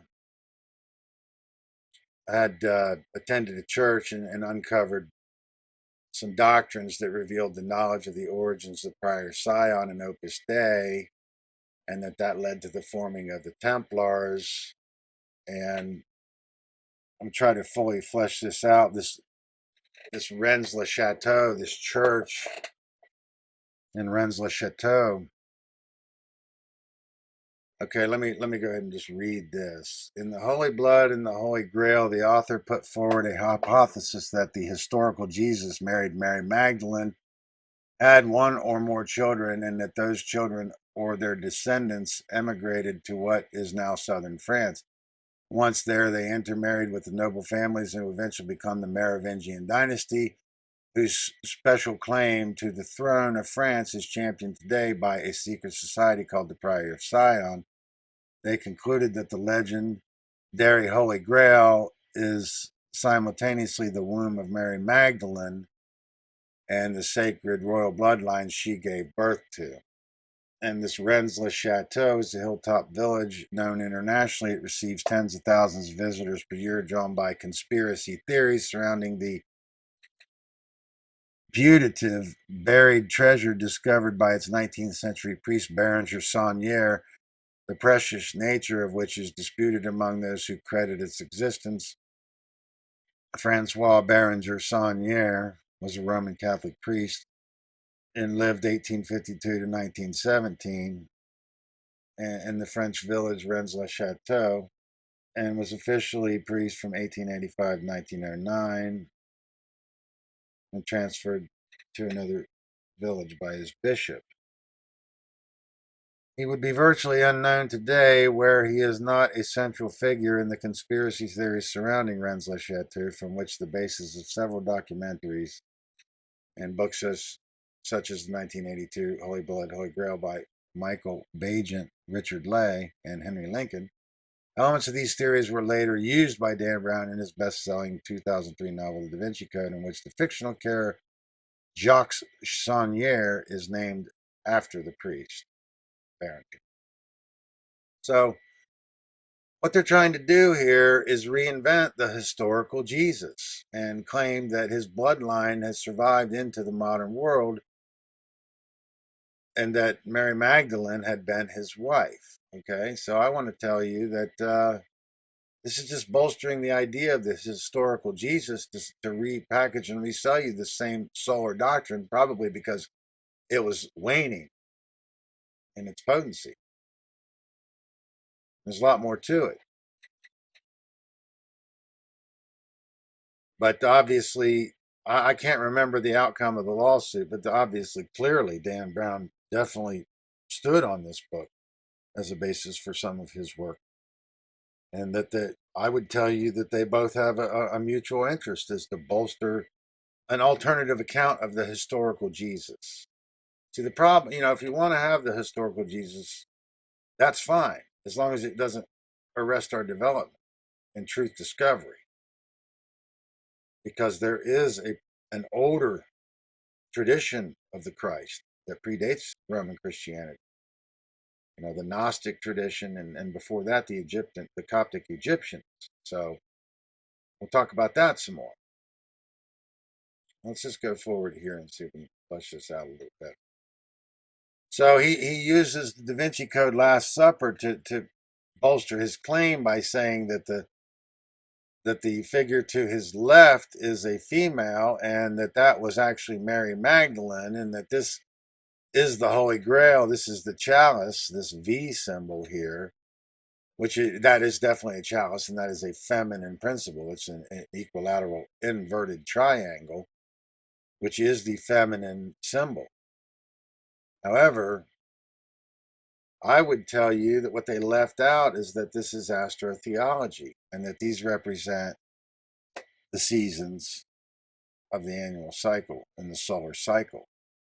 And that Jesus, the 13, you have the 12 and the 1, that's your 13. It's a very significant number. And I would tell you that these represent the zodiac, in fact. So that's what they didn't tell you in the movie, because they're trying to resell you the historical idea and conceal the esoteric. See, they want to sell you the exoteric and have you externalize your faith instead of internalizing your work to know truth. So Job 38:11 is, and said, till now shall you come, but no further, and here shall your proud waves be stayed. So it means this far and no farther. And you see the fleur-de-lis there too, which is interesting. One other thing about Job, is an interesting book, is that that's where the devil first makes his appearance in the Bible. So this idea of this holy grail and all these clues laid down by this institution are just to get you on an Easter egg hunt or an endless search down rabbit holes of conspiracy or treasure hunting, and the idea of the search for the lost treasure of the Templars. It's all a diversion. It's all red herring to divert you away from understanding the true esoteric teaching that predates the Roman tradition that we know as Christianity. Oh, and the cryptex, the idea that the cryptex is used to keep secrets. It's a Da Vinci design. You write the information on papyrus scroll, which is then rolled around in a thin glass vial of vinegar. If you force it open, the vial breaks, vinegar dissolves the papyrus, your secret is lost forever. Well, first of all, the ancients that were trying to preserve this knowledge built the pyramids because they wanted to build something robust that might survive. Before that, they stored the knowledge in the cosmos because they knew anything built on Earth could be destroyed. Luckily, the pyramids were not destroyed, but they still could be. So we have to keep that in mind. But I'm trying to tell you that the ancients would never store secrets in this way where they could be destroyed easily. So if it's a secret that could be destroyed that easily, it's not a secret that's worth knowing. And if it meant, you were going to lose your life if somebody found out you had it, that's not really how truth is. Truth isn't like something somebody can whisper in your ear and then all of a sudden you just run away with this secret. You know all that is. No, truth is a lifetime study and desire to know truth and resist slavery in the form of government. That's what true spirituality is. So these Knights Templars were hailed as heroic warrior monks. The Knights Templar ended up branded as heretics and burned at the stake. And the date's ambiguous, but it's said to have happened on Friday the 13th in 1307. I might take umbrage with the exact date, but I would say that the Friday the 13th part is accurate because, like I said, that 13, there's something significant about that. And Friday is a feminine day to Freya, the Norse god. Freya, it's a feminine. So this idea of the Grail is the feminine. It's the feminine principle. It's not a religious artifact. It's about finding your care, connecting to your heart energy. The main thing let's understand about the Knights is following the Third Crusades, anybody in the knighthood was raised to the sovereignty of the king and given clemency. So there's a lot, the Templars is a huge subject, and it's one of the most fascinating studies that you'll ever undertake. And I don't have all the time to go into this, but I'd like to try to make a few points about it. The fact that we have this term night is a reference to the opposite of day. So let's keep that in mind, because we're going to talk more about that. And the nights are a phenomenon that emerged from the Dark Ages in medieval times, But this idea that they still exist, sure, you could still have an order that existed, but it wouldn't be the same men, so let's not get too confused about that. And this order was said to have been founded to protect the pilgrims. Okay, so this word pilgrim is ambiguous. Like I say, what they've done is they've externalized your faith to obscure internalizing your work. So this idea of pilgrim really is a reference to initiate. So, we think of the typical pilgrim dress as kind of like Amish people or even Jewish rabbis. I would tell you that's a corruption of the esoteric tradition and an externalized idea that at some point in your life you needed to make a pilgrimage to the Holy Land, when the Holy Land, or the New Jerusalem, which means new kingdom, is your high place in your consciousness. It's an internal pilgrimage to initiate yourself on the journey. The picture of this paradise in Hebrew writing, the Psalms, Book of Isaiah, Zechariah, and Revelation were pre-extant long ages earlier as Egyptian. What the so-called prophets of the Jews did was to make sublunary the vision of the good time in another life. There were always two Jerusalems from the time when Judea and Palestine were appendages of Egypt. Two Jerusalems were recognized by Paul, one terrestrial, one celestial. The name of Jerusalem we read in the Aru Salem, or fields of peace, in the heaven of the never-setting stars. The burden of the Jewish prophecy, which turned out so terribly misleading for those who were ignorant of the secret wisdom, is that the vision of this glorious future should be attained on earth, whereas it never had that meaning. Thus, Jerusalem on earth was to take the place of Jerusalem above, and the Eru Hetep became Jerusalem simply as a mundane locality. So these Templars were said to have traveled, and they were supposed to be a group of 9, to protect all these pilgrims making this pilgrimage into this Holy Land. And, first of all, how could 9 knights protect all of these so-called pilgrims coming in?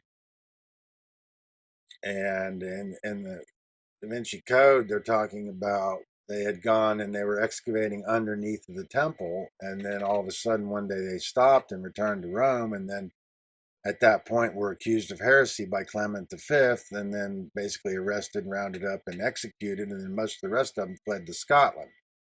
So it's a long story, it's a big story, and it's a huge conspiracy, and it's also our first contact with what we think of as these secret societies.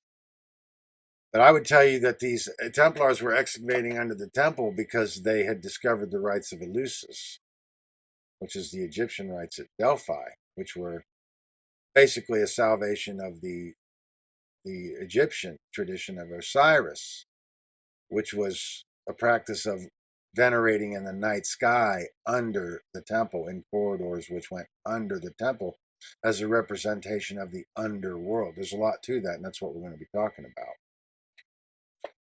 So the Templars excavated under the Temple Mount so they could practice their now found rites.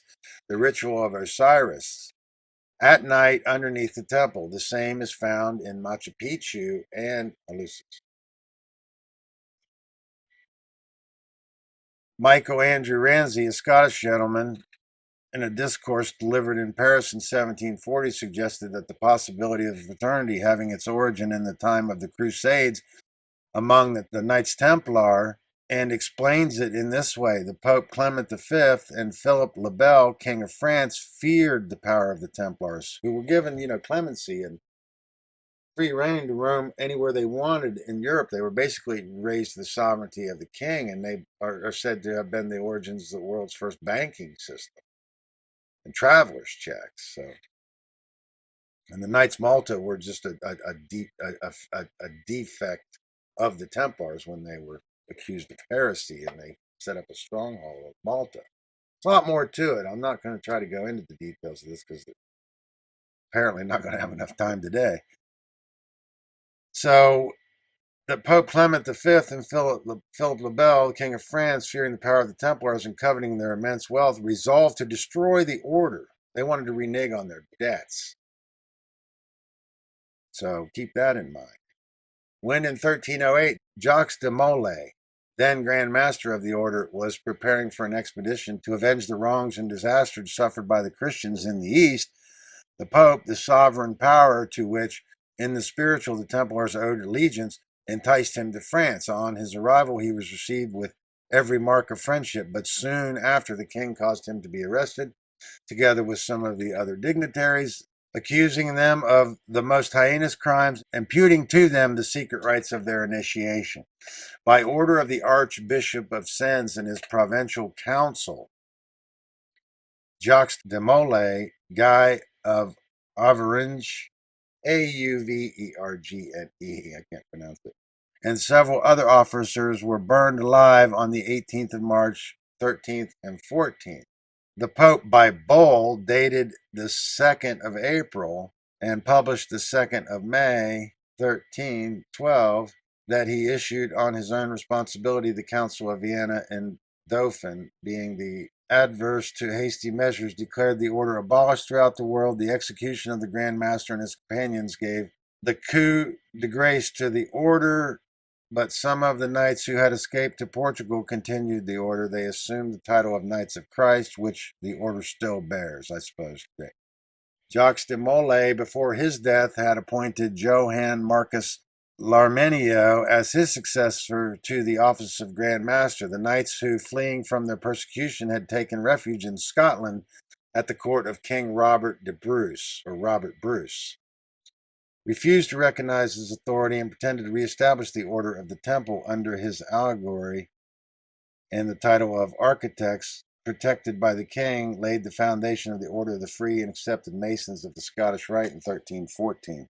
The new society soon forgot the meaning of the executory oath, and the members were obliged to take at their initiation the death of Clement V, Philip le Bel, of the accusers and enemies of Jacques de Molay, and the other knights who had been executed, having removed the object of their vengeance, still continued to decorate their lodges and tokens commemorative of the death of the Grand Master, and to impose all new members the obligation of avenging it, which they signified by striking with an unsheltered dagger at unseen beings his supposed murders. This allegory is well known to the Knights of Kadosh.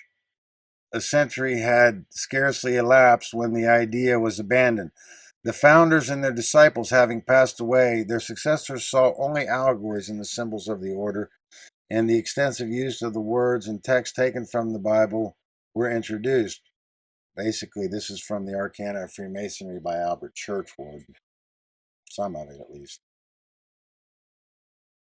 But this is a difficult subject. So we have these Templars fleeing the persecution of the church into Scotland, and then we see these cathedrals or these temples being built, well, primarily the Roslin Chapel, built in the 15th century by the Sinclair family, combines both pagan and Christian symbolism. So we have this Eastern tradition coming into the West.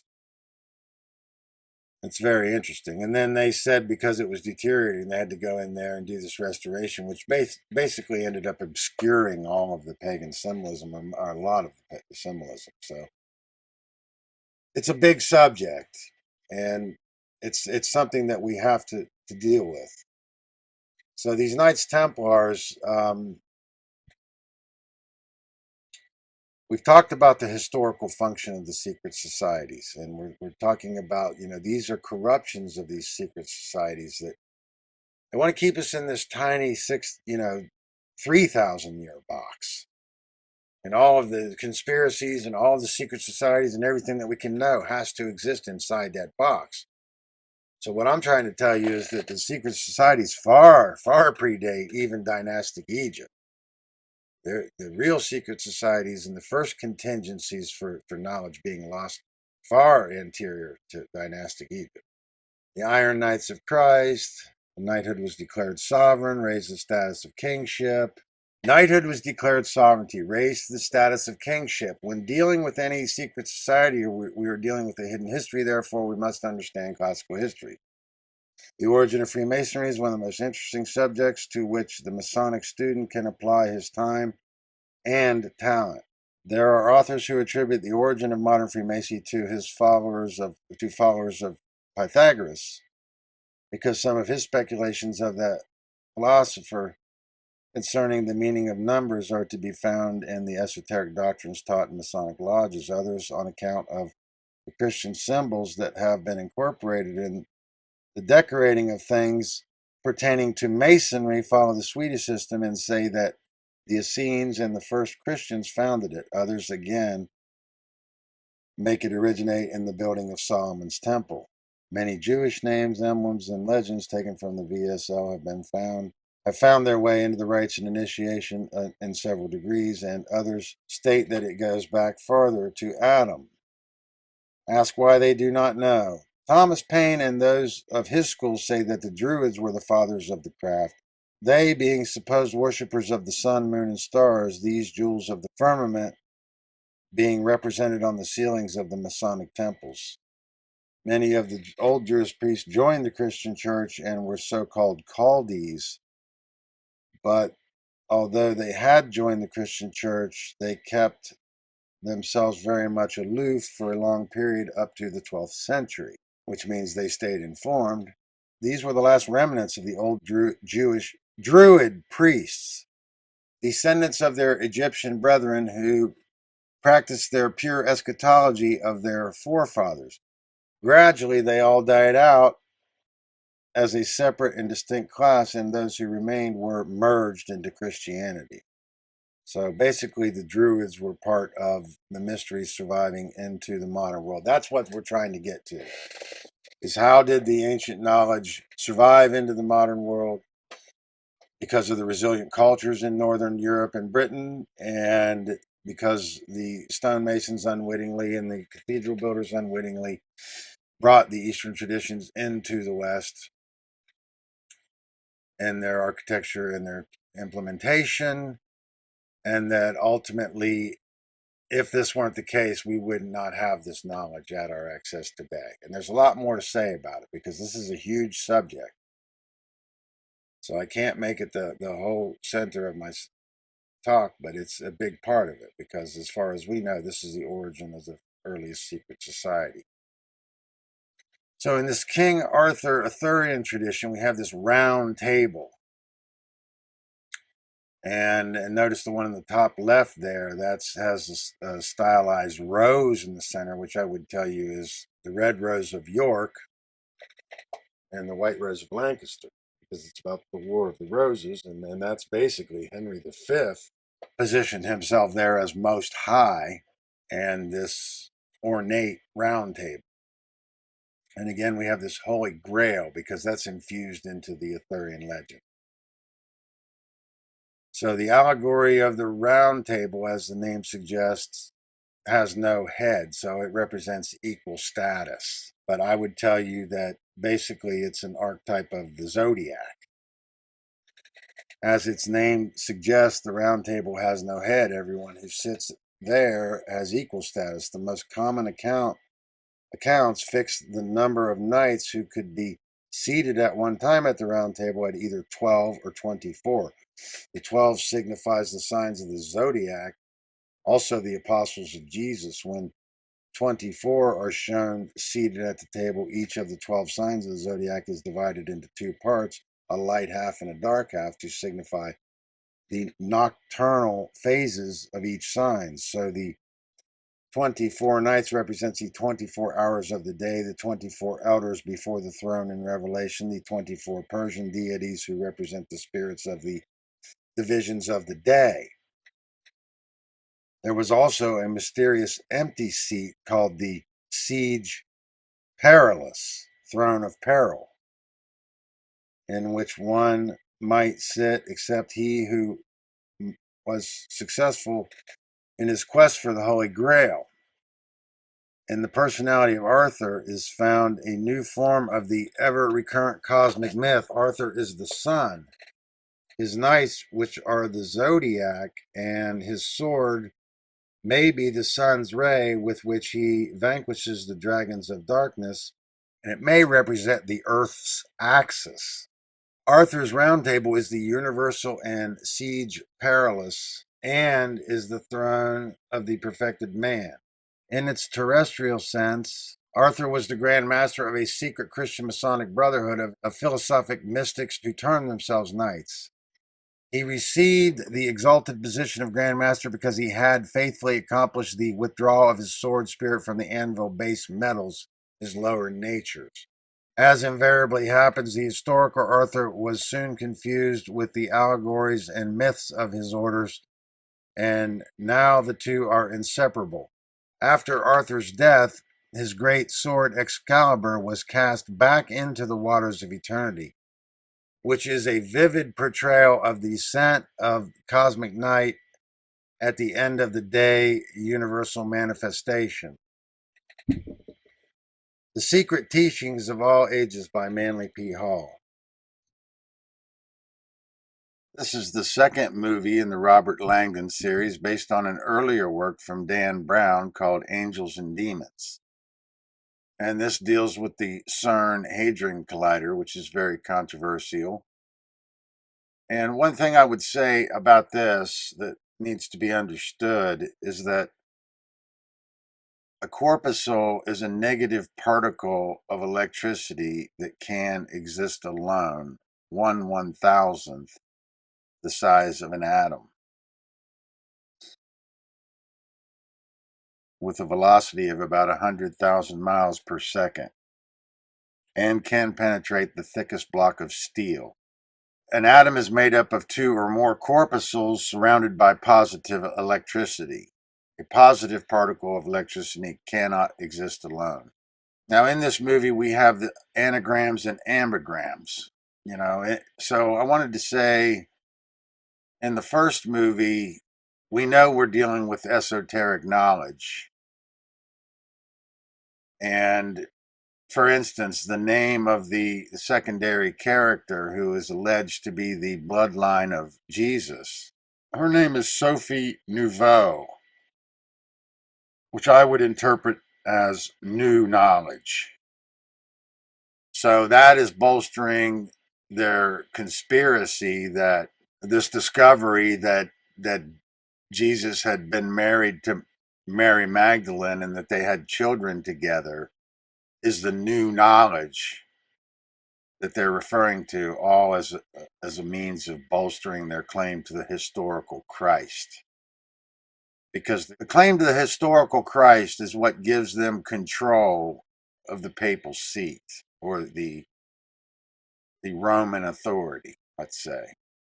In this movie, we have some ambigrams and anagrams. An ambigram is a word, art form, or other symbolic representation whose elements retain meaning when reviewed or interpreted from a different direction, perspective, or orientation, whereas an anagram is a word, phrase, or name formed by rearranging the letters of another, such as cinema or Iceman. So, for instance, Horus is an anagram for hours. And we've seen this stylized spelling of this Illuminati. And we can see if that's inverted upside down, it would appear exactly the same. And they're using anagrams to flesh out in the film or in the story, to flesh out clues to solve this second mystery. I'm not going to say a lot about that, but I want to talk about this idea of this Illuminati, because this is a popular conspiracy that when people hear the name secret society, or dark occult, they immediately think Illuminati. Okay, Illuminati implies enlightened. Anybody who's trying to control the extant, or supporting or partaking in coercive systems of government or coercive systems of control, cannot truly be illuminated because they're in fear. So Johann Adam Weishaupt, born 1748 to 1830, died 1830, was a German philosopher, professor, and founder of the Order of the Illuminati, a secret society at a time, however, when there was no end of making game and of abusing secret societies. I plan to make use of this human Phobal, for a real and worthy goal for the benefit of people, I wish to do what the heads of the ecclesiastic and secular authorities ought to have done by virtue of their offices. On May 1st, 1776, Johann Adam Weishaupt founded the Illuminati in the electorate of Bavaria. He adopted the name Brother Spartacus, interesting, within the order. Even encyclopedia references vary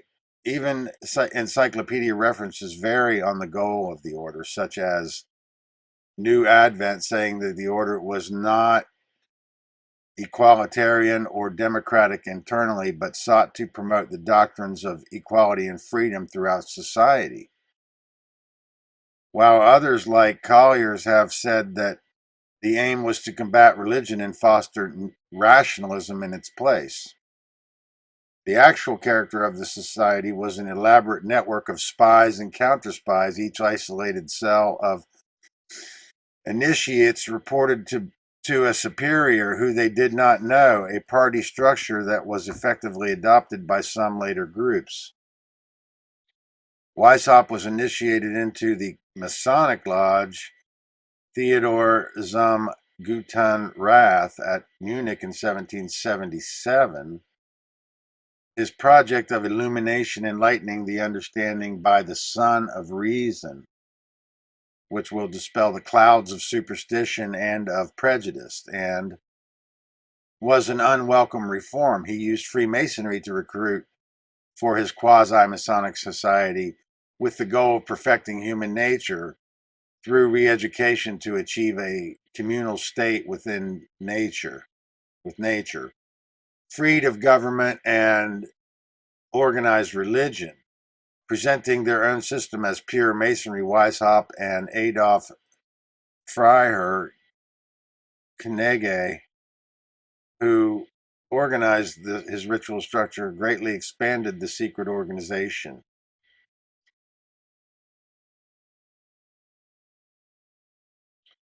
Weishaupt's radical nationalism and vocabulary were not likely to succeed. Writings that were intercepted in 1784 were interpreted as seditious, and the society was banned by the government of Karl Theodor, Elector of Bavaria, in 1784. Weishaupt lost his position at the University of Ingolstadt and fled Bavaria.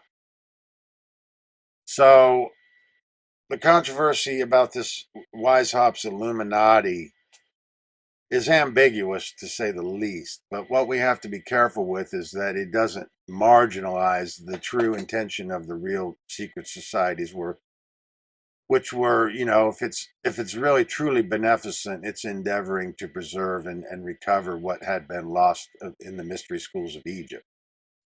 And regarding the mystery schools of Egypt, let's consider that most of what we have regarding what we know about Egypt came from Neoplatonism.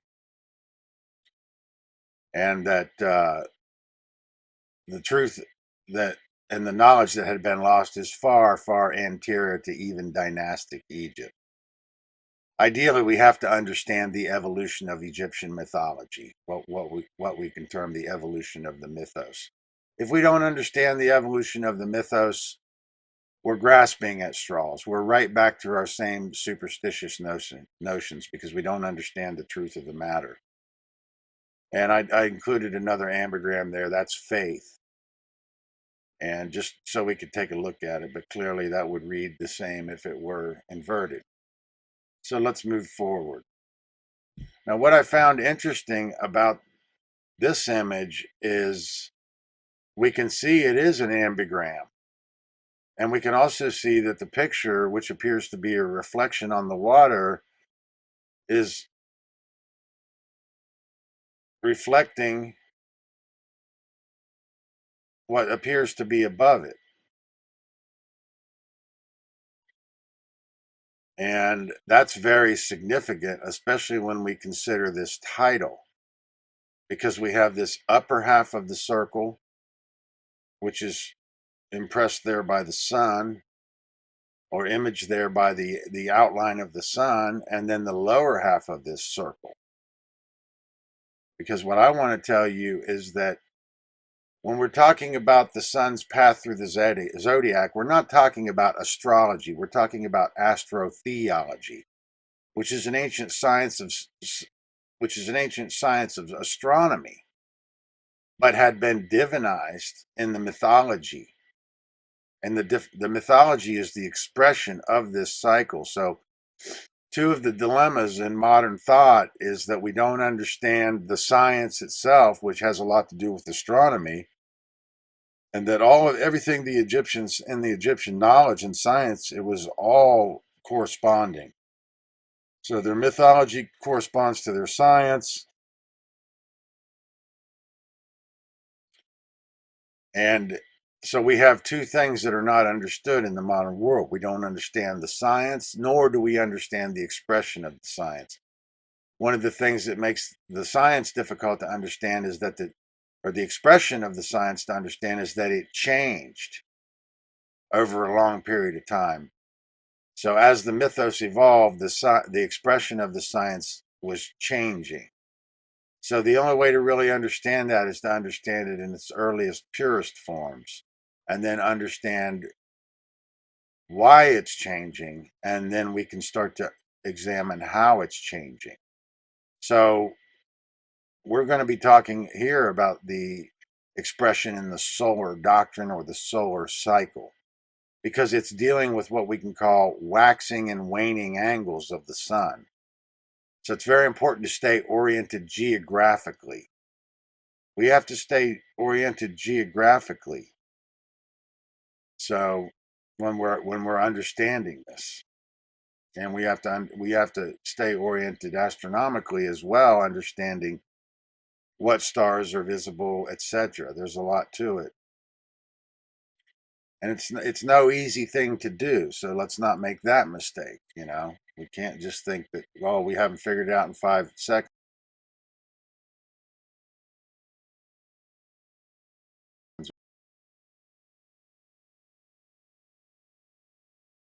We got to throw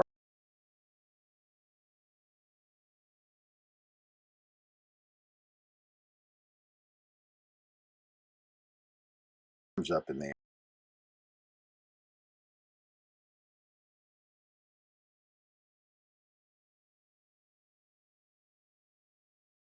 Show you get this idea of angels. It's being axing that on photo. I'm calling angels because they're resurrecting to light, directed from the angles. Winter, and then angles would begin where the sun begins its fall week angles, and those come to the summer's winter solstice. Depending on geographically how we're oriented. But what I'm trying to show us here is that everything in the underworld cycle represents the underworld, as we saw in the picture with Mary and her rosary beads. They make this form of this lower half of this cycle, which typifies the spiritual realm of the underworld that the mains must travel through. So at the bottom of the photo there, I'm calling this everything in these angles below the horizon there are demons, and everything above are angels, and there's good angels and bad angels, if you will. And here I just wanted to show us the zodiacal significance of this. So it's very interesting. So there's no question that whoever's working on this film has at least some of this type of esoteric knowledge. And they don't reveal that in the story or in the film. So let's keep that in mind. And here we can get a better look at this zodiac with the upper half. And this is based on primacy in the north, because the sun comes into the north at spring equinox and then falls back into the south at the autumn equinox. But it's this lower half of this cycle that corresponds to the journey through the underworld, and the upper half corresponds to immortal life, birth, growth, decay. And birth, growth, decay applies not only to the entire upper half of the cycle, but it can also apply to a single house or 3 houses. And in other words, Aries, Taurus, Gemini can be birth, growth, decay. Cancer, Leo, Virgo can be birth, growth decay, because Aries is a cardinal sign, Taurus is a fixed sign, and Gemini is a mutable sign. And we'll be talking about that some more. So what are the mystery traditions? Well, these are the three most popular, well-known mystery traditions. Freemasonry on the left, Tarot in the center, and then Kabbalah on the right. And I wanted to show there's ubiquity here in the form of these pillars, and that they each represent these three pillars. And in order to understand the three pillars, we first have to understand the two in balance, because without the two in balance, we don't have a third pillar. So mystery traditions are absolutely something that we need to learn and understand even before we go deeper into the aspects of any science. And there's a lot to it. And we'll be fleshing out a little bit more about that as we go. So in the modern world, we still have these secret societies attached to these universities. And here's 4 examples that we have at the Yale University: the Skull and Bones, the Scroll and Key, Wolf's Head, and Berzelius. And these produce some of the, out of these come some of the most powerful people in the world, and they are shaping policy, and they are shaping how our world is operated and run today. And we have these social engineers, so what we have to understand is that originally the sacred sciences are based on agriculture. So in the allegorical sense of the spiritual matter, it's about when to plant and when to harvest, that we must reap before we sow in order to prepare for the afterlife is the sowing during life, and then the reaping of the afterlife, where we get the term the grim reaper. And there's a lot to that. I don't want to fully open that all up right now, but it's very important to understand. And social engineering is very important to understand. Another term for that is mind control, how the influences in the propaganda and the media are manipulating people's minds to believe and think a certain way. And then that allows them to forward what otherwise might be considered unpopular or unacceptable policy.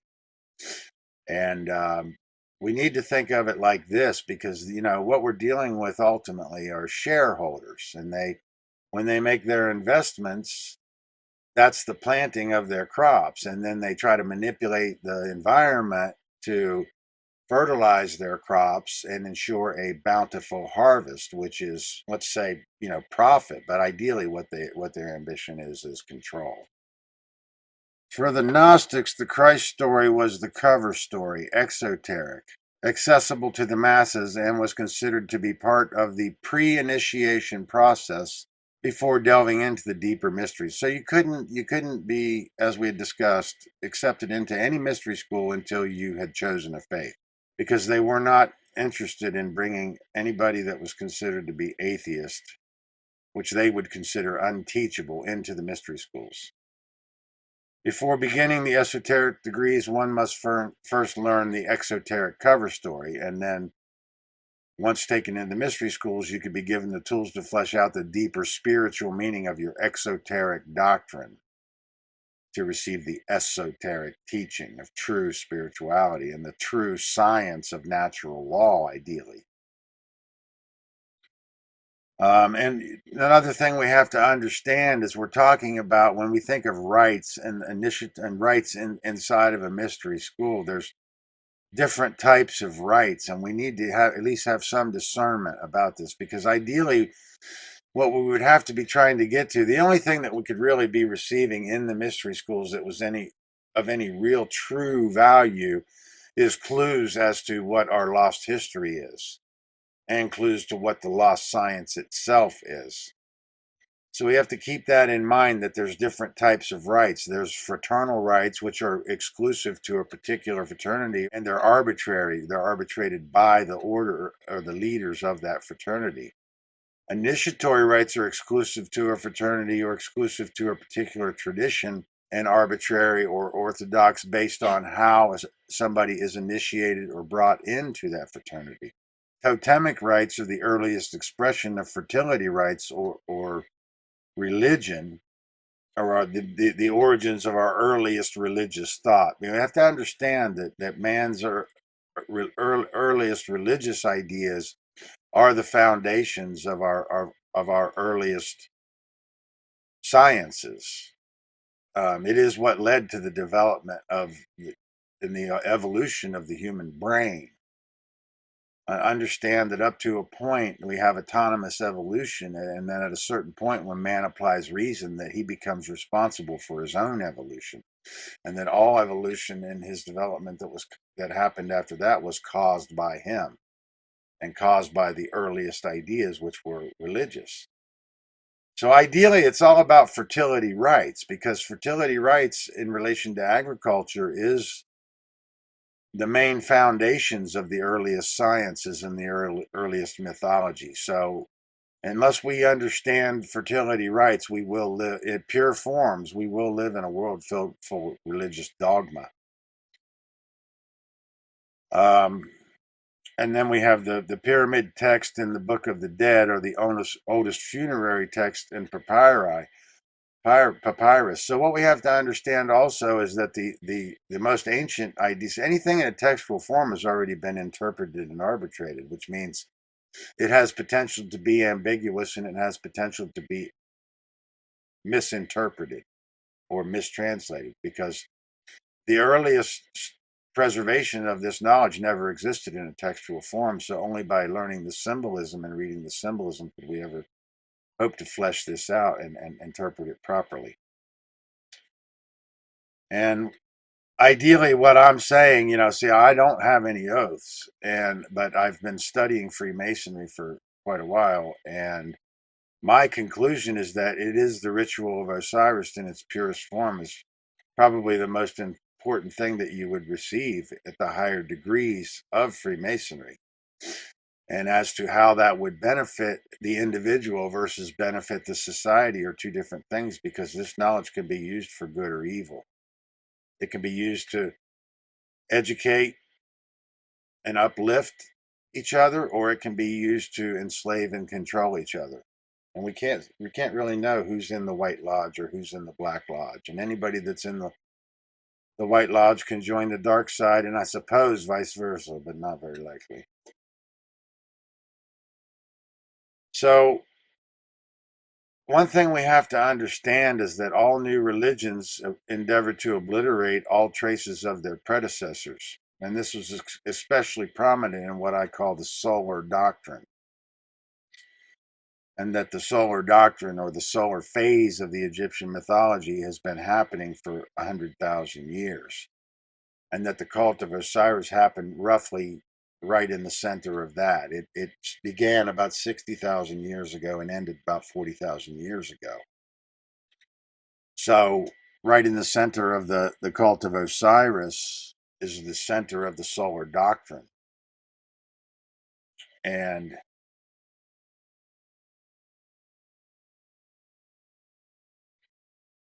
the thirst for power is never satisfied. It is always insatiable, both in men and nations. When Rome was the mistress of the world, the emperors caused themselves to be worshipped as gods. The Church of Rome claimed despotism over the soul and over the whole life from the cradle to the grave. It gave and sold absolutions for past and future sins. It claimed to be infallible in matters of faith. And also decimated America to convert its indigenous people. So it sold absolutions, not just to the individual, but also it could sell absolutions for their dead relatives or their relatives. So my claim is that everything in the modern world is post-Osiris. Now, obviously, that's true. If Osiris existed, everything that existing now. But what I'm really saying is that nothing that predated Osiris is essentially left. It's all been obliterated. However, it's because of the pyramids that we still have a chance to understand what happened before Osiris. So this is a solar cult, and following the cult of Osiris, it became even more aggressive, obliterating. It was the most aggressive phase of this solar cult. to destroy all traces of their predecessors. And following the cult of Osiris, it only descended into more fervor to accomplish this. And Christianity being the most blatant of the perpetrators, endeavoring in this type of obliteration of ancient traditions that predate it. Because they're selling you a new doctrine. They want to obliterate anything that would challenge their dogmatic doctrines.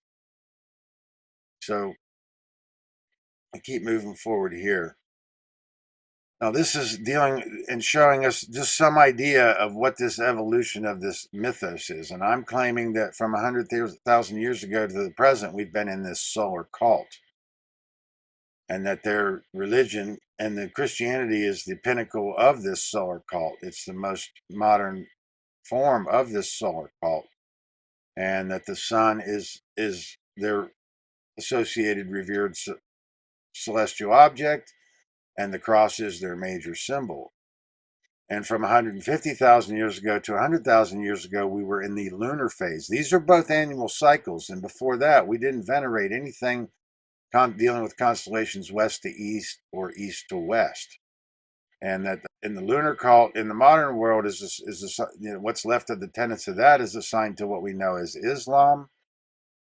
And the symbol of the crescent moon, which is typically a lunar symbol, was ultimately handed to Venus. So that doesn't just represent the moon, the crescent of the moon, because that knowledge was transferred into Venus, which is always shown in an eternal crescent and never shown in a whole aspect, and represents what we know as the lux ferae, the bringer of the light.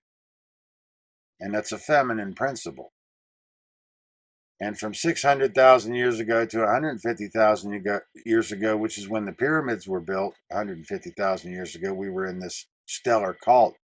And prior to that, we're coming from the totemic sociology. And they venerated everything in southern and then ultimately northern circumpolar constellations. And that became associated with Saturn as the base of the ladder in the Elohim. So an inversion of that is to put Saturn at the top of the ladder. And that's where we get this idea of the cult of the black sun, or that Saturn corresponds to the idea of the black sun. So we're talking about different phases of expression in ancient sciences, as well as the expression of the science and the science itself. So the only true divisions are pre-totemic, totemic non-hero cult, hero cult, which are stellar, lunar, and solar. Stellar, let's say at least 300,000 years ago to 150,000 years ago. Lunar 150 to 100,000 years ago, solar to 100,000 years ago to present. And then during the solar cult begins basically with cult of the Sphinx, which was built to typify the double horizon. So it's facing west to east, where the sun will rise in the east. Now, obviously, there's controversy about whether or not it was built in its present form, or that if it had been changed and had been a different form in its beginnings. And I talked about that in my first presentation. Following the cult of the Sphinx, we had the cult of Ptah lasting 10,000 years, which took us into the cult of Amen-Ra, which lasted 20,000 years. And that's significant because everything before the cult of Amen-Ra, the spiritual realm, was venerated in the night sky. So everything after Amen-Ra, we're dealing with this conundrum and this struggle to venerate in day sky versus venerating in night sky. And then the cult of Osiris follows the cult of Amen-Ra, and there's a struggle in the priest class to take it back into night sky, and then they begin this practice of actually venerating underneath of the temples. And then following that, we have the cult of eschatology lasting 20,000 years. So everything after Osiris, see, I'm trying to say that the mythology had been perfected in the solar doctrine in the cult of Amen-Ra. And then the eschatology, which means final things, what we deal with post-mortem, for instance, the eschatology was perfected during the cult of Osiris. And then everything, so what does that mean? It means that everything after Osiris was a downgrade. all the way into the modern world. And then following the cult of eschatology, we enter into the dynastic period, which lasted roughly 16,000 years. And then basically classical history picks up there and has lasted roughly 2,800 years. Modern Egyptologists exhibit Osiris as the first of the Egyptian divinities when, in fact, he is the last in line. And the 5 family members of Osiris, they originally represented the 5 extra days of the year, so it's a 360-degree circle or cycle, plus 5 days added, and those days were preserved for venerating these 5 mysterious days and the 5 spirits in correspondence. So there's a lot to that. And, I'd like to give you the entire discourse, but that's not going to happen today. But we'll keep working on this material because I understand it's difficult and very new to many people. So keep moving forward here. So who was Serapis? Well, before I get into that, let me just say that ancient temples were a place of learning and understanding. Modern temples are a place of believing and conforming, and there's quite a difference. Serapis is a Greco-Egyptian deity. The cult of Serapis was introduced during the 3rd century BC on the orders of Pharaoh Ptolemy Soter of the Ptolemaic kingdom as a means to unify the Greeks and Egyptians in his realm. A serapeum was any temple or religious precinct devoted to Serapis. The cultus of Serapis was spread as a matter of deliberate policy by the Ptolemaic kings, who also built the immense Serapeum of Alexandria. Serapis continued to increase in popularity during the Roman Empire, often replacing Osiris as the consort of Isis in temples outside of Egypt. So a lot of people may not know about Serapis. It's very important to understand. Following the 2nd century, Christians killed Christians by the countless thousands. Gnostics and everything pagan was wiped out. The Serapeum, Alexandria's temple of Osiris, and its great library go up in flames, and what replaced the ancient systems of knowledge and gnosis was blind faith, which eventually led to the monks and ascetic dryness of the establishment that coercively imposed their doctrines and dogmas on the population. A Serapeum is a temple or other religious institution dedicated to the syncretic Greco-Egyptian deity Serapis, who combined aspects of Osiris and Apis the bull in a humanized form that was accepted by the Ptolemaic Greeks of Alexandria. So this Apis the bull and this symbol of the bull is a big part of how the eschatology became mingled with the mythology, because originally bull represented a feminine aspect, a nurturing aspect. And then when that was replaced with the charging aspect of the masculine principle, that represents a mingling of the mythology and the eschatology and a corruption of the pure form of the spiritual realm, and the aspect of the mystery schools represented a feminine aspect. A lot to it. So what is eschatology? So, in the modern world, we have this dichotomy of heaven and hell. And then this is getting everybody to focus their sights on the afterlife and then neglecting what's happening here. As we stated earlier, to the Egyptians, they had 2 tenets. Ignorance was the only evil, and that what happens here matters. So this is part of what led to this. And this happened over a long period of time, this corruption of the mythology and this eschatology. But this is what it looks like in our modern world today. So here's a couple definitions I brought. Eschatology, the part of theology concerned with death, judgment, and the final destiny of the soul and of humankind, final things. Mythology is a collection of myths, especially one belonging to a particular religious or cultural tradition. That's mythology. And then myth is a traditional story, especially one concerning the early history of people or explaining some natural or social phenomenon, and typically involving supernatural beings or events. Mythology, a collection of myths, especially one belonging to a particular religious or cultural tradition. Eschatology, the part of theology concerned with death, judgment, and the final destiny of the soul and of humankind, final things. So one thing I wanted to tell you is that if we study the Greek myths, these are basically provided to us by Homer, and that's where we pick up with classical history, and that all the Greek culture had been based on the heroes from the Homeric myth. And Homer only makes a mere mention of Hades, which corresponds to our modern day hell. And then we have Virgil basically giving us a Roman variant of the Homer. But in the Virgil, we get more of the description of the roasting of the flesh and the screaming of the torment. And we see this detail of this hell starting to emerge. And then by the time we get to the modern scriptures, that's eternal torment and hellfire. So that's, again, something that we need to keep in mind.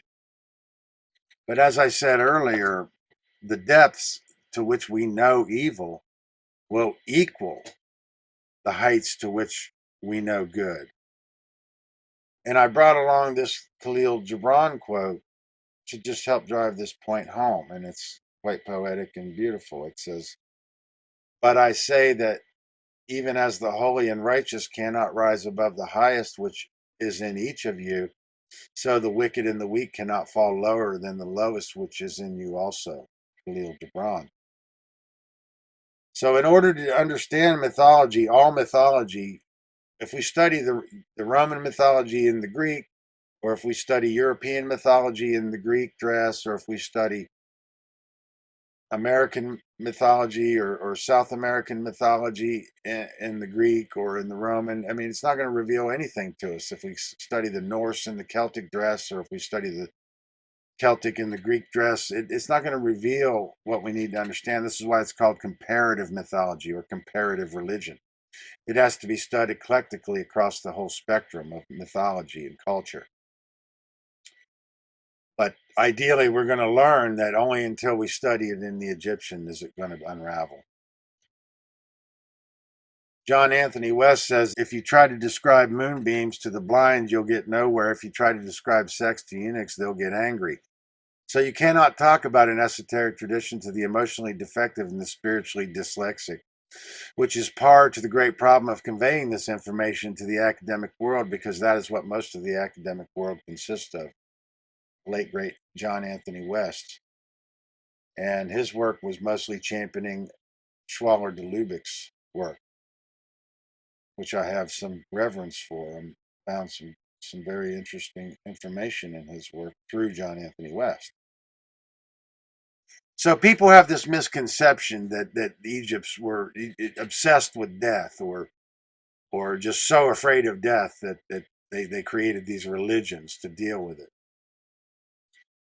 And this is the actual Book of the Dead. It's actually known as the Papyrus of Ani, and it's an ideographic image that was taken from the walls of a temple in Egypt. And John Anthony says, "When death is regarded not, as with us, as an ultimate dissolution, but rather as a transitional and crucial stage of a journey, then the apparent Egyptian preoccupation with death becomes exactly the opposite of what it seems to be. It is, in fact, a preoccupation with life in the deepest possible sense." Okay, this ritual is what we're looking at here, and this ritual can be acted out. That's what I'm trying to tell you. And we see there the weighing of the heart with Anubis and Ibis and Set, and there's a lot to this, and there's a lot of ambiguous translations to it. I would tell you that partly it's a zodiac, but there's a lot more to it. The ritual describes the ways of darkness in the entrance of the Tuat as the tunnels of Set, which show that a way to the netherworld was made by Set, and the primal paradise went down with him into the abyss, which was from the beginning situated in the south, where the Egyptians superlatively localized the Tuat, or entrance to the underworld, which was also the place of egress for the life that came into the world by water from the recesses of the south. It is certain that in one phase they imaged Set as going down south to some sort of underworld, and thus he became the representative of the power of darkness. In the eschatology, he is Ap-Uat, or the jackal, as the conductor of the souls, the opener of the ways, the seer in the dark. It's the idea that the dog is a spiritual guardian. And the two forms of the jackal, that of the south and north, now become the guide of the southern ways, or the nether world, and as the opener of the northern ways to the summit of the mount, the pole star or paradise of the north, with Horus as god of that paradise. The scene had now shifted from south to north, and all the attributes which had belonged to Set were transferred to Horus. The two gods were really one, the ritual proves, till when it mentions the two Horuses, it was the one god who had changed his abode in the south and gone into the north. In other words, they had transferred paradise from the south to the north and represented by their astro mythology. But it was now the one god of all the time. Different types were now given, in which Set is depicted as ever warring against Holmes, one of the zoo-type form, and later assumed the anthropomorphic, which means fully personified. So ideally, because this mythology had begun basically in southern Egypt, as it moved north, Set had been original primary deity, god of the South Pole, and then they brought it all, stored it into the North Pole. And then that's part of where we get this struggle and this dichotomy between Horus and Set. And there's a lot more to it. We try to find a way to try to better explain that as we move forward through this. But part of this is in my first presentation.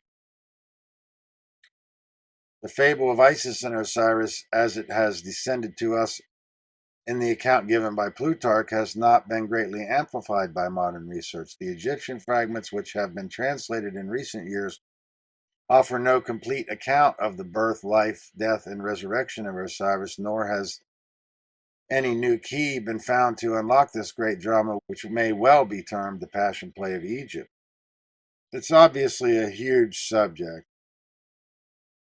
but basically the way most of us know this story is that his brother Set, or Typhon, had ambition to take the throne from Osiris, and then tricked Osiris, killed Osiris, chopped his body into 14 parts and scattered him all over Egypt, all of which were recovered by the goddess and then reassembled all but one, so we have the 13. And that she replaced the missing part with a gold, which was the phallus, which is obviously a fertility symbol, with a golden phallus, which I would tell you corresponds to the golden rays of the sun. Manly P. Hall, in his book Lost Keys of Freemasonry, says early Masonic historians such as Albert Mackey, Robert Frake Gould, and Albert Pike were of a single purpose in their efforts to establish definite correspondences between the Hiramic legend of Freemasonry and the Osirian myth, as expounded in the initiatory rituals of the Egyptians. It is now generally acknowledged that the Egyptians, of all the ancient peoples, were the most learned in the occult sciences of nature, the wisest of philosophies. From other nations visited Egypt to be initiated in the sacred mysteries by priests of Thebes, Memphis, and Hermopolis. Thales, Solon, Pythagoras, and Plato journeyed from Greece to the delta of the Nile in quest of knowledge. Upon returning to their own country, these illuminated men acknowledged the Egyptians to be the wisest of mortals, and the Egyptian doctrines concerning the history of the gods and the regeneration of men. So in Freemasonry, basically, originally is 3 degrees: the entered apprentice, the fellowcraft, and then master mason degree, which can also be referred to as entered, passed, and raised. And here on the right, that's supposed to be Hiram Abiff resurrecting from the coffin or the grave. And Manly P. Hall says, Freemasons are the Horai, each is a hawk of the sun. And for one reason is each one raised, and that is to average the destruction of wisdom. Each one is dedicated to the overthrowing of the reign of Typhon, which is the mysterious Armageddon, when the hosts of the adversary shall be routed forever. So Typhon represents the reign of man's ambition rather than man's purpose being to serve truth and the true spiritual understanding of truth and passing knowledge of truth on to progeny and posterity. So in the second degree, we have this middle chamber. And you can't see into the middle chamber until you go up this spiral staircase. You can't see what's in there. And then the idea is that when you enter this, when you have raised off the floor of the base consciousness, then you're able to enter into this middle chamber. And then in there, you're going to find doors. So it's an unseen, mysterious place. And Joseph Campbell says, the cave you fear to enter holds the treasure that you seek. And I would say that would be a reference to this middle chamber. So what we're going to find in that middle chamber are the doors of all possibility. And before that we enter those doors, we have to have the spiritual armor to transmute whatever we find into something that benefits the species. So this middle chamber represents facing the shadow self, going into the darkest places of the soul and dealing with and facing down whatever we find in there.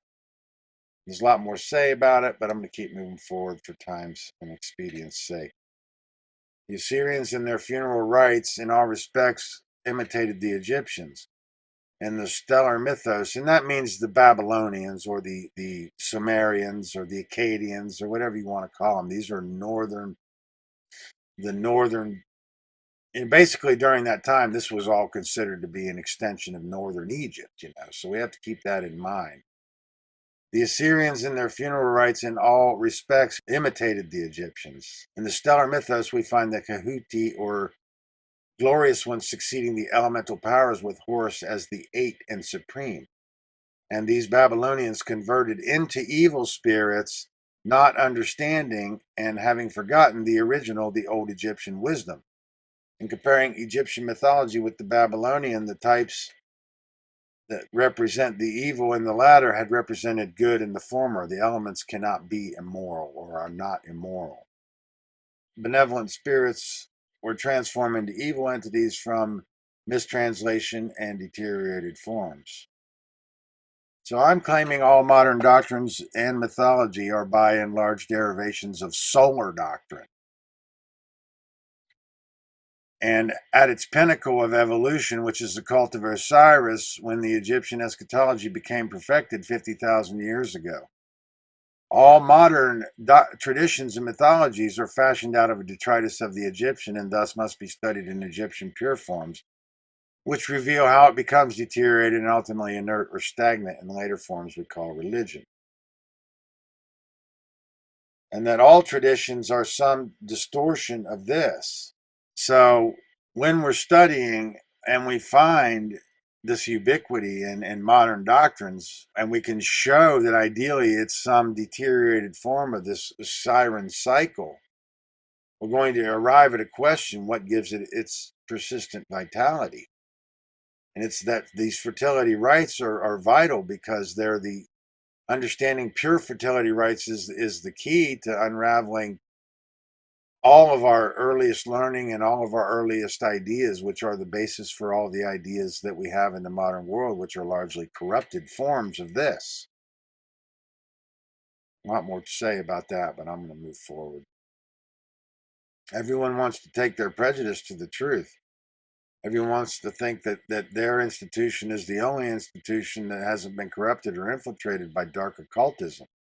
So here I brought along a handful of solar deities, and we can just see that these all have plenty of ubiquities, and they appear to be based on something that they all have this ubiquity. They all have all these similar tenets: 12 disciples, born of a virgin, died on the cross, resurrected. Ideally, I'm going to tell you it all comes from the solar phase of the Egyptian mythos.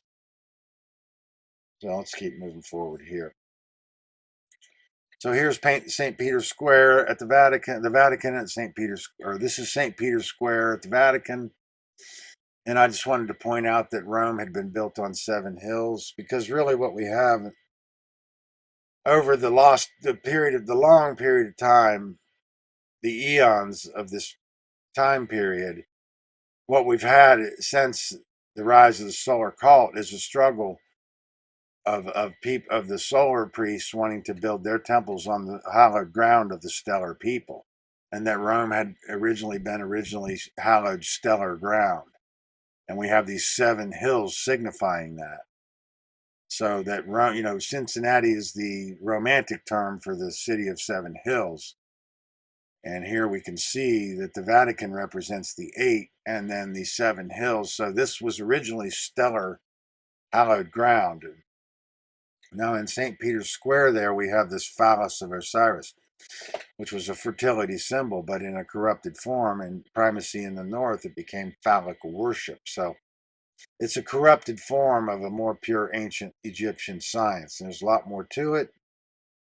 But this corresponds to primacy in the north as well as westing, which is all a correspondence to making our human purpose the pursuit of materialistic ambition versus spiritual purpose. And then the 8-spoked wheel that surrounds the phallus of Osiris, or the obelisk in St. Peter's Square, represents the solstices and the equinoxes of the zodiac, and then the Sabbats, so that's the 4 cardinal points, and then the Sabbats being the 4 semi-cardinal points. Move forward here. So eschatology is final things perfected in the cult of Osiris 50,000 years ago. Osiris is the first mummy, the first victim, the first resurrection, the Lord of resurrection, the judge of the shades, the god of the underworld. He dies and is born again in 3 forms. So there's some ambiguity there. This is a huge subject. So I brought along some more information that I'm going to be able to cover. So we'll just move forward here and work with what we can. So here, that's Robert Bivol descending into one of the temples that is underground. And I'm trying to tell you that this represents this veneration returning to the night sky following the cult of Amen-Ra. In a sense, we can think of the ritual of Osiris as a coffin ride. It's about dealing with the shadow self and all things unseen that we fear, to overcome our fear of death and our fear of darkness. Understanding the shadow self is understanding the nature of the ego to remain executor of the being and want to control things in the extant. And that's how nations and governments behave. When we put man's law on a pedestal, we must overthrow the laws of creation, which is the same as overthrowing the creator itself. So this ritual underground, in a sense, represents the underworld, the tenebrous regions where initiates make contact with the divinities. It is like getting into darkness and finding a way into the afterlife kingdom, the portals of immortality, the portals that led to an afterlife was through death, and therefore the initiates would learn down here in absolute black darkness, perhaps with no torches whatsoever, would come here and imbue the mood of the place and find themselves in a peculiar position of interface. They were that close, they believed, where no one can transit from life, death, and rebirth. The people who came here were early Christians, and yet they were the link between the ancient Egyptian mystery cults and the Gnostic religions. The Gnostic religion, in a sense, is the ancient Egyptian mystery cult Christianized. I agree with that. So we find these underground rites all over the world, as far as Machu Picchu, Eleusis. It's all based on venerating underneath of the temple, because it's a remnant, or a deteriorated form of returning to this night sky. So we have this struggle between venerating gods in day sky, which is everything in the modern solar cult, and versus the end of this venerating in the night sky, which was the ritual of Osiris. So the mystery schools that emerged post Akhenaten were about trying to preserve this tradition, because it's very important to understand that the feminine can never be associated with the day sky, and that the day sky typifies physical And the night sky typifies spiritual, which also corresponds to southern hemisphere and northern hemisphere. Southern hemisphere being the spiritual realm, therefore northern, this physical realm. So this Osiris, this is what I'm calling the Osiris motif. It should be particularly noted that the Egyptians did not regard Osiris as wholly dead, but view him as continuing to live in the underworld where he superintends the ceremony of psychostasia. The underworld is not a sphere of the dead alone, it is the world of the mysteries. He is therefore God of the hidden fane, the temple which is beneath the earth, the house of the low ceiling, the crypts in which the initiates go in search of truth. He is the dweller who abides in the darkness of the innermost. His throne is not in the objective world, but in the subjective sphere, which is the inner life of man. This is arcanely intimated that while truth may perish from a society, it cannot die from the heart, which preserves the sacred tradition through the natural inspiration by which all men are gradually moved to truth. So in this story of Osiris, we have this motif. Jealous brother covets the throne and plots to overthrow and murder the, quote, good king. He drives the son, the rightful heir to the throne, into exile, rules with an iron fist, and drives his nation into despotism. The son matures and returns to reclaim the throne and avenge his father's death. Kingdom is restored and health is returned to the land. Good triumphs over evil. So we have this rememberment, or we have dismemberment, or rememberment from dismemberment is the whole idea of the motif. But to reassemble the mind, it's all about remembering who we are. In order to do that, we have to do the eclectic comparative study and gather all the pieces. And in this motif, we can say that Horus is widow's son. So we can clearly see that this is basically the foundations of what we think of as modern Freemasonry. So I found this same motif in Hamlet. So this is an example of how this has survived and given this persistent vitality to survive in this modern world. So let's take a look at Hamlet, Shakespeare's Hamlet, which ultimately is older. It came from Norse Eddas, and it goes clear back. That's my whole point of this presentation. It's that old. The tragedy of Hamlet, Prince of Denmark, and there's definitely something rotten in Denmark. Let's not kid ourselves. The tragedy of Hamlet, Prince of Denmark, often shortened to Hamlet, is a tragedy written by William Shakespeare, which is, in my view, controversial, sometime between 1599 and 1602, set in Denmark. The play depicts Prince Hamlet and his revenge against his uncle Claudius, who has murdered Hamlet's father in order to seize the throne and marry Hamlet's mother. So the motif roughly is this: jealous uncle kills king, steals throne and wife, son drives son into exile, son returns from exile, avenges the throne, restoring the kingdom. So where else have we seen this Hamlet motif? Well, how about in the movie The Lion King? The movie The Lion King is analogous with Shakespeare's Hamlet, which is traceable back to the remotest fertility cults. It is nearly a pure form of the Osirian legend. The jealous uncle kills his brother, who is king, and takes his throne, driving the son into exile, who later returns and avenges his throne. The film Apocalypse Now, regarding the Fisher King legend, denotes the ritual of Osiris. So I guess I just wanted to make a mention of that. Probably should take that off that slide. So here we have it in The Lion King. I'm sure we're all familiar with this. Well, where else can we find this motif? I found it in the newest version of King Arthur, The Legend of the Sword. Same motif. Jealous brother kills the king, drives son into exile, kingdom falls into darkness, son returns from exile to kill his uncle, avenges the throne and his father's death. And this is a fascinating film, and I'd like to have more time to fully break this down for you, but I'm not going to have, all the time we would need to fully flesh it out, but let's just take a look at a little bit of it.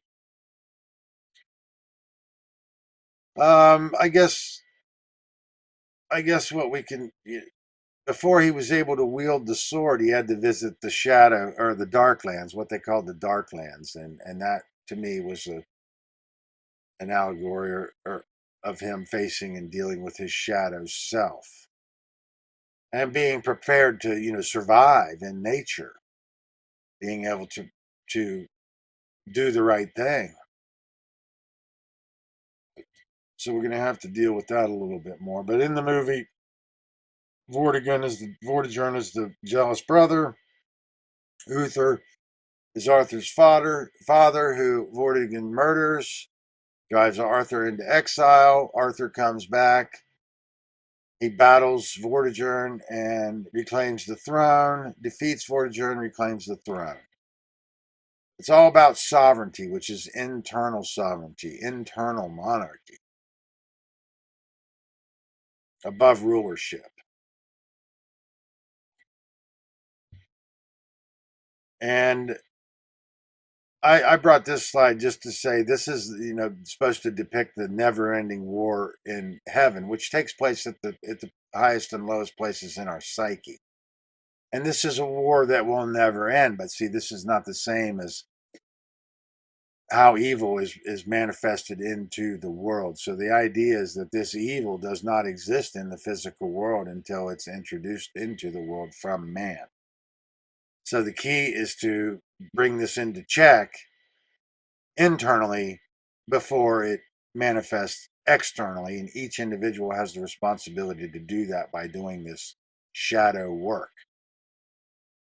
So, the S.E.E.D principle is related to getting out of that which refuses to return to source, whereas the horse principle, that which returns to source.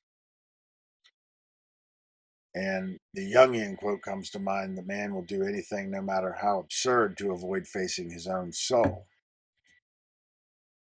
And I found this to be interesting, this round table in this King Arthur, because, see, this is a representation of the zodiac.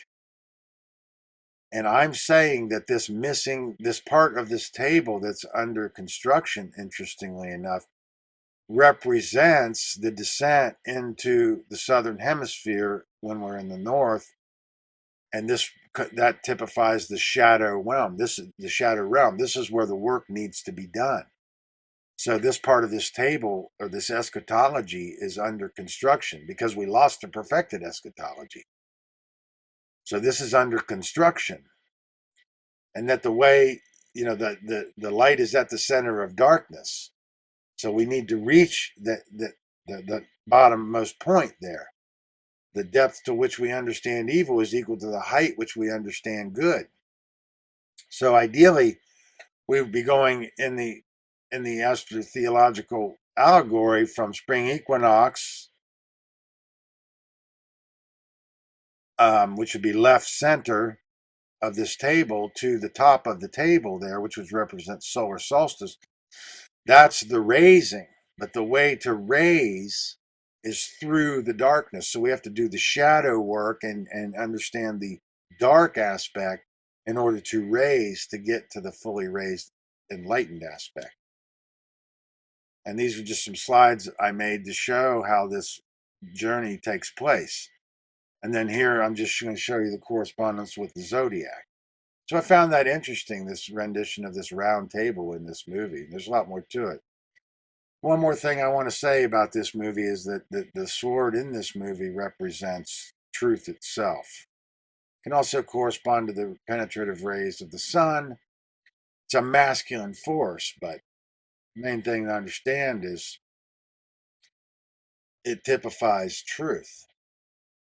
Also, one more thing is that Knights, nights, corresponds to night sky. Nights. So Arthur defeats Vortigern, returns to the throne. And then, I'm not going to fully break this down, but this is not about man as a sovereign ruler of his kingdom, his external kingdom. This is about man as internal monarchy, ruler of his internal kingdom, and being on equal footing with his peers or his constituency or mankind. So it's, there's a lot to it, but I'm going to keep moving forward because we don't have a lot of time. And I'm just going to show you a few other examples here where we find this Osiris motif. In the quick and the dead, the motif, the Redeemer promised to come again and at the end of time to judge the quick and the dead. Well, I would relate the quick to Mercury or Thoth, which is the quicksilver. It's the closest planet to the sun, so it makes the fastest trek around the sun. And I'm not going to break this fully down, but Ellen, E-L, and then L-E-N. L is God, and then L-E-N is Lune. So she represents goddess, the lunar principle. And then Court is the protagonist. The kid is alleged to be the son of Herod. He Rod, or her odd. It's he Rod, but it's a masculine force. And I could break this down a lot better. I'm just not going to do it right now because we don't have time. But here's another film that typifies Ritual of Osiris. The idea that the lost part was the phallus and this phallic worship and these golden rays of the sun. We have this gold member.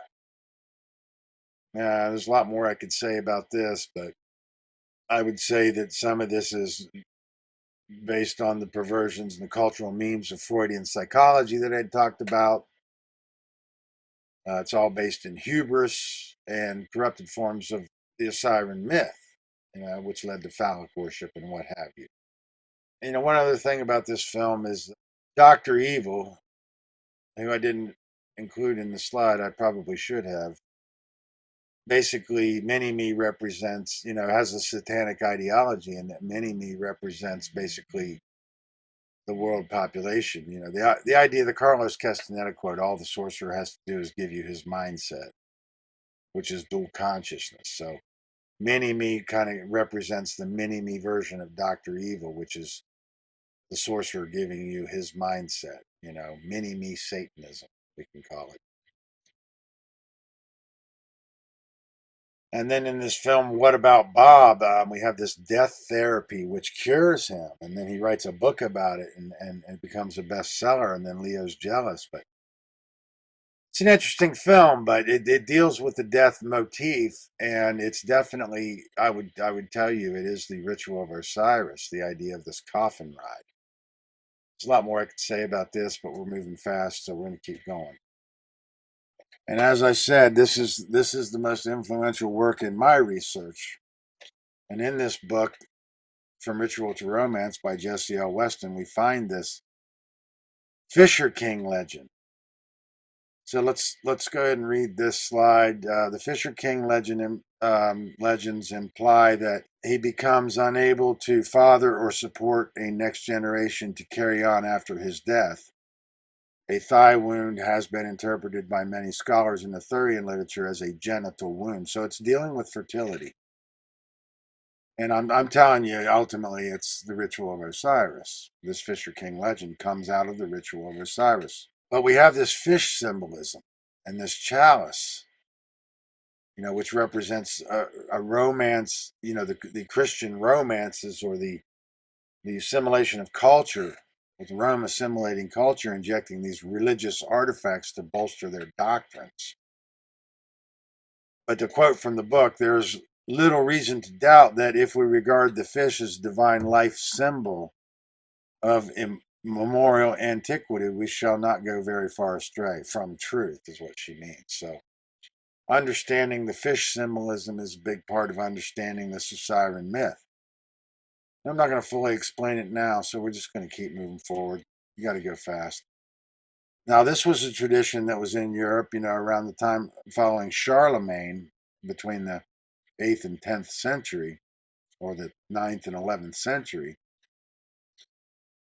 And this is an interesting tradition based on Roland, who was one of Charlemagne's key generals. It is important to consider that the Albigensians endeavored to spiritualize chivalry with conventions such as the Song of Roland. The Arthurian legend became more popular because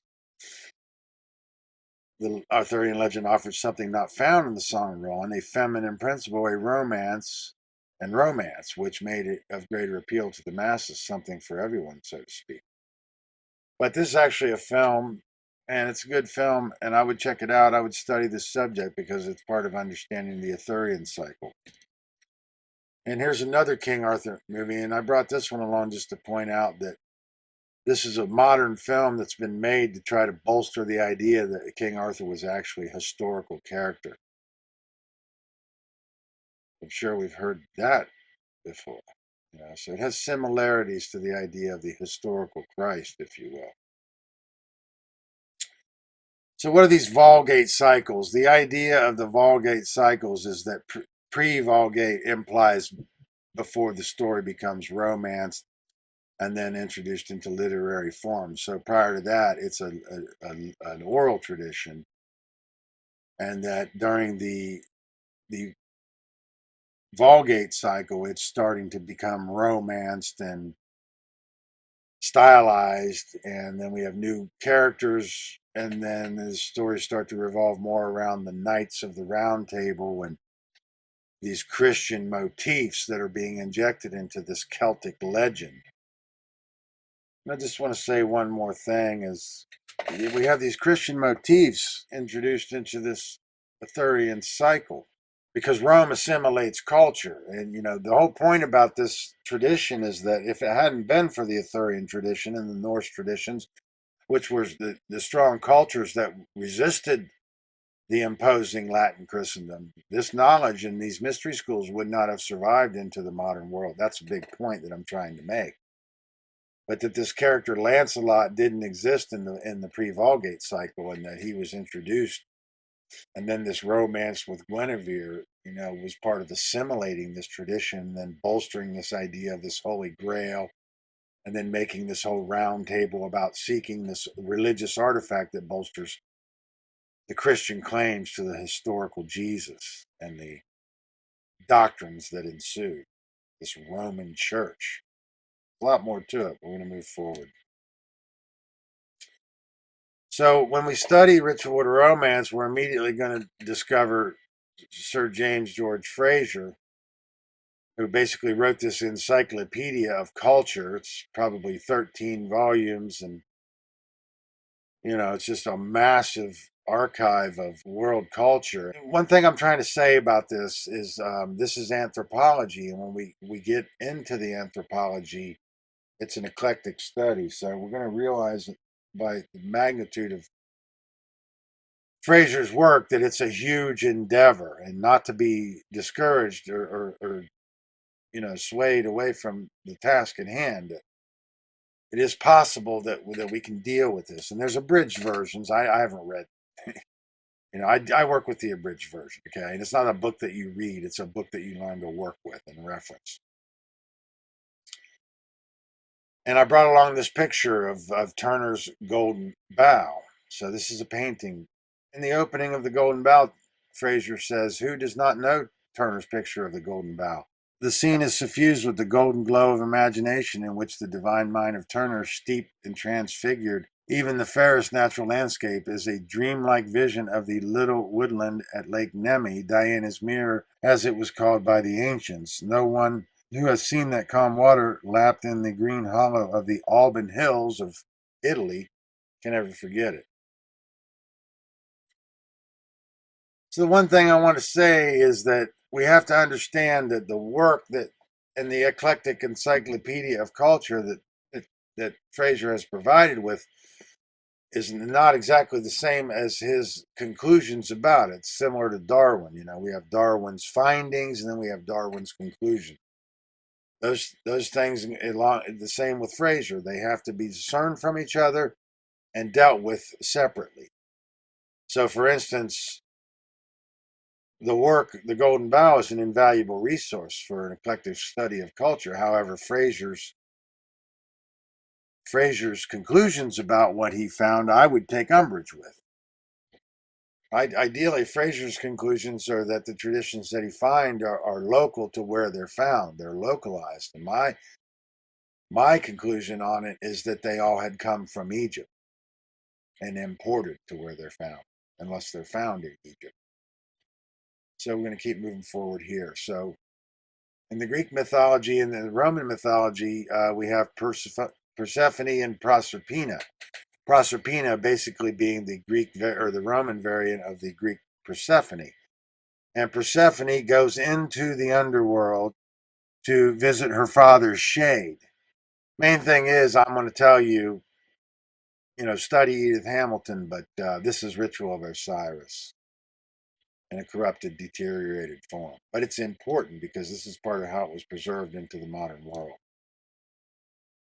So here we're going to talk about Royal Arch Masonry. So this arch here represents this upper half of this solar cycle in the Northern Hemisphere. So this came from, I would tell you, the cult of Amen-Ra. Of course, it was lost and then resurrected, sometime, post-Babylon. But that it's a corruption, or it led to a corruption in the solar mythology because it put everything primacy in day sky. So here's some words that we get from this day sky conundrum. Deity, deist, piety, pious, the word theist, opus dei, God's work, regarding day sky. The fertile season corresponds to the summer season, spring, summer season. The propensities of venerating day sky solar aspects or deities is what we're trying to deal with. It corresponds to Icarus flying too close to the sun. So left brain imbalance, solar pillar. But this archway is the holy mountain. So let's go ahead and mention that. It's a solar aspect. The arch is a solar aspect. Corresponds to day sky in the summer season in the north. It's physical, polarized in that sense. And primacy in the north, we're not going to be able to understand until I explain it a little bit better, but also westing. So the idea of chasing the lure of gold and the alchemical allegory into the west. It's materialism. It's about chasing or being in pursuit of ambition or materialism. We're going to talk a little bit about ram symbolism, and you see I have more Royal Arch Masonry because it corresponds in the acronym. And the Royal Arch Masonry came out of the York Rite, which was different than the Scottish Rite, but these both seem to have merged in Western Europe and ideally in Britain or in England. So, but yeah, the ram is one of the most important symbols that we'll ever learn to understand, and it's not really an exhaustible symbol, but we need to understand its general principle, which corresponds to Aries, which is the 322 spring equinox in the north. But the ram was also venerated because it could go high up on the mountainsides and seemingly cling to the cliff sides. And that represents raised in consciousness, the mountain of consciousness, the holy mountain, but it also can represent the fallopian tubes, which is a feminine fertility cycle. It represents a masculine principle in the sense that it can charge. It's charging up the hill. And I suppose the curving of the horns are part of the symbolism. And then I brought a couple subversive uses of it with the ram symbolism, the ram on the vehicle, and then McDonald's. The royal archways. When there we have an archway, that's also interesting. So we have a ram and an arch together in this subversive form. One other thing to mention here is that understand that the ancients, they venerated the dawn with equal reverence with the sun itself. So the reason for that is because it's about the split between the day and the night. It's where the physical realm meets the spiritual realm. And there's a lot more to that, but I'm going to keep moving forward. So as I said, this westing is this phenomenon of going into materialism. It corresponds. So the idea that the wild, wild west, the rugged individualism of the Western American culture in the early times, it corresponds to this chasing this allure of the sun into the west. It's no irony. And there's two films here, Westworld, where basically he ends up in a world of cyborg control and cyborgs. And And it's a fascinating film, and then they've remade this, and it's even more disturbing now. But I'm telling you, this is no irony. This is, whether they understand or not, this corresponds to this pursuing man's ambition and chasing the allure of the sun, which constitutes materialism or utilitarianism, this Roman pragmatism. And then another film, Mulholland Drive, when he steps out of line as a director, he has a hard time coming to terms with the fact that he's owned. So he has to go see the cowboy, and this corresponds to this phenomenon of westing.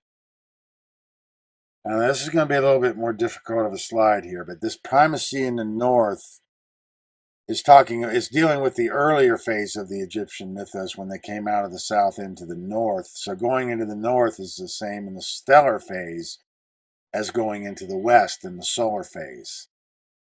And in the first picture on the left, we have Horus, the god of the north, deposing Sut, S-U-T is south, the god of the South Pole, and the original primary deity. In the solar phase, it's Horus in the solar cult battles Set or Sut in the daily and yearly struggle for power. The solar cult deals with constellations west to east, east to west. So one of the big contentions that I'm going to make in this presentation is that this image on the right, which is partially anthropomorphized, obviously came from solar phase because nothing before the solar phase was anthropomorphized. It's a contingency that was formed in the stellar cult in the form of double acts. And that was the earliest of the secret societies because that was the first contingency to deal with taking the mythos from the southern hemisphere and then moving it into the north. So this was Horus of the double horizon. So this would be the first contingency, and therefore they would have sent out caravans. This would have constituted the earliest secret society. And I know that's advanced, but for the advanced student, we can deal with this. And we're going to have to deal with it.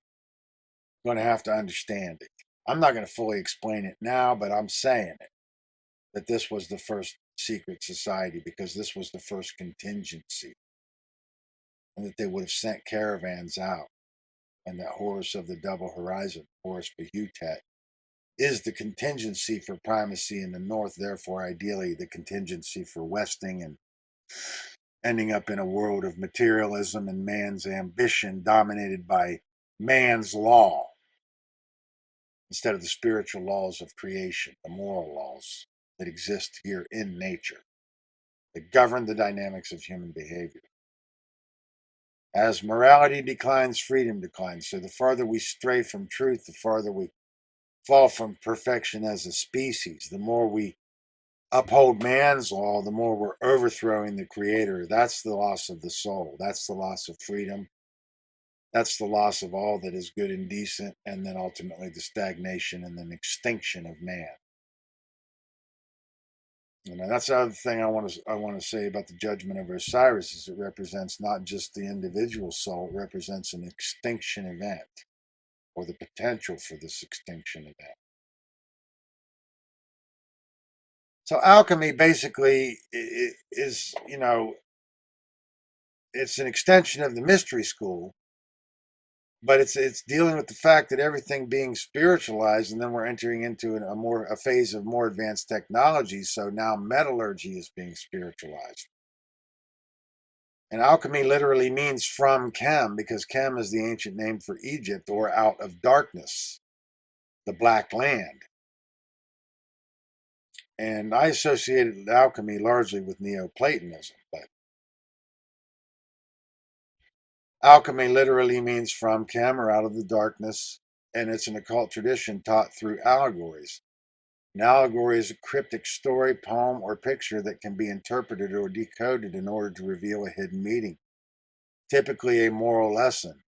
In the tradition of alchemy, it is asserted that all have modes of human consciousness. Base metals are imperfections of pure consciousness, gold, and that all Metals are ordained by nature to become perfect, the gold of the sun, enlightened. The alchemist seeks to remove all of his or her thoughts, emotions, and actions that are their disorderly imperfections or base characteristics in order to bring them to their true state of natural order, harmony with natural law, and to transmute them into alchemical gold, representing the purification of body, mind, and spirit. So this idea of out of the black land is dealing with how the Nile would overflow its banks and replenish the soil with the fluvian soils and refertilize the land for planting. And that all of Egypt's wealth had been based on agriculture. So let's keep that in mind. And then I put the Hermetic principles on there basically because they're far more ancient. I mean, ideally they're the basis of all of it. But see, these were lost and then rediscovered in Neoplatonism. So they're basically associated with Hermeticism or Neoplatonism.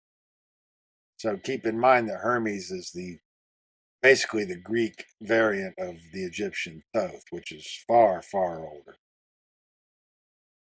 So here's a film or a story by Rudyard Kipling that deals with this alchemical allegory. The man who would be king, and the whole motif is they came for the gold but stayed for the adventure. Now this is a very, very popular motif. It's an alchemical allegory referring to the golden ray or gold of the sun, which is a symbol of enlightenment. So the idea is that they attained the enlightenment, and then in a corrupted form, they stayed for the adventure. They used the enlightenment to be worshipped as gods and reign over a kingdom. And then in the pure form or the benevolent form, it's that they came they attained the gold and then educated their people and raised everybody up so everybody can understand this. But here's a few examples where we find this ritual of Osiris in this alchemical phase. The Man Who Would Be King by Rudyard Kipling, Heart of Darkness by Joseph Conrad is a film, or the book by Conrad, and then the film Apocalypse Now, Maguire the Wrath of God, Fitzcarraldo, the story of Enlil and Enki in the Sumerian account, and Alexander the Great, which is a historical account. So this is I'm telling you, this is the persistent vitality of how this Osiris legend survived into the modern world. And it's all based on this idea of this hero myth. Now, this was a slide I found online to try to help explain this, but this isn't detailed exactly like I would detail it, but I'm going to use this to try to make better diagrams. But it basically gives us the idea of how this solar cycle is mythologically represented in this hero myth. Or this hero myth is mythologically represented in the astrotheological journey of the sun through the zodiac. So here I've contrasted it with the zodiac so we can get a better look at this.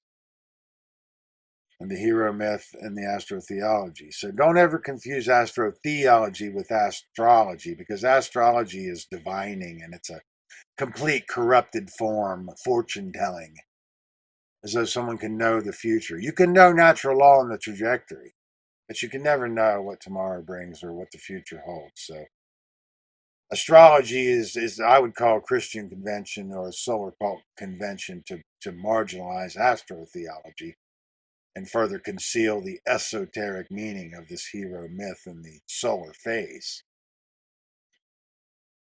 And the sun dies on the cross during the winter solstice in the lowest point in the northern hemisphere, and then it comes back into the north after Easter and makes its way back to the high point of power at the summer solstice. So it's all about the claim to the Most High. But here we have Jesus depicted on the cross at the winter solstice, representing the dying on the cross. The Son of God dying on the cross at the winter solstice in the northern hemisphere.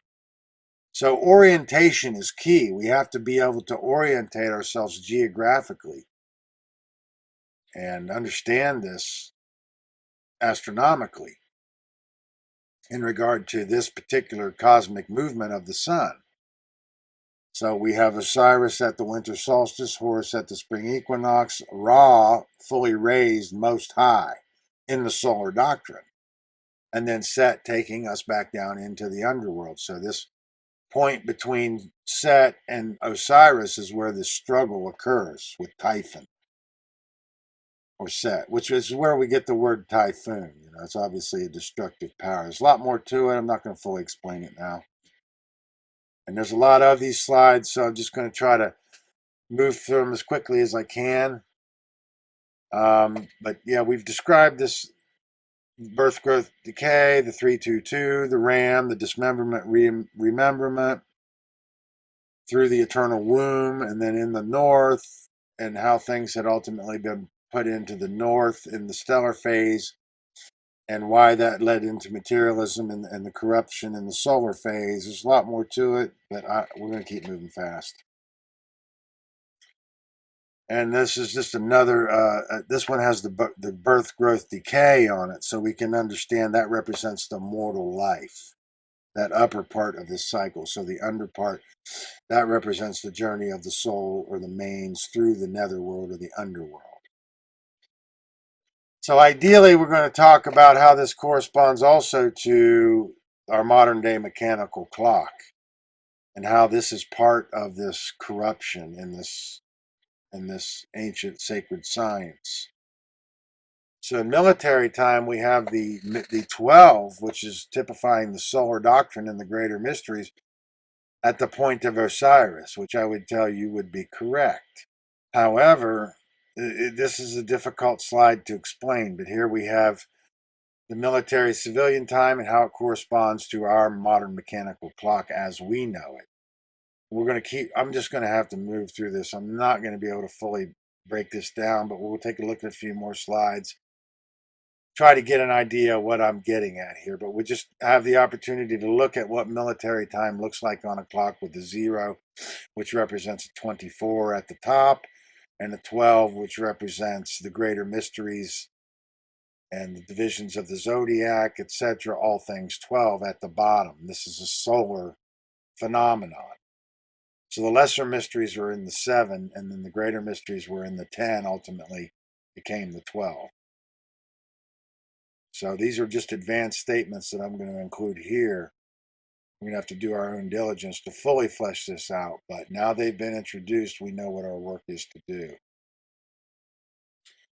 So it's all about the claim to the Most High and understanding that which is truly the Most High is the laws of creation and then the creator that created those laws in creation. But it's all about the claim to the Most High. And I wanted to show here how the sun rising corresponded to the east and the sun setting corresponded to the west. And that this is how I would want my clock on the wall to look, because this would be like looking at the clock from a northern perspective, north to south. So we're looking south, then we have the sun rising in the east. So getting oriented is key. And then I wanted to show you that the day sky mythology happens from 6 a.m. to 12 noon, and then the eschatology would be 6 p.m. to 12 midnight. That's where the struggle between Set and Osiris would take place, or Set and Horus, or Typhon and Osiris, however we want to break it down. But this is how the mingling of the mythology and the perfected eschatology actually had happened. So it has to do with this. Not going to fully explain it, but I'm just giving you enough so we can get it on the table. We need many hands make light work. At least we've got it on the table now. We can work with this material, because we're not getting out of this slavery until we deal with this. This is what it's all about. So here we can see what it would look like in the military time. Just keep moving forward. So, this error in time is about when Gregory the 13th introduced and forced all indigenous cultures onto the mechanical clock in the 16th century, 1585. And how that basically constituted a complete shift in world population to where we had more than 50% of the world shifting into materialism. and how this Protestant Reformation and this Council of Trent had been part of that. And let me just say here, the word Pope means Papa.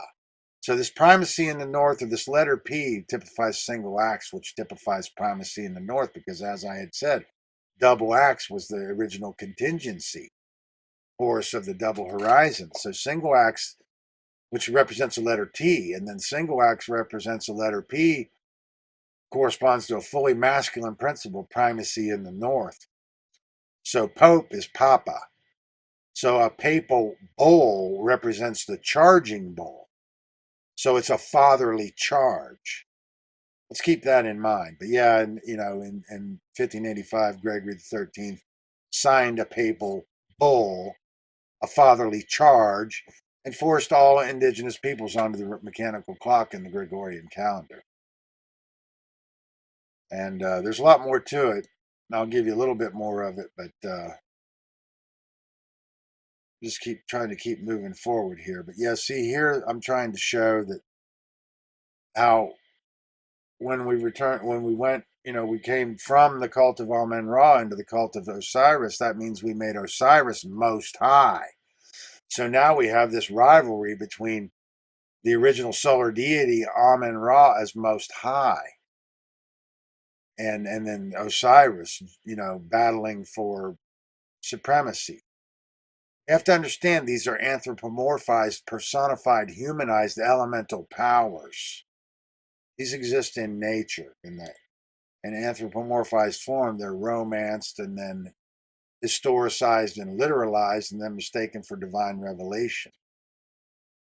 So this is part of the issue that we're dealing with in the world today. So in its pure form, this Osirian cycle on the left here represents providence and the protective care of God or nature as a spiritual power. So this is overthrown when we establish man's law. This corresponds to the left brain imbalance, the westing, the primacy in the north, physical ambition, which gives us Roman pragmatism. So without the divine providence, man sets up as the lawmaker, and we enter into a corporate world, which we can call the land of the dead. So we literally can call that upset. That's where the term comes from. That's zombie land. The dead are up walking around, completely unconscious people. They're dead in their thoughts and their emotions and their actions. So we have a world of proxy, which the Egyptians understood could never be afforded by man if he was going to ensure his own survival. So it's no irony that this is the case. This is why we call it zombie land. At the soul level, we understand this. But that this is part of the phenomenon, this mingling of the mythology, which represented the purpose of the hero to raise corrupted, but the raising was the journey into the darkness. But the corruption is when we anthropomorphized it and put man on a pedestal as the lawmaker. This is how it happened. So this is going to have to be restored into pure forms of this doctrine to deal with the epistemological cultural differences. You have to deal with cultural epistemology, and this is the only way to show that they all have common origin and that their languages have common origin, and the only differences in it are that they spread out in different geographic localities and then stagnated, because the evolution only continued to occur in Egypt. But post-Osiris, that represents a downgrade. So everything after Osiris represented a downgrade. So Christianity is the pinnacle of the solar doctrine. So ultimately, it's the pinnacle of the entire evolution of the Egyptian mythos. But it's a deterioration of it because it's anthropomorphized, historicized, and then the sacred texts are literalized instead of understanding in their allegorical, esoteric teaching. Keep moving fast here. I'll just point out here that, the names in the calendar, January, February, March, April, May, June, July, August, September, October, November, and December, that there's an older calendar that represents a deca system here. Because Sept is 7, and Oct is 8, Nov is 9, and Deca is 10, corresponding to December. So, for instance, 9/11 we could say is actually 7/11 in the older calendar, which I found very interesting. And obviously, July corresponds to Julius Caesar, and then August corresponding to Augustus. So obviously this is a Roman convention, but this is not necessarily the Julian calendar that we're talking about, but it's certainly not the Gregorian calendar that we know today. Let's just keep moving forward. So it's all corruption of fertility rites, and that's about how magic became fetishism. How the desire to guide, to pass our goodwill to assist the journey of our ancestors' soul going through the underworld, and then creating artifacts and tokens to leave with them, like the Ankh, and then worshiping the Ankh itself. That became fetishism. Then we coveted the material instead of having the wish for the soul to have a safe journey through the underworld. It's all about a corruption of fertility rites. So the only way to do that is to restore fertility rites into pure forms if we're going to deal. All the dogma in the world is post-Osiris. So if we can resurrect, or if we can restore this Osirian legend and understand the fertility rites at the pinnacle of the solar cult, we can deal with most of the dogma in the world, but the rest of it is lunar and stellar. And that's more obscured. And really, to understand fully the Osirian legend, we do need to understand what came before. So ideally, we're going to have to deal with all of it. But I would tell you that everything's post-Osiris, which means if we dealt with the Osirian cycle, we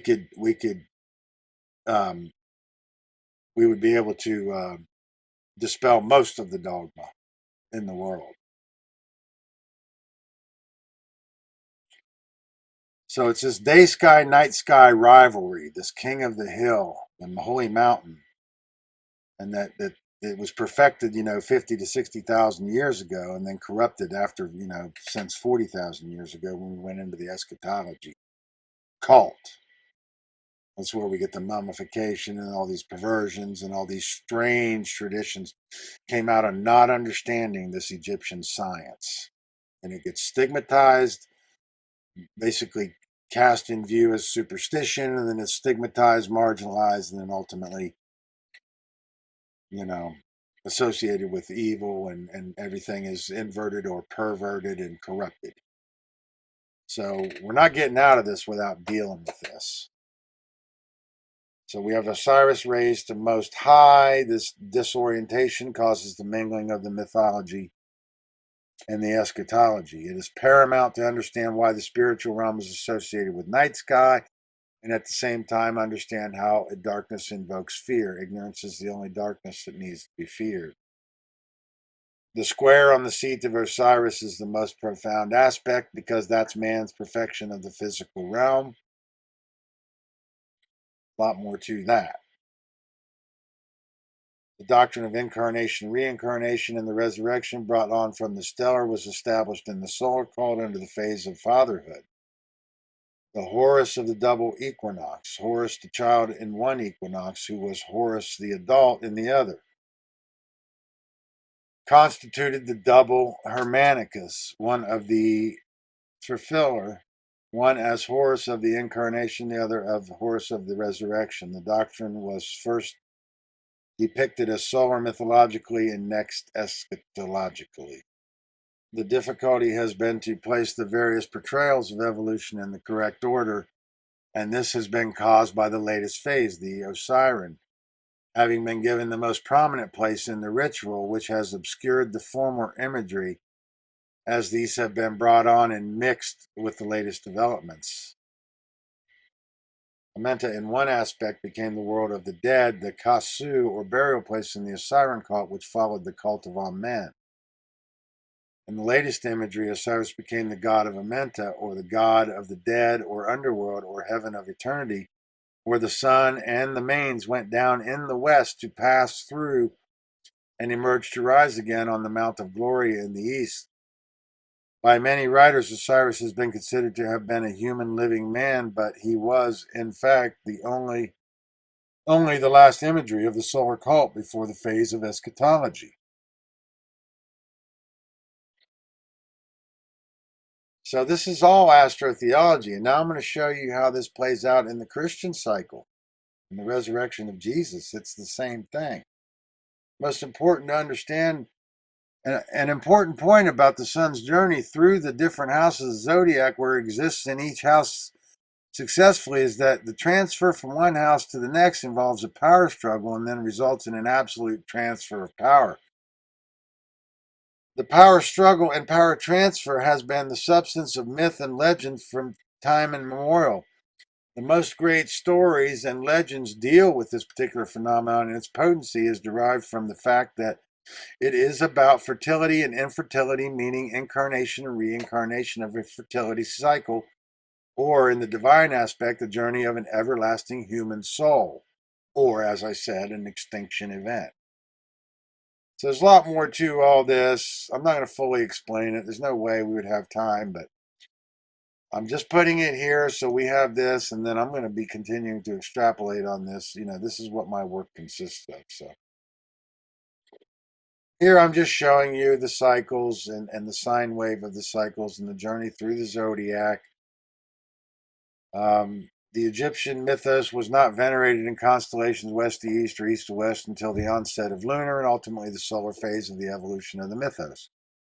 Waxing and waning angles are determined by geographic perspectives, but typically with regard to primacy in the northern hemisphere. These are ancient methods or the ancient science of timekeeping and is spiritualized in the hero myth and ultimately the eschatology, which deals with the waning angles, decreasing power. Thus, this is the early astronomy and cosmology of understanding pure forms of mythology, is understanding how these are spiritualized in the expression of understanding elemental powers, which is the sacred science. And this is just the same thing, showing you how the solar doctrine or the solar phase is affected by the movement from the northern to the southern hemisphere, and that this number 47 is very significant because it represents the 23.5 degrees to the Tropic of Capricorn in the south from the equator, and then 23.5 degrees from the equator to the Tropic of Cancer in the northern hemisphere. And it's all astrotheology, but the esoteric meaning and the teaching of the spiritual is in the mythological expression. How to become fully raised, how to learn this sacred science. That's the esoteric part. And I have a note here that Venus and Moon are feminine aspects. So let's always keep that in mind because she's the birther of the hero. Isis is the birther of the hero, the Egyptian goddess. There's a lot to that. I'm not going to fully get into that. We are not here to be fixed by the church. We are here to fix the church or temple, if you will, what is happening between our ears. So this Temple of Solomon is the symbolic temple we find in the first degree board of Freemasonry, representing the left brain, right brain hemispheres, with the left brain corresponding to intellectualism or the intellect, and then the right brain, feminine intuitive qualities, masculine left brain, feminine right brain. A lot more to that, sun and moon, but we're going to move on.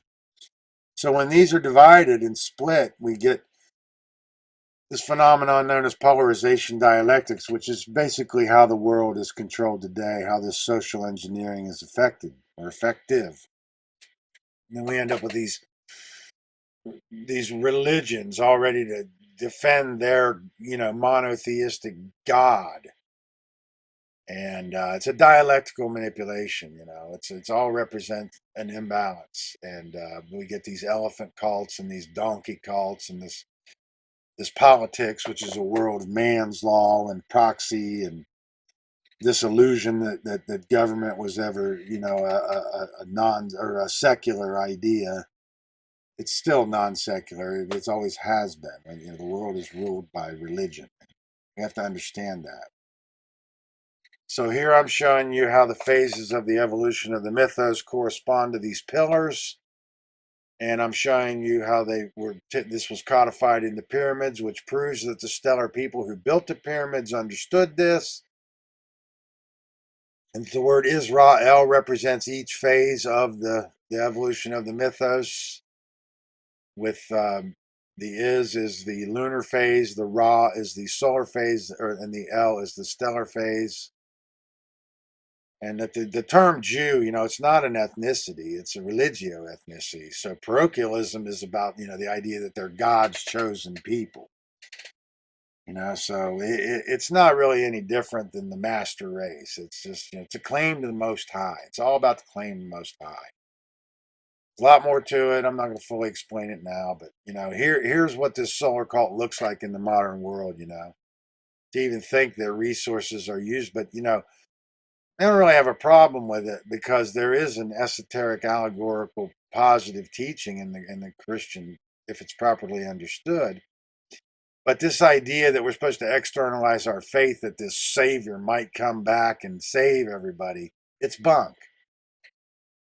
So it's the individual's responsibility to become like Christ, to fully raise. But this one in the lower right, this ark that is built in Kentucky, I do have a problem with that because all of these solar doctrines are based on this idea of this flood. And this, the idea that the world was saved on a boat full of animals. And this is a myth that needs to be put to bed. And the fact that it doesn't even think that this was paid for with tax dollars is just, it's an atrocity. These are symbols in this sense, in my view, of slavery. Because they're reinforcing this solar slavery in this solar phase of the solar doctrine. Abraham doctrines are reinforced by the idea of this flood, and this flood, antediluvian, it implies the pre-flood, which means there was this flood.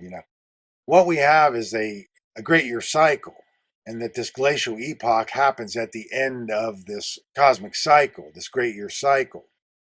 So in this cosmic cycle, we have a cosmic summer and we have a cosmic winter, and the last ice age is the last cosmic winter in this great year, 26,000 year cycle. So the deluge is the recommencement and the commencement of the cycle, recommencement of the cycle. Advanced in the sense of understanding that true spirituality means being out of the axioms of man's authority and seeing order following as any kind of a virtue, as well as being out of the axioms of money and religion, which is what the belief in money and government are, because religions constitute an arrestment in development and hold us back in consciousness and growth as a species. Albert Churchward. Mythology or mythological forms of religion are not represented quite as thoughts only, but are types used to express certain original powers that are inherent, physical as well as spiritual. The followers of the Romantic school who hold mythology to have been magic out of some general undefined feeling or popular conviction can only be taken as trying to read before learning the alphabet. Their deductions can only be assumed as fabulous romances because they have never learned to sign language or touched the bottom of the subject matter. There is assuredly nothing more unscientific or unhistorical than to deny the law of development and the religious idea as a whole. There's a natural order to the development of these ideas, this recondite knowledge that we're talking about. So I'm telling you that this is the lost symbol. The solar people used this in two forms. First, as the hammer or axe, the proof being that the Ptah at Memphis was called the great chief of the hammer or the great chief of the axe, and was symbolically represented as such in one form. In the earlier cult, Horus was the great chief of the hammer, cleaver of the way, as Horus of the double horizon. So the letter P corresponds to single axe, which means primacy in the north. The letter T corresponds to double axe, which is like I told you, the first contingency for secret society. The first secret society is a contingency for going primacy in the north. And pata or ta represents both of these forms, and ah, which is the vowel sound, which is spiritualized. And this letter P, as an example, in president, P is chief, and then resident, so we have chief resident. And the 7 is an analog of single axe. So we have to keep that in mind. There's a lot to this. But that if it's not understood, we have to understand this, and then this is the Nater, So when we're talking about Nater, this is its purest form. And the whole point about this is, these forms and these symbols are the origins of all modern religious symbolism. That's why this is so important, because this is the pure forms of the symbolism. And here's gavel today, and it represents power. So I don't know if anybody's seen the movie Agora, but it's a fascinating film, and it's based on the true story of Hypatia. Basically represents, the early, first and second century, the early Christianity, which, as I said, was the waning of the Serapis god, and then the rise of the Roman Empire, which ultimately became the rise of the Holy Roman Empire following Nicaea. Hypatia is endeavoring to teach the Gnostic version of the Christianity, but that this movie had been buried. And another reason I wanted to show you, because I found that pure form of the gavel in this film, which I thought was very interesting. So this phenomenon of hafting is this, when we had gavel, it was transferred into this when our implementation began to evolve. And then here I'm showing double axis Horus Behutet, the first contingency of Horus of the double horizon, and how that became primacy in the north. There's a lot more to this. I'm not going to fully explain it now. Etymologically, root of the word natural, it comes from nater. The English word nature is etymologically derived from the Egyptian word ntr, meaning God, because only the whole point is the vowels were omitted, so only the consonants are used here, meaning God, symbolized our physical interpretation of the spiritual deity, meaning God symbolized hieroglyphically as a symbolized stylized axe or flagpole representing power or force in nature. So let's just keep moving forward because we're almost through this. And then here's single axe today. Here's what it looks like in modern corrupted forms. And here I'm showing some of the Akkadian and Sumerian gods, showing this upper half of this gavel and how that corresponds to single axe, and that the double axe had been a contingency. So here in the Americas, we have these TPs, which are spires, and TP typifies double axe followed by single axe, and venerates the spire ritual, which is typified by the Great Pyramids of Giza. Native American peoples are clearly stellar cult people, pyramid builders originally. Well, they were mound builders when they came here, because they came here before they were building the pyramid. So I say they migrated here about 250,000 years ago during the stellar cult, and that's about 100,000 years before they developed their technology enough to build the pyramids. But it's a spire ritual, the spiritual. Great Pyramid of Giza, the grandest and greatest religious temple ever built. Much has been written on the Great Pyramid by various authors and scientific men as the most perfect temple that ever has been built or ever will be built. It was built to teach the 7 astrostellar cult mysteries in symbolism and applied eschatology. Also to record and register time and measurement. The name Great Pyramid was the Kahuti, who denotes the 7 lights or 7 glorious ones. It also signifies the Heru Karuti, or the light, a symbolic representation of stone of Horus of the light of the world in all his doctrines.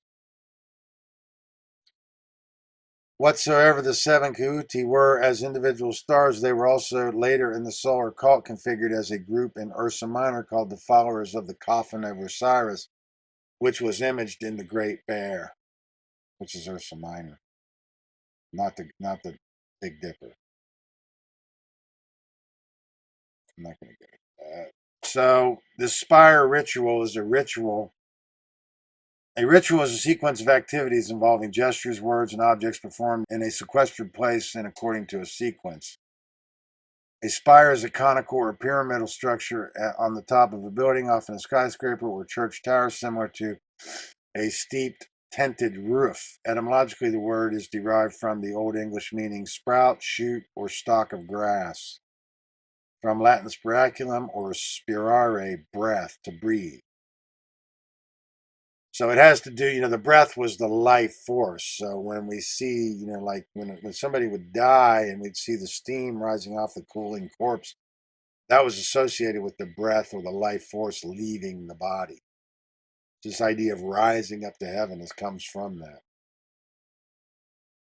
Rituals may be prescribed by the traditions of a community, including religious communities. Even common actions like handshaking may be said to be rituals. So here I've got information on circled dot, how that's the source of our symbolism for all-seeing eye. I'm not going to fully read this, but it's there for us when we want to access it. We're going to have to learn about this spiral ritual and this eye on the mount and this all-seeing eye symbolism. So that's part of the purpose of today's presentation, is to show these origins of all our most powerful symbolism that's corrupted and not understood in the modern world. And I'm showing you here, this is what we ultimately have to understand, that psychology is the top of the hierarchy of science. And until we understand this, it's hubris. Until we're ready to face this fact, it's hubris. It's man's ambition to put another Lexus in the driveway and get the tenure for his career, to further his career. It has nothing to do with truth discovery. Psychology is the hierarchy of science. Psychology is the top of the pyramid of the hierarchy of sciences. Of course, these lower floors are advanced today. Now we have fractal mathematics, quantum physics, and electrochemistry. But the top two floors are behind the curve, and they haven't caught up yet. But see, in the ancient world, this was fully understood. And this is what the pyramids were built to tell us, partly. Psychological or spiritual aspect of things are the realm of consciousness, understanding that the science of causality puts us closer to source. So that's what this whole stigma is about, is we don't understand the science of causality. And that's what the Egyptian advanced knowledge is understanding this high psychology. Consciousness is the ability of being to recognize patterns and meaning with respect to events taking place both within oneself and within the realm in which the self exists and operates. Nikola Tesla says that science is but a perversion of itself unless it has as its ultimate goal the betterment of humanity. Manly P. Hall says, today tyranny looms large. The rights of man have been undermined in numerous areas. Most of all, materialism is rampant among groups on the ground that it is only but the extinction of ideas that slavery can be perpetuated. Materialism leads inevitably towards the acceptance of slavery. It removes from the individual his vision of greater spiritual value, and in this way takes away from him his basic impulses to defend and protect such value at all costs. These are some vital sources for understanding our material today. Gerald Massey's The Book of the Dead, Manly P. Hall's The Lost Keys of Freemasonry, which includes two very important other books, and Albert Churchward's Signs and Symbols. Albert Churchward says a great error is often committed on account of the disguise and false colors in which many things appear when presented to us in an imperfect state. I have seen thousands of things which are not in reality what they appear to be, and that both in the moral and natural world, knavery puts on the face of justice, hypocrisy and superstition wear the vizard of piety, and deceit and evil are often clothed in the shapes and appearances of truth and goodness. I fear nothing for this book from these critics, because it is written from decipherments of existing monuments, which are hidden mysteries to the masses owing to their having not yet learned to read the sign language written on the walls. Notwithstanding, the real gleaners of truth will know that I am correct in these translations. Massey states, they must find it difficult, those who have taken authority as truth rather than truth as the authority. Regarding Egyptian mythology, Massey states, there is nothing insane in it, nothing irrational in it. The insanity lies in mistaking it for human history or divine revelation. Mythology is the repository for man's most ancient science, and what concerns us chiefly is this: when truly interpreted once more, it is destined to be the death of the false theologies to which it has unwittingly given birth. The work of Freemasonry as a mystery school now emerges from the obscurity that has so long enshrouded it. Freemasonry is Isis, the mother of the mysteries, from whose dark womb the initiates are born into the mysteries of the second or philosophic birth. Thus, Freemasons, but virtue of their participation in the rites, are figuratively at least the sons of the widow, seeking to restore her lord. It follows that Masons are widows' sons. They are the offspring of the institution widowed by the loss of the word and of the eternal quest. In the Egyptian rites, Horus is the savior, avenger, the widow's son, conceived before the brutal murder of Osiris, hence he is the redeemer. And I wanted to mention left foot forward means human evolution. The great purposes of Freemasonry are thus revealed in unexpected clarity. Freemasonry is philosophically opposed to the reign of ambition.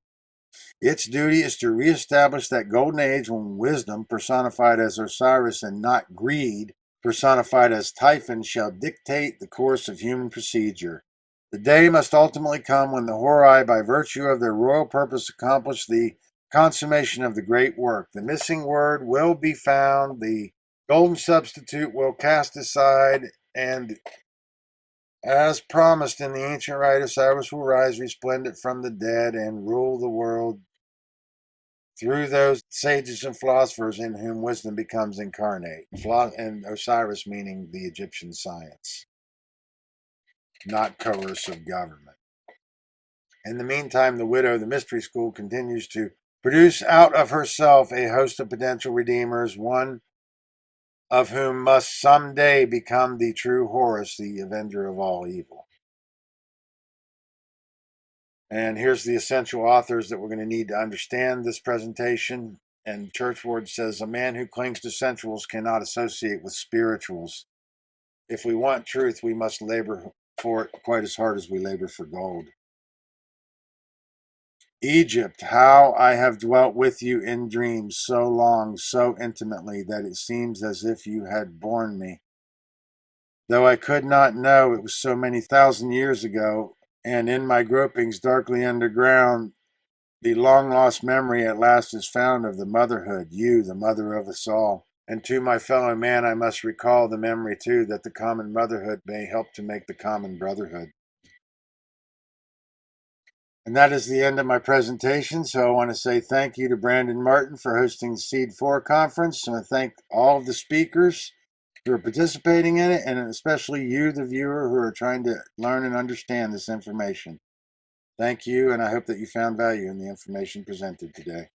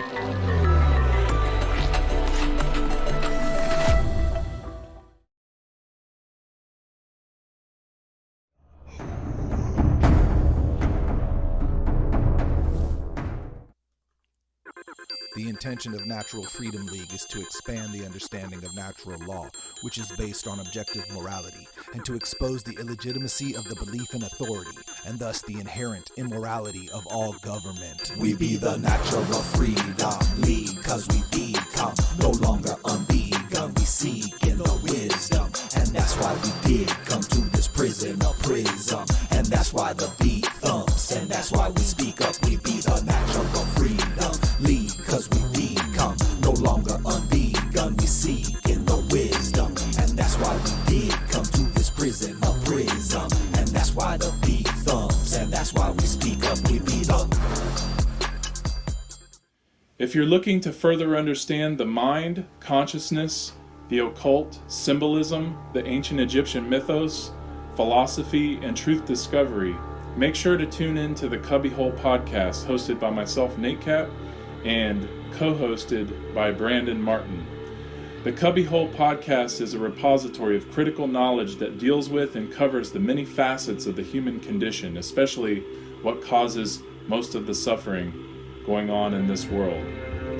Make sure to start at podcast number 1 and work your way forward for maximum value and understanding. The Cubbyhole podcast is found on iHeartRadio, Spotify, Apple, TuneIn Radio, Simplecast, and Cubbyhole.com. That's CUBBYWHOLE.com.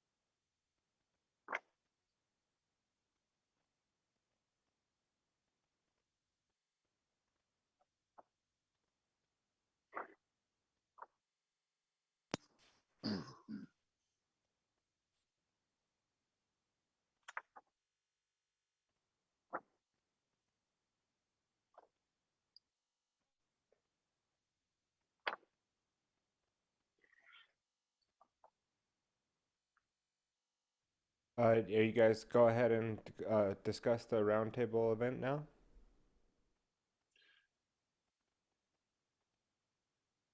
Nathan? Yeah, I'm on here. Sorry, I didn't see my face on there. Hey guys, so the origins of secret societies part 2. Echo. Sorry. What do you think? It's pretty awesome, right? Douglas Martin, I just want to say you did a fantastic job. Okay, I'm sorry if you guys are getting an echo. No, I don't think it's my phone, but are you hearing an echo, Tyler? If anybody else is on their phone. Okay, yeah, Doug's getting an echo. So if anybody else is on their phone, just mute it until each person is done speaking, just so that way we don't have an echo. Just try to make sure. Somebody's got a loop going in here. Okay. I'm not sure what it is. Let me go ahead and take it and see if mine's echoing. Turn your Well, okay. Okay. I hope everybody enjoyed today's presentations by all the great speakers and the musical performance by Ryan Swisher.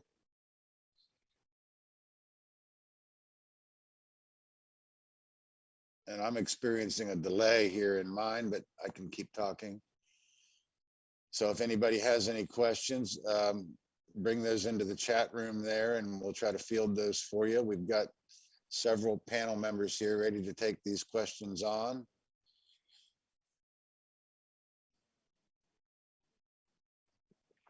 So let's see what we can do about getting some questions coming into the round table here. I'm going to hand it back over to Nate just for a second to see if we've got this echo under control.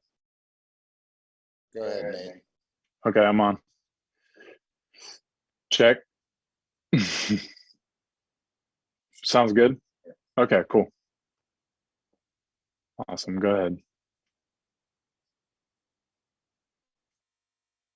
Okay. I don't have any questions on my end. Okay.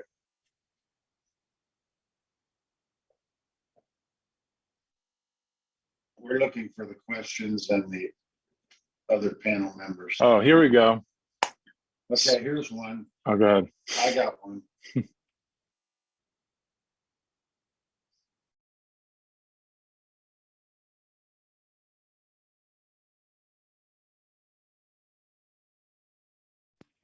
Okay.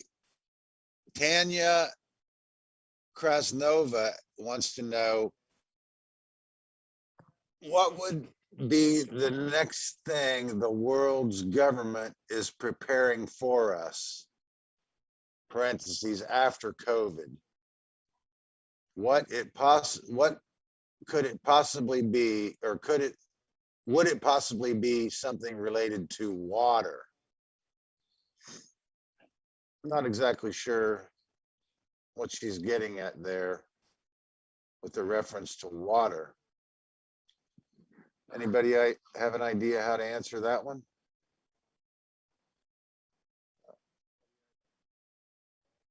Michael Merklin answers maritime jurisdiction. Okay. You want to field this one for us, Will? I was just going to take a shot at it.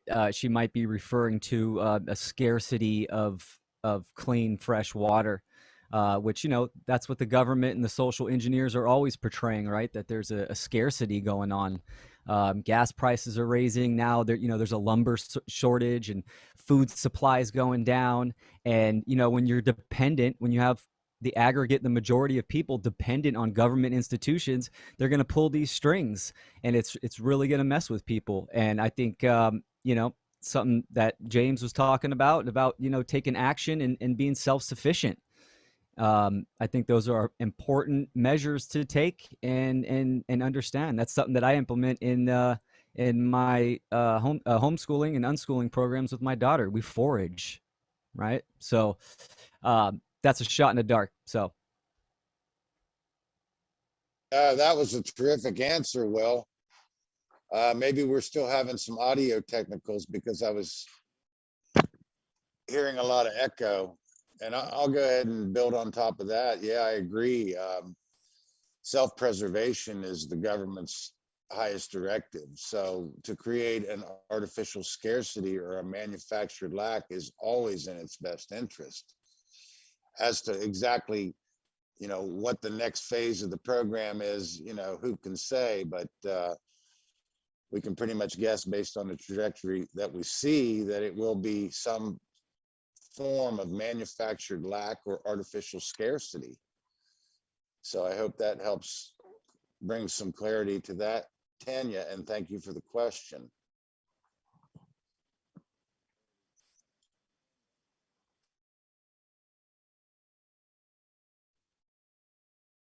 So do we have another question here we can field while we're here? I know Will and I have answered some of these in the text threads, but we can go ahead and address it here now. I'm still not seeing all the questions, but I'll go into Discord. I can answer, or I can ask a question real quick for you, Doug. How far back into the Egyptian history can the Essene tradition possibly be traced in any form or by any names? And that's by Harold Mitchell.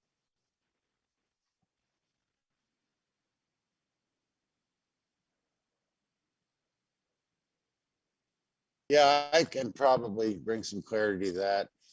I mean, we have to go with, the history that we have, and then what's considered prehistory in academia. I think we could safely say that the Jewish sect we know as the Essenes is post-Babylon, in the sense that it's part of prehistory. Somebody also had asked earlier if they had a connection to the Essenes, and I would say what we're talking about is the earlier forms have the potential to be more pure forms than what we were provided by with this Roman Church. It's the answer is it has potential for ambiguity, but my take on it is that most of that prehistory that we worked with comes from the Jewish Torah and the Hebrew doctrines.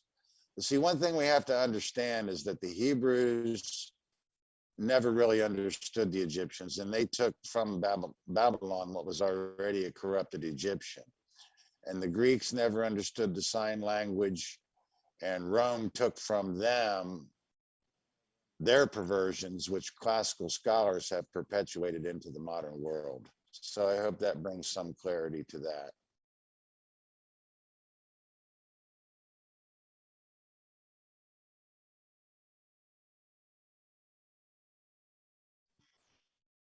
What else do we got?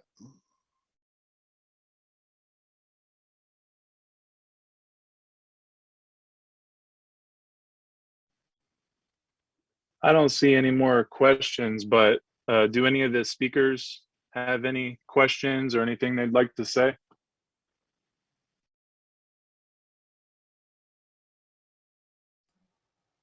Yeah, I'll jump in. I just want to say congratulations and great job, Brandon and Nate and everyone, the whole team, man. This was a phenomenal day of just incredible information, and the presentations were so valuable. And this is what it's all about: taking in that information and then contemplating on it, and then acting, putting action into play. So good job on setting up a first phenomenal, successful day. And thanks for having me, for sure.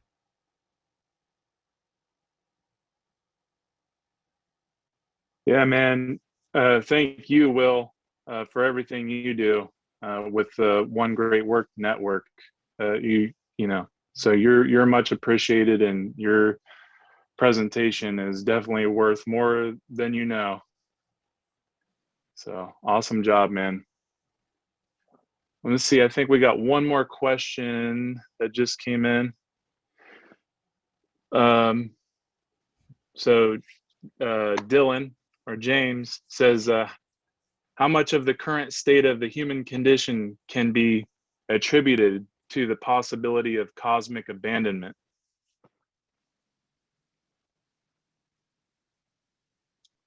Anybody want to take that one?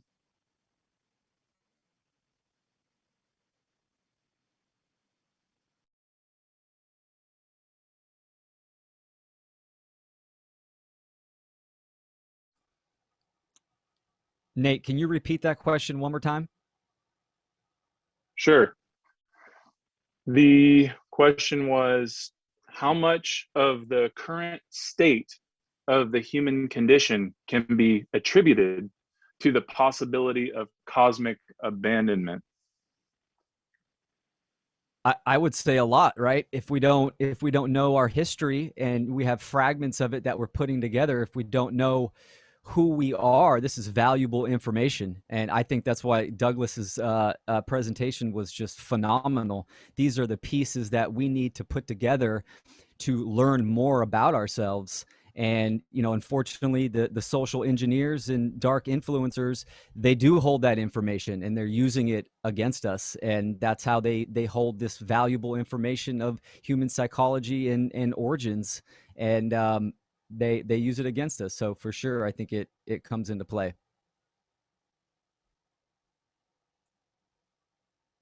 Yes, I would corroborate that. That was a very good answer, Will. If we don't know our true origins, then we can't know the source ideas and isolate where the dogma begins. So the whole idea is to restore the source ideas so we can isolate the dogma and flesh it out. So I hope that helps. If I fully understood the question correctly. Let's see, we got another question by Ray Hallstrom. Says, what is our best way to overcome the tyranny that we see in the world today?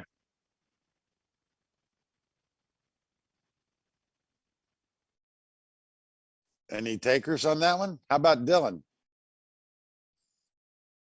You want to take that one, Dylan? Yeah, sure.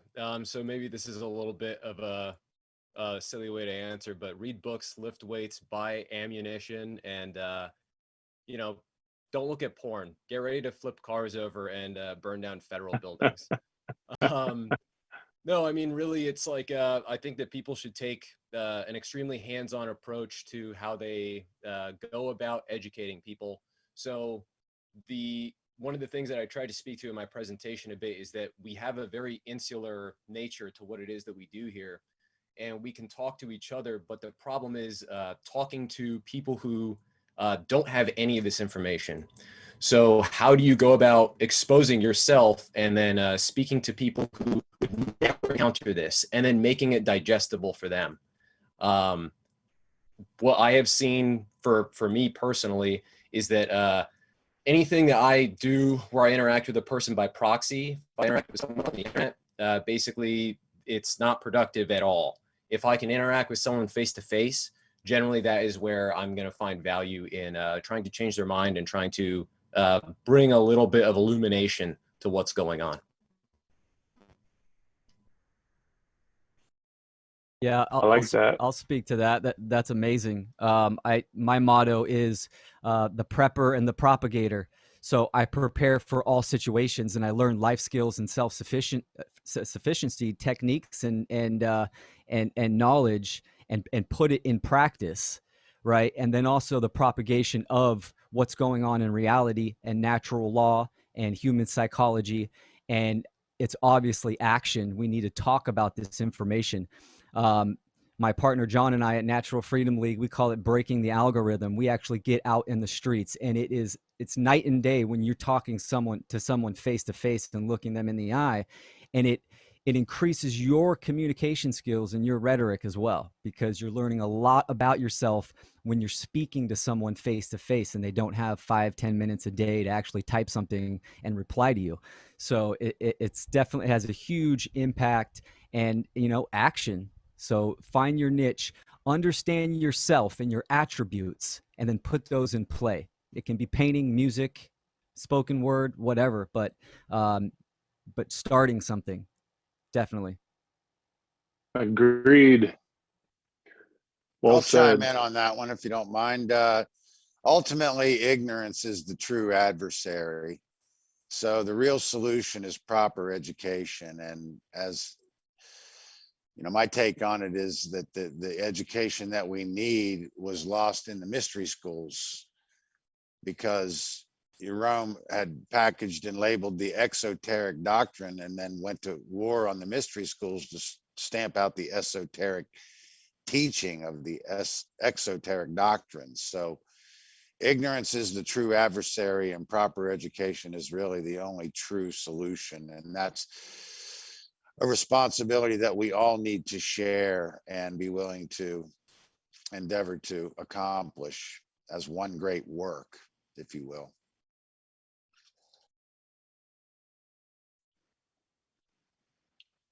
Let me see. We got another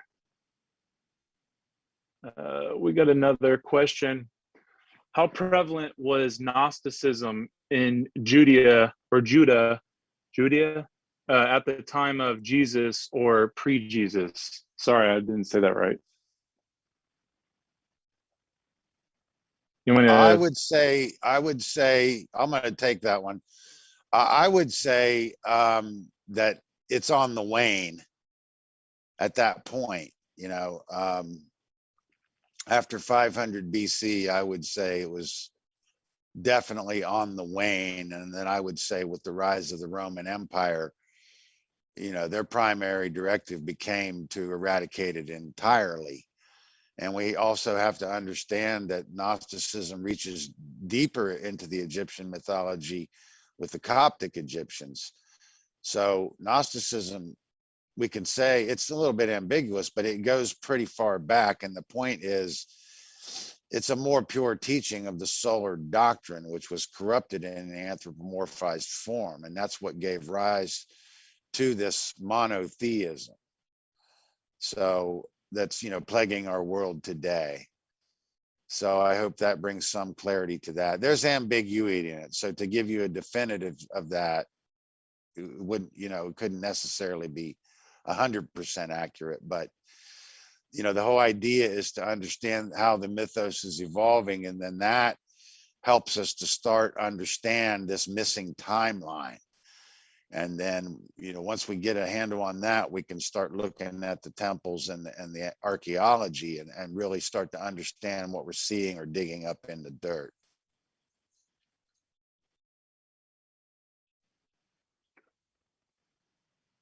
Yeah, I like that. Let me see here.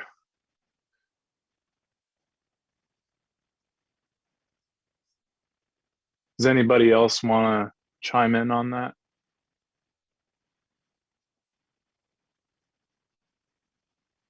Let's go to the next question. Well, I went to the next question, but it's not a question. So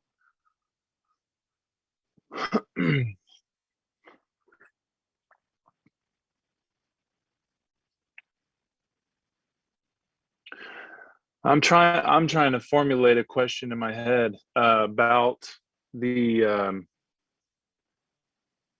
I guess I'm trying to understand how the stellar cult was how it was eroded into Judaism or corrupted into Judaism. How would you explain that?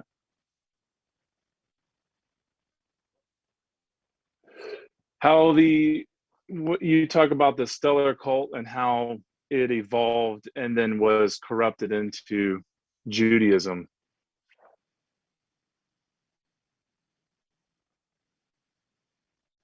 Yeah, what we have to understand is that Judaism is a deteriorated form of an ancient stellar doctrine that's far anterior to dynastic Egypt, even. And that the Islamic religion is a remnant of the lunar. So what I would tell you is these are both very modernized, deteriorated solar forms of a once pure lunar and pure stellar doctrine. Essentially, they were assigned the tenets of the remnant. And it's a really long story to be able to fully explain. One of the things that I would say is during the cult of Amen-Ra, that is 80,000 years ago, is that the solar priests that wanted to venerate Inde Sky migrated into the north and gave rise to what we know as modern day Babylon. And it didn't take long before they ended up with a completely corrupted form of the Egyptian, which, in the prehistory era, the Hebrews took from Babylon. One of the most important things to understand is that what are seen as the evil spirits in modern doctrines were benevolent spirits in the ancient doctrines. So it's a complete corruption of a much more ancient doctrine. And one of the most important things to understand about the ancient pure forms is they took such a long period of time to develop and understand. That's why we can't afford to lose that knowledge, because the amount of time it took to develop that knowledge hasn't even been equaled by the amount of time that has passed since it's been lost.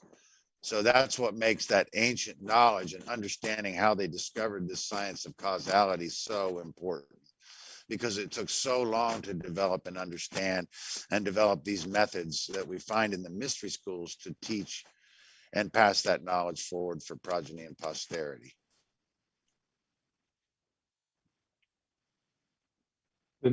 Did anybody else want to add to that?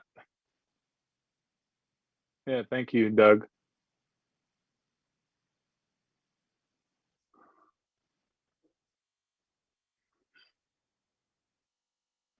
Okay.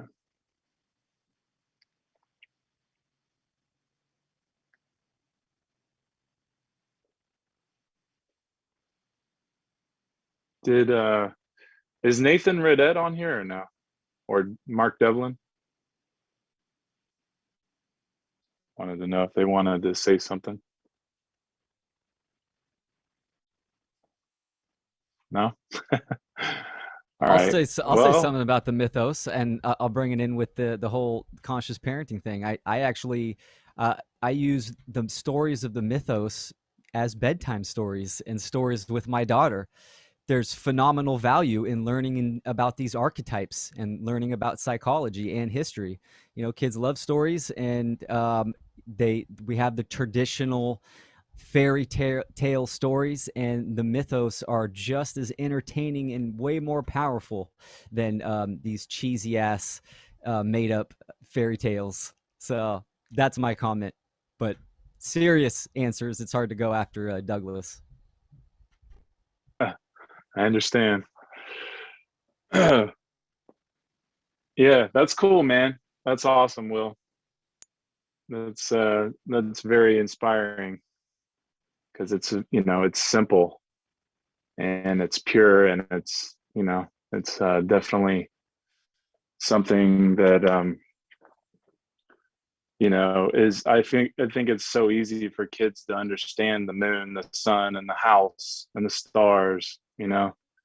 So it's really cool that you're doing that. Is there anybody else that had any more questions? I didn't see any more questions in the Q&A.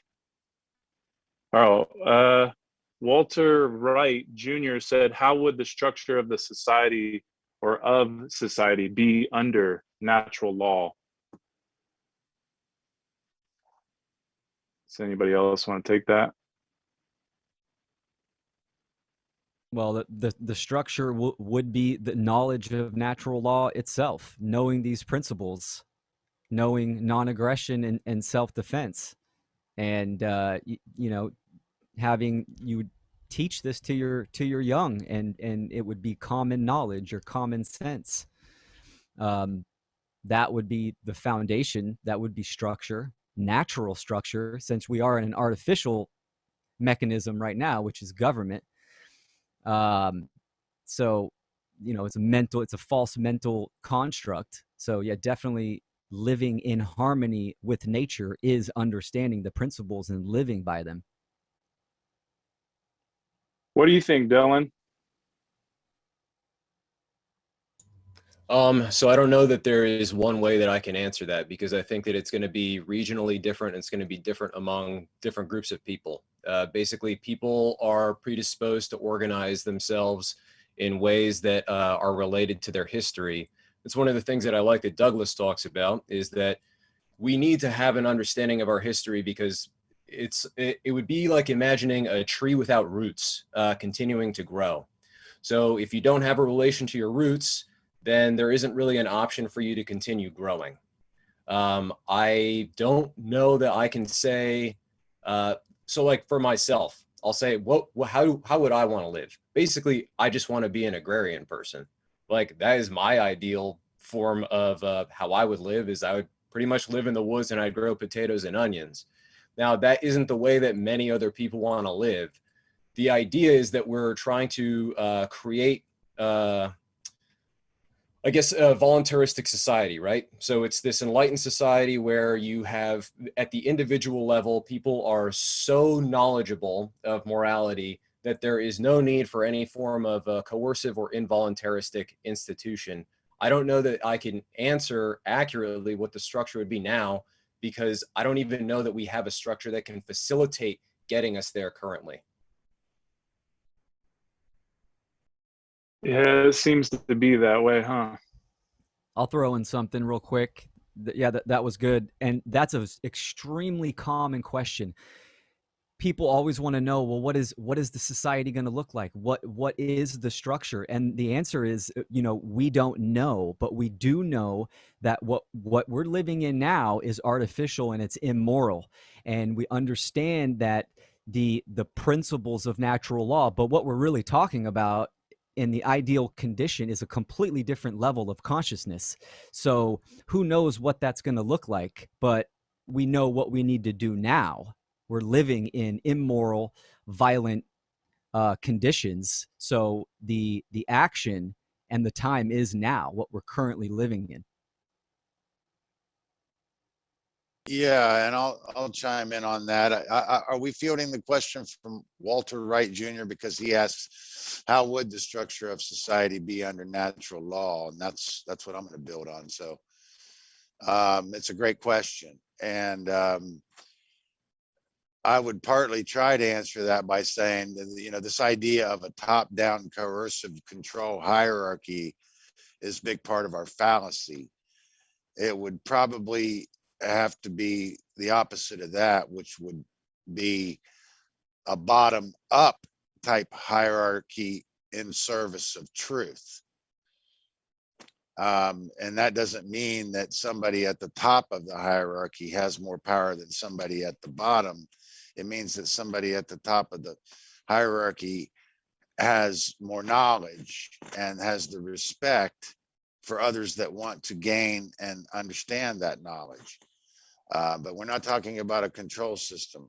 We're talking about a bottom up hierarchy in service of truth, which I would call source, service to the science of causality, if you will. And as long as we're pursuing our personal ambition, then we're breaching that responsibility to truth. And, the idea is that that level of morality would manifest a paradise instead of manifesting the hell that we're manifesting under man's law. So it's a difficult topic, and I don't want to be misunderstood with it. But I would say it was about respect for elders, but the elders can't compromise their principles, and that no one should be really living better than somebody else. That there's plenty to go around. I think the beautiful thing is that part of the great big spiritual lesson is that we all have to learn to share and care about things that matter, which is the science of causality, and we all have a responsibility to learn it and know it. And many hands make light work. So, the mess that we're in now, it's like trying to swim out against the ebb of the tide. And, we've created this mess for ourselves. We can still get out there, but it's going to take a lot more effort.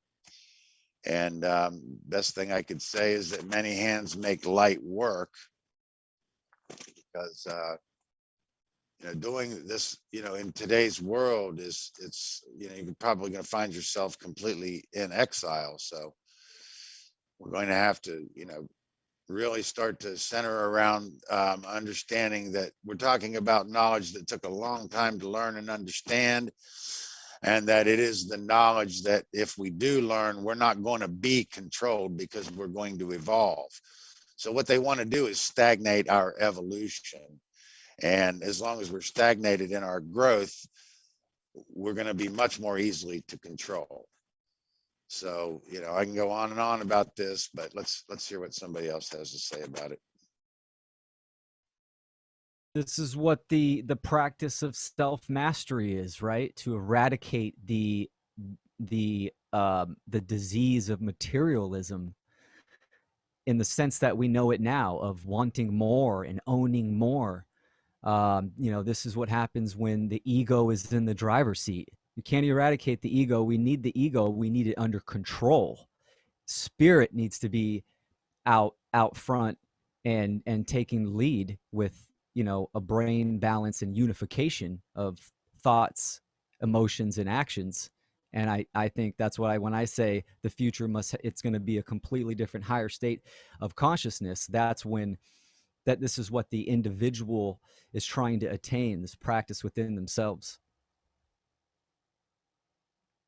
We need philosophers, not politicians. Right. Well said. I concur. I saw James raised his hand. Did he want to say something? No, maybe not. Okay. That might have been me. I raised my hand at one point, Nate. Oh, go for it, man. I had a little comment. Chris? I was thinking about what Douglas was talking about, and that one person asked him the question about, what can we do, about tyranny? And I was thinking about how much of that ancient symbolism that Douglas was talking about is all describing our own personal journey. And that's something that's been echoing in my thoughts recently about how, and I'd be curious to see what Douglas thinks about this. All those ancient stories are all telling us the same thing, that we have to evolve as people, that we have to grow up. And so each of our personal journey is really all we have to do. Speaking out and doing these things is part of that journey, but that's what we have to do. I'm going to chime in on that. It's nice to meet you here, Chris, and I'm a fan of your work, so I really appreciate it. I really appreciate the input and all of it. But yeah, I'm thinking of the allegory in the Lord of the Rings, the Fellowship of the Ring. Frodo, who's almost, the most vulnerable of the whole group, is the only one that has the courage to take the ring into Mordor and destroy this idea of man's law, which is represented by the ring. But when he decides to embark on that journey, the fellowship joins around him and offers all of the service that they can get him to help him do what they don't have the courage themselves to do. The whole point is that many hands make light work, and that no one can do it alone. We all need each other's support, but ideally we all need to make that journey and develop that internal courage and understand the need for it by understanding the suffering that coercive control would cause. And there's a lot more to say about it, but with regard to the symbolism, the idea that the dark occult is wielding the symbolism to mock us, well, that's true. But it's also that the universe itself would mock us with the symbolism, because it's compelling us to come out of that darkness and understand the symbolism and the necessity for it in its purest form. One of the things to understand about as a symbol is that it doesn't describe a dogma, so it's a forever unfoldment. As soon as we ascribe a dogma to a symbol, we've limited it. It's the same idea with putting labels on people or anything. We limit its potential. This is the idea, the same as the ineffable name of God. Once we put a label on it, it's no longer that thing, because it can never be that limited in its entirety. So the labels would limit us, and the universe is compelling us to raise up and understand the pure forms of the symbolism. But part of understanding a pure form of symbolism is understanding its inexhaustible propensity, and then how that draws out the unfoldment from within. Once we've scoured the external environment to find the meaning of the symbol, we're forced to go within and look for the deeper meaning of the symbol. So it's a drawing out of the unfoldment. It's part of the importance of understanding symbolism.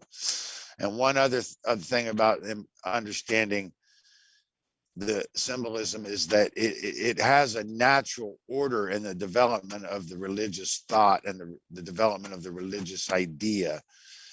And we need to understand that natural chronology to understand the purest forms, because that's how we can unravel the dogma and the later corrupted forms we call religion. So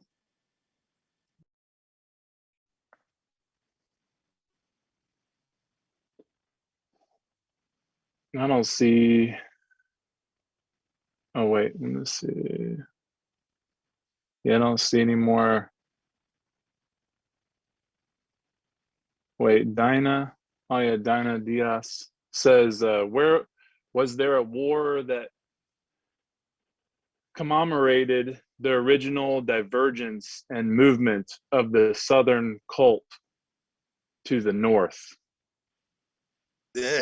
I'm going to field that. It's a very advanced question, and it's a very legitimate question, and most of my work is about this.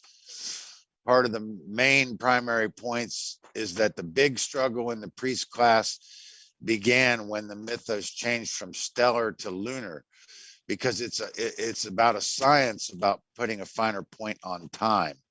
So the problem with venerating in annual cycles is that time was kept in the great year cycle in the movement of the northern and southern, first southern and then northern circumpolar constellations, which monitored the great year cycle. So they were able to record and keep record of epochs of time.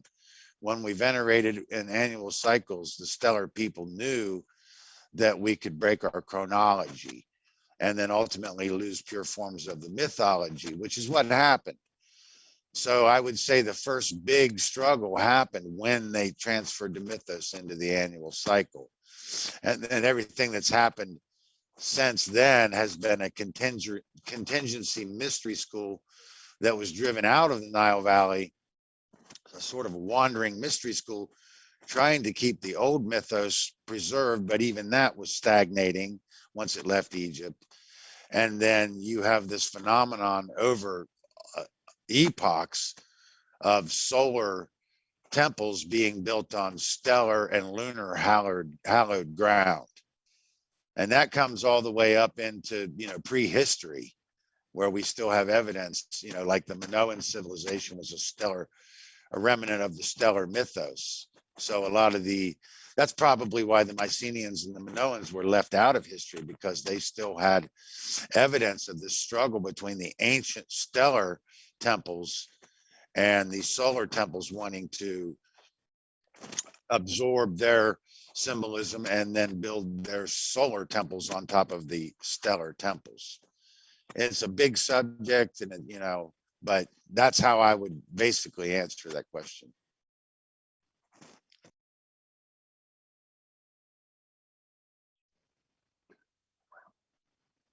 Did anybody else want to take that question or add to it?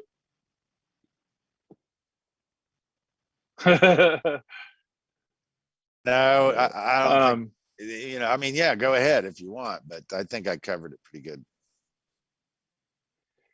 So that Julia Felix says, this may be off topic, is common law and natural law similar, the same, or different?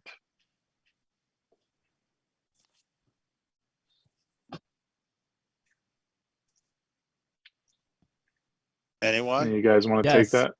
I'll answer that. A very common question. No, it is not. They're completely different. Common law is man's law. It's there.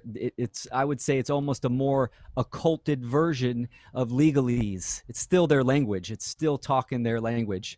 It is not talking about the actual laws of nature.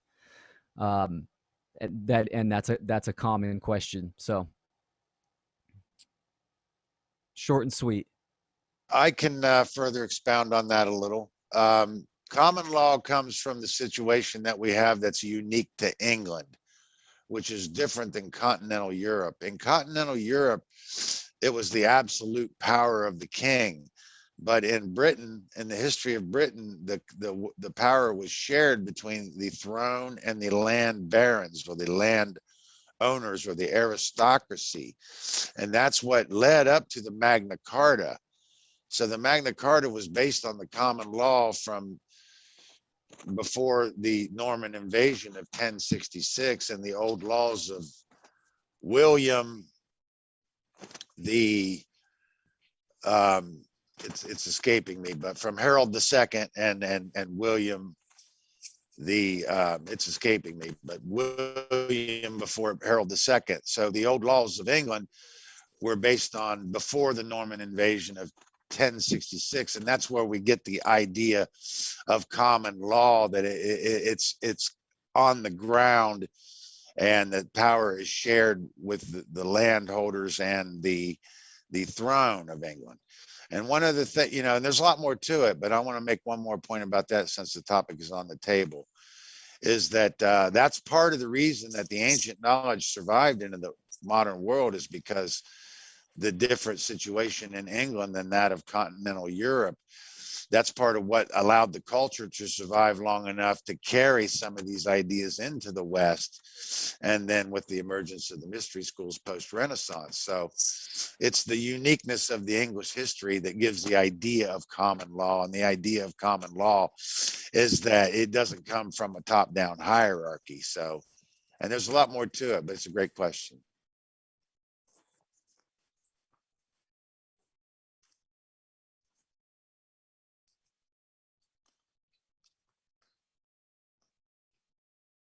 Well, I don't see any more questions. If anybody wants to chime in on that, or if anybody else has anything to say, we might be getting off here in a minute or two. I just want to say great job to all the speakers. You guys did a phenomenal job, and I really appreciate your participation in the event.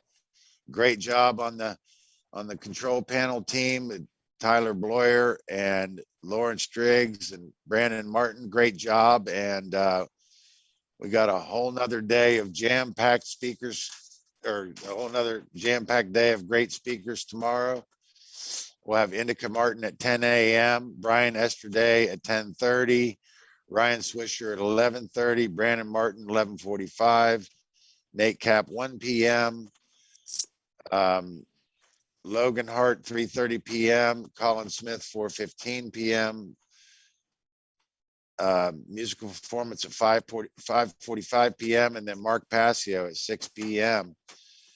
And you can find more information on the One Great Network.com, or at onegreatnetwork.com and thecubbyhole.com, and you can find donation pages there if you want to make a contribution, and that's always much appreciated, because these guys are giving you know, their entire mind, body, and soul to help bring us out of this darkness of this ignorance. And so it should be another exciting day tomorrow. So thanks everyone who participated, and great job everyone. Keep up the great work. Yeah, and I just want to say that I really appreciate Autonomy for all the work that they have done, and that's including Tyler and his crew, and of course the onegreatworknetwork.com for streaming this all day. I really appreciate it, Mark Passio. So yeah, we're gonna have a really solid day tomorrow too. So definitely get your sleep, and we will see you tomorrow. Great questions, by the way, too. All right, guys. I'll take us out then. So this is Douglas Martin signing off for the SEED4 conference. Thank you, and I hope you've received value from the information presented here today. Tune in tomorrow starting 10 a.m. and we'll have another full day of great speakers and great presentations.